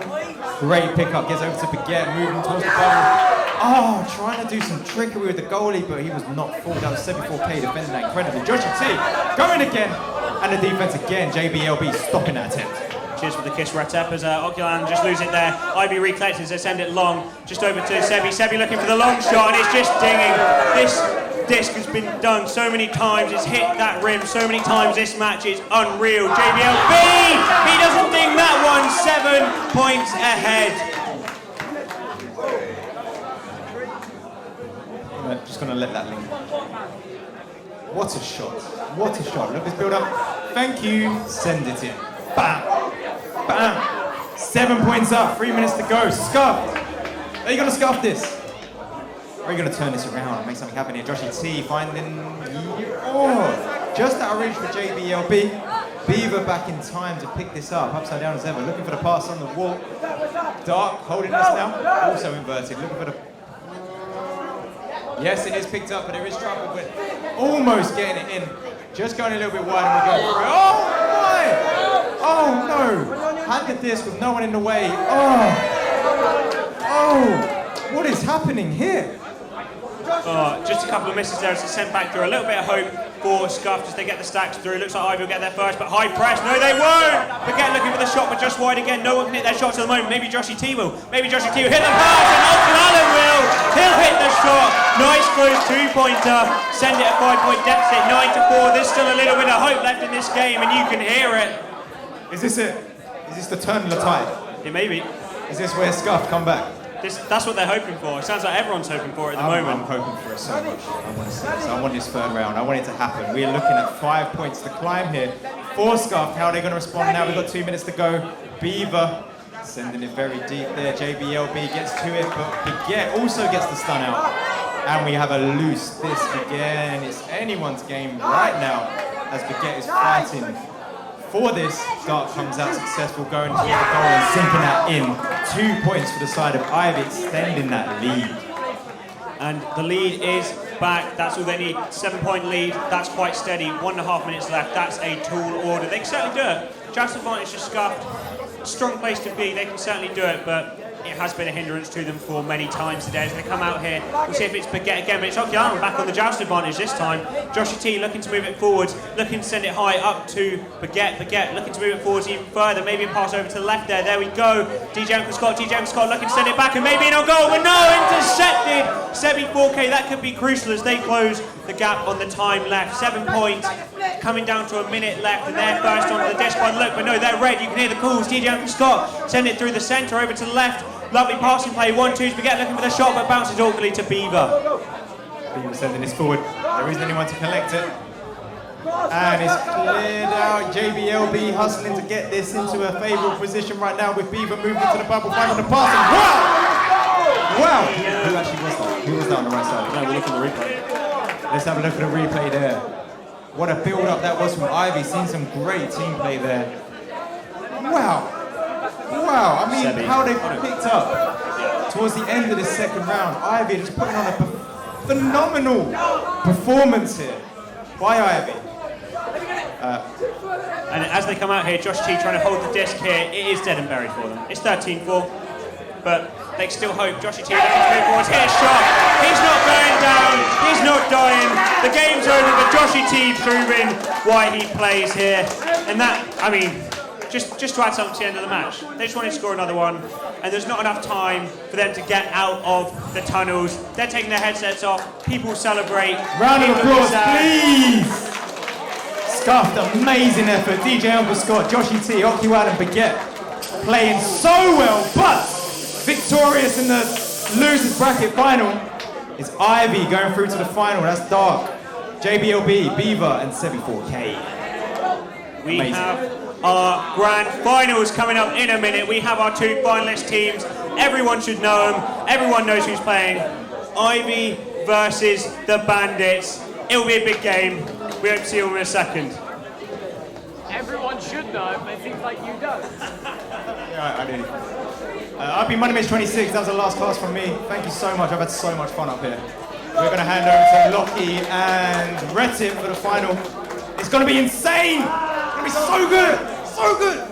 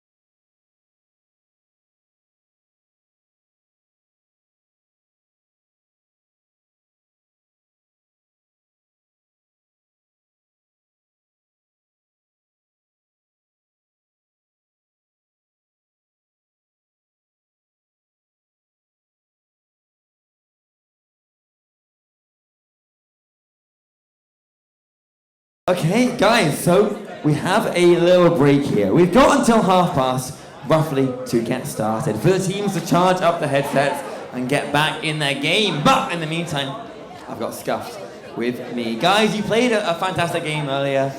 Could not get through, unfortunately, to the end. I mean, what happened? What are you feeling? I think it's fairly obvious that the QB probably wasn't the most helpful thing. No, it's like we lost most of our points on QB. Genuinely, that was our fault point. But you live and you learn. We've only been on Quest for like 2 weeks. I can't say we expected any better aim. Yeah, it's not long. That's not long at all for such a huge difference, right? I mean, what do you find it more this game than last game? That punishing Quest throw? I don't know what happened. I mean, we were like the last game. You're like, oh yeah, let's make all the shots, make all the cut passes. And now Joshy can't aim. And we were like, oh, Joshy's a star shooter. We need Joshy. Joshy can't aim. Alan, I was like, oh, Alan's fine on the QB. Because we all called it. We said, wouldn't it be really funny if we lost because Alan messed up the QB? and then we all called it. And I thought, oh, maybe it's not going to happen. Alan did a good job in the last one. And then he was like, switch me out. Put Joshy in and he misses. And he's going, we lost again. It happens. What were you going to say? Nothing. I have nothing to say. Nothing to say. That's all we have to say. No, I mean, guys, you fought really well, right? If you were looking back on it, is there anything you would have changed? Like, you could have changed this point? What? The QB. For what? For what? For who? Someone not on the team. Like, I don't know. Anyone not on the team? I'll be honest, like, Howler was looking pretty sick, so, We'll get Howler in here instead. I mean, I think the only thing I would have really changed is just a bit more practice on it. Because at first I was like, oh, let's all have fun at LAN. Let's all just enjoy ourselves. And then DJ says, oh, Baguette, did you know there's £1,000 on the line? I was like, what? And this was like 3 days before we started. And I wasn't really prepared. But yeah, it was good. It was a lot of fun. You played a fantastic game, honestly. Like, you guys did so well throughout. It just didn't go your way this time. But it was close, right? It was really good. I mean, before we end out here to the other teams, predictions. Who are you thinking for the ending? We've got the last 2 teams left. We've got Landits, there we go, Landits, of course, and Ivy. What do you think? I want Landits to win, but I think Ivy will win it. But, yeah. If Ivy play a control game, they can win it easily. But maybe they don't. You never know what happens in the game. It can change in any second, the possession, and you suddenly losing by 10 points. You never know what can happen in the game. Do you reckon that pressure got to you guys? Like the pressure of being here live in the semi-finals. Did that get to you? Was that what threw you off? I mean, yeah, yeah, let's call it the pressure. No. Playing here is like a completely different feeling to playing at home on your own in like a room with walls that you might hit. It's very different. But yeah, it's a nice pressure. Like we could hear people like cheering and clapping. Genuinely, we still prepare. It happens. We still got VRML. So. You guys crushed. Honestly, I mean, I think you did great. Honestly, considering you haven't been questy for long and everything, like the throws are hard. They're crazy. It took me like 6 months to learn. So giving 2 weeks, you guys did fantastic. What do you think? Any thoughts on the team? We all know. We all know who I've been cheering for. Yeah, but you're not cheering for it? I'm Scott. Were you cheering for them? Were you, I got the whole corner. Yeah, the whole corner. Yeah. What were you going to say? I was just going to say, thank God we didn't spend more time on Quest, so we better on CV1. Yeah, for the final VRML season. We're playing it off. We win finals. Hey, like 3 weeks. You got time. Don't say that now. Keep it. Whoa.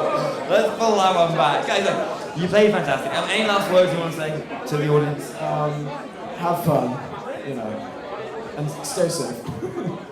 Let's see some good games. Let's go.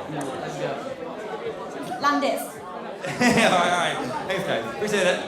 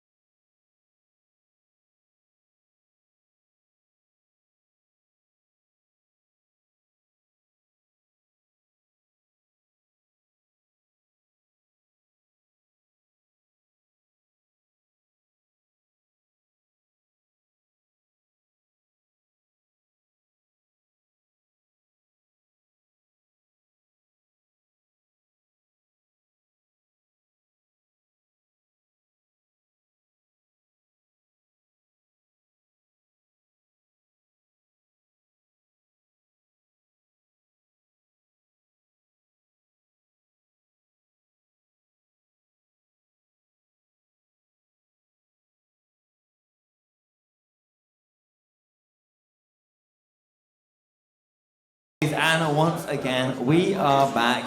This time with Ivy. Ivy, yeah? What is it? Ivy for sure, yes. You guys played a mean game in there earlier, right? I mean, what was it? You said a second ago, you said you were trying a little bit, yeah? I called it, guys. I said last interview, I said, yeah, we were playing for fun. So the first 2 games, it was all fun and warming up, and but then against Kronos, I said we were gonna try a little bit. We tried and then we got in the mood, so we didn't stop, and we're not gonna stop. So you're in the finals now, yeah? You're in the final matchup for that £1,000 prize money. Just to remind you, not put pressure on it. £300 each. Are you feeling good? Yeah, we are ready. We are just ready. That's a funny thing though. Our bandits, they're all our friends. We're all a group of friends, so we're gonna enjoy the match. I hope you guys enjoy the match as well, because I'm gonna enjoy it a lot. That's it. Love you all. Oh, that's cute, that's cute. Get a round of applause there in the background for you guys, and right behind us. How's it going, guys? But yeah, are you all feeling that good? Because obviously you've got the confidence there, right? You look great, you're confident. Are you all feeling as good? Absolutely. Me, JB, and Beaver were used to this kind of pressure. We came back off the win of finals. Sebi's a bit newer to it, but obviously he's got quite into it. But yeah, I think we're all quite ready. We're all warmed up, especially now that Mercy. But just excited to go back into it. Yeah. That's good, because you're against Landers, right? They look like a mean team throughout. They haven't lost yet, right? They're looking clean. They've already won the first round by technicality, because they get because they haven't lost yet, they win first round automatically, right? Is that throwing you off at all, or are you feeling good? No, I'm feeling good. Hopefully, just to repeat this and we just take over with them, I guess. We'll see what happens. Yeah, confident throughout. Is there anything that you're worried about them? Is there anything that you think they might be able to do against you that's going to throw off your rhythm at all? No, we're not. No. Nothing. Confident. Fully. We know everything about them. We are with them 24/7. Zero problems, no worries, and that's it. Right, that is confident. We're going to talk to them in a minute. We'll see if they are as confident as you are. Anything you would want to say to them before you start? Good luck, have fun, and we're going to enjoy tonight after the matches. We're going to have fun. One-man army. One-man army? Who's that? Who's your one-man army? Gooblin's the one man they've got. They've got nothing else. Oh, okay. Alright. Django's washed. Okay. God damn. Alright, we got some beef here. Hey, we'll see. We'll chat to them. But I think the game's gonna speak for itself. It's 5 rounds. You've got a lot to play for here, right? Are you worried at all about those 5 rounds? Because it's a long time. As long as we win everything. Alright, alright, great. Well, guys, you are going to be playing in a minute. You've still got about, 10 minutes to go. So best of luck in there. Any last words you want to say to everyone? Didn't understand, sorry. Any last words you want to say? As I said before, I love you all. I hope you enjoy the games, because I'm enjoying them. Goodbye.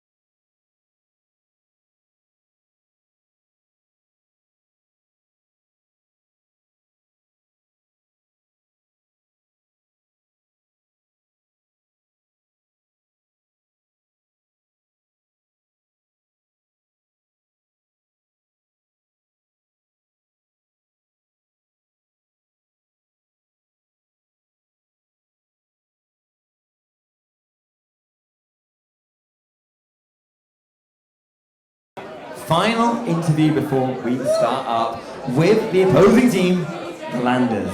Guys, you've done so well throughout. You haven't lost a single matchup. You're here, you've already won the first round now. Because of that, how are you feeling? Well, we're just going to try and make it an entertainment game.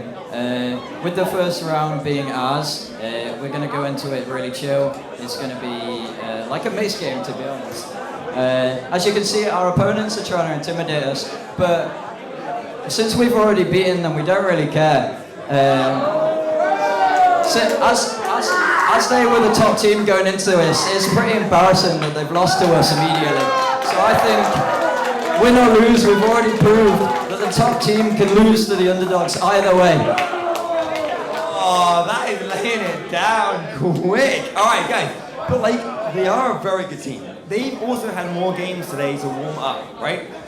Having watched them just get that win, are you worried about anything? Wait, what was the question? All right, okay. You've seen them play, right? You've seen them do more games through today to fight through the loser's bracket to get here. Are you worried about anything they're going to do? Not really, no. I mean, we've beaten them once, we can beat them again. We beat every team here, so... Confident? Do you share that? You know? Somewhat. Yeah. Somewhat? I don't know, we're here for fun. Yeah, they're friends. We're staying in the same B&B, so... As them? As like... You're in the same room? Like, well, room, yeah. Same Airbnb. Okay, so it's a close team anyway. Either way, also Dan, you guys, all right, great. Okay, no, but you have done a lot today, right? We haven't really talked to you yet, but you're on Quest now. Are you always on Quest, or are you CV1 player? We're all CV1. Some of us have got Quest roots, like Googling. As we all know, Googling's cracked. He's been carrying us, but, you know, we're trying to take the weight off his shoulders this game and make it more of a team effort. But if he wants to carry us, I don't really mind. So, you know, we'll see, yeah. Are you going to do most of the long shots and the striking, or are you giving it to the team too? What are you doing? Apparently I'm doing all right, yeah, apparently.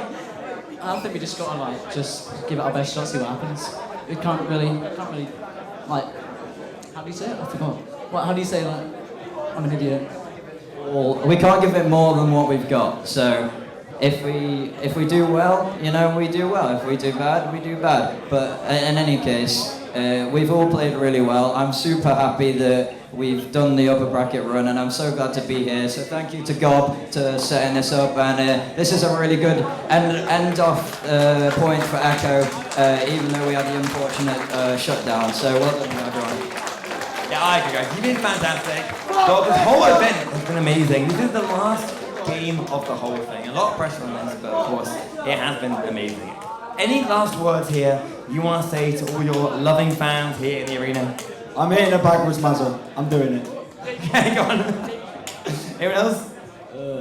Ivy who? I just want to say thanks to my dad, who's been supporting me the whole way. He's been in the Twitch stream the whole time, messaging me after a game. So thanks, Dad. You've been really helpful. Last one. Thank you to Gobshite, obviously, for wanting to get the event. Huh? What?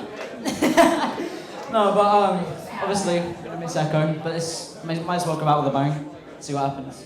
Yeah. Lovely. Awesome, guys. Well, best of luck in there, and we'll see how it goes.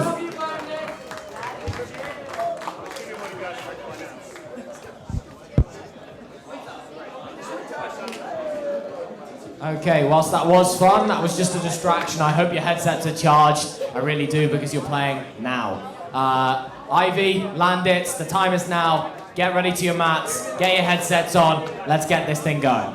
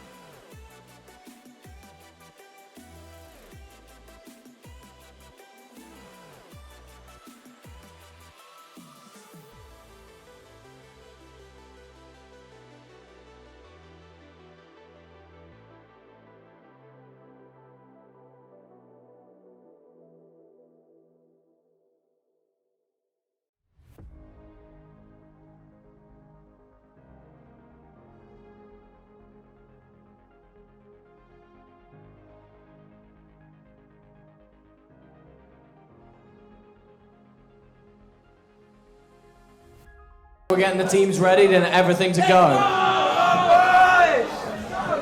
Jeez. This is gonna be it. This is our final matchup of the final EU VR LAN. We've got you guys a matchup here.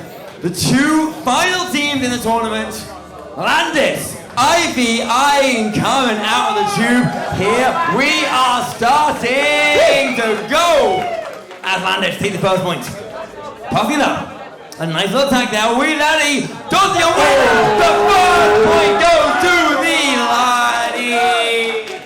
Wow, Landis starting off with a good little bit there. And remember, that isn't their first few points really, because they are a round up. They start because they are currently undefeated and they've already sent Ivy back down to losers bracket. They currently are 1 round up, but it's a 5-round game, so they're going to need 2 more at the very least. Pushing forward, sending it down left low, looking to find JBL, but doesn't manage to do so. That Stack's done a really good job there, passing it up. The Stack recollects, gonna send for the reset. Sebi takes it in, sends it up high. Now sending over to the right-hand side. Ivy really looking to recollect this, but no one on it just yet. Shriek, who manages to get a grab on it, slaps it back to his teammate there. Now pushing it up to Gooblin. Gooblin goes to the cross pass, plays the one on one, 7 denies. And now the left hand clear, and Ivy might have an opportunity. They might have a chance there, but no, it's going to get taken once again by the Landits, who work that one back. Goodman on the ceiling. Pass back. Django. Taking that field. Passing it up. Taking their time. Taking their time here. They shoot across the shield. Look out, here they go. Straight in. Wee Laddie gets another goal on the board. 4-0.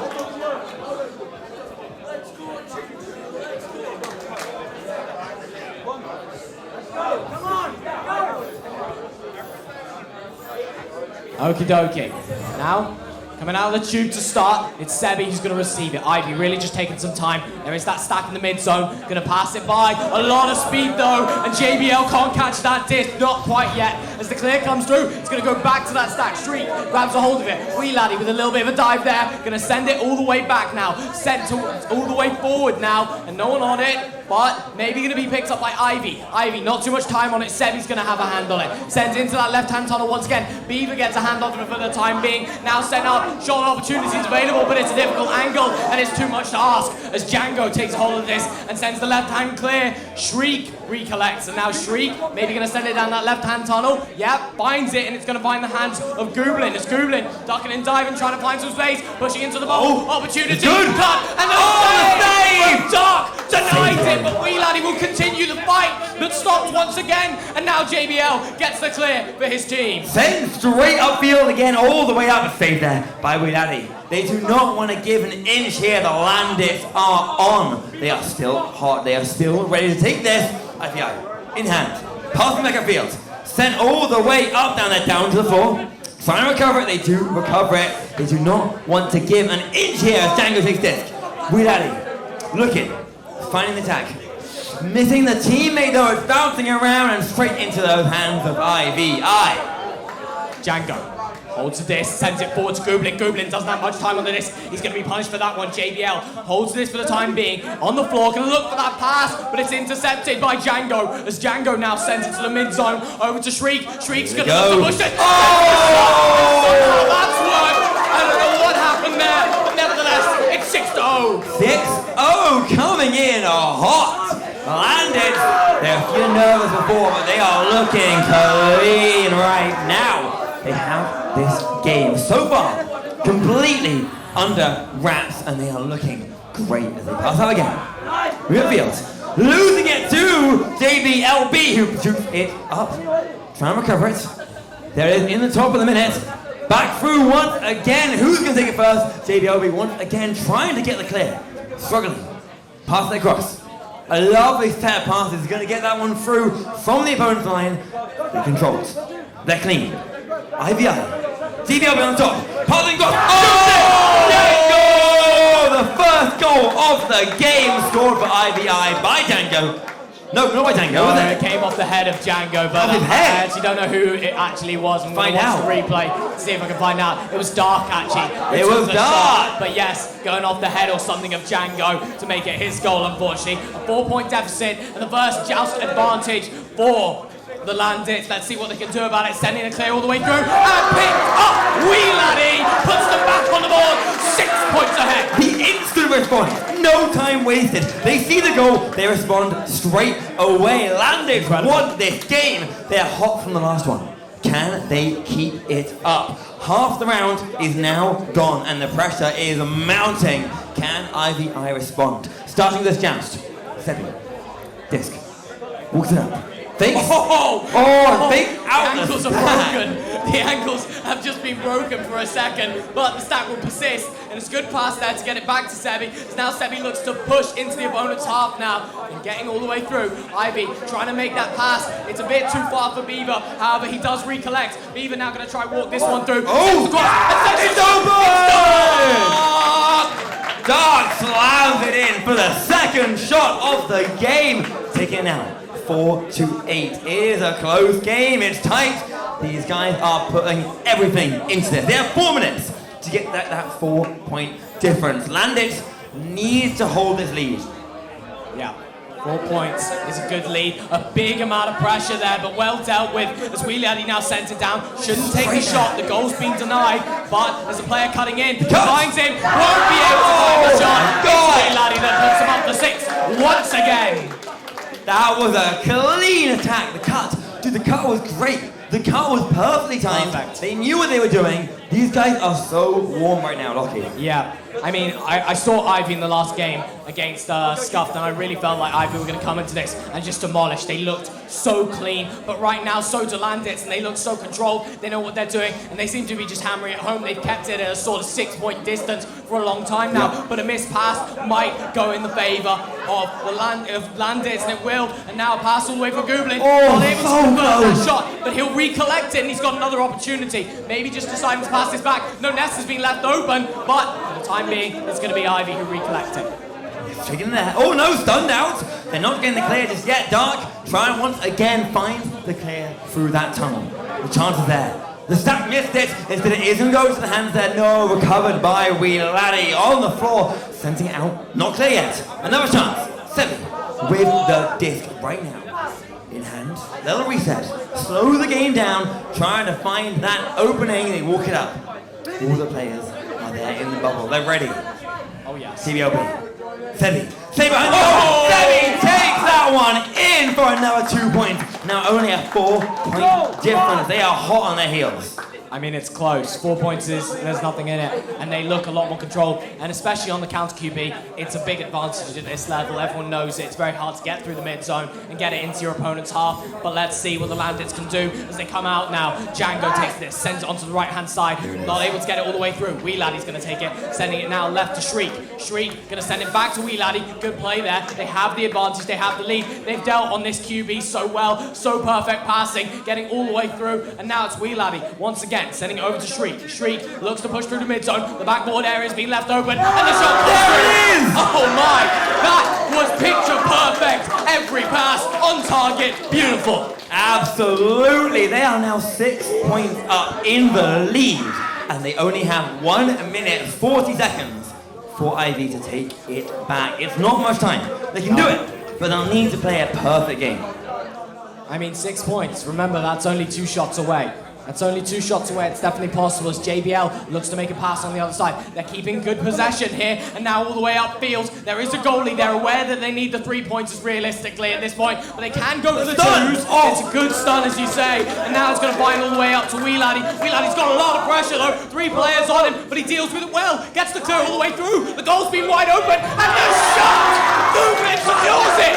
The 3 points coming in. With that, they yank it out of reach. IVI is not winning this round. Instead, it is going to look like it's going to Landis, which is great for them right now. Insane. I mean, that puts them 2 rounds up. I mean, 1 more round, that's it. 1 more. And you have to play the rest of your 3 rounds that you need to win with that gun pointed against your head that you're 1 round, you're 10 minutes away from going home and losing this tournament, and you were so close as well. Oh, they assist, and it's a good 2 points. They don't look weak. This is the thing. It's like trading back to back. Yeah. But it feels like Landis just got off to a bit of a better start there. Absolutely. A few good counts QBs, bit of stacking prowess, and you just push forward, get the points. And as I said, they sort of kept them at a 6-point difference the whole time, and now just changing that now to a 7-point because of the 2 versus the 3. Yeah, it's definitely difficult. It's difficult, right? They look so strong. Obviously, they're not getting this round, but they have it so close. A tiny difference, the scales are going to tip completely. We'll see the last 5 seconds play out. Can they get a last goal? No, not this time. But the Landheads do take the first, essentially the second round. Yeah. But now at 2-0 in this best of 5. Yeah, I mean, it's a bit brutal to play against if Landis just get 1 more, they're done. That's it. That's it. One and done. One and done. One and done. And everyone knows that I feel like that first round is so important in a round 3 game. Think if you're in a 3-round game, if you win the first round, it's huge because you're immediately playing the next round knowing that you can win that. And the thing is, the only thing that keeps the other team in is if they win, they're in the exact same position essentially. But not the case today. Not here. Not the case. They're going Not to need here. to win 2 rounds to put themselves in a similar position, and that's a lot to ask, but we'd love to see it. It is crazy. We are currently, maybe, only 1 round away from the final match of this LAN and the final VR Echo Arena LAN. This is all to play for here. There is £1,000 to remind you. I know, that's £1,000 on the line, as well as Proxima and VR cover winnings. I mean, so much. These guys have everything to play for here. Legacy, prizes, all of it.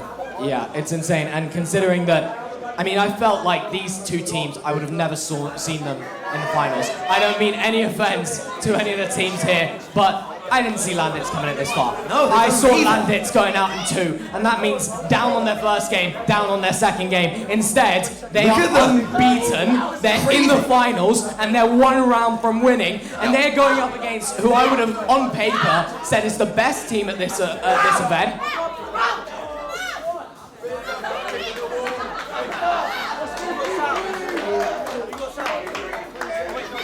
I was sorting out some tech issues here with battery. When it is this close, when you have a long game to play against, and these guys have been playing all day, it's hard to keep it up. This kind of stuff can rattle you. It can rattle you so fast.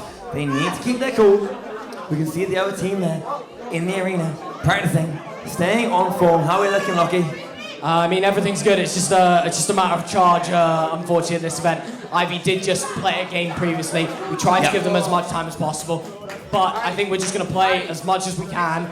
I don't want it to go to a 3v4. If it does go to a 3v4, we will pause and we'll probably switch headset for someone else. So at no point, as I've just said, at no point will this be a 3v4. This is the final. We're not playing a 3v4. Yeah, if you haven't heard that, guys, if you get a player drop out, you get the pause. Earlier we couldn't for timing, now obviously we can. It matters here.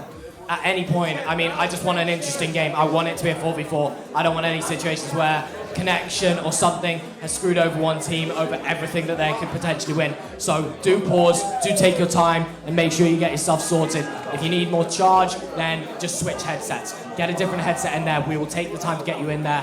Hopefully we can play as soon as possible because we want the after party to get started. But we are going to play this 4v4 the entire time, hopefully, and we will. Yeah, hopefully, because this is fantastic gameplay. This is peak. This is literally what we've been working for so long in VR. To get this point, you guys in front of the crowd, everyone here watching. It's the final VR LAN game. Final. It's the final VR LAN game. The final Unfortunately, Echo VR LAN game it will ever be, which is a shame, but it is what it is, and we have to work with It is what it is. Guys, who's excited for these guys to play? Come on, better than that, come on, better than that. That's it. That is it. They're going to play so good here. We're going to see some fantastic stuff coming out. This pause is here. Logie, can you give us, as the expert here? Oh no, don't get someone else up here. Get someone else up here instead of me. I don't think I want to put myself as an expert. You've seen the start of this. You've seen the start of this game's playing. What are you seeing? I mean, to me, it just felt like sometimes Ivy had a really good structure going. Yeah. Really good passing plays, pushing up the field, so clean. But Landits are showing me that too, and it's very hard to say one team is better than the other right now. Landits seem to be the ones though. I mean, they're just playing that stack a lot nicer, and they're really pressuring on the counter QB, and it hurts to go up against if you're Ivy. But to be honest, I just want to see it go to a round 3, round 4, round 5 even. That's the dream, unfortunately, but we'll see. I mean, both teams are incredible. These teams are really good, and I'm really loving the passing plays and stuff that are coming out, and the dribble plays that are coming out. But yeah, it's incredible. Yeah, it is absolutely incredible. Honestly, I'm so hyped to see these guys get back in. We're sorting out these casting issues. We're sorting out battery issues. All stuff against the wire. Again, if anyone doesn't know, these guys don't usually play Quest 2. Yeah, there's not many players at this level who do play Quest 2. They are on new headsets. They've only had not much practice on this. They are really, really up against a lot here. Pressure's higher than ever. Yeah. I mean, we can take our time a bit here because it's the last game, but I mean, the sooner that we get back into this, the better, because we want the after party to be ready. We want to give out some prizes. We want to just have a bit of celebration, give thanks to the people that have made all this happen, which we'll do later. But yeah, when you guys are ready, because it looks like you've got all your players in, get ready to go. I tell you though, just looking at the stats here, right? It's always find it interesting that the possession time so far, 50-50. Yeah, dead on pretty much 50-50 either way, right? Nuts. Both teams had it about the same time. It's close. As I said, the passing, it's like it's kind of back and forth. It's tight. just constantly really well controlled. I mean, they're 2% up on possession, and that shows they're just able to keep it between themselves, constantly just take their time. There's no need to just throw it up the field and panic and just send it up there, boost after it, and there's no one team that are having enough time on the disc or enough points up that they can just play time and they can just hold the disc back and relax and gain some possession time. That's not happening. It is close, it is constantly being kept together, and it's brilliant. I love it. Yeah, I know, I agree. They're playing really, really tight. You know, what it feels like to me, right, is so much is that Ivy has this like explosive potential that is just simmering under there. And Landers right now is holding it down so nicely with their control. I mean, Scuff, if we look back, trying to like estimate how this match would go based on the last few matches, you don't have to look very far back. You just need to look back on the last 2 games. Yeah. When Ivy played against Scuff, it was quite brutal. Yeah. It was not, I mean, it was somewhat close at points, but it felt like Ivy were a different team. And I really wasn't expecting that. But Ivy came out with a vengeance, and they were strong. They I don't want to say it, but they felt like they battered them. It was a bit brutal. And then when we had Scuff playing Landits, it was so close. We had round 1 scoring that last 2-pointer just to put them ahead by 1 point to win them the first round. And then the second round, they got the overtime. Are you guys throwing for content? Is that what you're saying? Is that what you're saying? You need to throw a bit now then, mate. Yeah, I didn't think you're going to do that with £1,000 on the line. You ain't chatting anymore, are you? Yeah, you got to get your heads in the game, guys. This is where it matters. Yeah, but I mean, going to overtime and everything, that's stupidly close then. Really? And if we base off those last 2 games, where when Scuffed played Landits, it was so close. But when Scuffed played Ivy, well, won by a confident amount. So I mean, it should be towards Ivy, and I was going into this expecting Ivy to do, like, they've woken up, they've got their grip, they've got their footing, they understand how the play space works, they understand the headsets, and they've come into this and they're just going to batter it through. But in the end, not the case really. I mean, maybe they need to find their footing in this game, maybe the nerves are getting to them, but they're 2 rounds down to start. I know one of them wasn't won, but I mean, it is nuts, and I would have, on paper, I'm not putting a single dime. I'm not putting a dime on Landits. No, not on paper. On paper, I'm not touching Landits with a single penny. But, I mean... Seeing them here. Hey, prove me wrong. Prove me wrong. I'm loving it. You've seen them win I'm the loving game it. You're already. undefeated right now. You're enjoying that, aren't you? You love to hear it. Yeah, it's confident. They've already won against Ivy. Now they've won another round. They proved they can do it. The only question, can they hold it? Can they keep on winning? They only need 1. They're on the verge of greatness right now. Can they make it there? Yeah. We got Gobshite on the floor now fixing things as well. So it really must be going badly wrong. Things are getting intense here. Hopefully we'll get started soon. I have. Our cat ears on. I think they're cute, Rocky. Rocky's reminding me I have cat ears on, but I just never make sure cute, he's so noticed. thank you very much. It's looking drippy. Jonathan. He's got the Duckman t-shirt as well. I'm so jealous. I didn't get one, to be fair. Nah, yeah, it's sad. Still, I'm telling you though, over the whole weekend, right? Over this whole weekend, we've seen some like fantastic games. Oh, right? insane. It's been brilliant. I haven't had time to chat properly to the mixed team yet. We Yeah. wanted to chat to them earlier, didn't have time. They played fantastic. I mean, the whole mixed scene yesterday was just amazing. Really, really good. That mixed team just crushed it throughout. That's like the clapping here for the mixed team. Go on, guys, hear it for the mixed team who played so good. Woo! That is right. They crushed it. They fought their way through. But here right now, did you hear that? We only have 2 teams. It sounds like a timer to me. Only 2 teams left for you guys to worry about. And right now, one of them, Ivy, is only 1 round away from losing this entire event. Spent so much time getting here. Landon's getting their head back in the game. I believe we've unpaused. We have indeed. I believe we are ticking down the time. We are indeed. While we're waiting here, guys, let's hear it for Ivy. Come on, who's cheering for Ivy? Cheer away. Go on, let's hear it. Come on, better than that. Who's cheering for Ivy? Nah, it seems like they want an underdog fight, but who's cheering for the Landits? That's unfortunate. They want to blow out Well, here. they are starting out here. Ivy taking that disc back straight away. We unpaused. We're back in there. We're in round 2. Basically round 3 for these guys. And there they are. Beaver pushing it up. Swinging. Dodging. Swinging. The first goal of the game. Ivy, they want this. When Beaver started taking his time there, I'm not gonna lie, a little bit of fear was creeping within me that he's gonna take a bit too much time. The stacks started getting back, the pressure started coming, but Beaver dealt with it beautifully. And now we get into the first joust of this 3rd, technically, round, 2nd round actually. And now Django takes it, sends it to the left-hand side. It's a misconnected pass, and now Ivy need to capitalise on this. They have all their players up front. There's a leech on the back stack coming in, and that's an easy 2 points. Dan Mac won't fail that. It's not Dan Mac actually, I've just realised that's not Dan Mac, that is Dark.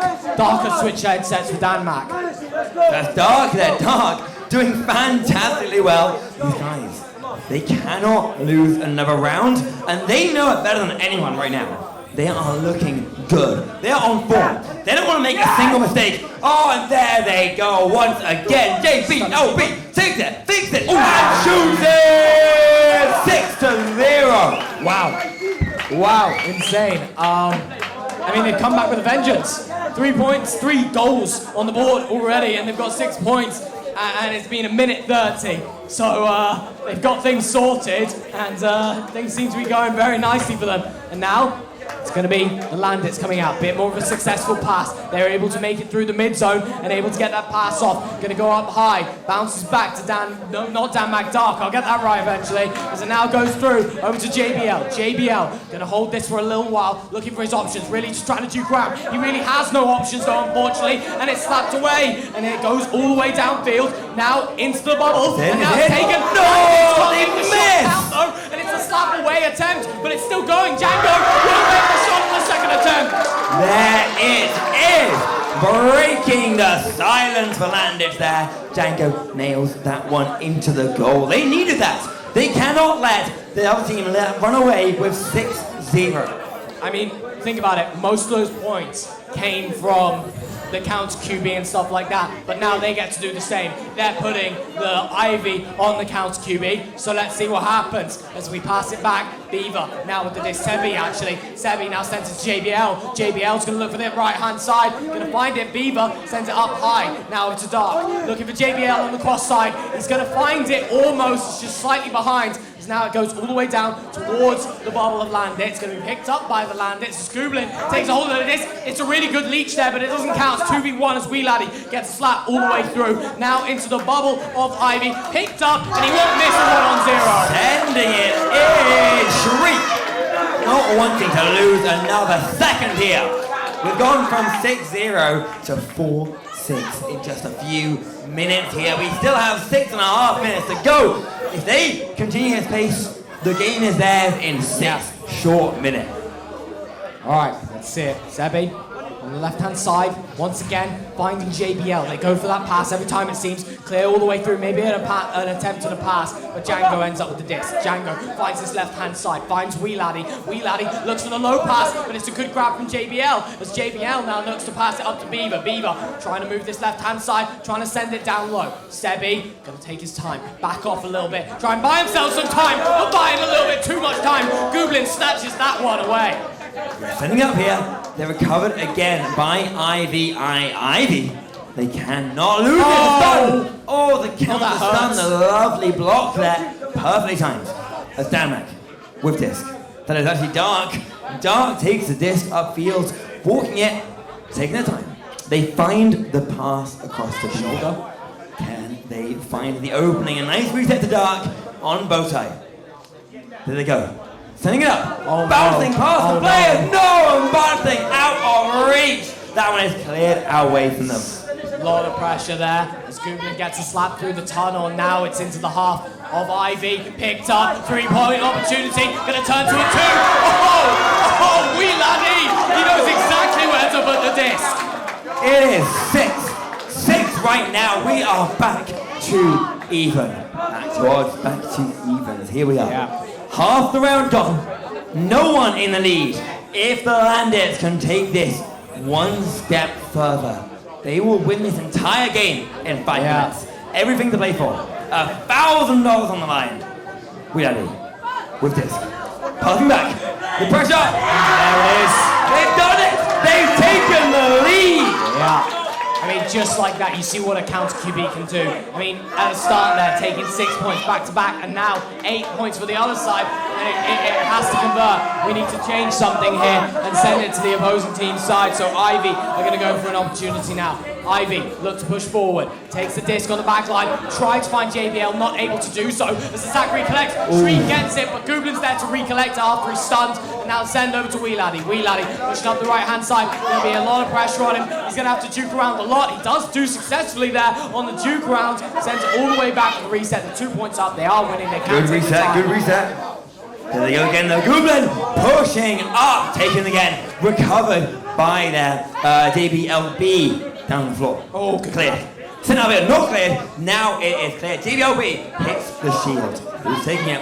Whose stack is fastest? It is Shriek there. No, good grab. Lost there again. Beaver shoots down, bounce. Can they recover in time? Oh no! They do! Oh, they do! No, they lose it to Django, who finds the clear. Played all the way through.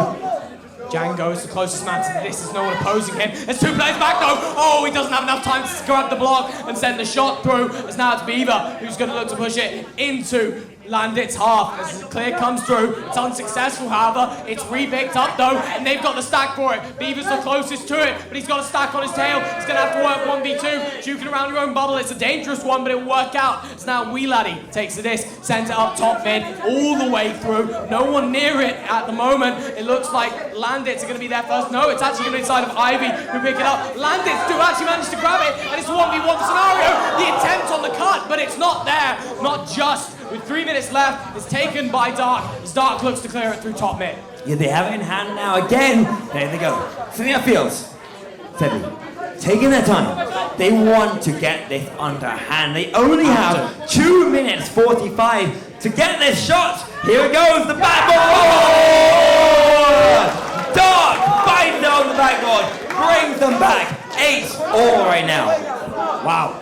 I mean, Beaver had an opportunity there to try and take a male slot shot. I'm pretty sure he did at least. But the anticipation, the intelligence to not take it, don't send that 3-point shot because you risk missing it. They know they need to just to stay in the game. It's a good set, showing how they do the counter QB. However, they do lose it. It's a good grab back though from JBL as the clear comes through. An open opportunity, sends the shot. It's close, but not close enough. As the flip comes through, loses it to the ceiling, recollected. Now it's in the hands of Dark as Dark looks through the clear, gets it down into the pocket area. No one on it just yet. Maybe going to be picked up outside of Ivy. Ivy look close to it, but so does Weeladdie. As Weeladdie gets all the way through the mid zone, going to bounce off the roof there. 3-point opportunity. 3 points coming out right now. That is a significant lead. You know what that means? You know what that means. We have 1 minute 40. Oh my God. 1 minute 40 for IVI to bring this back, or we are finished here. Can they do it right now? Sebi with disc. Taking time. They need to get this. The pressure is on. They can't fumble. They dodge. They dodge. But under pressure, too much for them. They lose the disc to Reality. 1 minute 15. Reality with a good stun there. Now going to send this all the way forward. Open 3 opportunity again. Oh, that's 6 points. Oh, that's 6 points in a minute.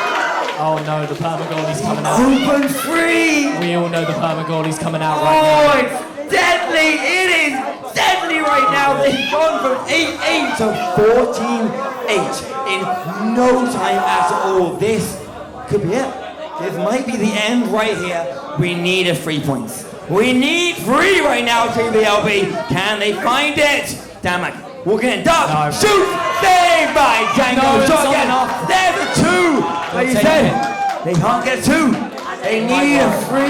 I mean, they can actually get it if they're really, really, really quick. I don't think it's possible, though. No, it's not actually. That's 20 seconds to go. That's it, unfortunately. And with that, we all know what that means. The last jouts come through here. Can they chase it down in time? They push. They're going to get another one. There they are. Dark takes it, lose it to Wee Daddy. The final clear of the game. And the Landits take it away. The Landits are your Duckman 2023 VR LAN winners. What a game! What a game! Get that smoke up right now!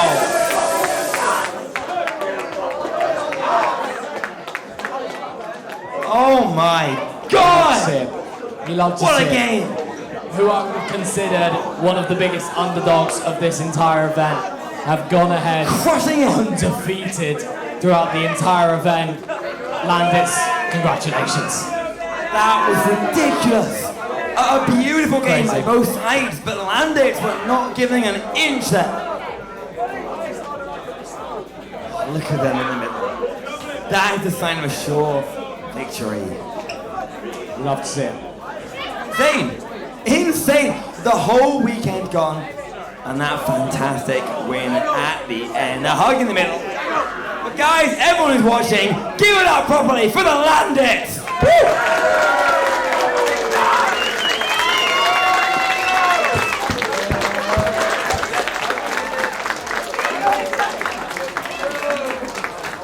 But let's not forget, guys, the runners-up, they've done amazingly. They came all this way, came from the losers bracket, fought their way back. Give it up for Ivy, ladies and gentlemen. They fought their hearts out.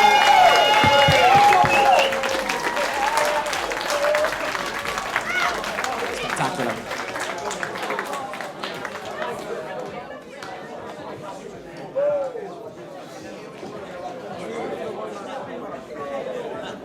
Okie dokie. It's time for the awards, ladies and gentlemen. I think we know who the lot are winning it.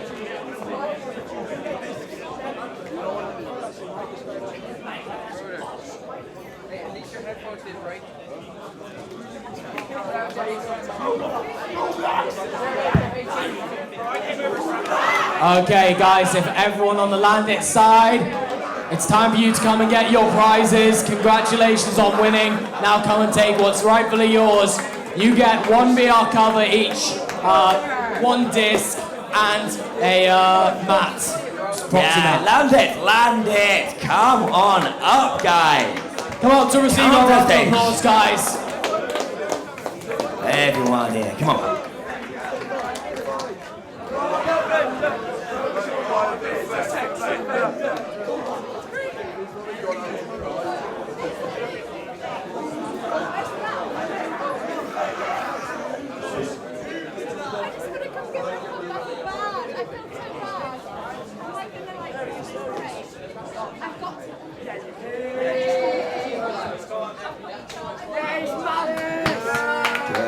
Guys.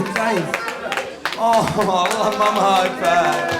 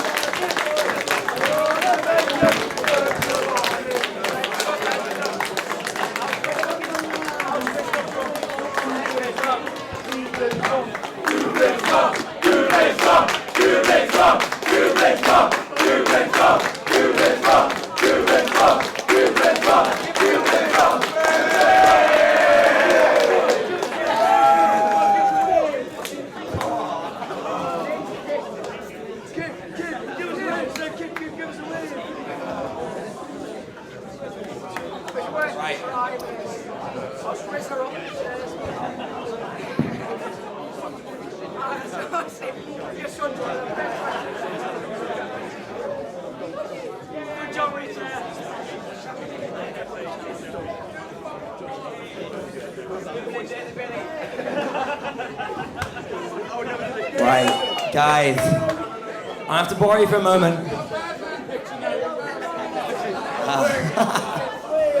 Guys, you are our winners of this entire LAN event, the final Duckman LAN for Echo Arena. Guys, how does it feel? It feels great. Wasn't expecting to do so well. We thought it would be a really tough game. But thank you to Ivy. Thank you to everyone for supporting us. It was a really good event. Thank you very much. Absolutely. You have to get fantastic. You're right here for you. Everything here for you. We got the prizes in just a moment. Guys, what was it? You were so calm in there. You were collected. You were fantastic. Throughout the entire thing, you barely faltered. What was it you were doing to keep that calm? Keep going. I think it was more just, as a team, we just kept hyping each other up, constantly shouting at each other, saying, well done, good shot, good shit, and making sure that we did. You're fine, we're not on video, making sure that we You're good. keep the team morale up. And I can't lie, Tom's chanting, I heard it all the way through. Thank you very much. Number one fan. Come here. How did they do? How did they do, bro? How did they do? I don't know what you said, but how did they do? Yeah! Oh, they did amazing. They did amazing. Well done, bandits. They did amazing. Absolutely, yes, really did. So, obviously, the pie you're looking forward to. So, guys, you do win, as you know, £1,000 prize money. Jeez. Hey, come on, hey!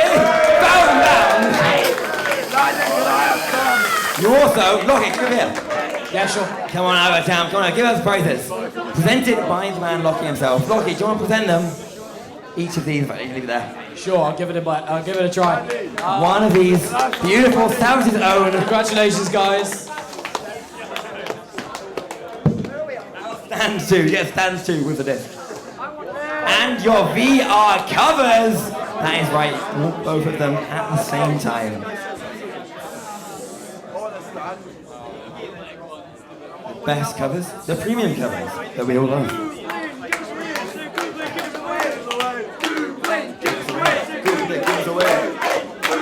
Give us away.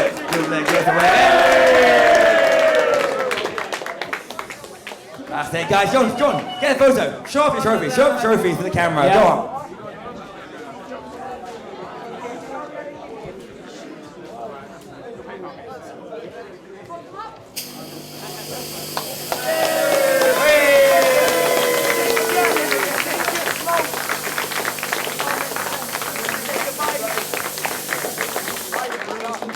Guys, if that's not enough, of course you do also get your own proxy mat, Echo Arena, and the money. VR and proxy mat. Even better. Oh no, that's great. Later. No need for that. Massive congratulations to you guys. You can go off now, you can enjoy your trophies. But everyone, one last time, give it up for your LAN winners.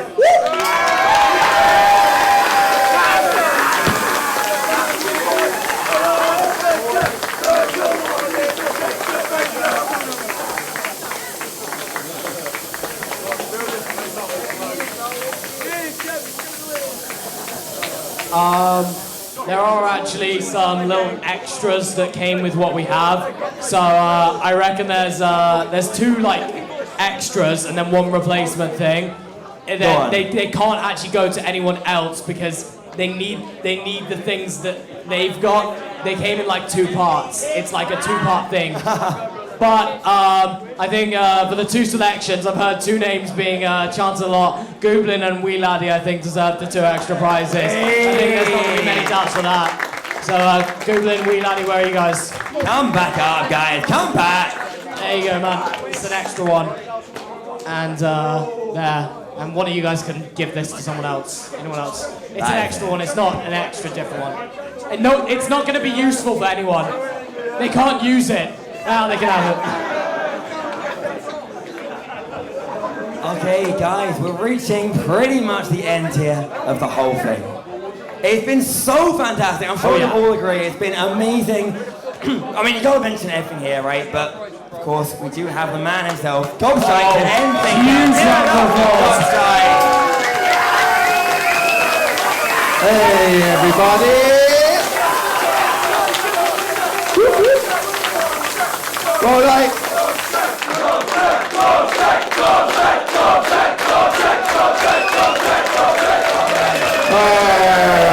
Calm it down. Right, first of all, thank you all for supporting this event, coming along, making it what it is. You know, the Echo community we all know is something special, whatever Meta and Boz, etc. say. We know we got something special here. Right, and there's a whole bunch of people who make this thing happen. So I'm going to invite a few people up to the stage, and I want you guys give them a huge applause. First off, Swift, who pretty much has run this whole thing. Hey Swift, come on up here when you can.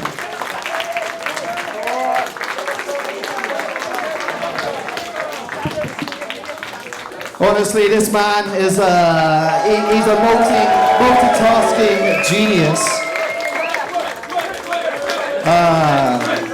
We got Swift.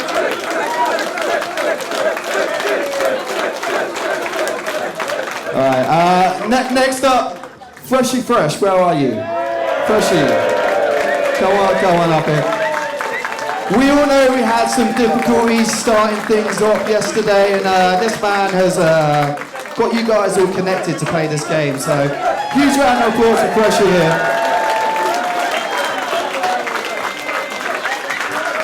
Right. We've got a little lady called Steph who has helped us out all weekend on the box office, sorting all your tickets, sorting your wristbands.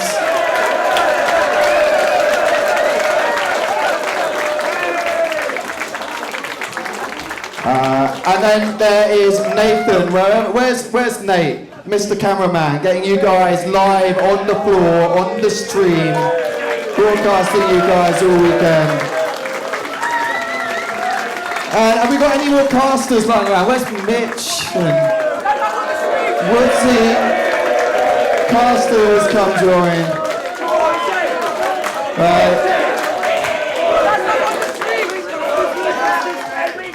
Right, these events do not happen without these people, right? And these events do not happen without you. Hopefully, this is the last Echo LAN. Hopefully, it will not be the last time we all gather together doing something. So give yourselves a pat on the back. Give these guys a round of applause, and thank you very much. Until next time.